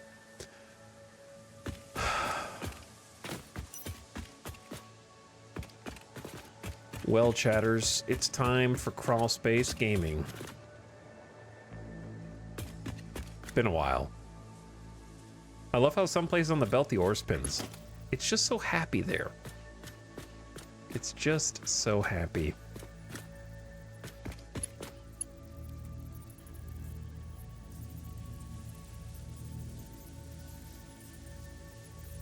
So we actually don't need to merge the copper unless we just want to for convenience sake and then split it once we get over there. Which I think is a decent idea, because that'll save on lines.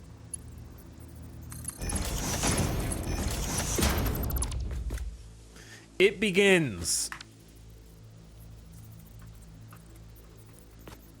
Back to crawl space gaming, dude. If I do a half step over, can this cleanly? No. It's like, don't even think about it. Okay. If I have to go like one full space over, then it can. Okay. So we're merging the copper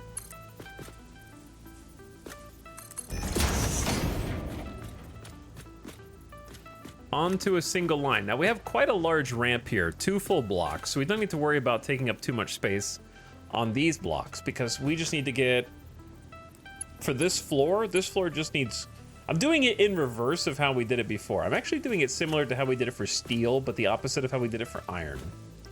Which is to say, I decided to try working the product from the top down. Okay.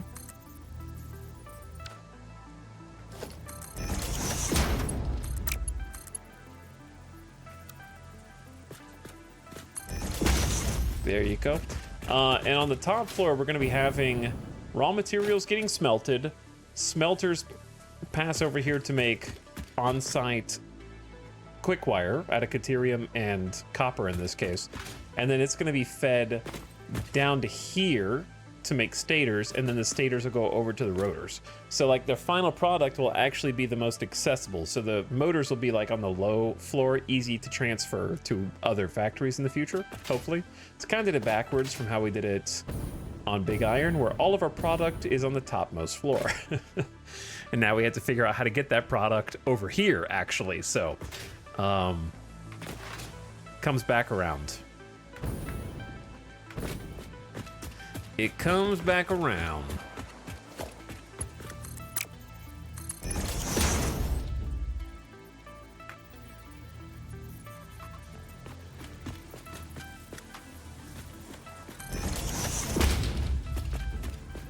Same thing on this side.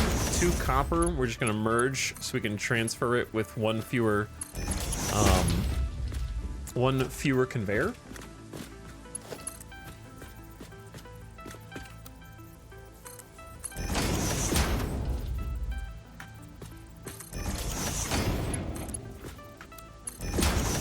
Okay, and should be easy as that. And then this is going to be Caterium. One will go this way.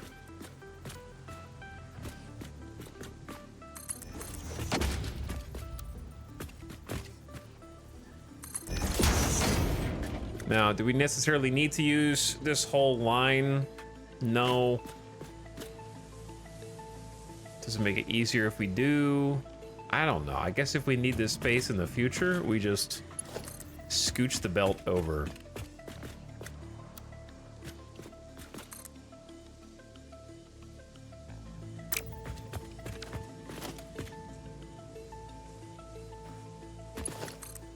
Now, these long sections of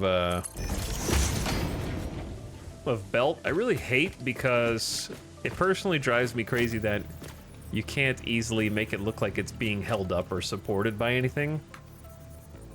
And you also can't attach ceiling mounts to double ramps. So, clipping supports are my only... It's not the worst. It definitely could be worse.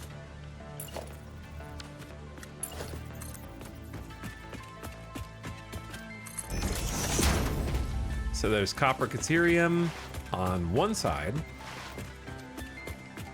and then copper caterium on the other.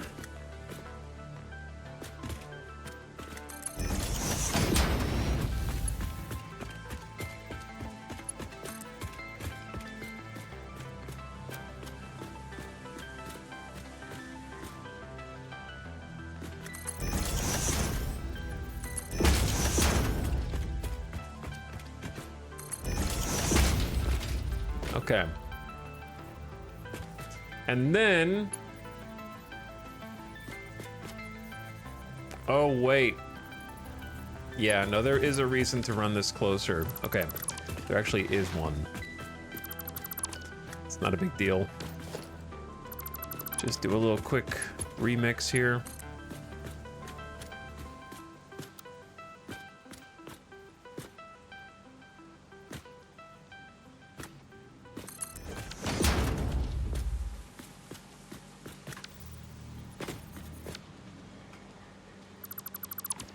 Because we're going to have to run the product from up there back down here and then push it to those assemblers somehow. So, yeah, we're going to need to figure out how to run that to the assemblers in like a nice way.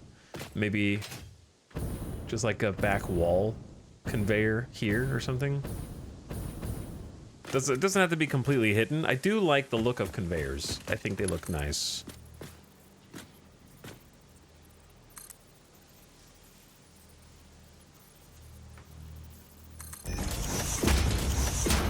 Those aren't gonna clip, right?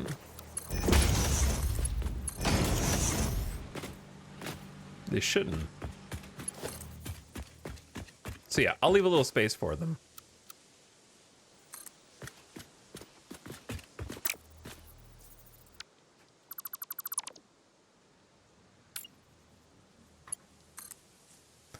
Just in case.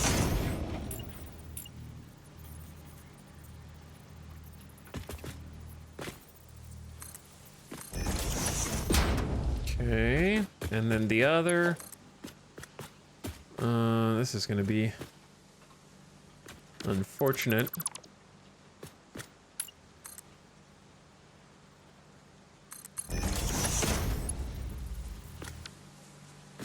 Wait, why do I have two half blocks when I could just do a whole block?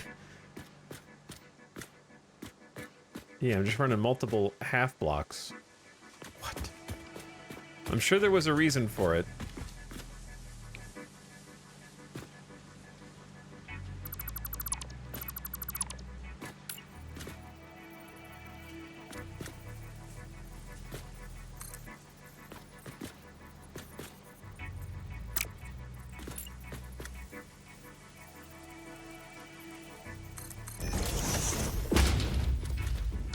Yeah, maybe I'll just leave well enough alone for now.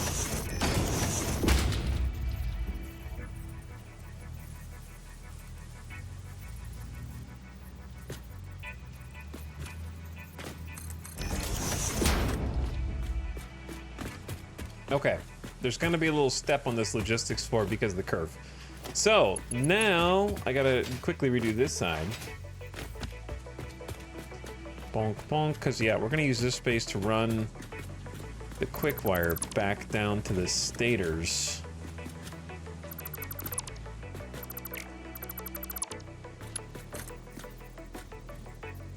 This would be easier to do like this.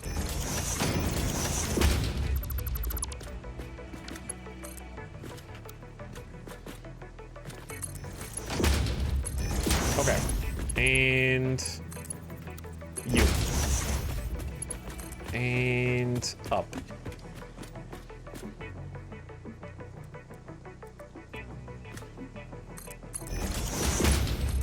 And since there's no curve on this side, it comes out level. Okay, so above us right here are assemblers that are making quick wire out of caterium ingots and copper ingots. So we have smelters here making copper ingots and caterium ingots, yes? So below, we're gonna actually feed two sides. So on the inside track, we have copper. So we're gonna run copper facing this side. And it's gonna be pretty easy because I think we just do like one splitter. This is gonna be peanuts compared to what we have done on previous builds.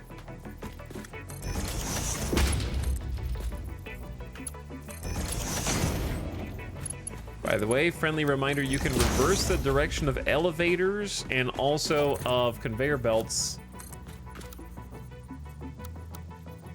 Actually, no, you can't. Can you reverse conveyor belts? You can do conveyors. I mean, yeah, you can do conveyors by hitting R.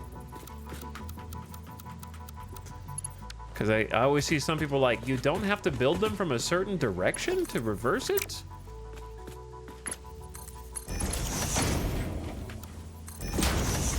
Yeah, not conveyors, because the button is now reserved for the new straight build mode.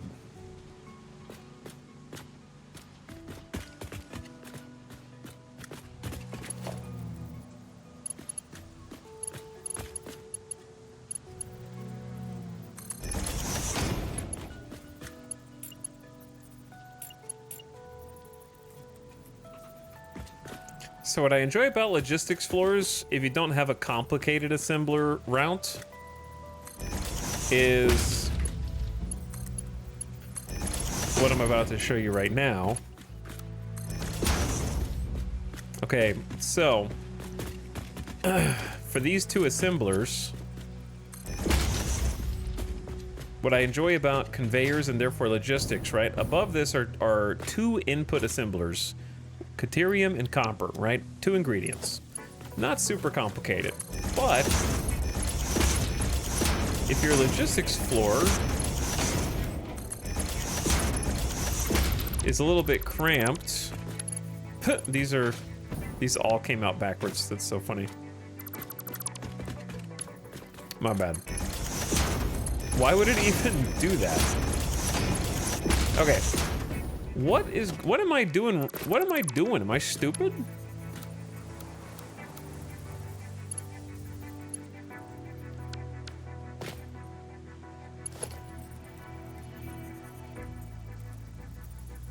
It's definitely close enough. I've done this 100 times. What?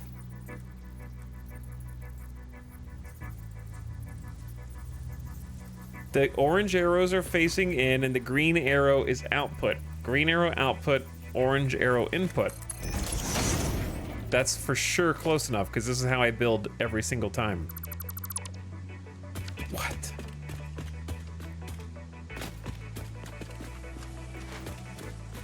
That is the strangest thing, dude.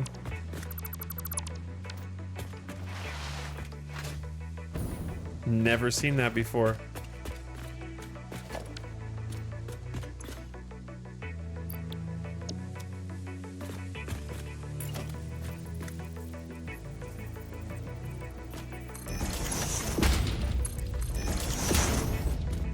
That one's connected.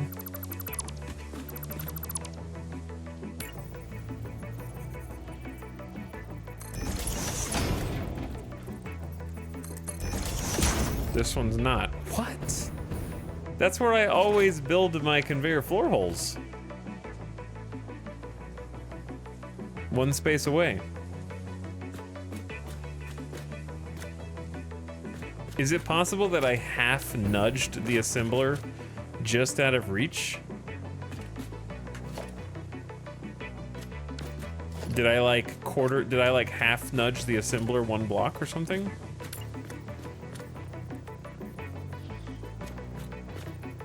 Yeah, that's what I did. I half nudged it one forward.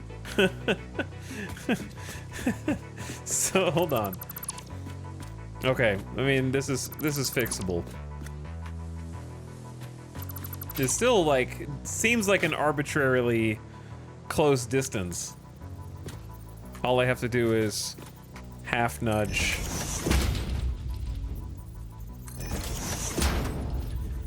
All of these.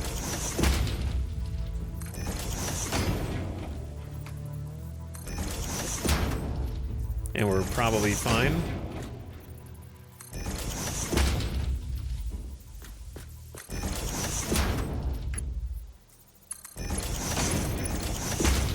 Yeah. Yeah, now they're connected. Okay. Fixed, saved.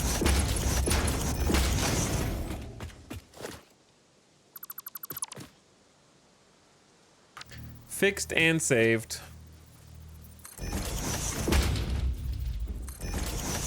That's what I get for using half nudge.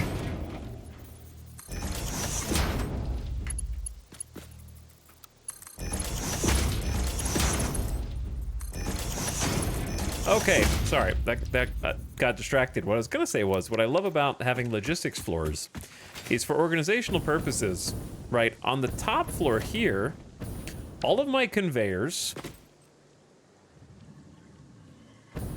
are facing into the inputs of the assemblers, right? And they're facing the same direction. But when you go below on the logistics floor, it doesn't matter if all the elevators are facing the same direction or not, right?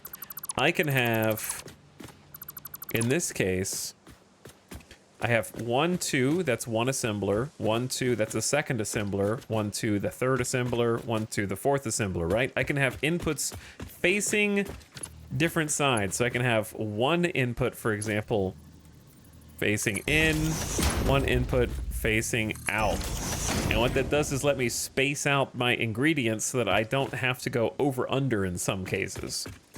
So like if this is copper and I need to split the copper, then I just grab a splitter, take the input facing me, line it up with where the elevator's gonna be, push it out one space. I'm gonna push it out another half, just because that's what I did up there, is I moved it by like a half nudge. Now, when I connect up my copper that I intend to split 2 ways, hook one of the splits up to the first assembler, or rather, I meant to do this a little further up, I suppose.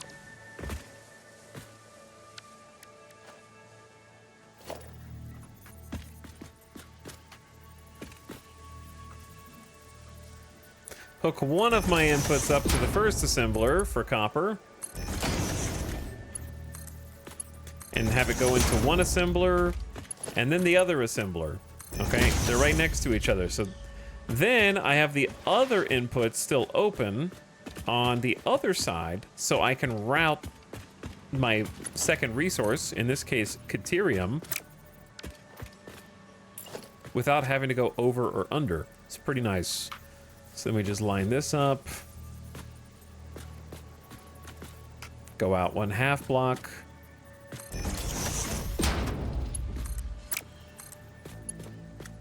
I like watching the items move around. Me too. That's why they invented glass floors.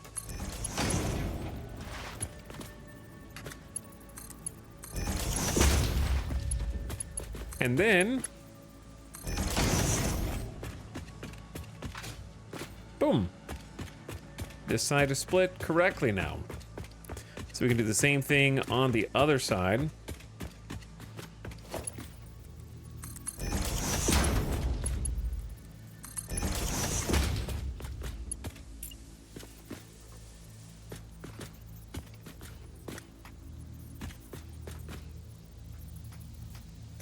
Bring one splitter in.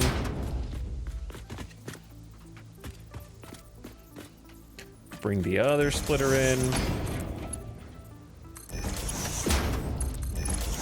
We'll do the copper first. Copper goes in, splits two ways. Half of it goes into this conveyor, and half of it goes into the second assembler. And then we got Caterium, which also wants to be split. So it gets split into the first assembler, and then again into the second. And voila, we're done with that part.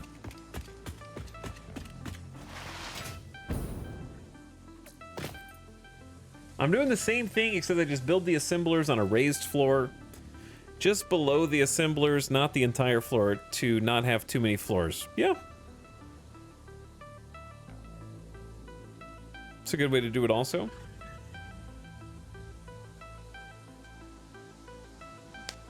I remember Big Iron's crawl space. This is where we belong.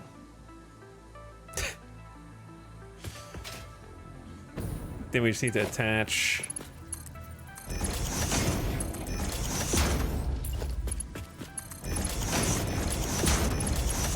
outputs to the smelters and inputs to the smelters.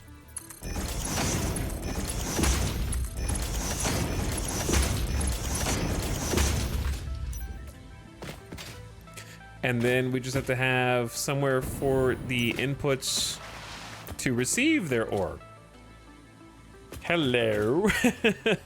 That would be you down here, wouldn't it? Yes, it would.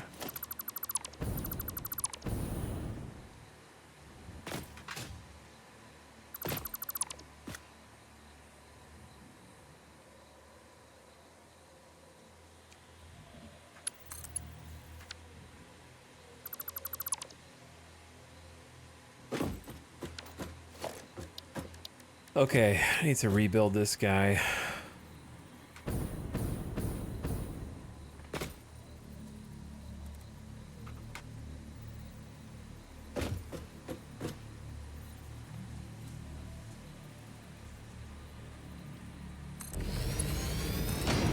I'm an enlightened diagonal builder.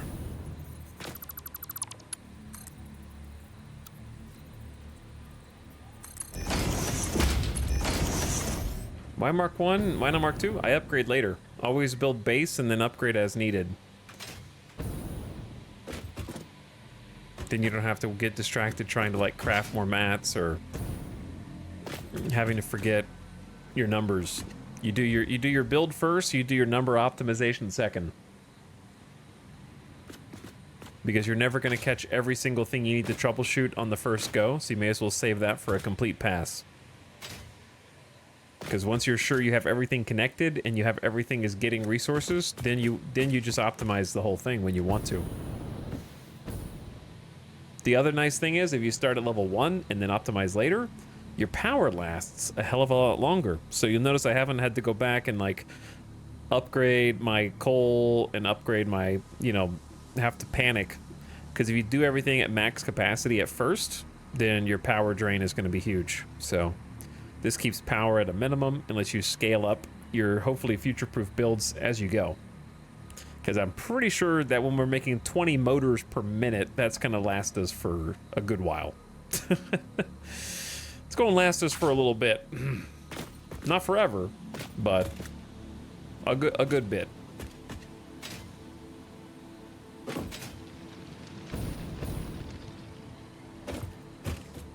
Quite a long time, I think.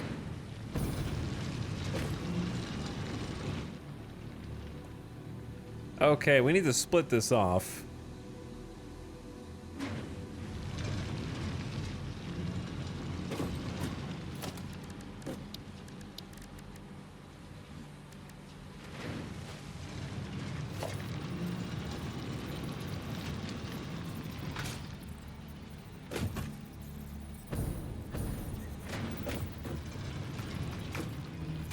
Honestly, this is as good a spot as any.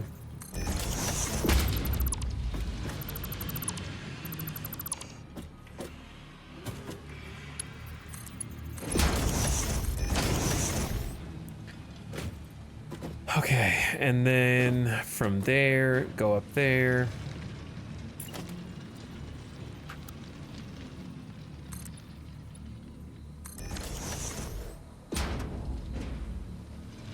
Something like that.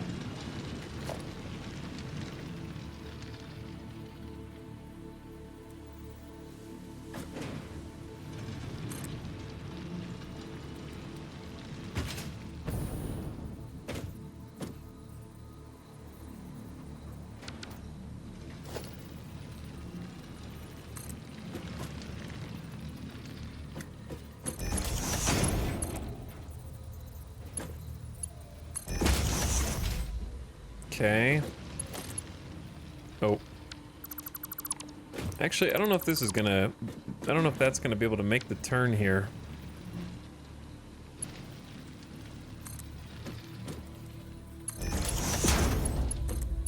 Ah. I knew it. I knew it. Okay, well... maybe we just line that up.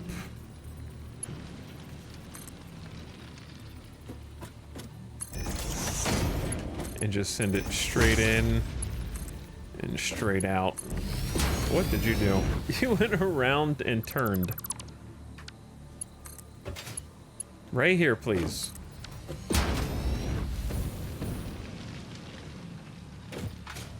I mean, I honestly could just move the splitter further that way. We can always prettify this later, right? We don't need to prettify this part. This just needs to get the resources in. All right, I don't want to go in. I don't want to pipe it in yet. I just want to know where we're going, and we're going here. So this should be the easy part.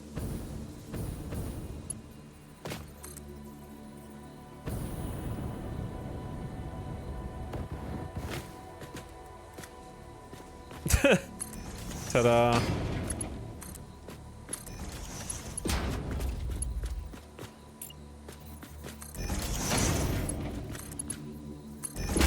A 1, a 2. Easy, right?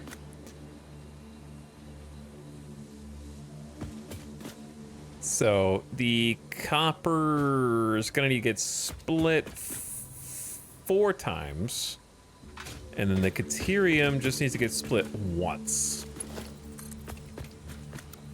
which is very easy compared to what we've been doing. Caterium's here.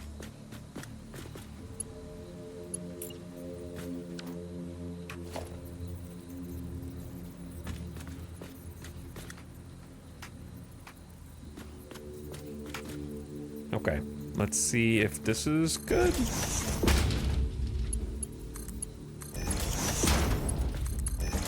You guys both face that way. Bam, easy. All right, caterium's done. Oh, man.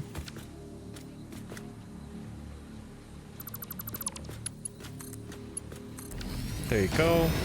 Caterium's done, and then the copper. The copper doesn't need to get too crazy.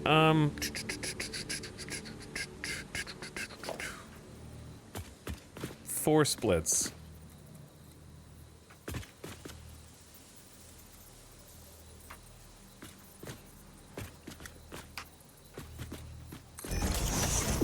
So this will be one of the latter.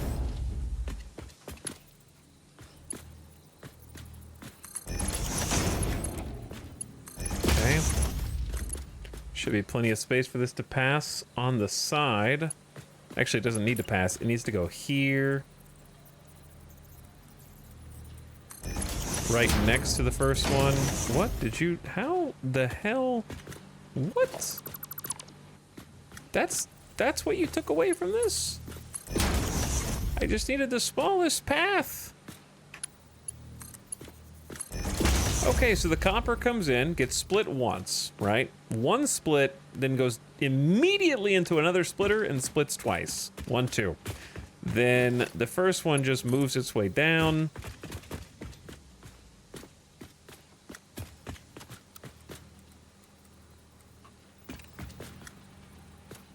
Keeping as much room here as possible, I think, is in our best interest.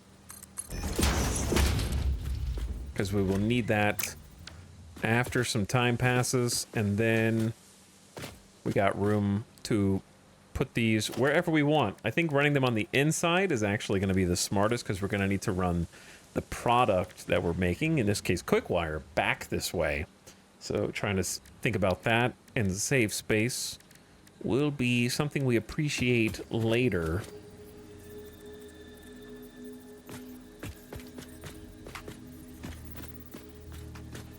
Okay, we can push that there without encroaching on that, because you know I hate clipping. And then 1, and then 2.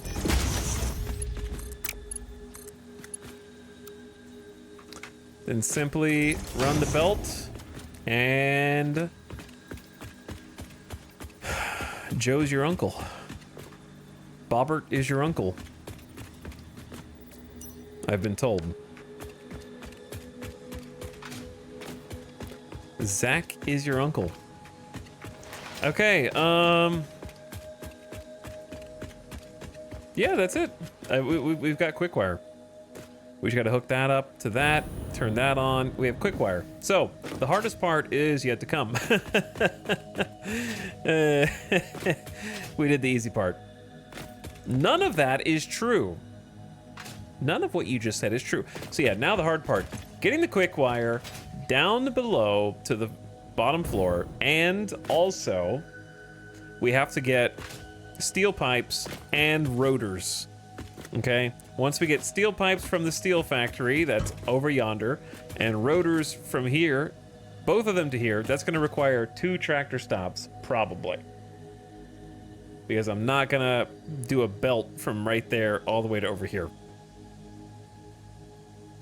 Which means we'll need a tractor stop over there. Which... oh, yep, that is what that means. That is what that means. So we got some work to do. We got some work to do. I don't feel like doing it right now. To be honest, this is going to be a lot of work. So why don't we do that tomorrow? Jimmy Turks, wake up earlier. Wake up earlier. We've been making a motor factory all day. Well, that's not true. We've been making a motor factory for 2/3 of the day, and then we were exploring for the first few hours, I feel like. But we're doing good. We're doing good. The motors are going to be in. It's got a nice little, like, slope design. If the roof ends up mimicking that, I think it'll look nice. Modern. With, like, a bridge or, like, a tunnel underneath. And then a front pathway. We need rotors from Rotor Town. Rotors from Rotor Town. But yeah, I mean, the bio factory is done. The biomass factory's done. We're working on actually motors, which is going to be big time progression. So, hey. Oh, almost got run over. We're working on progression. So we should have that done tomorrow. Like, we should have motors tomorrow. Once we have motors, then we need to figure out encased industrial beams, which should all be local within the steel factory. But we'll be ready to do some big progression, because motors are used in a ton of these things. So yeah, motors plus encased is going to equal a lot of these tiers unlocking. Not all of them, but a lot. We'll be in phase 3 for a bit yet, because, you know, oil's huge, logistics Mark IV's huge, fluid packaging is a lot, fuel power can be its own thing if we want it to be, manufacturers, computers, and heavy modular frames are a big thing, trains are a big thing, pipes Mark IIs are awesome, larger blueprints. We got a lot of fun stuff in tiers 5 and 6. But motors is going to be a big step in that chain. And then, honestly, encased industrial is just as simple as finding some more space inside our existing steel factory over here. And then figuring out how to unite those resources together. Which I'm not too worried about, because We can bring concrete in from, like, the concrete super factory if we want. We're already bringing concrete in, so we just have to up our concrete production and, like, split some off. Now, this is some spaghetti. This was hard. This place right here ate up a lot of our time, to be honest. Oh, especially this. But yeah, we're already bringing concrete in, so this is going to be nice for encased. This is the real spaghetti hours.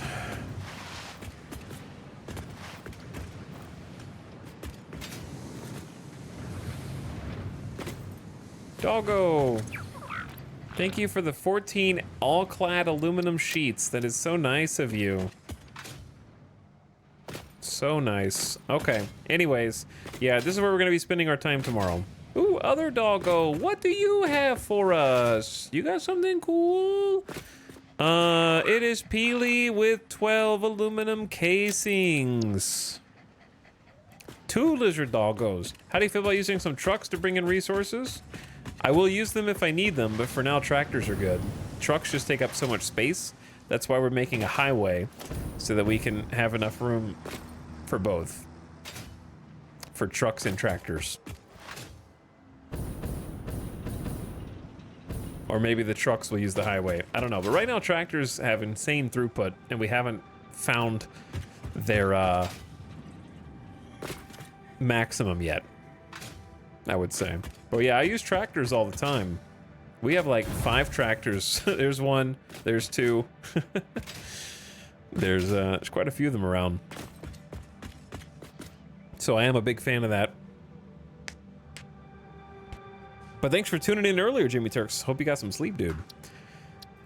He's still in the motor factory. Have the tractors suffered? Yes. The tractors themselves, stellar. The fact that they are riddled with bugs that have not ever been fixed. Like, if the bugs were fixed, they would be fantastic. They get a bad rap because they're bugged to hell. And I don't care who hears me say that. I hope the devs are waking up right now and they just randomly tune into my stream. And I just want to say, first of all, thank you so much. Satisfactory is amazing. You've done a great job, but I love tractors and there are many bugs with them. Especially when saving routes. I have documented at least 2 of them on the QA forum. And then on top of that, there's a bug where sometimes the pause that automatically... Okay, you know, I could go into that for 20 minutes. I could go into why trucks are bugged for 20 minutes, but they do a lot of things that they shouldn't do. I'd be happy to talk to a dev about... I could name at least 4 major problems with them off the top of my head, but it would take, like, time to explain.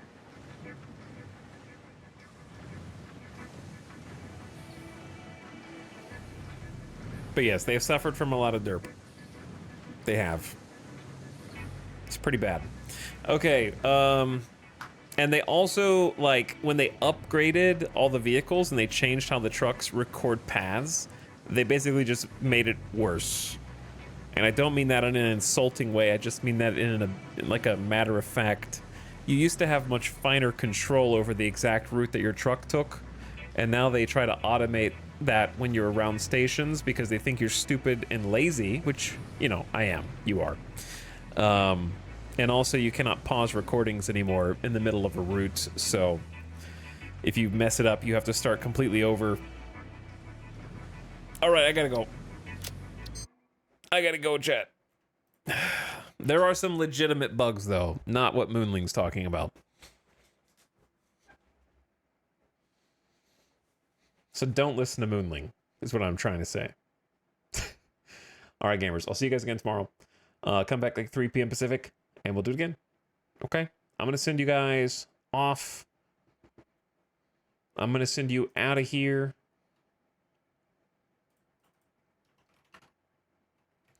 I am going to send you on an adventure to the void. avoid venture, okay?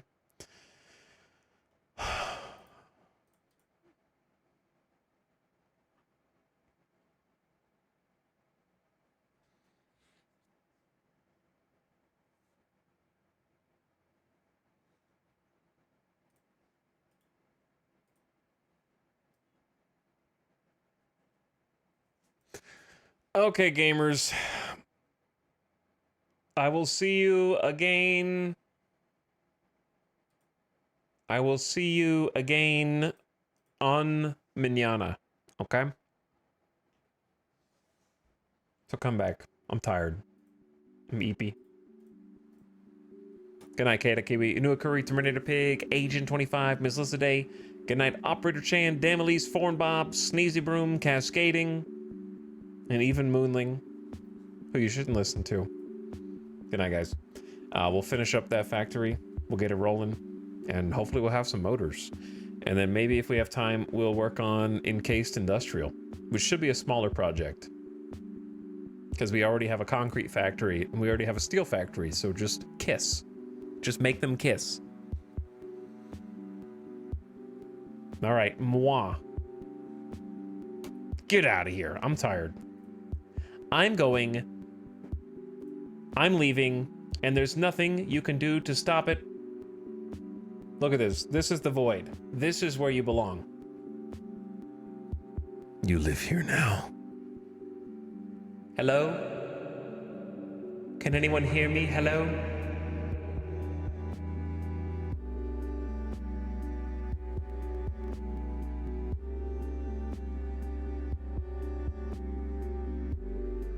Hello?